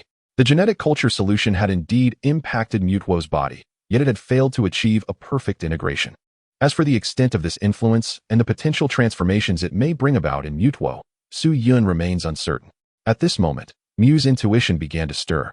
Turning to Su Yun, it exclaimed, "Trainer brother, I sense that Mutwo seems to be on the verge of awakening." What? Su Yun gasped in shock, abruptly casting his gaze towards the cultivation chamber housing Mutwo. His expression shifted dramatically. Unbeknownst to him, Mutwo had indeed opened its eyes once more. Simultaneously, the monitoring devices connected to Mutwo ceased their descent in data readings and began to ascend. This is dire. It appears that this time, Mutwo may truly awaken completely. If it does, the ensuing release of its psychic powers could spell destruction for this place. Contemplating this, Su Yun's demeanor grew serious. He dared not linger any longer. Swiftly departing the control room with Mew. Upon exiting, he found himself surrounded by a throng of people. The director enthusiastically grasped his hand, expressing gratitude. "Assistant Shun, you are truly remarkable.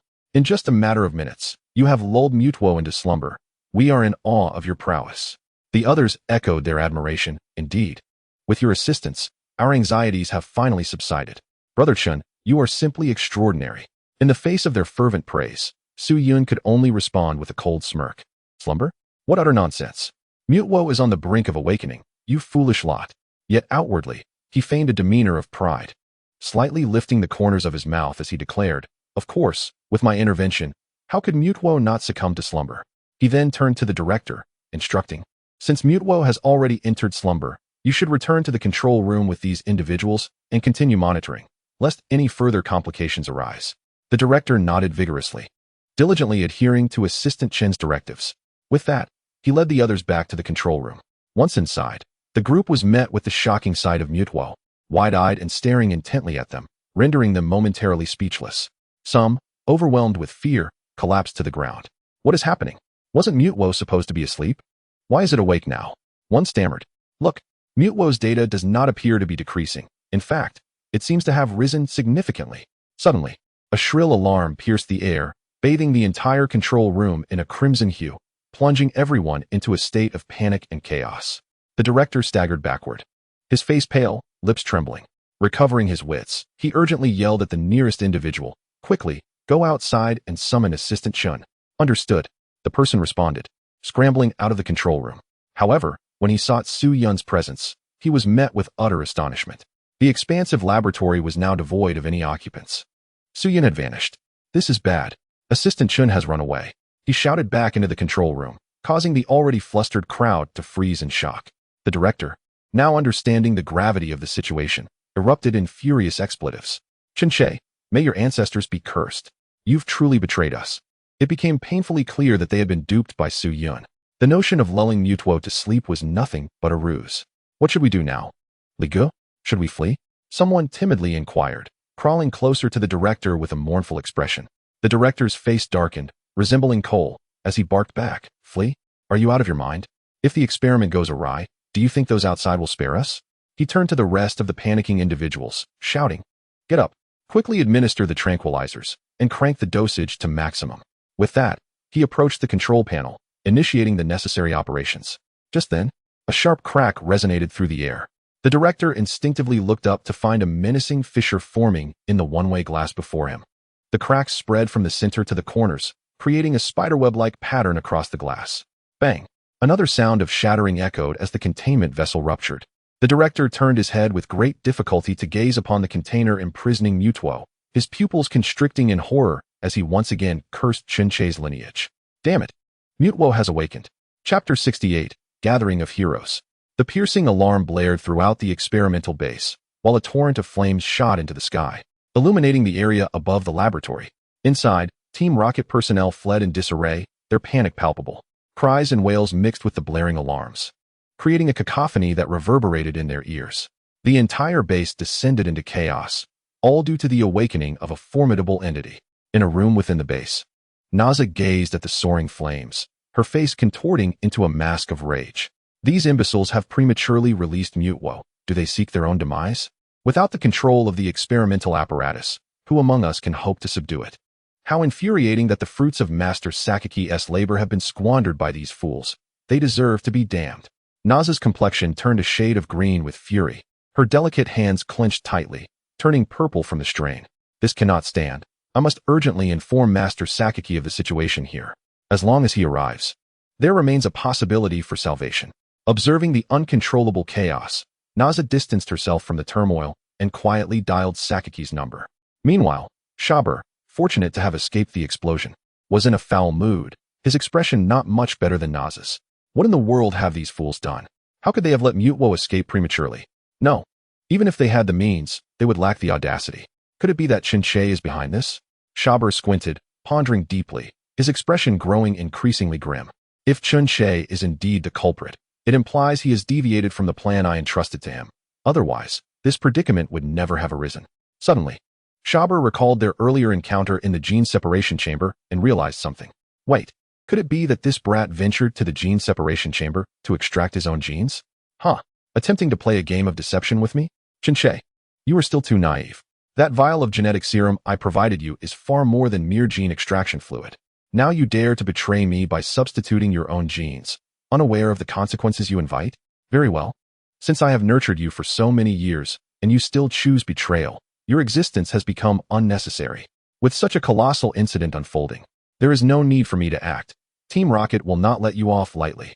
People must always bear the consequences of their own transgressions. On the opposite side of the island, those poised to act, including Gyarados and others, recognized the flames leaping into the sky, immediately realizing that a major event had transpired. Old Lady Kikuko, it seems something has gone awry at Team Rocket's research base. Could it be that the artificial Pokemon has broken free? Should we make our appearance now? Gyarados, ever the strategist, refrained from rushing out impulsively, instead seeking Kikuko's counsel. King Kiku squinted his eyes, a benevolent smile gracing his face as he shook his head at Yolongdu, saying, Let us wait a while longer. My Gengae has already been dispatched to investigate. If that artificial Pokemon truly has emerged, it will not be too late for us to intervene. Yolongdu was momentarily taken aback. You have already sent Gengae to investigate? When did that happen? I was unaware. King Kiku shot him a glance, a derisive chuckle escaping his lips. If you were able to detect it, it wouldn't be called Gengae. Yolongdu scratched his head awkwardly. Indeed, as a ghost-type Pokemon, Gengae was known for its elusive nature, often slipping in and out of visibility. Moreover, Gengae's prowess was certainly not inferior to that of King Kiku. His previous question had inadvertently belittled the esteemed king. Fortunately, King Kiku did not hold it against him. The four of them continued to wait in silence. At that moment, a frown appeared on the face of Kinna's accompanying Zeraora, its gaze fixed on the horizon, seemingly observing something unseen. Noticing this, Kinna inquired quizzically, Zeraora, have you made a discovery? Zeraora did not respond immediately, remaining silent for a moment before finally saying, I believe I can sense my master's presence. Suyin? Kina was startled, a look of uncontainable joy spreading across his face.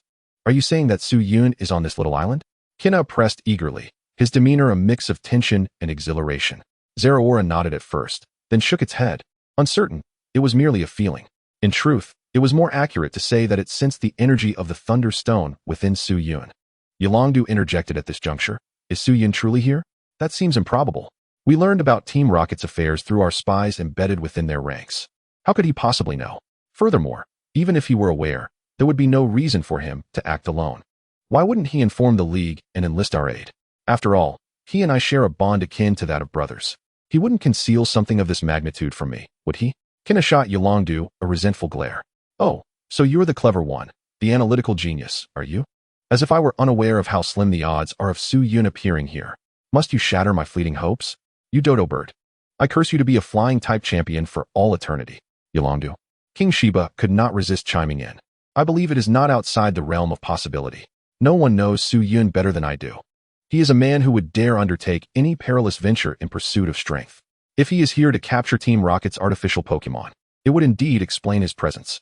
King Kiku regarded King Shiba with admiration, a knowing smile gracing her lips as she echoed, perhaps Shiba speaks the truth? Both Yolongdu and Kina were momentarily taken aback, lost in contemplation. At that very moment, a shadow silently materialized beside King Kiku. Gung.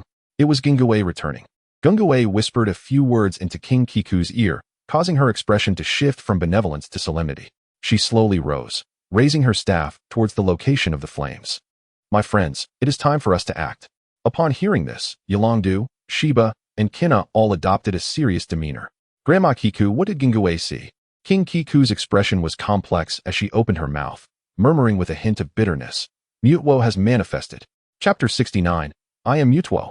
Team Rocket's research base lay in ruins, engulfed in flames.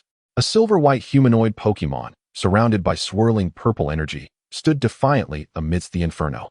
Like a deity of fire descending from the heavens, the flames dared not approach. The most formidable artificial Pokémon, Mutuo. It had arrived. The Team Rocket personnel who had narrowly escaped the collapsing lab encircled Mutuo, their expressions a mix of fear and awe. In their eyes shone pride and a sense of accomplishment. This was the crowning achievement of Team Rocket, the strongest Pokémon they had created with their own hands. Yet, simultaneously, they harbored an overwhelming dread towards Mutuo. They had birthed Mutuo, yet now found themselves utterly incapable of controlling it. There it stood before them, yet not a soul dared to attempt its capture. Even to meet its gaze required an extraordinary amount of courage. Who am I? Where am I? In the midst of the flames, Mutuo remained oblivious to the presence of the Team Rocket members. It gazed at its own body, then surveyed its surroundings. Its expression vacant and bewildered. Its soul felt hollow. It did not know its identity, nor did it comprehend why it had come into existence in this world, let alone where it currently found itself. Who am I truly? Mutuo roared to the heavens, a surge of violent energy erupting from within, sending everything around it flying. Its existential inquiry reverberated in the ears of all present, as if it were demanding to know its identity from the very fabric of reality. The onlookers turned pale, terror-stricken. Allow me to enlighten you. You are Mutuo, the most powerful Pokémon created by Team Rocket. At that moment, a boisterous voice suddenly emerged from behind Mutuo. It turned to see a blue-haired youth clad in a white suit slowly emerging from the ruins. Apollo, one of the 4 executives of Team Rocket. Flanking him were 2 men and a woman, the remaining 3 executives, Athena, Lance, and Lambda. Apollo tossed a pokeball playfully, his gaze towards Mutuo devoid of fear, brimming instead with excitement and madness. Mutuo? Mutuo mumbled the name softly, as if weighing its significance. Apollo laughed heartily indeed. The being that transcends dreams. How does that name resonate with you? Dream? A hint of skepticism flickered in Mutuo's eyes. Apollo exchanged a knowing glance with Athena, who produced a small projector from her waist. Projecting the image of Mew into the air above Mutuo, she inquired, is this it? Mutuo's expression shifted to one of surprise as it beheld the projection. During its slumber, it often perceived a small shadow by its side, a shadow that bore an uncanny resemblance to the projected Mew. It is Mew, and I am Mutuo. I am the being that surpasses dreams. Mutuo gazed at its own hands, disbelief etched across its features. It could feel the tremendous energy within itself, power capable of obliterating anything. So, you claim to have created me, and my abilities stem from you? Mutwo's gaze sharpened, locking onto Apollo and the others with intensity. The other three executives instinctively took a step back, their expressions tense. Yet Apollo stood undaunted, meeting Mutwo's gaze head-on. Ha ha ha. Indeed, you are our prized possession, Mutwo. Now, submit to Team Rocket willingly. Our rocket team shall lead you to the pinnacle of the world. Personal belongings? Mutwo's eyes gradually narrowed, exuding a chilling aura of hostility. It despised being referred to as an object. It was no mere possession, nor did it belong to anyone. However, Apollo remained unfazed by Mutwo's changing demeanor, continuing to speak nonchalantly. Oh, do you dare to defy our rocket team? Without us, you are nothing. You are merely an artificial Pokemon crafted by our hands. Just like any other Pokemon, meant to serve humanity. It's time for you to accept reality. Huff. Mutwo's expression darkened. A surge of potent psychic energy erupted from within, sweeping toward Apollo and his companions like a tempest, sending them flying. I am Mutwo, not your human Pokemon. Mutwo levitated gracefully into the air, conjuring a purple energy sphere that it hurled directly at Apollo and the others.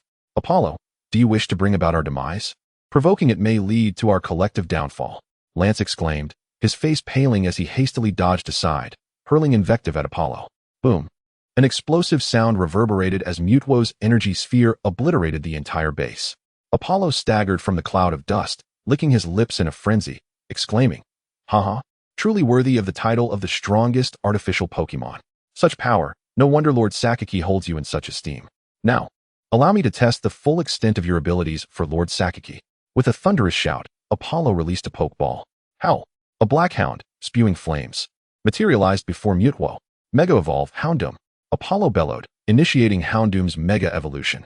After all, he was facing the strongest artificial Pokemon, Mutwo. If he did not unleash his full power, he risked being defeated in an instant. Howl!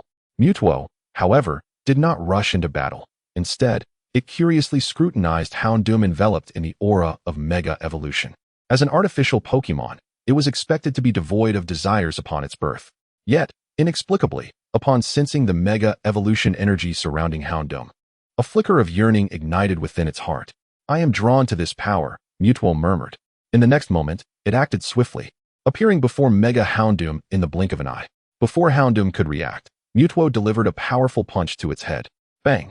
A crisp sound echoed, and Mega Houndoom was unable to retaliate, akin to a kite severed from its string, hurtling backward into the ruins, unconscious. Mutwo had incapacitated Mega Houndoom with a single strike, rendering it unable to fight. Witnessing this, Apollo was left dumbfounded. His mouth agape, he turned mechanically to gaze at the fallen Houndoom, his eyelids twitching in disbelief. My Mega Houndoom was defeated in one punch? Lance and the others gasped, their faces etched with incredulity. To be so powerful right from birth? This is almost absurd. Even Su-Yun and Mew, who had been observing from the shadows, were taken aback, stunned by Mutwo's decisive actions and formidable might. Chapter 70. The Cliff Sword cannot strike flying Pokemon. Trainer brother, this counterfeit strength is somewhat formidable. Even I might not be able to handle it in my original form, Mew exclaimed, her mouth agape enough to fit a thick sausage. Su-Yun remained unfazed. That is only natural, as its very existence is meant to surpass yours. Moreover, it has absorbed Arceus genes, while the exact extent is unknown. Even a slight infusion would undoubtedly enhance its power significantly. Mew nodded thoughtfully, her gaze fixed on Mutwo, her large eyes twinkling with unspoken thoughts. At that moment, the divine beasts in the chat group, having witnessed Mutwo's display of power, engaged in fervent discussions. Groudon, is this truly the so-called strongest artificial Pokemon, Mutwo? I concede it possesses some strength, but how would it respond to my Cliff Sword? Kyogre, isn't that simple? Just fly up high? After all, your Cliff Sword, much like yourself, has been grounded for millennia. Rayquaza, reasonable, quite reasonable. Groudon, is little Blackie not finished yet? Do you have a branch? Be careful, or I'll send a lawyer's warning. Ho-oh, you nearly frightened me. Thankfully, I can fly. Otherwise, I would have been surpassed by a newly born artificial Pokemon. After all, I am an established level 1 deity. I cannot afford to lose face. Rayquaza, I too can fly. Defeating a mere artificial Pokemon is no challenge. Kyogre, apologies. I am in the same boat.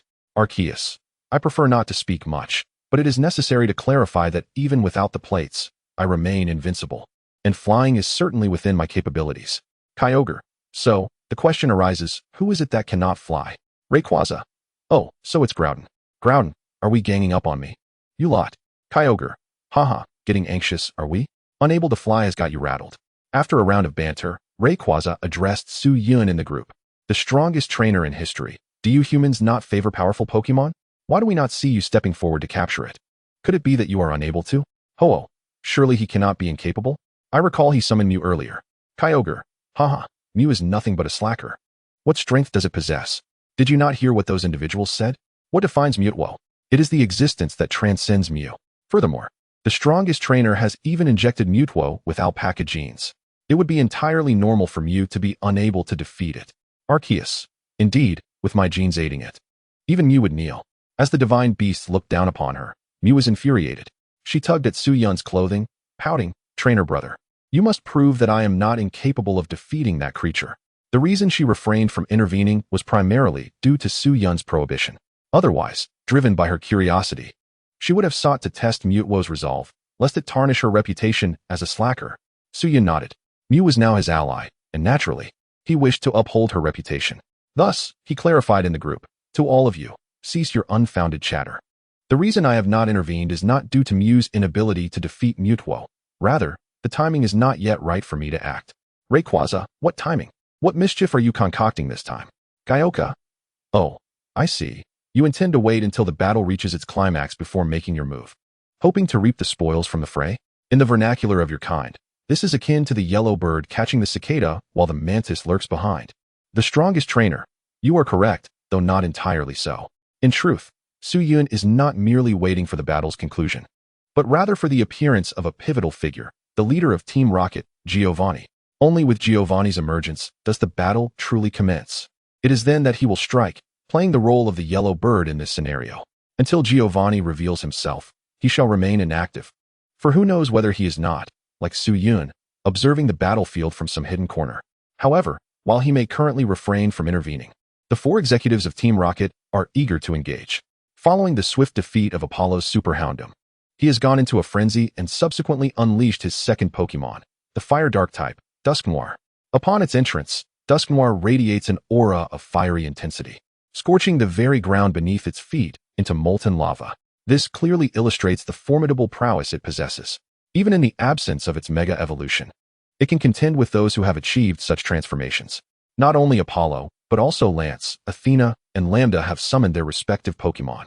As executives of Team Rocket, they share a bond of honor and life. With Apollo's confrontation with Mewtwo now inevitable, they cannot afford to stand idly by. Nevertheless, Mewtwo regards their combined efforts with disdain. Utterly dismissing them, it merely gazes coldly at the Pokemon of the 4, beckoning them with a casual gesture. "Come at me, all of you. Dusknoir. Unleash your Shadow Ball and teach it a lesson." Apollo, infuriated by Mewtwo's audacious demeanor, immediately commands Dusknoir without a second thought. Observing this, Lance too resolves to act without hesitation. Crobat, use Supersonic to disrupt it. Following suit are Athena and Lambda. Honchkrow, employ your Dark Void. Weezing, release your Sludge Bomb. In an instant, the battle erupts. For powerful Pokemon launch their attacks simultaneously towards Mewtwo. Yet, Mewtwo remains unfazed.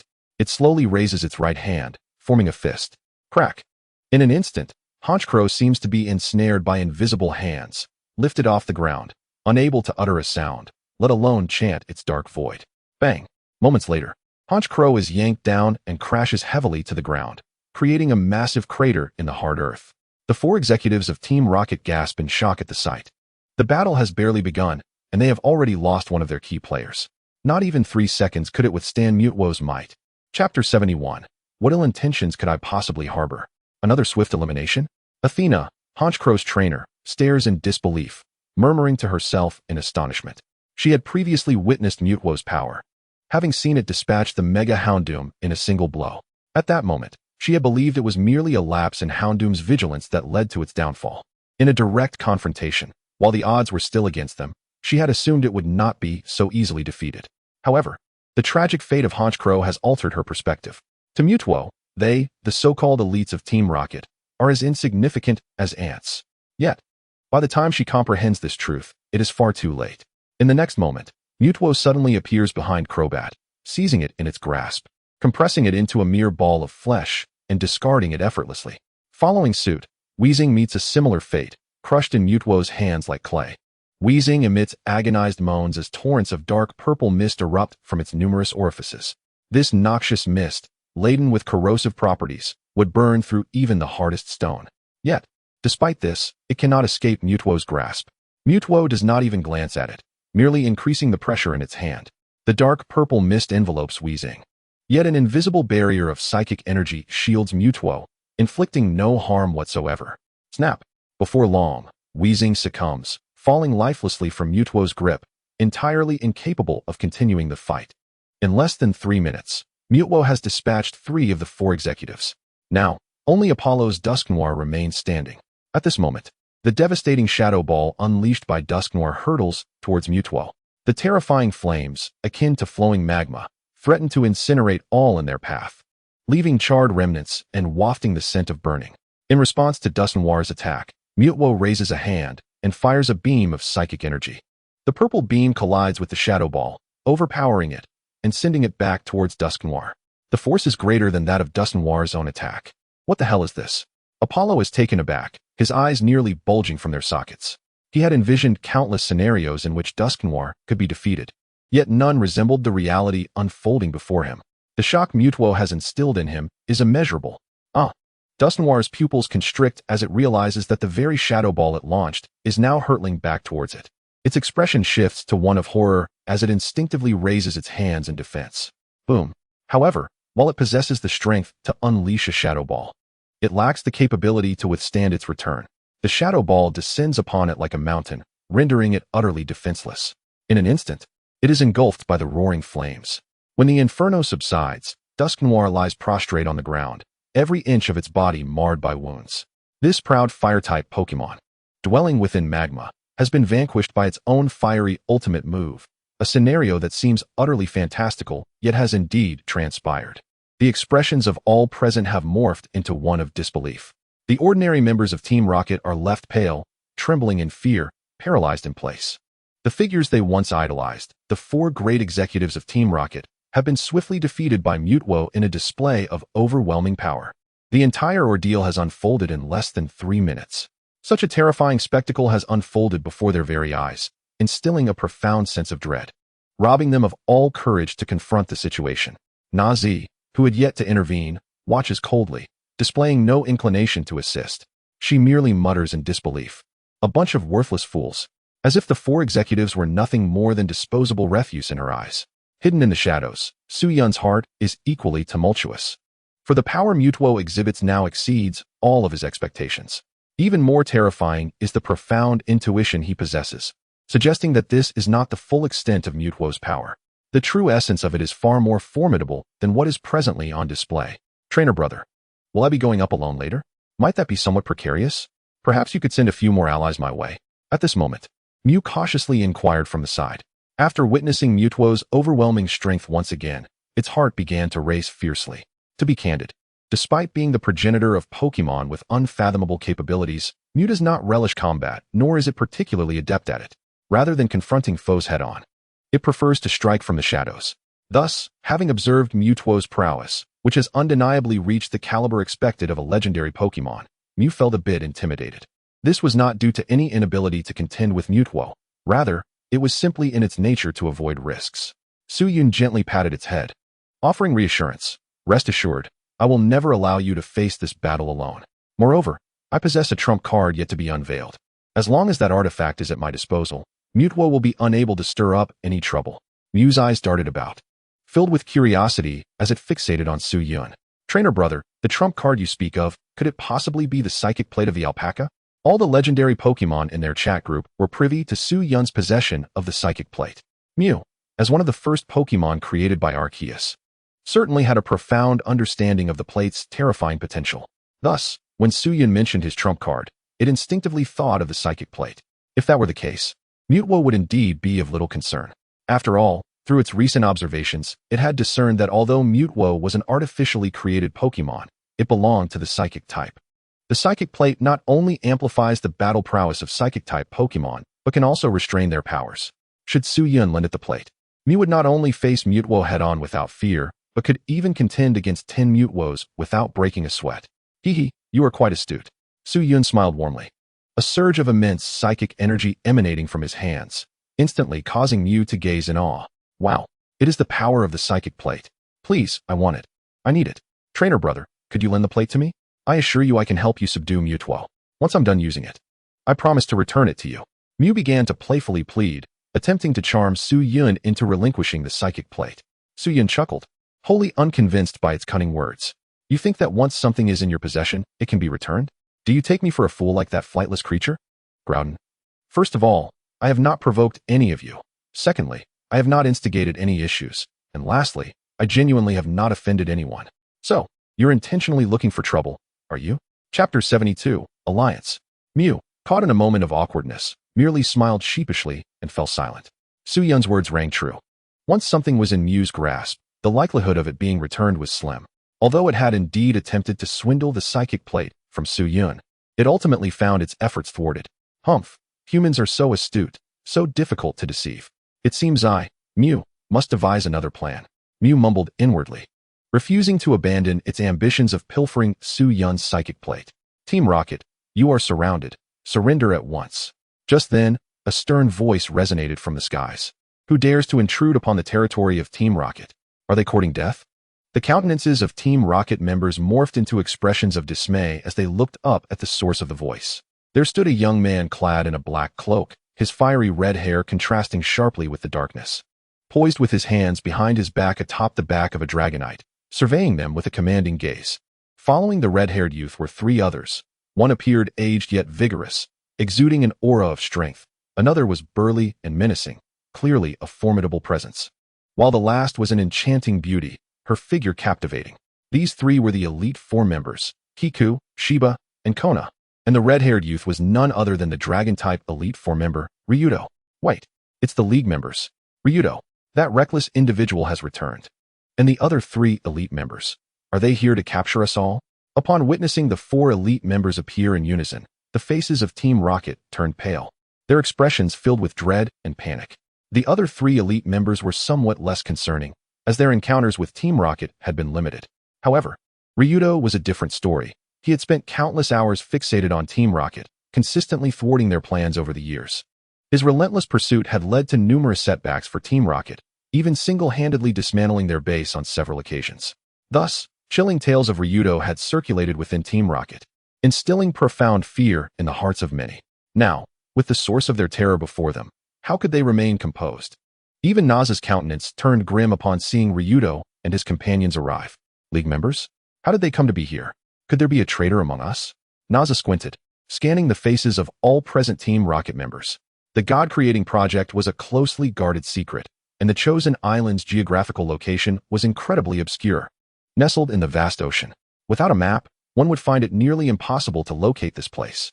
Furthermore, no one would be foolish enough to venture into these desolate waters in search of an island. Therefore, the appearance of Ryudo and his companions seemed illogical. Someone must have leaked their location, drawing the League members to them. Soon, Naza noticed something amiss. Where have Xiaobo and the Chen siblings gone? She glanced around, failing to spot the three. At that moment, the League members fortuitously appeared. This could not help but raise suspicions. Could the traitors be among them? Naza's eyes narrowed, her gaze flickering with uncertainty. Meanwhile, upon seeing Ryudo and his companions, Su Yun was equally taken aback. What brings Ryudo and the others here? He was even more surprised to see Kona, with whom he had shared profound conversations.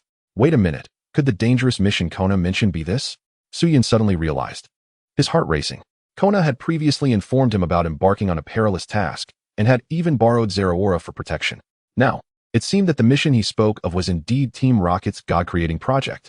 Were they here to thwart Team Rocket, or to seize Mewtwo? Su Yun scrutinized Ryudo and the others, his mind swirling with conjecture. If it were the former, it would be acceptable, but if it were the latter, then it could pose quite a dilemma. After all, his objective is also Mewtwo. He would never relinquish Mewtwo to the Alliance willingly. As he pondered this matter, Naza unexpectedly stepped forward. Addressing the individuals in the sky, she called out, "Ladies and gentlemen, I presume your purpose for coming here extends beyond merely apprehending our Team Rocket. Does it not?" As she spoke, she deliberately cast a glance towards the location of Mewtwo. "I trust your true aim lies in capturing our artificially created Pokemon, Mewtwo. Alas, it has encountered an unforeseen incident and has already freed itself from our restraints. Capturing it will not be an easy task. Yolongdu furrowed his brow, his gaze piercing as he fixed it upon Naza. What do you mean? As Naza indicated, their current operation to apprehend the remnants of Team Rocket was merely a secondary objective. The primary goal remained the acquisition of the artificially created Pokémon, Mutwo. After all, it is reputed to surpass even the legendary Mew. Even the Alliance could not help but be tempted. It's quite simple. Why not collaborate this once and subdue Mutwo together? Surely you have observed that Mutwo's strength exceeds that of everyone present. Even the four of you, the Elite Four, might not stand a chance against it. Naza remarked with a nonchalant smile, her expression tinged with mockery. This was not a matter of her underestimating the Elite Four, but rather, Mutwo's power was so formidable that it exceeded her expectations. Even if Sakaki were present, she could not guarantee 100% success in capturing Mutwo. Yolongdu remained silent, casting a deep glance at the distant Mutwo before turning back to seek the opinions of Kiku and the others. We should agree with her. She speaks the truth. In this situation, we truly have no choice but to cooperate. Kiku nodded, expressing a hint of resignation. Had it not been for the circumstances, she would never have wished to collaborate with members of Team Rocket, especially not someone who had previously betrayed the alliance. Kona and Shiba also showed no dissent, nodding in agreement.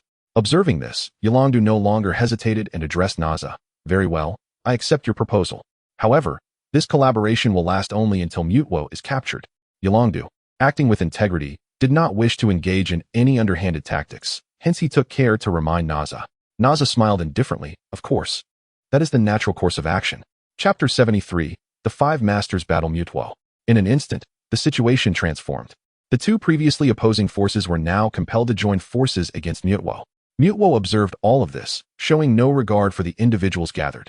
In its eyes, whether they were the four executives of Team Rocket or the Elite Four of the Alliance, they were merely different sizes of ants, insignificant creatures that it could obliterate at will. However, their audacious behavior, casually discussing it as if it were a mere possession, infuriated it. It was Mutwo, not a mere puppet for their amusement. It seethed with rage. The consequences would be dire. Show me, O creators of mine, the extent of your so-called strength. Mutwo issued a challenge to the crowd. In the next moment, it conjured a sphere of energy in its hand and hurled it towards Yolongdu. Dragonite, unleash Hyper Beam. Yolongdu commanded, signaling Dragonite to unleash an immensely powerful move. This indicated that his fear of Mutwo had reached its zenith. With a roar, Dragonite unleashed a dazzling beam of light. The Hyper Beam tore through the air, colliding violently with Mutwo's energy sphere, resulting in a cataclysmic explosion that illuminated the skies in a fiery glow. The thunderous sound echoed in everyone's ears, sending shivers down their spines. Did he actually defend against it? Is Yolongdu truly that formidable? He can stand against Mutwo? The onlookers were taken aback, realizing the truth behind the terrifying rumors surrounding him. His strength was indeed greater than they had imagined. The members of Team Rocket, witnessing Yolongdu successfully counter Mutwo's attack, were exhilarated. Prior to this, no one had been able to withstand Mutwo's onslaught, not even the four executives of Team Rocket. Yet, before their jubilation could linger, an unexpected turn of events occurred. Amidst the billowing smoke, Mutwo suddenly streaked across the sky like a meteor, descending upon Yolongdu. Watch out, Edu. Kiku was the first to react, urgently warning Yolongdu and dispatching her Jengar to assist. Yolongdu quickly instructed Dragonite to assume a defensive posture. At this moment, Kona and Shiba also acted without hesitation, releasing their own powerful Pokémon into the fray. Even Naza summoned her Alakazam to join the battle. Boom. Yet, they had grossly underestimated Mutwo's prowess. Mutwo's speed was unparalleled. In an instant, it appeared before Yolongdu, targeting Dragonite with a crushing punch. Roar! Dragonite cried out in pain, feeling as though it had been struck by a devastating force. It was sent hurtling away, along with Yolongdu, crashing towards the ground. With a resounding thud, clouds of dust erupted from the impact. Yolongdu staggered out from the haze. Had he not leapt from Dragonite at the critical moment, he would surely have succumbed to the ground. Unfortunately, Dragonite was not as fortunate, having recently endured a lesson from Zapdos and Zeraora. It could not withstand Mutwo's formidable blow and was knocked unconscious. The sight left the Team Rocket members speechless. Even Yolongdu had been taken down in one blow. They had just been celebrating his ability to withstand Mutwo's attack, only to witness him being defeated in an instant. The swift reversal left everyone reeling. Not only the members of Team Rocket, but also Kona and the others, felt the weight of impending doom, sweat beading on their brows.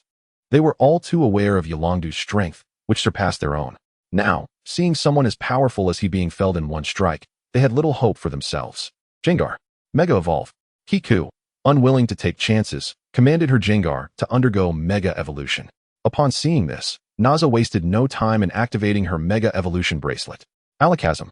Mega Evolve. Instantly, the two Pokemon were enveloped in a surge of power.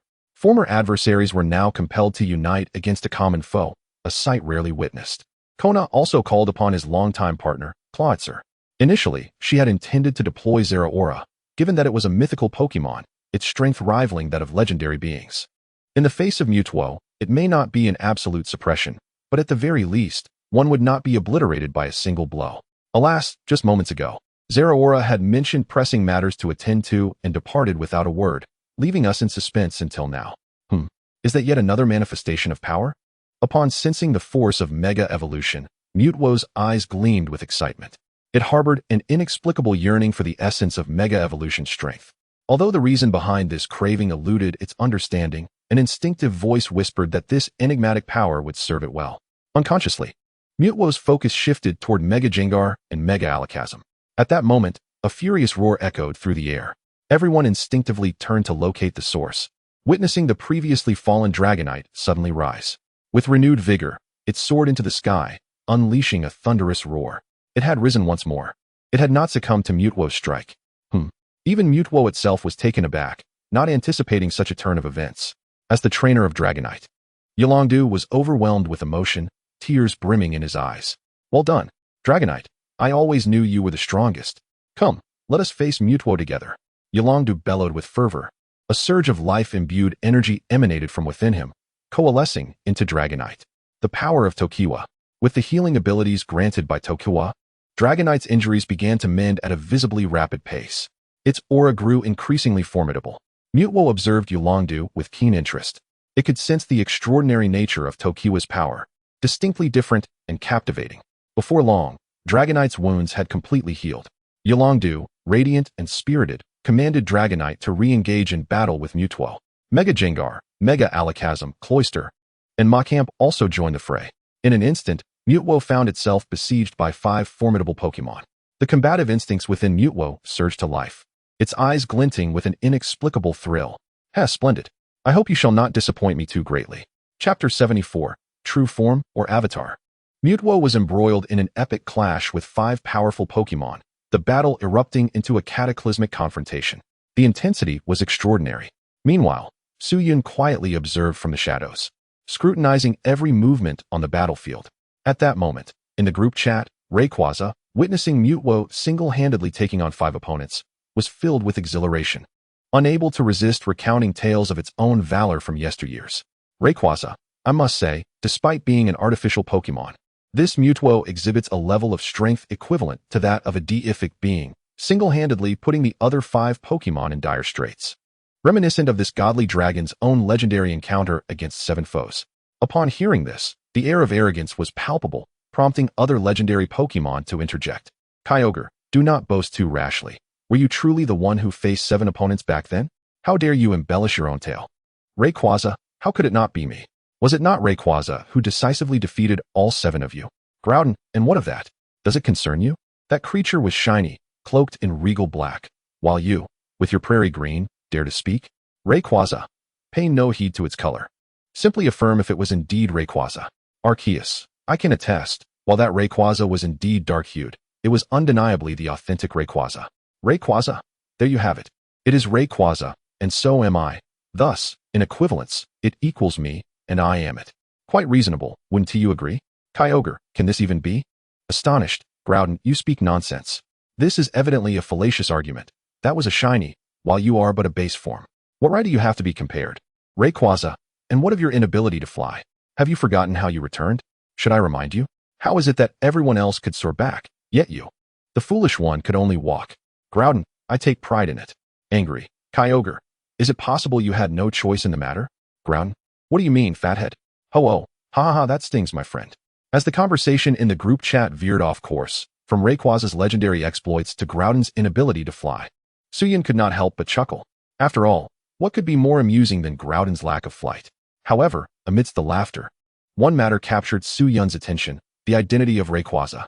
Years ago, due to the chaos wrought by Hoopa, a cataclysmic calamity befell the Pokemon world. igniting a legendary battle among deities. During that clash, the shiny Rayquaza Mega evolved, facing 7 foes, showcasing its might and leaving behind a legacy that would be recounted for generations to come. Although Su Yun had arrived too late to witness that monumental battle firsthand, he had frequently heard Yolongdu and others speak of it, leaving a lasting impression. Upon joining the group, he had heard Rayquaza often boast of its 7-1 triumph. Thus he instinctively believed that the Rayquaza in the chat was the very one that participated in that divine confrontation. However, based on the comments from Groudon and the others, it seemed there was more to the story. Curiosity piqued. Su Yun decided to inquire within the chat. The strongest trainer in history, ahem. Could someone elaborate on Rayquaza's identity in the legendary battle among deities? As soon as this message was sent, Ho-Oh, the great bird, eagerly chimed in. Ho-Oh, since you have posed such a question, it is only fitting that I provide an answer. Regrettably, I was responsible for the photography at that time, so I did not participate in the battle. For specific details, let us defer to the one who cannot fly. Groudon, since you have sincerely requested an explanation, I shall reluctantly oblige. The Rayquaza from that legendary battle did not even belong to our world. I have no idea how that reckless Hoopa summoned it. Its power was utterly monstrous, nearly leaving me dazed. Kyogre, exactly. It must have been summoned from some parallel world by Hoopa. Otherwise, why would we all be base forms while it was shiny? Arceus, Llama, do you concur? Arceus, it is entirely reasonable for me to have created several parallel universes while crafting the world. If they are parallel universes, then it is equally reasonable to have various parallel deities. Groudon, no? Does that imply there exists a shiny version of me in some parallel universe? Arceus, theoretically, yes. Groudon, wow. Then that means it must be able to fly, right? Arceus, wake up, do not dream. Groudon, at that moment, Su Yun seemed to uncover a new truth. Parallel universes? Could it truly be so? If that were the case, would there be different versions of Llama across these universes? If so, did this Llama before him represent the true essence of Llama? Are you merely the alpaca of our universe? Su Yun pondered with curiosity, prompting him to pose a question in the chat group. The most powerful trainer in history, Arceus, alpaca, are you the original or merely a doppelganger of our universe? In response, the alpaca retorted sharply. Arceus, would you consider yourself a mere doppelganger? Su Yun was momentarily rendered speechless. Indeed, whether or not the alpaca was the original, it would undoubtedly perceive itself as such. Similarly, he mused, perhaps in another universe, an alternate version of himself had gathered all the tablets, transcending the alpaca's existence. Yet, the current version of him remained blissfully unaware, merely a reflection of that universe. Such profound and enigmatic matters, who could truly elucidate them? Su Yun shook his head, striving to dismiss the thought. I knew you were lurking here. At that moment, a cold, aloof voice pierced his thoughts. Su Yun turned abruptly, only to find that Jirachi had somehow appeared by his side. How did you find me? He asked, momentarily taken aback, a look of astonishment crossing his face. Jirachi pointed at his chest, proudly declaring, the aura of the Thunderstone within you. Although you concealed your identity, masquerading as another, I still recognized you at once. My eccentric master. Su Yun could only manage a wry smile. Master is master. What does eccentric even mean? He was a paragon of virtue, steeped in wisdom. How could he be labeled as eccentric? Irritated, Su Yun ruffled Jirachi's fur and inquired, Didn't I ask you to protect Kona? Why have you come to find me? Jirachi shot him a reproachful glance. Isn't it because I sensed your aura? I just wanted to see what mischief you were up to, my master. As Jirachi spoke, it cast a deep look at the Mew beside Su Yun. As a fellow mythical creature, it could sense that Mew's essence was of the same kind, unmistakably not of human origin. Chapter 75, The Appearance of Satoshi.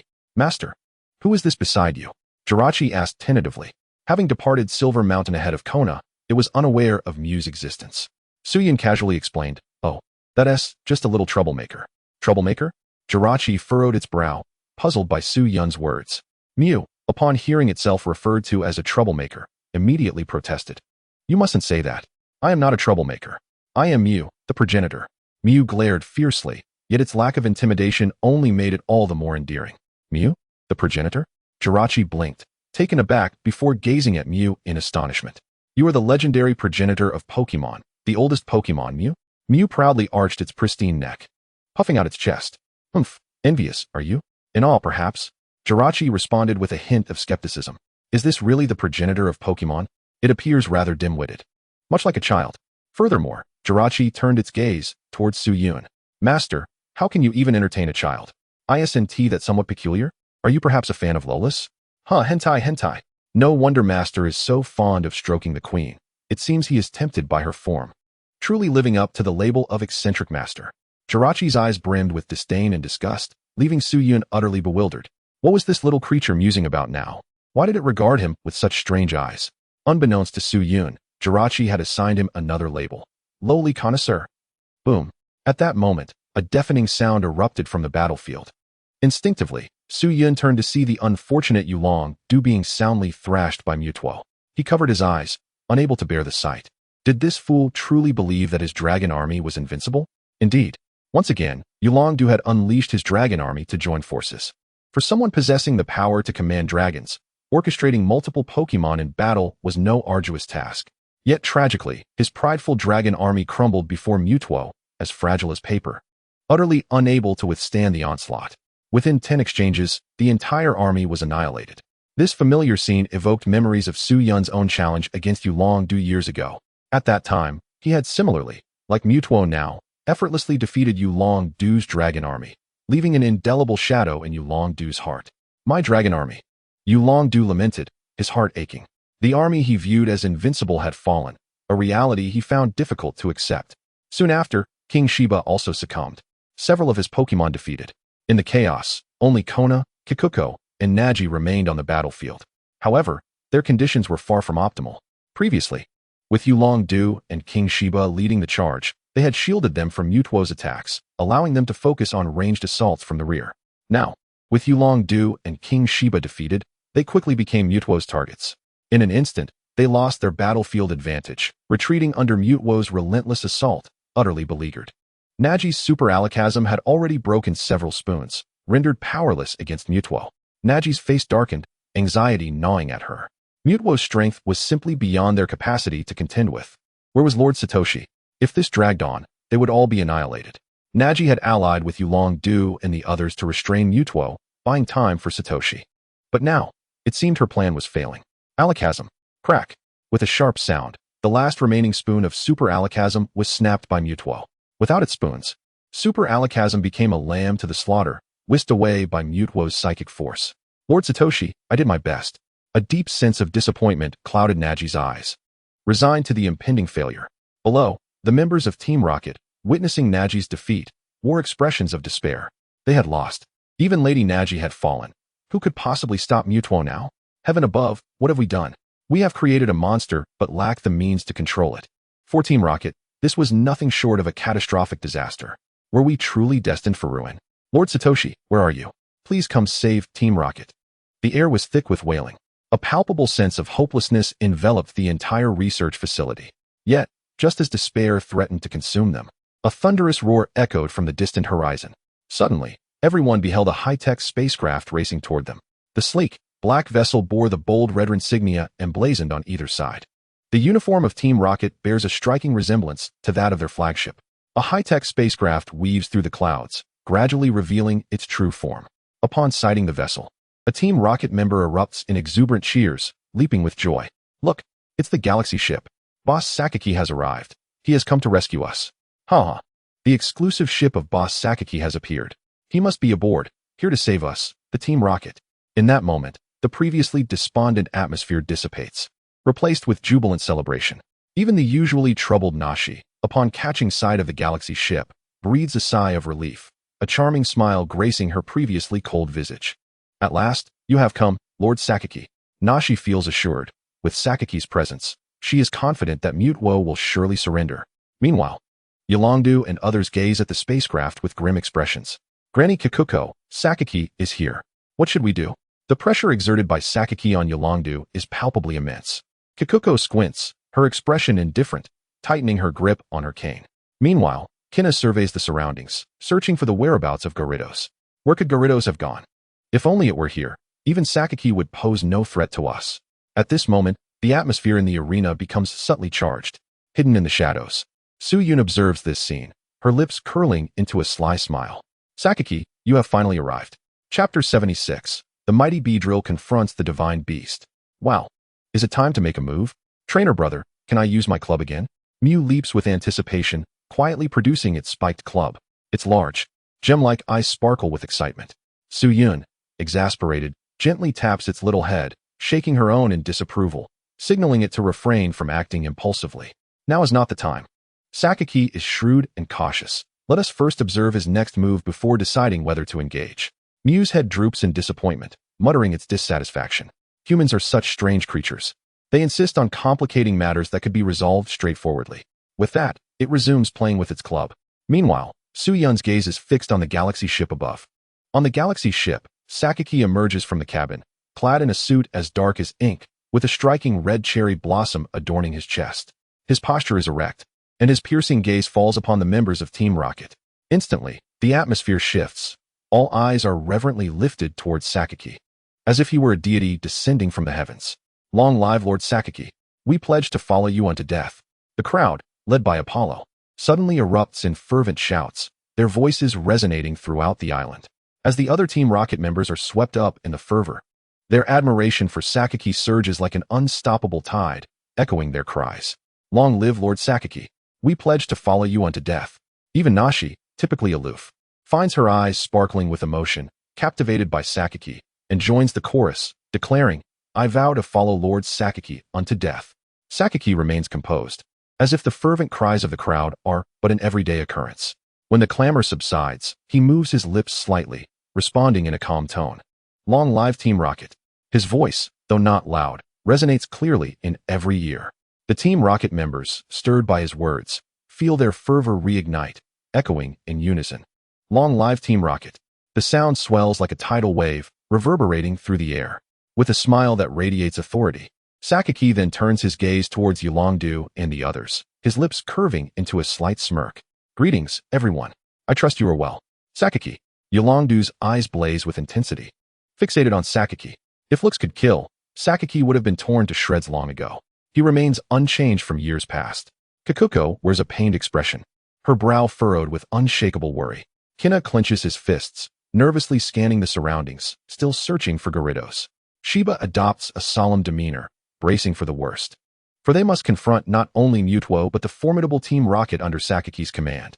Finally, Sakaki's gaze shifts once more, landing on Mutuo. Mutuo furrows its brow. Its senses are acute. It discerns that Sakaki's aura is distinct from others, uniquely compelling. Sakaki offers a subtle smile and extends a hand in invitation. Mutuo, join us. You belong to Team Rocket. We created you, bestowed life upon you. You ought to serve us. Mutuo's eyes narrow, its aura turning icy, reminiscent of a dormant volcano ready to erupt. You wish for me to fight for Team Rocket? Sakaki raises an eyebrow, retorting, what other purpose do you have? Your very existence was crafted for this mission. Do you possess any other value? Mutuo remains silent, its gaze growing colder. In the next moment, it acts swiftly. A dark purple energy orb forms in its grasp, hurtling towards Sakaki aboard the ship. Lord Sakaki, be careful.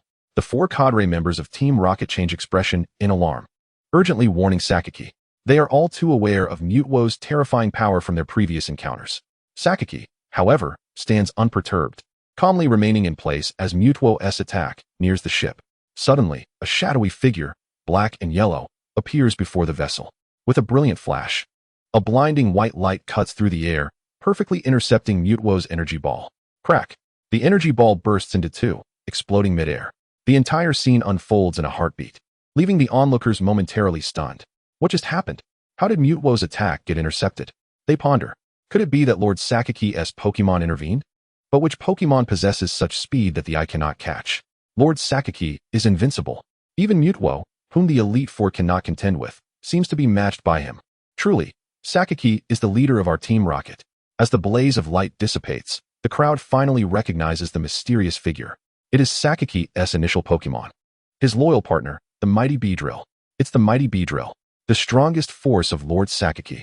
No wonder it moves with such extraordinary speed.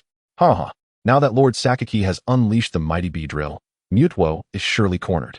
The members of Team Rocket erupted in jubilant cheers, each animatedly celebrating as if they had been invigorated by a surge of energy. Meanwhile, Yulongdu and his companions wore furrowed brows, their unwavering gazes fixed upon the imposing figure of the Mega Beedrill that stood defiantly before Sakamoto. Having engaged in a battle of wits with Sakamoto for many years, they had heard whispers of this formidable Pokemon, yet had never witnessed it in action until now. The impact of this revelation was as profound as any rumor they had encountered, perhaps even more so. Even Su Yun, who was hidden in the shadows, observing every move, wore a look of astonishment. Sakamoto had unleashed the Mega Beedrill. Among the onlookers, Su Yun possessed a unique understanding of this powerful creature. The Mega Beedrill was a titan in Sakamoto's arsenal, its prowess far exceeding that of its counterparts, having transcended the limitations of its species. Even in its unevolved state, it could contend with the lower-tier deities. Once it underwent Mega Evolution, its strength would undoubtedly reach divine levels. In fact, even typical deities might find themselves ill-equipped to face it. At that moment, the Mega Beedrill was already embroiled in combat with Mewtwo. With speed and physical prowess that approached the pinnacle of excellence, the Mega Beedrill moved across the battlefield like a deity of war, engaging in a fierce stalemate with Mewtwo. It was evident to Su Yun that Mewtwo was not utilizing its full capabilities, instead testing the waters against the Mega Beedrill. Thus, the seemingly balanced confrontation unfolded. Should Mewtwo unleash its true power, Su Yun was convinced that the Mega Beedrill would be no match for it. However, this scene was perceived quite differently by the fervent followers of Sakamoto within Team Rocket. Witnessing the Mega Beedrill's apparent parity with Mewtwo, their excitement reached a fever pitch. They danced and shouted in exuberance, extolling Sakamoto's might. Yet, Sakamoto remained impervious to their adulation. Slowly, he produced a remote control from his hand. His gaze towards Mewtwo laced with a hint of derision. Mewtwo, you must remember, you are merely an artificial Pokemon created by Team Rocket. And the purpose of Pokemon is to serve humanity. If you cannot fulfill this purpose, then your existence is rendered meaningless. Your sole purpose is to serve Team Rocket. With that, Sakamoto prepared to press the button on the remote, evidently intending to unleash a devastating tactic to capture Mewtwo. Witnessing this, Su Yun chose to reveal himself. Addressing the long-awaited Mew with unwavering resolve. It's time. Mew, our opportunity has arrived. Show them the might of your baton. Yay, Mew exclaimed. Its excitement palpable as its tail perked up. Grasping a spiked club, it vanished in an instant through teleportation. When it reappeared, it stood directly behind Sakamoto. In that fleeting moment, Sakamoto felt a chill at the nape of his neck. Just as he turned, Mew's club came crashing down without mercy. With a resounding thud, Sakamoto collapsed to the ground. In his final moments of consciousness, he vaguely perceived a seductive figure wielding a long, thick spiked club, gazing at him with a gleeful malice. Simultaneously, Su Yun appeared beside Sakamoto, bending down to retrieve the remote control that had fallen to the ground, before turning to survey the stunned crowd below. In an instant, a profound silence enveloped the battlefield. The clash between Mewtwo and the Mega Beedrill ceased, as all eyes turned towards him, expressions filled with astonishment and disbelief. No one anticipated that, at this critical juncture, someone would dare to strike at Sakamoto. Shenlong, what have you done? How could you lay hands on Master Sakamoto? Do you wish to betray Team Rocket? Apollo was the first to react, glaring fiercely at Su Yun and Mew. His voice laced with fury. Nazi stood frozen, her expression vacant, as if recalling something she ought not to forget. Yulongdu and his companions were equally bewildered, casting confused glances at Su Yun and Mew. Clearly, they too could not comprehend why Su Yun and Mew, members of Team Rocket, would suddenly turn against Sakamoto. Could it be that these two are the League's infiltrators within Team Rocket? King Kikuko's eyes flickered with a strange excitement as she eagerly questioned Yulongdu. If they were indeed agents of the League, their mission would be halfway complete. However, Yulongdu shook his head, dispelling her hopes. No, I do not recognize these two. They cannot be League operatives. Otherwise, I would have been aware of their presence. Kikuko fell silent, at a loss for words. If they were not League agents, then who could they possibly be? Just as everyone remained in stunned disbelief, the previously vanished Xiaobo reappeared, exasperatedly reprimanding Su Yun. Ache, you have acted recklessly. Without Master Sakamoto, how can we contend with Mewtwo? Su Yun regarded the crowd with calm composure, a faint smile gracing his lips. Oh, it's quite simple. I shall simply capture it. With that, he finally discarded his guise, revealing his true identity. The strongest champion of the League. Su Yun. In an instant, the crowd was engulfed in shock, their mouths agape in disbelief. The battlefield fell silent once more. Clad in white, with flowing hair and a commanding presence, he stood resolutely atop the ship, his gaze surveying the onlookers as he recited. After 3 years and 5 seasons atop the peak, none in this world can compare to me. With 30 million legendary Pokemon, even they must bow their heads before my presence. Behold, I, Su, have captured Mewtwo. As he spoke, terrifying figures materialized around him. The progenitor of Pokemon, Mew, the tempestuous Zeraora, the frigid Articuno, the blazing Moltres, the desert tyrant, Mega Tyranitar. the One Punch King. In that moment, 8 of the most powerful Pokemon emerged in unison, creating a cacophony of energy that crackled in the air. Upon witnessing Su Yun's formidable lineup, the members of Team Rocket turned pale with fear, their hearts racing in trepidation. How is this possible? How could he possess such an array of legendary and mythical Pokemon? This defies all logic. Why is it so difficult for us in Team Rocket to create a single deity or mythical Pokemon, while he can command 4 simultaneously? Is this truly our greatest enemy? His power is utterly terrifying. No wonder he could force Master Sakamoto to disband Team Rocket with his own hands. Can such strength truly belong to a mere mortal? Among the Pokemon Su Yun summoned, 2 were mythical and 2 were legendary. It was vital to note that mythical Pokemon were, in many respects, even rarer than legendary ones. Typically, one would have to exhaust a lifetime's worth of luck to encounter even a single mythical Pokemon. Yet here, they beheld 4 in one fell swoop. Most astonishingly, all 4 were under the command of a single individual. This was nothing short of inconceivable. What they found even more difficult to accept was that among these 4 Pokemon, one of them was none other than the progenitor of all Pokemon, Mew, the very blueprint of the legendary Mewtwo. Even those well acquainted with Su Yun's prowess, such as Yulongdu, were taken aback. They were aware of Su Yun's possession of Pokemon like Zeraora and Articuno, but they had no inkling that he owned Mew. Mew's sudden appearance beside Su Yun, seemingly in a close relationship with him, truly astonished them. Su Yun was indeed present here. Zeraora was also at his side. Could it be that Zeraora had sought him out? Was his purpose in coming here to capture Mewtwo? Kona stared in stunned silence at Su Yun, who was basking in the glory aboard the spaceship, momentarily lost in thought. The shock Su Yun brought was simply overwhelming. Chapter 78, Confronting Mewtwo. He is not a Che. Upon the revelation of Su Yun's identity, an enraged Xiaobo was momentarily frozen in place, shock and disbelief flooding his murky eyes. Previously, he had believed Qin Che to be the one who betrayed him. Only now did he come to understand that it was not Qin Che who had deceived him, but rather they had both fallen into Su Yun's trap, manipulated like puppets. Su Yun, truly the strongest champion of the alliance, was indeed a master strategist, even deceiving me. If he hadn't revealed his identity himself, it is likely that none present would have seen through his disguise. Xiaobo narrowed his eyes, murmuring to himself as he regarded Su Yun with a gaze full of wariness.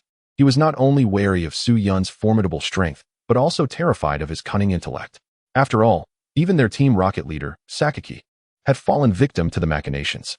As a mere scientist, how could he hope to contend with Su Yun? Reflecting on this, he couldn't help but consider escaping from this place. As for Mewtwo, it was no longer something he could vie for. However, he did not leave immediately. Instead, he pondered a pressing question. Where were the true Qin siblings now? In contrast to Xiaobo, Nazi's gaze towards Su Yun was filled with hatred and fury. At this moment, she finally recalled the memories she had lost. Indeed, when Su Yun entered the research facility, she had already discerned his true identity. However, at that time, she refrained from exposing him, intending to leverage his identity to extract secrets from Xiaobo. Unfortunately, she had underestimated Su Yun's strength, and during her inquiries, she had fallen prey to his control, resulting in the erasure of part of her memory. Had she not been a natural psychic, the sudden revelation of Su Yun's identity would not have triggered any recollection. Now realizing this, she felt a surge of anger and regret. If only she had not acted impulsively and concealed Su Yun's identity, he would not have succeeded in infiltrating their ranks. Mewtwo would not have awakened prematurely, and the current situation would never have arisen. With this thought, Nazi was filled with remorse. Sakaki, dear Sakaki, I have betrayed your trust, but rest assured, Nazi will risk her life to rescue you. Nazi murmured with determination. However, she did not rush into action but instead sought a suitable opportunity in the shadows. From her previously lost memories, she had gleaned crucial information. Su Yun, like her, was also a psychic. Moreover, his psychic abilities far surpassed her own, rendering her incapable of competing with him. Furthermore, with so many powerful Pokemon guarding him, if she were to charge in recklessly now, it would merely result in her own demise. Thus, she needed to await the right moment. At that moment, the battle-weary Mega Beedrill, realizing its master Sakaki was in peril, immediately turned back to rescue him. However, with 8 extraordinarily powerful Pokemon surrounding Su Yun, how could Mega Beedrill approach the spaceship? A fiery blast from Moltres forced Mega Beedrill to retreat. Mega Beedrill, your master is already in my grasp. It would be wise for you to cease your resistance. Once I capture Mewtwo, I shall deal with you. Su Yun calmly communicated with Mega Beedrill using his power, dismissing it entirely. While Mega Beedrill was indeed formidable, it paled in comparison to his 8 Pokemon. His primary focus remained firmly on Mewtwo. Su Yun slowly shifted his gaze from Mega Beedrill to Mewtwo, who was seething with rage at this very moment. Seeing Su Yun openly staring at it, Mewtwo coldly declared, "Human, do you truly believe you can capture me?" In Mewtwo's perception, it was the most powerful artificial Pokemon, a unique existence unmatched in the world. No one could bind it, and certainly, no one could capture it. Su Yun raised an eyebrow, inquiring, "What? Do you think it's impossible?" Mewtwo scoffed, its gaze sweeping over the 8 Pokemon before finally resting on Mew. "Huh, is that your crutch? The very Mew from which my genetic blueprint was derived? Yet, I have transcended Mew. In my eyes, it is merely an inferior imitation. An inferior product dares to defeat me, the superior being? Human, you are truly delusional." Mewtwo's arrogant and domineering voice echoed through the air, completely disregarding Mew and the other Pokemon. Su Yun observed Mewtwo with a playful gaze, choosing not to argue, for he understood that someone would soon take up that mantle on his behalf. As anticipated, no sooner had Mewtwo finished speaking than Mew, as its original self, exploded in fury. "You are the inferior one. Your entire family is inferior. You counterfeit. What right do you have to look down upon me? Do you believe I won't smash you to pieces with a blunt weapon? You counterfeit. Fake. Inferior replica." Mew raged, its small mouth going a mile a minute. As the revered progenitor of all Pokemon, even Arceus would have to show it some respect. Yet here it was, being scorned by a human-made imitation, and it found this utterly intolerable. Meanwhile, the other legendary Pokemon, witnessing the heated exchange between Mew and Mewtwo, began to engage in fervent discussions. "Kyogre, wow! This Mewtwo is so arrogant. Even I, the lord of the land, have never been this brazen. How dare it? Groudon, this mere artificial Pokemon dares to rise above our true legendary status? It must be taught a lesson. I support Mew in taking it down. Rayquaza, such a small presence with a loud mouth, the strongest trainer in history, have your Pokemon swarm it. What status does it have to act so grand? Ho-oh, Mew's insults are quite adorable. The strongest trainer in history, don't just focus on Mewtwo. Give Mew some attention. I quite fancy this. Arceus, the strongest trainer in history, do you require my assistance? Not 99.99, nor 999, merely 99, and the judgment beam shall be yours to take home." Chapter 79. Even against 8 foes, I, Mewtwo, remain invincible across the land. Rayquaza, wow. Llama, your demands are rather steep, aren't they? 1 judgment beam for 99? Why not just go and steal it? Groudon, indeed. As the strongest trainer in history, allow me to handle this. My Cliff Blade only costs 88. Kyogre, but Mewtwo can soar through the skies. What use is your groundbound self? Groudon, damn it. Why must I always be the one to suffer? Just as the group chat was heating up, the battle outside had already commenced. Upon hearing that Celebi referred to it as a mere replica, Mewtwo's expression darkened, igniting an unnameable fury within. Without a second thought, it charged towards Celebi, clearly intent on proving that it was not just a copy, but the ultimate artificial Pokemon that had surpassed Celebi. Celebi, witnessing this, showed no signs of fear, typically one to strike from the shadows. It boldly stepped forward to confront Mewtwo head-on. Surrounding them both was a protective shield of psychic energy, as they commenced the most primal of physical clashes. Pokemon bumper cars. They collided with each other using their bodies. The lethargic King of Leave, observing this spectacle, suddenly brightened. Bumper cars? Count me in. Shaking off its lazy demeanor, the King of Leave leapt from the ship. Boom. Its colossal form crashed down, instantly stirring up a whirlwind of dust. The ground beneath it cracked and crumbled, creating a massive pit. The earth rumbled ominously, shaking violently, as if an earthquake had struck. Mewtwo and Celebi sensed the overwhelming energy and instinctively turned to face the King of Leave. The sight startled them. There was the King of Leave, arms wide open, sprinting towards them with great strides. No, perhaps charging would be the more apt term. With its enormous frame, the King of Leave transformed into a projectile, hurtling directly towards Mewtwo and Celebi. Celebi, startled, perked its ears, seizing the opportunity while Mewtwo was distracted. Without hesitation, it summoned all its strength to thrust Mewtwo towards the impending collision with the King of Leave. Celebi. Mewtwo seethed with rage, its teeth clenched, flames nearly bursting from its eyes. That sneaky Celebi had dared to launch a surprise attack while it was unprepared. Now it was forced to withstand the King of Leave's onslaught. Ha ha ha, take that. Celebi made a cheeky face at Mewtwo, resembling a mischievous child, infuriating Mewtwo even further. Yet, Mewtwo found itself helpless against Celebi's antics. as it needed to focus entirely on the impending crash with the King of Leave. Just as the King of Leave was about to collide with it, Mutwo quickly conjured a psychic shield to absorb the impact. However, sensing the King of Leave's formidable momentum, Mutwo felt compelled to summon an additional energy shield around itself for extra protection. Just then, the King of Leave barreled into Mutwo.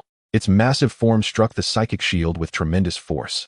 Previously, Mutwo had easily withstood the attacks of the powerful Darkrai, but against the King of Leave, the shield was as fragile as paper.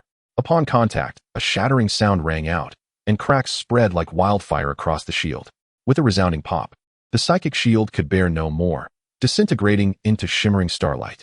Yet the King of Leave's momentum remained undeterred, crashing into Mutwo's energy shield. This time, the energy shield held firm, but Mutwo itself was unable to withstand the overwhelming force and was sent flying, buried beneath the rubble. Celebi clapped gleefully from the sidelines. Hooray! Hooray! Crush that imposter! Boom! Mutwo's fury erupted. A beam of psychic energy shot forth from the debris, soaring skyward. The rubble that had fallen upon Mutwo was blasted away as it rose, exuding an even more terrifying aura, its gaze fixed coldly upon the King of Leave, radiating murderous intent. It was enraged. How dare the King of Leave send it flying, leaving it trapped beneath the ruins? Such indignity was intolerable for one so self-important since birth. Mutwo would vanquish the King of Leave and restore its honor. Raising its hand, purple energy surged from its eyes, directing its wrath at the King of Leave. Before the King of Leave could comprehend the situation, it found itself immobilized, as if ensnared by a mysterious force. Gradually, it began to levitate, and in the next instant, with a swoosh, it was flung into the distance, crashing into a nearby research facility. In an instant, the opulent facility was reduced to ruins. Mutwo had returned the favor, enacting upon the King of Leave what had been done to it. Stop dawdling. Assist the King of Leave and Celebi. Suyun commanded the remaining Pokémon, narrowing his eyes. Mutwo was now enraged, its power no longer concealed. Alone, the King of Leave and the sneaky Celebi could not subdue it. Tweet. Articuno and Moltres were the first to spring into action. One breathed forth searing flames, while the other unleashed a torrent of icy winds, allowing Mutwo to experience the duality of fire and ice. Though both were legendary Pokémon of the second tier, they were no less formidable than Mutwo. Mutwo let out a frigid growl, its expression growing ever colder. With a wave of its left hand, the flames dissipated, while its right hand crushed the ice. Its overwhelming strength was awe-inspiring. Surely, the vial of genetic extraction had indeed enhanced its abilities. Without the fusion of Arceus's genes, it should not have reached such an extraordinary level of power. Suyun, observing the spirited Mutwo on the battlefield, felt an unprecedented gravity in his expression, yet it was tinged with excitement. The stronger Mutwo grew, the greater his potential rewards. Once captured and nurtured, it would undoubtedly become the mightiest of all his Pokémon. Even Groudon and the others in the chat group could not help but marvel at Mutwo's prowess against 8 opponents. Rayquaza, this fellow exudes a certain charm. Reminiscent of my own legendary feat of taking on 7 foes, I quite admire it. Strongest trainer in history, if you truly manage to capture it this time, I would be willing to offer it a chance to be my subordinate. Groudon, you think a caterpie like you deserves that? Kyogre, indeed, indeed. Even if anyone were to be a subordinate, it ought to be me. A mere caterpie has no claim to such a position. Rayquaza, the dragon shall not be insulted. You shall all feel the sharpness of my wrath. Kyogre, Groudon, my sword of cliffs, origin pulse, is not without its advantages. Chapter 80, a blow that shapes the future. 8 formidable Pokémon joined forces, instantly elevating the pressure on Mutwo. Zeraora summoned the lightning from the heavens, enveloping the entire island in a tempest of thunder. Meanwhile, it bathed in the radiant lightning, fiercely battling Mutwo. Articuno and Moltres coordinated their efforts, utilizing the dual onslaught of ice and fire to restrain Mutwo's assault. The other Pokémon, including the King of Leaves, served as the primary offensive force, closing in and engaging Mutwo in close combat. Yet, the strongest Pokémon present aside from Mutwo, Mew, played a more subtle role, refraining from a direct confrontation and stealthily launching surprise attacks, occasionally delivering strikes that left Mutwo in considerable distress. As the saying goes, 2 fists cannot contend with 4 hands. Despite Mutwo's immense power, it found itself somewhat overwhelmed under the combined onslaught of the 8 Pokémon, beginning to show signs of retreat. Witnessing this scene, the expressions of Yulongdu and his comrades were filled with astonishment. After so many years without seeing Su's prowess, they were taken aback by how formidable he had become, evoking a sense of nostalgia. Though we are known as champions, we are mere ants in comparison to Su-yun. Utterly incomparable, King Shiba remarked, his gaze brimming with admiration. Kona's lips parted slightly, lost in thought. How could this fellow be so powerful now? Observing Su-yun's current spirited demeanor, memories of their past encounters flooded Kona's mind. Her cheeks instantly flushed. Back then, Su-yun was as valiant as he is now. Even she, a champion, found it hard to withstand him. A faint smile of contentment graced the aged visage of King Kikuko, who praised. It is indeed a stroke of luck for the Kanto region to have a talent like Su-yun. The remaining three nodded in agreement.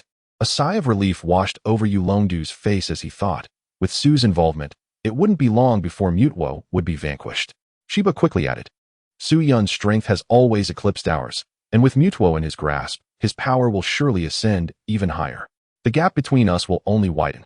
Kona, however, harbored a different concern, glancing at King Kikuko and asking, Grandma Kikuko, if we fail to retrieve Mutwo for the League and Su-yun captures it instead, will the League not cause him trouble? She did not care who ultimately possessed Mutwo. Her sole concern lay with Su-yun's safety. Kikuko let out a sardonic laugh. Do you think the League dares to trouble him? At that moment, Kona found herself at a loss for words. They say that concern breeds chaos. It wasn't until Kikuko's reminder that she realized the League likely wouldn't dare to confront Su-yun. After all, his strength was evident, and he maintained excellent relationships with numerous powerful figures within the League. It was improbable, if not impossible, for the League to pursue trouble with Su-yun over a mere artificial Pokemon. With this understanding, her heart finally settled. As she looked back at Su-yun in the arena, her eyes brimmed with affection. Across the battlefield, Natsu was equally fixated on the unfolding conflict. Sensing Mutwo's impending defeat, her heart involuntarily tightened. If Mutwo were to falter, her chances of rescuing Sakaki would diminish significantly. Should she act prematurely? If Mutwo fell, her opportunity would vanish. Natsu's mind wrestled with this difficult decision. Just then, the tide of battle shifted dramatically. As Mutwo engaged Zeraora, Mew had somehow stealthily circled around to Mutwo's rear, delivering a sudden strike to the back of Mutwo's head. Bang! The sharp sound resonated in the ears of everyone present, causing all who witnessed the moment to involuntarily shudder and instinctively cover their own napes. While they could not fathom Mutwo's sensation, merely hearing that sound allowed them to grasp the sheer ferocity of the blow. It wasn't an exaggeration to say it could induce a concussion. Is it over just like that? This was the unspoken sentiment of all present. Even Su-yun thought so, having already readied a Master Ball to capture Mutwo. Yet, in that instant, an unexpected turn of events unfolded. A radiant beam of purple divine light suddenly burst forth from the ruins, dazzling and blinding, rendering onlookers unable to open their eyes. Moments later, they beheld Mutwo, enveloped in the purple divine glow, ascending like a war god. Suspended above its head were 18 ethereal energy manifestations of varying hues, each exuding distinct attributes, all elongated, yet nearly identical in shape. Observing this extraordinary sight from his ship, Su-yun couldn't help but exclaim in astonishment, that is Arceus's plates. Indeed, he was taken aback to discover that the 18 energy manifestations hovering behind Mutwo resembled Arceus's plates. However, the plates of Arceus were tangible objects, while the energy manifestations surrounding Mutwo were merely an embodiment of ethereal energy. Could it be that Mutwo had inherited the powers of Arceus's 18 attribute plates? But that shouldn't be possible. If such power existed, why had it not been utilized before now? Su-yun furrowed his brow, his gaze involuntarily darting toward Mew, who held the spiked club. If Mutwo had undergone a significant transformation, it surely stemmed from Mew's earlier strike. Could it be that Mew's blow had awakened Mutwo's dormant power? Su-yun's lips twitched slightly as a wild hypothesis took shape in his mind. Although this notion seemed far-fetched, he felt an inexplicable conviction that it was indeed the truth. Mutwo kept its eyes tightly shut, seemingly absorbing this newfound power, which instilled a sense of threat in Mew, who stood closest. It sensed that if Mutwo harnessed this power, it might not stand a chance against it. Observing Mutwo in a state of enlightenment, Mew resolved to act decisively. With a fierce determination, it soared towards Mutwo's rear, brandishing the spiked club, ready to deliver another punishing blow to ensure Mutwo remained in slumber. Chapter 81. Today, I realize who I am. Go wash yourself. Mew's eyes widened as it summoned all its strength, swinging the spiked club down towards Mutwo's head. In that moment, it seemed to hear a melodious tune echoing in its ears. Gently awaken the slumbering soul. Slowly open your eyes. Buzz. However, just as the spiked club was about to make contact with Mutwo's head, Mew's smile abruptly froze. In that fleeting moment, Mutwo seemed to have received a premonition. The 18 ethereal shadows of energy behind its head suddenly erupted with a dazzling and resplendent divine light, forming an invisible barrier that effectively deflected Mew's assault with its jagged club. Could this be possible? Mew was left dumbfounded, its jaw dropping in astonishment. Even Zeraora and the others wore expressions of disbelief, utterly surprised that Mutwo had successfully thwarted Mew's cunning ambush. At that moment, Mutwo slowly opened its eyes. Those keen orbs radiated an intensity that seemed to harbinger boundless fury, fixating on Mew as if intent on incinerating it to ashes. Gulp. Mew swallowed nervously. The creature, typically fearless, now felt the stirrings of trepidation. From Mutwo, it sensed a familiar wave of energy, Arceus's power. Once, in jest, Mew had mocked Arceus as an alpaca, only to suffer a swift retribution. Arceus, from miles away, had unleashed a punitive beam of light upon it. The energy signature of that divine punishment mirrored the one now emanating from Mutwo.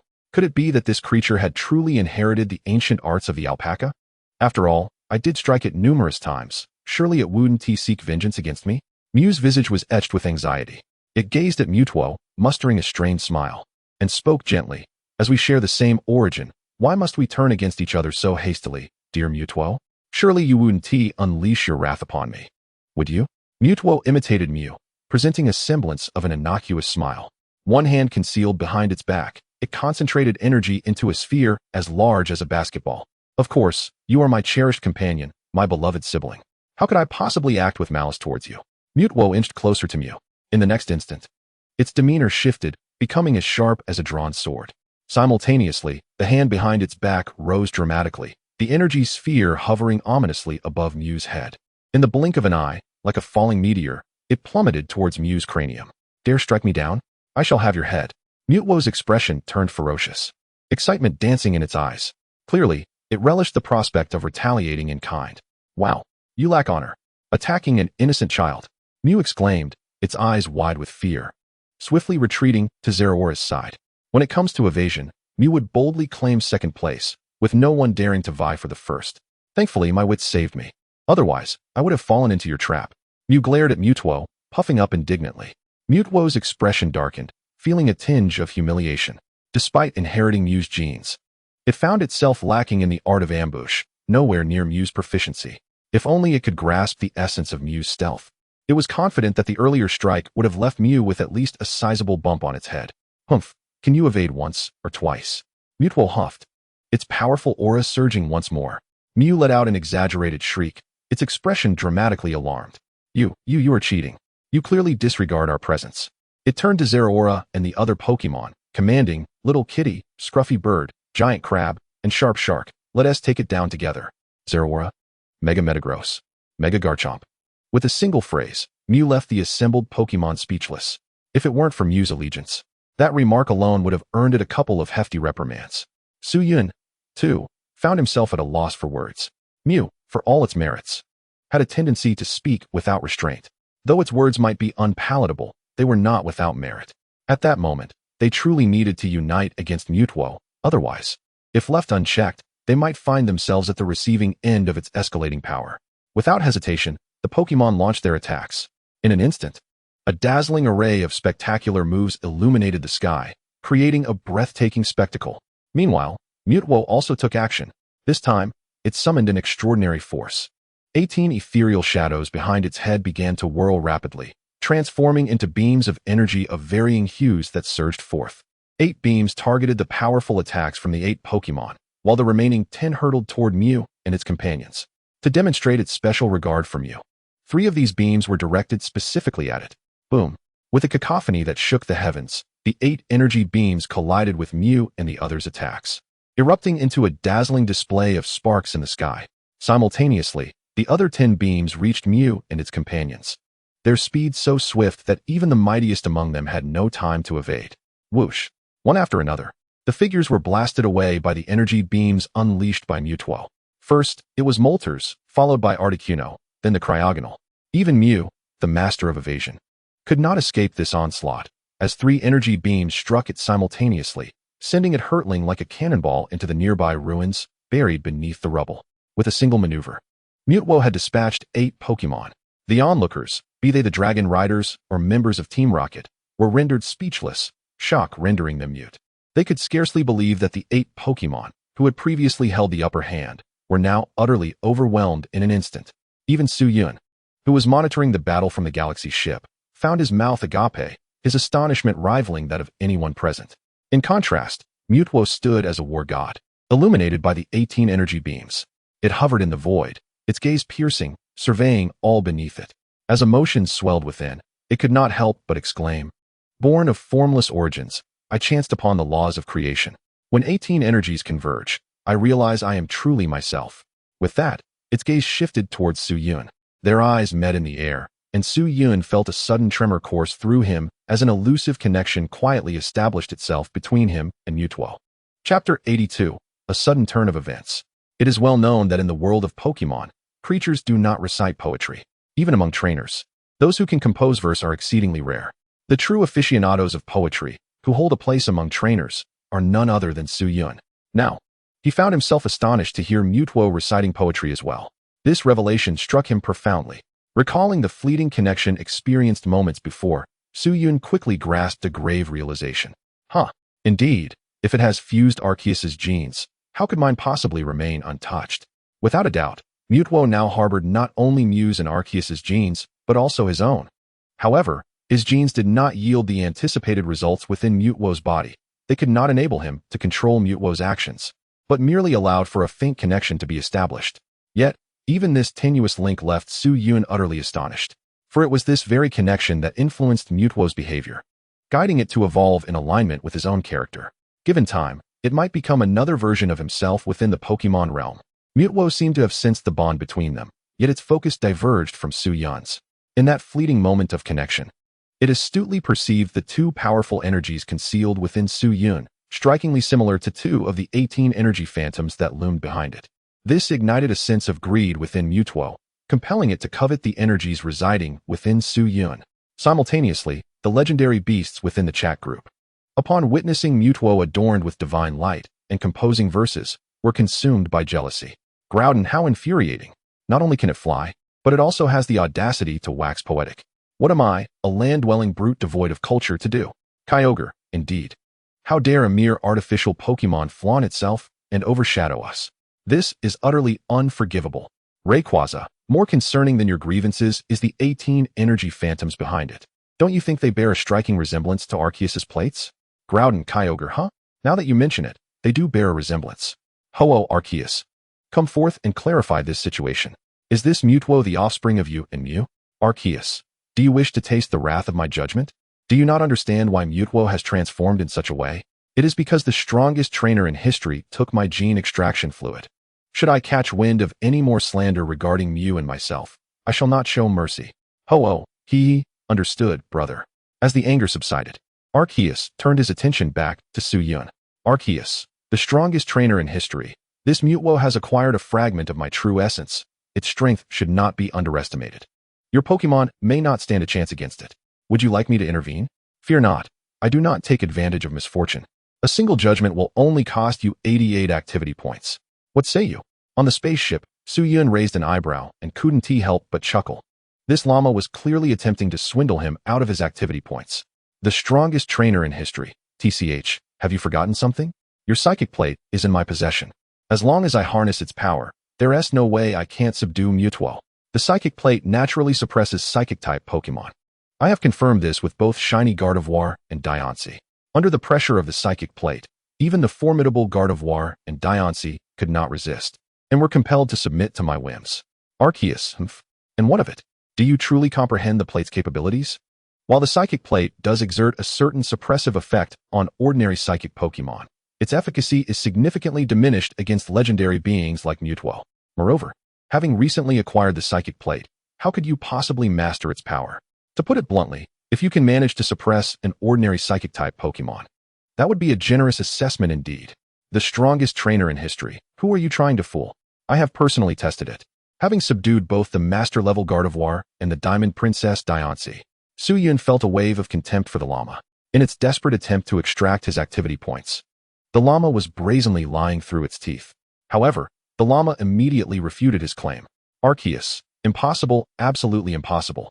Unless I personally descend and wield the psychic plate, you could never hope to subdue a being of Diance's caliber. Seeing Arceus's tone unwavering and resolute, Su Yun found himself momentarily swayed. Could it be that Arceus spoke the truth? The strongest trainer in history. Arceus, are you certain? Arceus, as the creator of the universe. I guarantee that none but I possess the ability to achieve such a feat.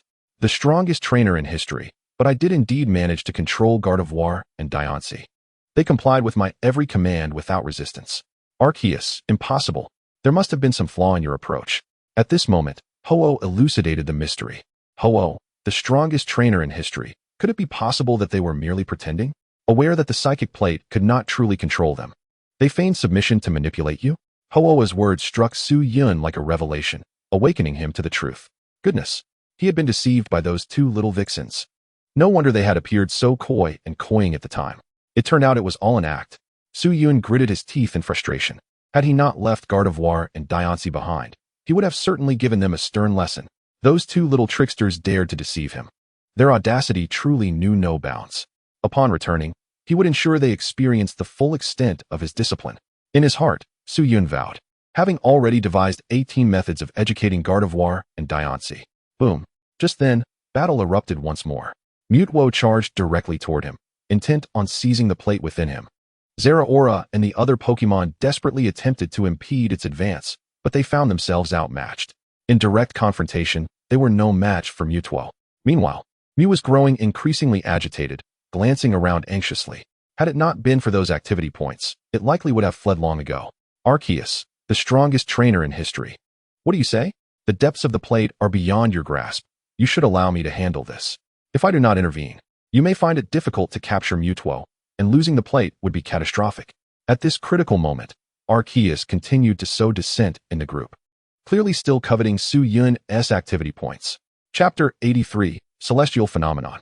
After much deliberation, Su Yun, wary of the consequences, ultimately chose to relent and accept Arceus's assistance.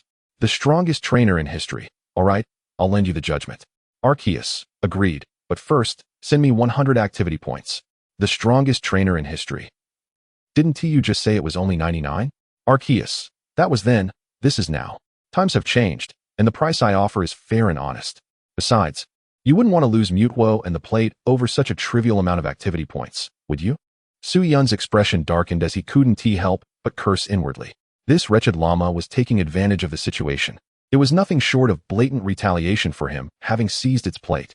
Although Su Yun felt displeased, he ultimately complied and sent Arceus 100 activity points. If he could successfully capture Mutwo, he would not hesitate to part with 200, if need be. Ding! In a remarkable display of camaraderie, a member of the group, the most formidable trainer in history, uploaded 100 activity points, prompting Arceus to promptly accept them. Witnessing Su Yun's unhesitating response filled Arceus' heart with uncontainable joy. Haha, I have struck gold. I can finally earn 100 activity points in one go. I am a step closer to redeeming the tablet. Arceus exclaimed, overwhelmed with happiness to the point of tears. Once it had composed itself, Arceus took to the group chat to send a message. Arceus, please share your location. Su Yun promptly shared their position with Arceus. Before long, Arceus had pinpointed the presence of Mutwo. Arceus, keep your eyes peeled. My judgment beam is on its way. As Arceus sent this message, a dazzling point of light suddenly appeared in the sky above the island. The light began as small as a grain of rice, but within 2.5 seconds, it expanded to the size of a colossal egg. The radiance it emitted grew even more blinding, overshadowing the sun itself. Moments later, it swelled to the size of a basketball. At this juncture, those present sensed an overwhelming aura drawing near and instinctively looked up to the sky, quickly realizing something was amiss. Good heavens, what is that? It shines even more brilliantly than the sun. They gasped, astonished. Is it the sun's envoy, Solgaleo? The aura it radiates is terrifying. It feels as though it is suffocating me. Fear gripped the crowd, their faces etched with dread. Long Yu and others wore solemn expressions, their brows furrowed in concern. Elder Kiku, with your vast experience, can you discern the origin of this celestial phenomenon? Long Yu inquired, his eyelids twitching with anxiety. Elder Kiku, leaning on her cane, trembled visibly, her already pallid complexion rendered ghostly under the brilliance of the light. She spoke in a quivering voice. This aura is certainly not that of Solgaleo. It is even more formidable, yet hauntingly familiar, as though I have encountered it before. Elder Kiku appeared lost in thought, her gaze distant and unfocused, either recalling something dreadful or grappling with an unsettling realization. Kona chimed in. I too sense a familiarity about this aura. We must have encountered it previously. The three exchanged glances, pondering where they had experienced this presence before. Just then, the usually reticent King Shiba spoke up. I know. Do you all remember the Sinnoh Ruins incident from years ago? Sinnoh Ruins? Long Yu, Kona, and Elder Kiku were momentarily taken aback, their expressions shifting dramatically. Are you referring to the Hall of Origin? Long Yu inquired in a low, tense voice, betraying a mix of excitement and apprehension. Indeed, it is the Hall of Origin. King Shiba affirmed with certainty. Do you not find the aura of this light eerily reminiscent of that enigmatic white light we encountered within the hall? Years prior, the four had accompanied the Sinnoh champion Cynthia to explore the Hall of Origin, where they had discovered a mysterious white light encased in special crystal. The aura emanating from that light bore an uncanny similarity to the one now manifesting in the sky. With King Shiba's reminder, Long Yu and the others gradually came to this realization, their expressions shifting to one of alarm. If memory serves me correctly, according to the research of myth historians from the Sinnoh region, that white light in the hall was indeed the work of Arceus. Long Yu exclaimed, excitement bubbling forth. Elder Kiku nodded, affirming, yes, it was undoubtedly the handiwork of Arceus. Kona gasped, then does that mean the light above originates from Arceus as well?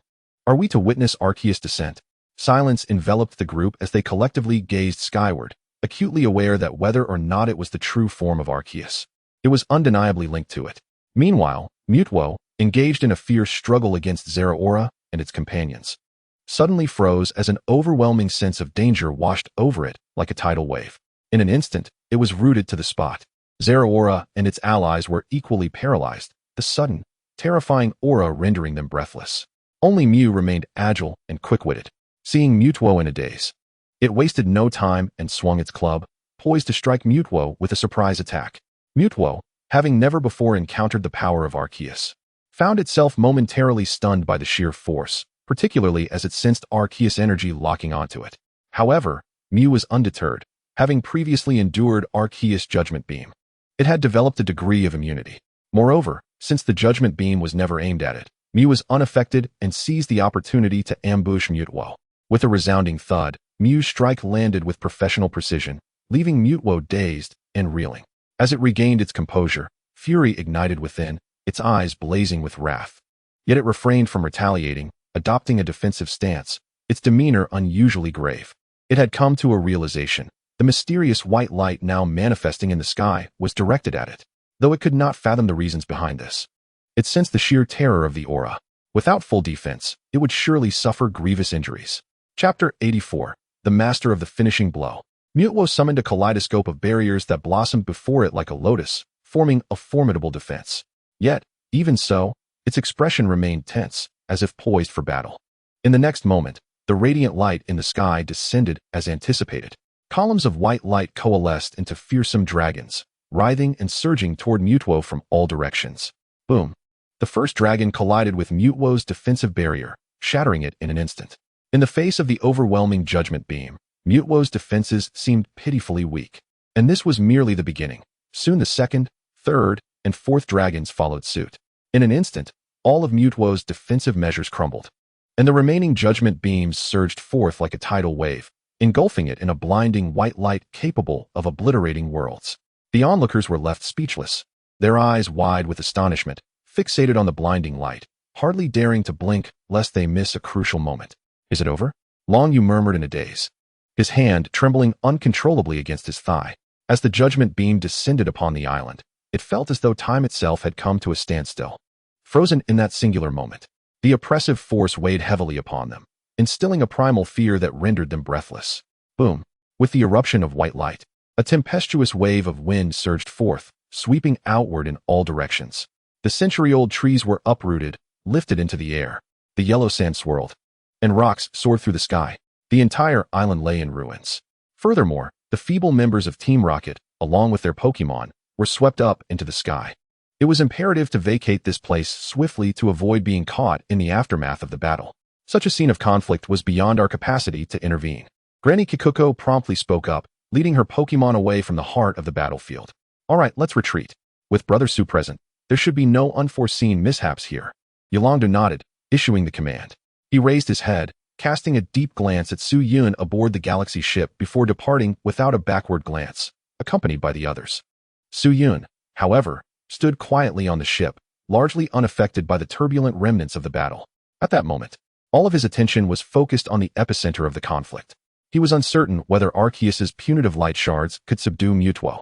Meanwhile, on the other side, Naza, noticing Su Yun's complete focus on the battlefield, realized that the opportunity to rescue Sakaki had arrived. Without hesitation, she employed her psychic powers, teleporting Sakaki to her side. Subsequently, she discarded the remaining Team Rocket members and, with Sakaki in tow, executed a swift teleportation away from the island. Miss Naza, wait for us. Apollo and the others, witnessing this scene, were immediately thrown into a panic, wishing to follow Naza's lead. Unfortunately, they were not psychics and lacked Naza's teleportation ability. Thus, attempting to leave the island was akin to chasing a mirage. After all, Yolongdu and his companions were still guarding the island. Any attempt to depart would require their consent. Just then, the commotion below among Team Rocket caught Su Yun's attention. He scanned his surroundings, his brow furrowing in concern, only to suddenly realize that Naza's figure had vanished without a trace. When did Naza leave? She was Sakaki's right-hand ally. Could she truly abandon him so callously? A foreboding sensation washed over Su Yun. He hurriedly turned to search for Sakaki, only to find the ship vacant. Sakaki had also disappeared at some point. In an instant, Su Yun's expression darkened. At that moment, he comprehended why Naza had vanished so abruptly. She had seized the opportunity to rescue Sakaki while he was distracted. Su Yun did not doubt Naza's capability for such a feat after all. As a naturally gifted psychic, Naza had demonstrated immense talent from a young age, mastering her powers to an extraordinary degree. It was entirely plausible for her to whisk Sakaki away unnoticed. How careless of me, to have been outmaneuvered by her. Su Yun lamented, filled with frustration. His attention had been entirely consumed by Mewtwo, overlooking Sakaki's presence beside him. Now that he realized this, it was already too late. He had initially intended to extract some valuable information from Sakaki regarding their schemes, but it appeared that opportunity had slipped away. Su Yun sighed, feeling quite disheartened. A single misstep could lead to eternal regret. He never expected to falter himself. After a moment of reflection, Su Yun steadied his emotions, deciding not to dwell on the matter any further. The past could not be changed, and worrying about today would only invite more troubles. What he should prioritize now was Mewtwo's condition. Moments later, the blinding light on the battlefield dissipated, and the dust gradually settled. Su Yun gazed at the battlefield with eager anticipation. However, upon witnessing the scene unfold before him, he was left utterly speechless, his expression frozen in disbelief. There, in the midst of the battlefield, Mewtwo was gravely injured, kneeling on the ground. The 18 energy phantoms that had previously surrounded it had vanished entirely. Mewtwo was gasping for breath, struggling to utilize its regenerative power to mend its wounded body. Yet, unbeknownst to it, a small pink Pokémon had stealthily appeared behind it. This seemingly harmless creature held a long, sturdy, pitch-black club in its grasp. The pink Pokémon raised the club high and swung it down towards the prostrate Mewtwo. With a resounding thud, the impact echoed across the battlefield, and Mewtwo felt a sharp pain strike the back of its head, causing its consciousness to blur. Summoning its indomitable will, it managed to turn its head, only to behold a familiar figure. "You insufferable brat, Mew." Mewtwo's eyes ignited with fury, teeth clenched in anger. Yet before it could utter another word, Mew's club came crashing down once more. "You're the insufferable one." This powerful blow sent Mewtwo reeling, disorienting it to the point where its self-regeneration was rendered futile. With a thud, Mewtwo collapsed to the ground, succumbing to unconsciousness. However, Mew was relentless. Even as Mewtwo lay unconscious, the club in its hands continued to swing. Take that, take that. How dare you bully me? I'll smash your head in." The rhythmic sound of the strikes rang out, forming a melodious refrain. Su Yun's mouth twitched. He was at a loss for words. Just moments ago, Mew had been timid and hesitant, now transformed into a valiant warrior, mercilessly striking down Mewtwo. The sight of Mewtwo lying on the ground, rolling its eyes in defeat, was utterly embarrassing. It was hard to fathom that such actions stemmed from the progenitor of Pokemon. Chapter 85, The Curtain Falls. Alright, stop it. Don't strike anymore. You might just knock it silly. Finally, Su Yun could no longer bear the sight, and raised his voice to halt Mew. He still wished to capture Mewtwo. If Mew were to truly cause some damage, it would be a loss too great to bear. Absolutely not. If you tell me to stop, then I would lose face. Mew pouted, displaying a defiant demeanor. With no other choice, Su Yun resorted to his trump card. "Mew, don't you want to earn some activity points later?" Mew's heart skipped a beat. The club, mere millimeters from Mewtwo's head, was suddenly pulled back. Humph. If I'm not striking, then what is the big deal? I'm not even interested. Mew huffed, returning to Su Yun's side in a flash. Simultaneously, Su Yun produced a Master Ball, successfully capturing Mewtwo. As he held the Master Ball in his hands, an uncontrollable excitement spread across his face. I have finally captured Mewtwo. At that moment, congratulations flooded the chat group. Kyogre, congratulations, congratulations. Cheers to the strongest trainer in history for capturing Mewtwo. The strongest trainer in history, ahem, thank you. Since you can't fly and show such sincerity, I've decided to ease off on the teasing a bit. Kyogre, does that mean you want to tease me at all? The strongest trainer in history, it's impossible not to tease you. After all, you're the only one who can't fly. Kyogre, hey, how dare you insult me? Angry, Groudon, huh? Indeed, the strongest trainer has a special affinity for those who can't fly. Truly a dedicated little hater. The strongest trainer in history, nonsense. I am a genuine fan of those who can't fly. Kyogre, you better be. The strongest trainer in history, of course, I am. At this moment, Rayquaza also chimed in. Rayquaza, the strongest trainer in history. Since you have captured Mewtwo, shouldn't you send a red envelope to celebrate? Our request is quite modest. Just a couple of hundred will suffice. Kyogre, I second that. Groudon, I feel the same. Lugia, indeed. Arceus, 10086. The strongest trainer in history. Sending a red envelope is simply out of the question. It will never happen in this lifetime. It's not that he is stingy, but the expenditure of activity points this time around is indeed substantial. His account balance is already quite meager. If he were to send a red envelope to Rayquaza and the others, he would surely be reduced to a pauper. Rayquaza, TCH, miser. Groudon, I have never encountered such a miserly individual. Kyogre, what has happened to your magnanimity? Is this all you can muster? Having failed to garner any advantage, the legendary Pokémon instantaneously turned their ire upon him. Without a word, Su Yun decisively exited the chat group. Out of sight, out of mind. What do idle remarks matter to me? Trainer brother, do you see the activity points? At this moment, Mew appeared hesitantly, like a little girl tempting him to commit a crime. Su Yun coughed lightly, patted its head, and smiled. Rest assured, can I possibly escape? With that, he accessed the system and began to settle Mew's assistance time. After careful calculation, Su Yun compensated it with 80 points. Mew pouted its small lips, visibly displeased. Wow, I worked so hard, yet how can the activity points be so few? Su Yun shrugged. Is it my fault? The system stipulates it. If you disagree, take it up with the group leader. Mew immediately wilted. To confront the group leader was utterly beyond its courage. After all, even Arceus had to show respect to the group leader. As a mere Mew, it dared not do otherwise. Undeterred, Mew began to entice Su Yun, but trainer brother, you could give me some extra rewards, right? After all, the group leader isn't involved in this. Su Yun raised an eyebrow. Oh? Why should I give you extra rewards? Or do you have some special service to offer? Su Yun scrutinized Mew from head to toe, a mischievous smile playing on his lips. Small and quite adorable, indeed. Mew's heart raced, its cheeks flushing, as it pouted and admonished Su Yun not to do anything inappropriate. With that, it vanished in a flash, clearly afraid of Su Yun's intentions. Su Yun protested his innocence. I am a paragon of virtue. How could I be a lecherous person? This little trickster must have misunderstood me. Saying this, Su Yun glanced at the already returned Jolteon beside him.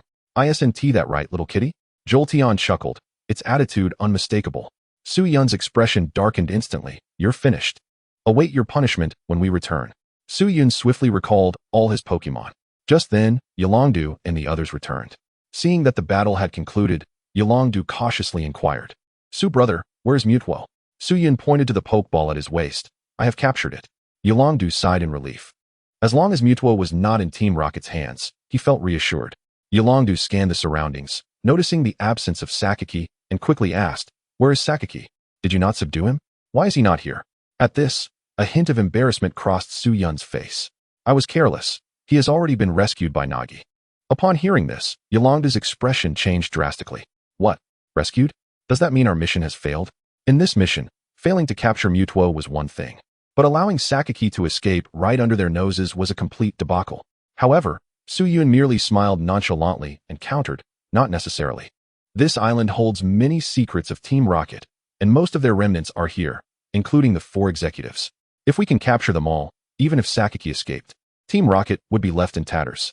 King Kikuko nodded in agreement with Su Yun's perspective. Su is right. Do. Contact the Alliance immediately and request more personnel. With just the four of us, we cannot control so many. Understood. Yolongdu recognized the truth in Kikuko's words and promptly reached out to the Alliance. Meanwhile, Suyun proceeded to confiscate Team Rocket's galaxy spaceship. Yolongdu and the others expressed no dissent.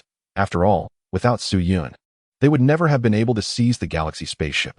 After assisting Yolongdu and the others in clearing the remnants of Team Rocket from the island, Suyun prepared to leave the small island. Before departing, he wished to invite Kona aboard to enjoy a night of beauty and exchange battle techniques, but alas, Kona politely declined, citing busy Alliance affairs. Reluctantly, he piloted the galaxy spaceship alone. Chapter 86, The Ultra Wormhole. On the spaceship, Suyun sat in the pilot's seat, legs crossed, stroking the little cat with a look of contentment.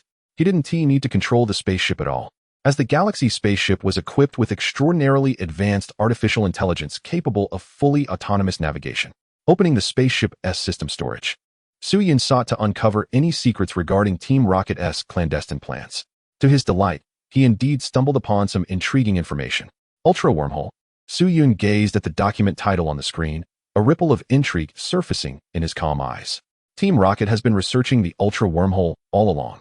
Within the folder, he discovered numerous research documents regarding the Ultra Wormhole. Why were they so invested in it? Were they perhaps seeking to harness the power of the Ultra Beasts? Suyun furrowed his brow, murmuring to himself. The Ultra Wormhole is a spatial passage akin to a wormhole, capable of leading to entirely different worlds from their own. Currently, the most in-depth research on the Ultra Wormhole is conducted by the Ether Foundation. The Ether Foundation's objective in studying the Ultra Wormhole is solely to maintain peace in the Alola region, ensuring that Ultra Beasts that inadvertently cross into the real world through the Ultra Wormhole return to their own dimensions. Suyun had spent some time at the Ether Foundation and shared a profound bond with the leaders, Luzamin and her daughter. Thus, he was somewhat aware of the inside scoop regarding the Ultra Wormhole and Ultra Beasts. However, the information before him concerning the Ultra Wormhole starkly contrasted with his previous understanding. In his impression, the Ultra Wormhole should connect to the worlds belonging to the Ultra Beasts. Yet, according to Team Rocket's research documents, the Ultra Wormhole is far more terrifying than he had imagined. It not only serves as a conduit between the Ultra Beasts world and the Pokemon world, but also connects to other parallel worlds. However, connecting to other parallel worlds is no simple feat, at least, based on the current documents. Team Rocket has yet to achieve that goal. Moreover, in the records contained within the final pages of the documents, the Rocket team, through their research, discovered that by harnessing the power of Mutwo, they could interact with the ultimate force, thereby unlocking the gateways to alternate dimensions. This revelation elucidates their motivation behind initiating the God-making project. Mutwo is not merely a tool for their conquest of the world. Rather, it serves as the pivotal key to access the realms beyond. After perusing the documents at hand, Suyun's emotions surged like tumultuous waves. His brow furrowed, and his thoughts raced. Why was the Rocket team so fixated on opening the doors to another world? Was there something within that alternate realm that they coveted? Or perhaps, Suyun pondered various possibilities, but soon shook his head, deeming them unlikely. The current information was insufficient for him to deduce the true intentions of the Rocket team. To unravel this enigma, he would likely have to wait for his next encounter with Sakaki. Furthermore, he possessed a strong premonition that their next meeting was imminent. Upon returning to Silver Mountain, Suyun resolutely released Mutwo. As the newest member, it was essential for him to introduce Mutwo to the members of his extended family. He opened the Pokeball, and with a flash of red light, a humanoid Pokemon, entirely silver-white, stood before him. Mutwo, the strongest artificial Pokemon. Mutwo's gaze was ominous, fixed intently on Suyun, causing him to feel a twinge of anxiety. Clearing his throat awkwardly, Suyun spoke solemnly, "Ahem, you are now my Pokemon, so there's no need for that stern expression. Come and meet your companions." As he spoke, he released his other Pokemon, including Galade, who had previously faced Mutwo and bore the scars of their encounter, harboring a slight resentment towards it. Moreover, Mutwo's current demeanor, marked by a sense of deep grievance, did not elicit warm greetings from them. They merely exchanged perfunctory nods. Mutwo, unfazed by their attitude, surveyed Galade and the others. Upon noticing the absence of Mew, its brow furrowed in concern. Turning to Suyun, it inquired, "Where's that bastard Mew?" Clearly, it still harbored a grudge over the ambush it had suffered at Mew's hands. Suyun replied matter-of-factly, "Mew has returned to its lair. It is not my Pokemon, and I have no right to confine its freedom." Mutwo's expression betrayed a hint of surprise, seemingly taken aback by Suyun's choice not to capture Mew. It regarded Su Yun and then asked, "Where is its lair?" With a serene smile, Su Yun gestured towards the towering mountains on the horizon, the tree of beginning. Mutuo gazed into the distance, its sight piercing through the heavens as if it could glimpse Mew nestled within the tree of beginning. After a moment, it withdrew its gaze and posed an unexpected question. "Do you have any metallic ores? The harder, the better." Su Yun was momentarily taken aback, not anticipating such a query from Mutuo. Yet, he instinctively replied, "Yes." During his training in the Hoenn region, he had forged a bond of brotherhood with champion Steven, who later gifted him an exceptionally rare meteorite. In his youthful fervor, he had dreamt of one day crafting a sword from that rare ore, becoming a wandering Pokemon swordsman and experiencing a life entirely different from his own. However, during his subsequent travels, he fortuitously encountered Zinnia, and from that moment, his sword remained sheathed, never to be drawn again. The rare ore lay unused, gathering dust in his storage. Leading Mutuo to the warehouse, they beheld a colossal ore, towering as high as a person, shimmering with a unique luster. Mutuo assessed it briefly and could not help but exclaim, "Excellent. I am quite fond of this." With a wave of its hand, the ore levitated. A surge of potent psychic energy enveloped it, stripping away all impurities, leaving only pure, rare metal. Mutuo then employed its psychic abilities once more, and the purified metal seemingly responded, radiating a brilliant glow that illuminated the entire warehouse. As Mutuo's fingers deftly maneuvered, the shape of the pure metal gradually transformed, taking on a cylindrical form adorned with sharp spikes. Under the light, it glimmered with a chilling brilliance. Before long, the pure metal had fully assumed its final shape. When Su Yun discerned its form, he was momentarily taken aback. Mutuo had fashioned a long, thick mace. Most notably, it was quite large. Chapter 87. It's coming. It's coming. It approaches with the mace in tow. Mutuo caressed the mace in its hands, its sharp eyes gleaming with excitement and madness. "What do you think of this mace?" Mutuo suddenly inquired, posing an inexplicable question to Su Yun. Su Yun was taken aback for a moment, then replied casually, "It's indeed quite impressive. But what do you intend to do with the mace?" Although Su Yun had formed a suspicion in his mind, he wasn't entirely certain. After all, Mutuo did not strike him as the petty, vindictive type. However, reality proved him wrong. Mutuo's next statement confirmed his suspicions. "Don't you think it's perfect for delivering a surprise blow?" Su Yun opened his mouth, momentarily speechless. "Perhaps," he hesitantly responded after a pause. "You're not planning to use it against me, are you?" Mutuo did not answer directly, but instead swung the mace with grand gestures, testing its heft. Satisfied with its weight, it finally spoke slowly. "There's an old adage among humans, return the favor in kind. I believe this mace will certainly aid me in reclaiming my lost honor." Su Yun remained silent, mentally offering a moment of silence for Mew. Mutuo had become consumed by its obsession, unless it delivered a blow to Mew. It seemed unlikely that it would ever find closure. He could not dissuade Mutuo, for it was, after all, his Pokemon. If it remained ensnared by this fixation, the consequences could be dire. Thus, the most prudent course of action appeared to be sacrificing Mew to appease Mutuo. "Sorry, Mew," Su Yun mused inwardly. "But Mutuo is my Pokemon. You might just have to take a hit. After all, you've dealt plenty to it. So letting it have its turn doesn't seem so dreadful." At that moment, Mutuo suddenly turned to him with a request. "Could I borrow the psychic plate within you?" Su Yun was taken aback, discreetly inquiring, "How did you know I possess a psychic plate?" As a newly birthed artificial Pokemon, Mutuo had hardly interacted with the world. How could it possibly know about the plates? Mutuo replied with a calm demeanor, "My subconscious informed me. Moreover, I can sense your emotions and state. Perhaps this is what you humans refer to as the bond between trainer and Pokemon?" Su Yun forced a smile.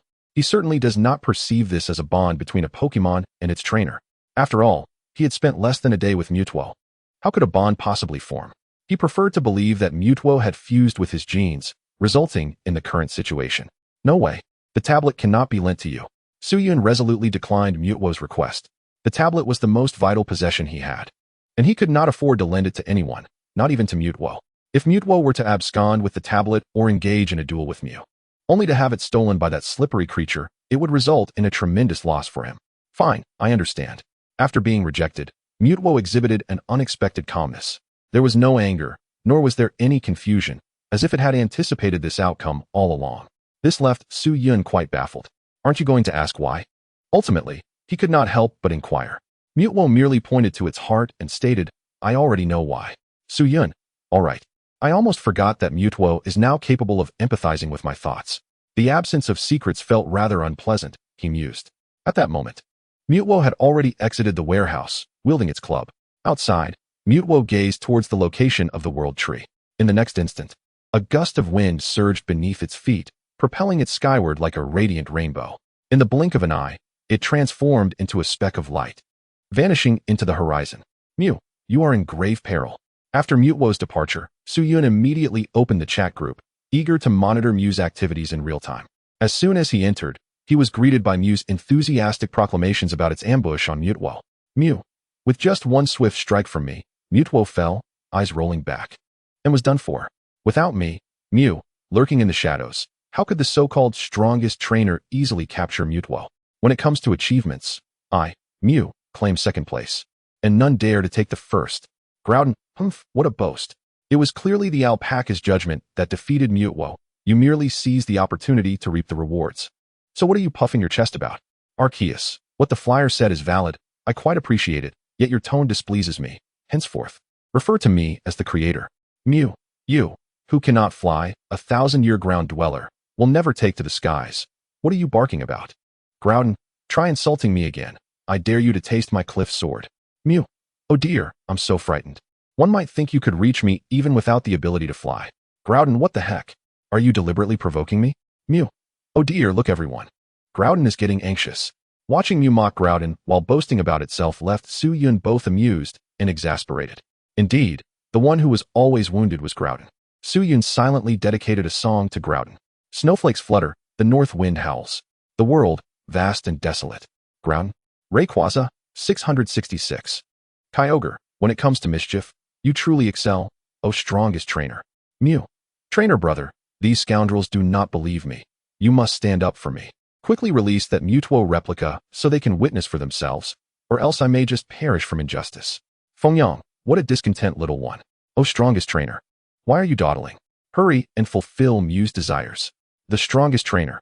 I wish I could, but Mutewo is not here with me. Mew. Mutewo has already been captured by you. Where else could it be? The strongest trainer. Guess.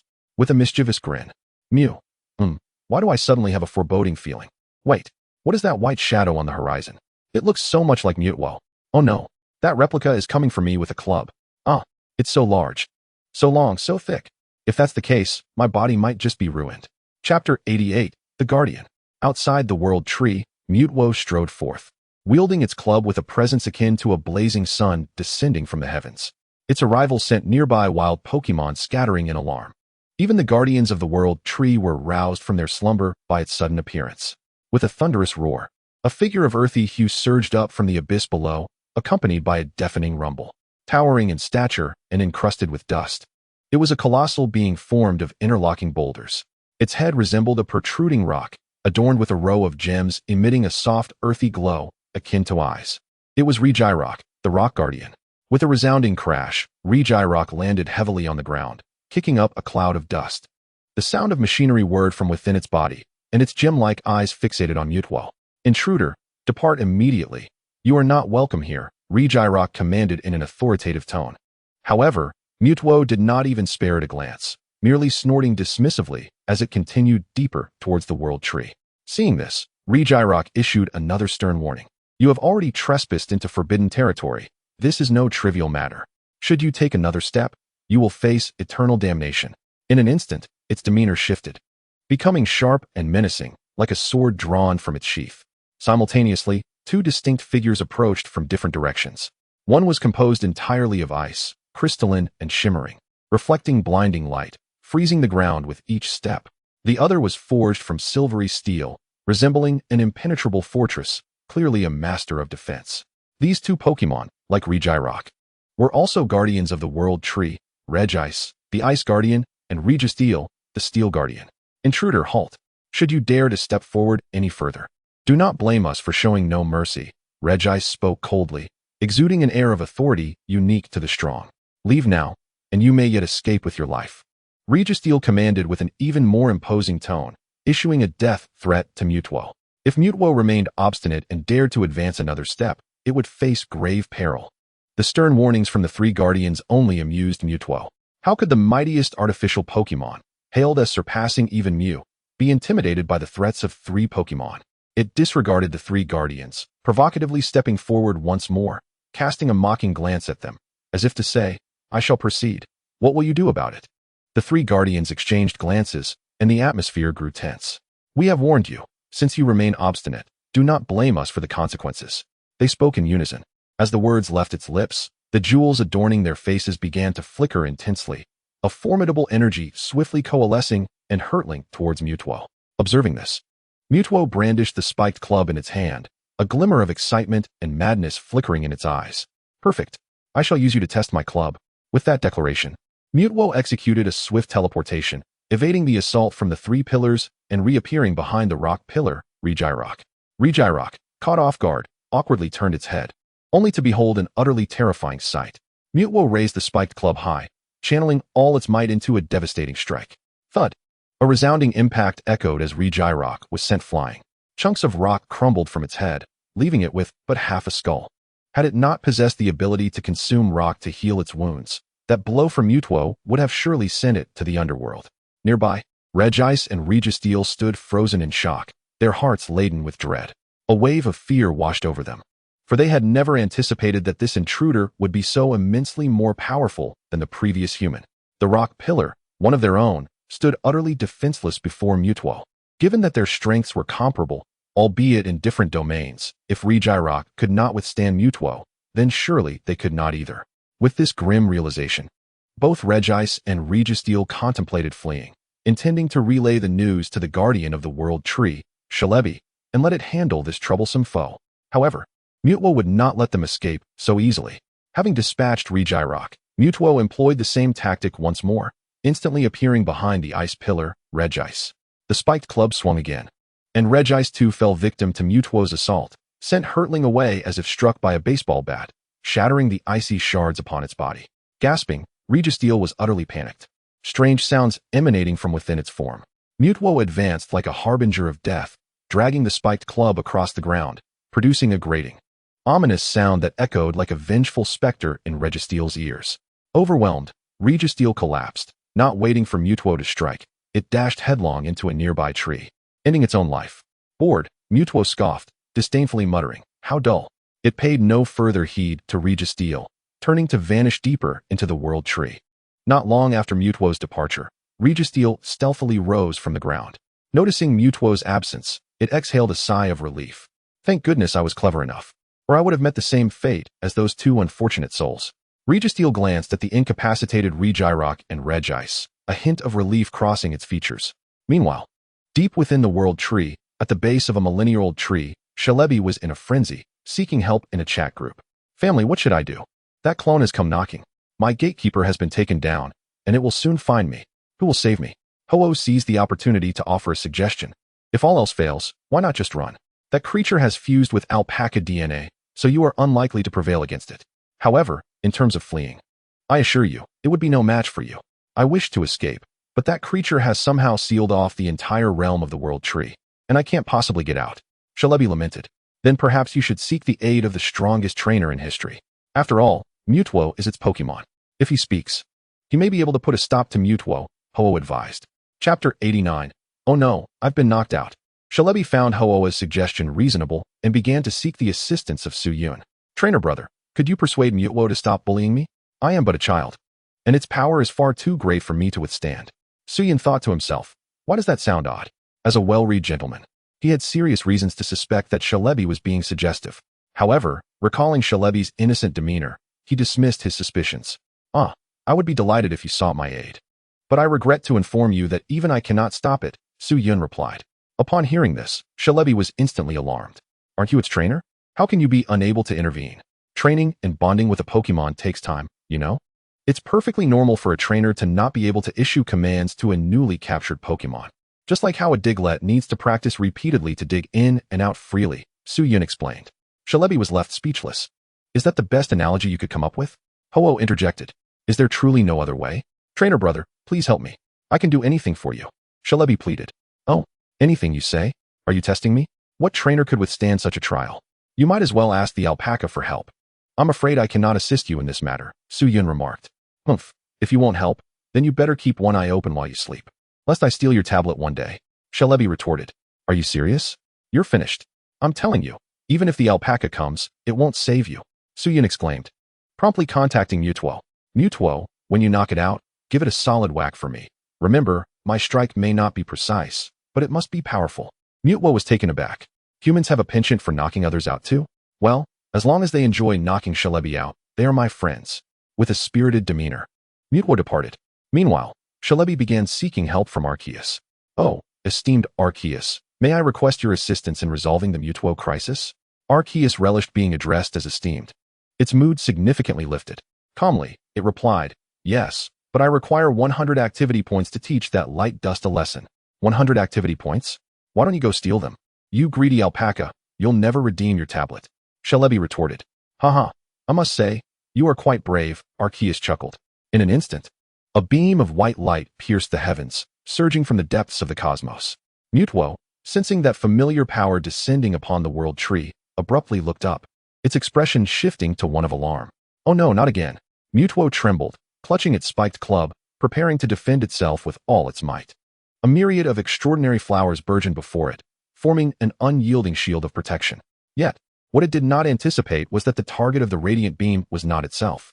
The beam soared directly above its head, plunging into the depths of the world tree of beginnings. It's not aimed at me, Mutuo mused, casting a perplexed glance towards where the beam had descended. Could it be directed at Mew? If that were the case, it would mean an opportunity for Mutuo to allow Mew to experience the sensations it had once endured. A bright glimmer of starlight shone in Mutuo's eyes. Back then, after it had withstood Arceus's punitive light shards, it had not completely succumbed to unconsciousness. Instead, it had been ambushed by Mew and knocked out with a single blow. Now, if the punitive light shards were aimed at Mew, did that not imply that Mutuo could seize the moment to retaliate and reclaim its dignity? With this thought, Mutuo could no longer contain its excitement and joy. Without hesitation, it sped towards the depths of the world tree of beginnings. Meanwhile, deep within the roots of the world tree, Mew was left utterly aghast, its small face pale as it mentally cursed the llama. It never expected that the llama would play so ruthlessly, unleashing punitive light shards upon it. Llama, one day I shall strike you down, Mew shouted indignantly. Unfortunately, its voice was drowned out by the approaching beam, vanishing alongside it into the blinding expanse of white. Boom!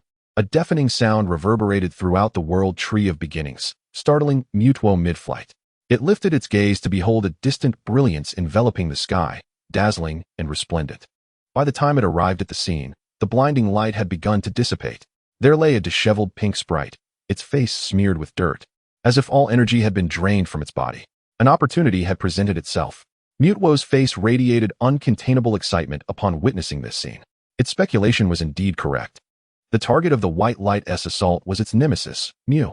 At this moment, Mew was gravely injured, sprawled on the ground like a lamb awaiting slaughter. Without a second thought, Mutuo soared to Mew's side. Sensing a presence nearby, Mew summoned its dwindling strength to lift its eyelids, only to see Mutuo's imposing figure looming above. Brandishing a long, thick-spiked club, its face twisted into a menacing grin. Could you perhaps go easy on me? This is my first time, Mew pleaded with wide, innocent eyes. This familiar scenario filled Mew with a sense of foreboding. Mutuo grinned, gently assuring, fear not, the pain is merely transient, it shall soon pass. With that, it unhesitatingly brought the spiked club down. Thud, this strike is for your previous ambush. This one fulfills my master's command. As for the reasoning behind the third, I have yet to formulate it. Let us simply proceed with respect, Mew. Thus, as experience breeds familiarity, Mutuo initially aimed to reclaim its honor and vent its frustrations. Yet, as the blows continued, it found itself unwittingly ensnared by the thrill of it all. How had it never discovered the sheer enjoyment of delivering such strikes before? Gazing down at Mew, now entirely molded into its shape, an overwhelming sense of conquest surged within Mutuo. Why not capture it and bring it back to the master? Perhaps the master would reward it with the tablet within Mew's possession if pleased. Even without a reward, keeping Mew close would allow Mutuo to practice its striking technique whenever it wished. Mutuo deemed this idea splendid. Without hesitation, it hoisted Mew up, crafted a sack from vines, and stowed Mew inside before departing with a triumphant stride. Chapter 90. A Lost Cause and a Broken Army. Silver Mountain. Suyin embraced the moment, gazing into the distance. He wondered whether Mutuo had succeeded. Although it had acquired a portion of Arceus's power and likely surpassed Mew in strength, Mew was the quintessential escape artist, unmatched in its ability to flee. If Mutuo aimed to strike Mew, it wouldn't be an easy task. Suyin had no doubt about Mutuo's capabilities. However, its proficiency in delivering strikes was a matter of contention. Just then, a white figure appeared on the horizon. Mutwo had returned. Suyun raised an eyebrow, slightly astonished. So soon? Could it be a sign of failure? Wait, was it carrying a sack? Before Suyun could fully process this, Mutwo appeared beside him in the blink of an eye, uttering a classic line. Master, do you desire a mythical beast? Just give the word, and I shall present one to you this very moment. Suyun? A mythical beast? His gaze involuntarily shifted to the sack in Mutwo's grasp. It was widely known that there were no wives and wife cakes. So, could there possibly be a mythical beast in that sack? For some inexplicable reason, a sense of foreboding washed over Suyun. After a moment's hesitation, he cautiously inquired, You don't mean to say that Mew is in that sack, do you? Mutwo did not respond directly, but silently opened the sack. Driven by curiosity, Suyun leaned in to take a peek. His heart tightened. Inside the sack lay a pink sprite. Who else could it be but the elusive Mew? However, at this moment, Mew appeared completely spent, curled up in the sack without a shred of vitality. Indeed, it was Mew. You actually captured it. Suyun's mouth twitched in shock. He reached out, prodding Mew's body with a finger, only to find it utterly still, seemingly in a state of unconsciousness. Anxiety crept into his gaze as he turned to Mutwo. You didn't overdo it, did you? Mutwo shook its head. No, it's not that fragile. After a moment of contemplation, it added, I know my limits. Suyun. Regardless of how one viewed it, Mutwo appeared anything but restrained. However, after his inspection, he indeed found Mew to be unharmed. It simply remained inexplicably unconscious. At that moment, Mutwo suggested, Master, why not capture it? That way, you could keep it by your side. Suyun couldn't help but chuckle, teasing, Oh, have you developed feelings for it after striking it so much, and now find it hard to part ways? Mutwo shook its head. Suyun, intrigued, asked, Oh, then why do you wish to keep it near? Mutwo answered solemnly, So that I can strike it every day. Its technique in delivering strikes was still in its infancy and required ample practice. Mew, being crafty and resilient, was undoubtedly the best training partner. Suyun was left speechless. He had never imagined that Mutwo's desire to keep Mew close stemmed from a wish to continuously strike it. He could only mourn for Mew, for the days ahead would not bode well for it. Since it has come into my possession, there is no reason not to capture it. Suyun nodded. Producing a Master Ball, he then gestured to Mutwo, indicating it should release Mew from the sack, allowing him to claim it.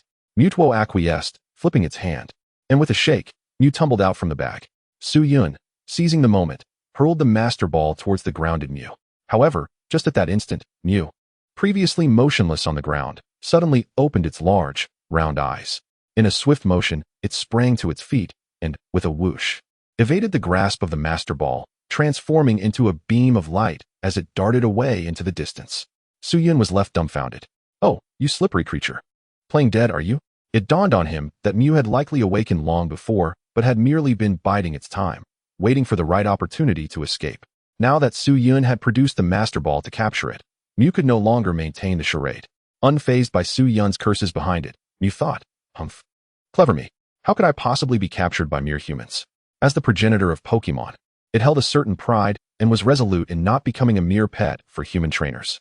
However, just as Mew reveled in its cleverness, a white figure suddenly materialized in its path. The figure brandished a long, heavy spiked club and, without a moment's hesitation, swung it towards Mew. Again, Mew was startled into a panic and immediately turned to flee.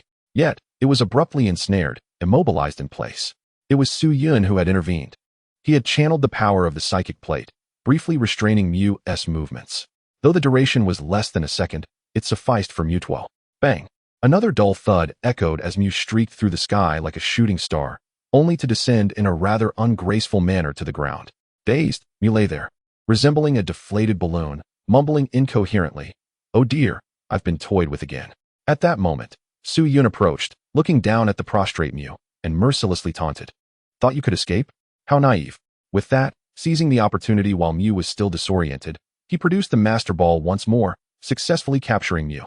Alas, poor Mew, ultimately losing both its freedom and suffering an unnecessary blow. Upon witnessing Suyun's triumph in capturing Mew, a rare smile of satisfaction graced Mutwo's usually stern visage. From then on, it could delight in playfully ambushing Mew daily. Suyun, not sparing any praise, commended Mutwo. Well done, you have matured into a formidable Pokemon. No one could have anticipated that Mutwo's journey to the World Tree would not only avenge its grievances, but also bring Mew back with it. Such a considerate Pokemon is indeed a rarity. Simultaneously, in the chat group, following Su Yun's capture of Mew, a notification announcement emerged simultaneously. Announcement: Member Mew has been captured by the group's historically strongest trainer. The group's historically strongest trainer will inherit all of Mew's activity points. Announcement: Member Mew has been captured by the group's historically strongest trainer. The group's historically strongest trainer will inherit all of Mew's activity points. Announcement: Member Mew has been captured by the group's historically strongest trainer. The group's historically strongest trainer will inherit all of Mew's activity points.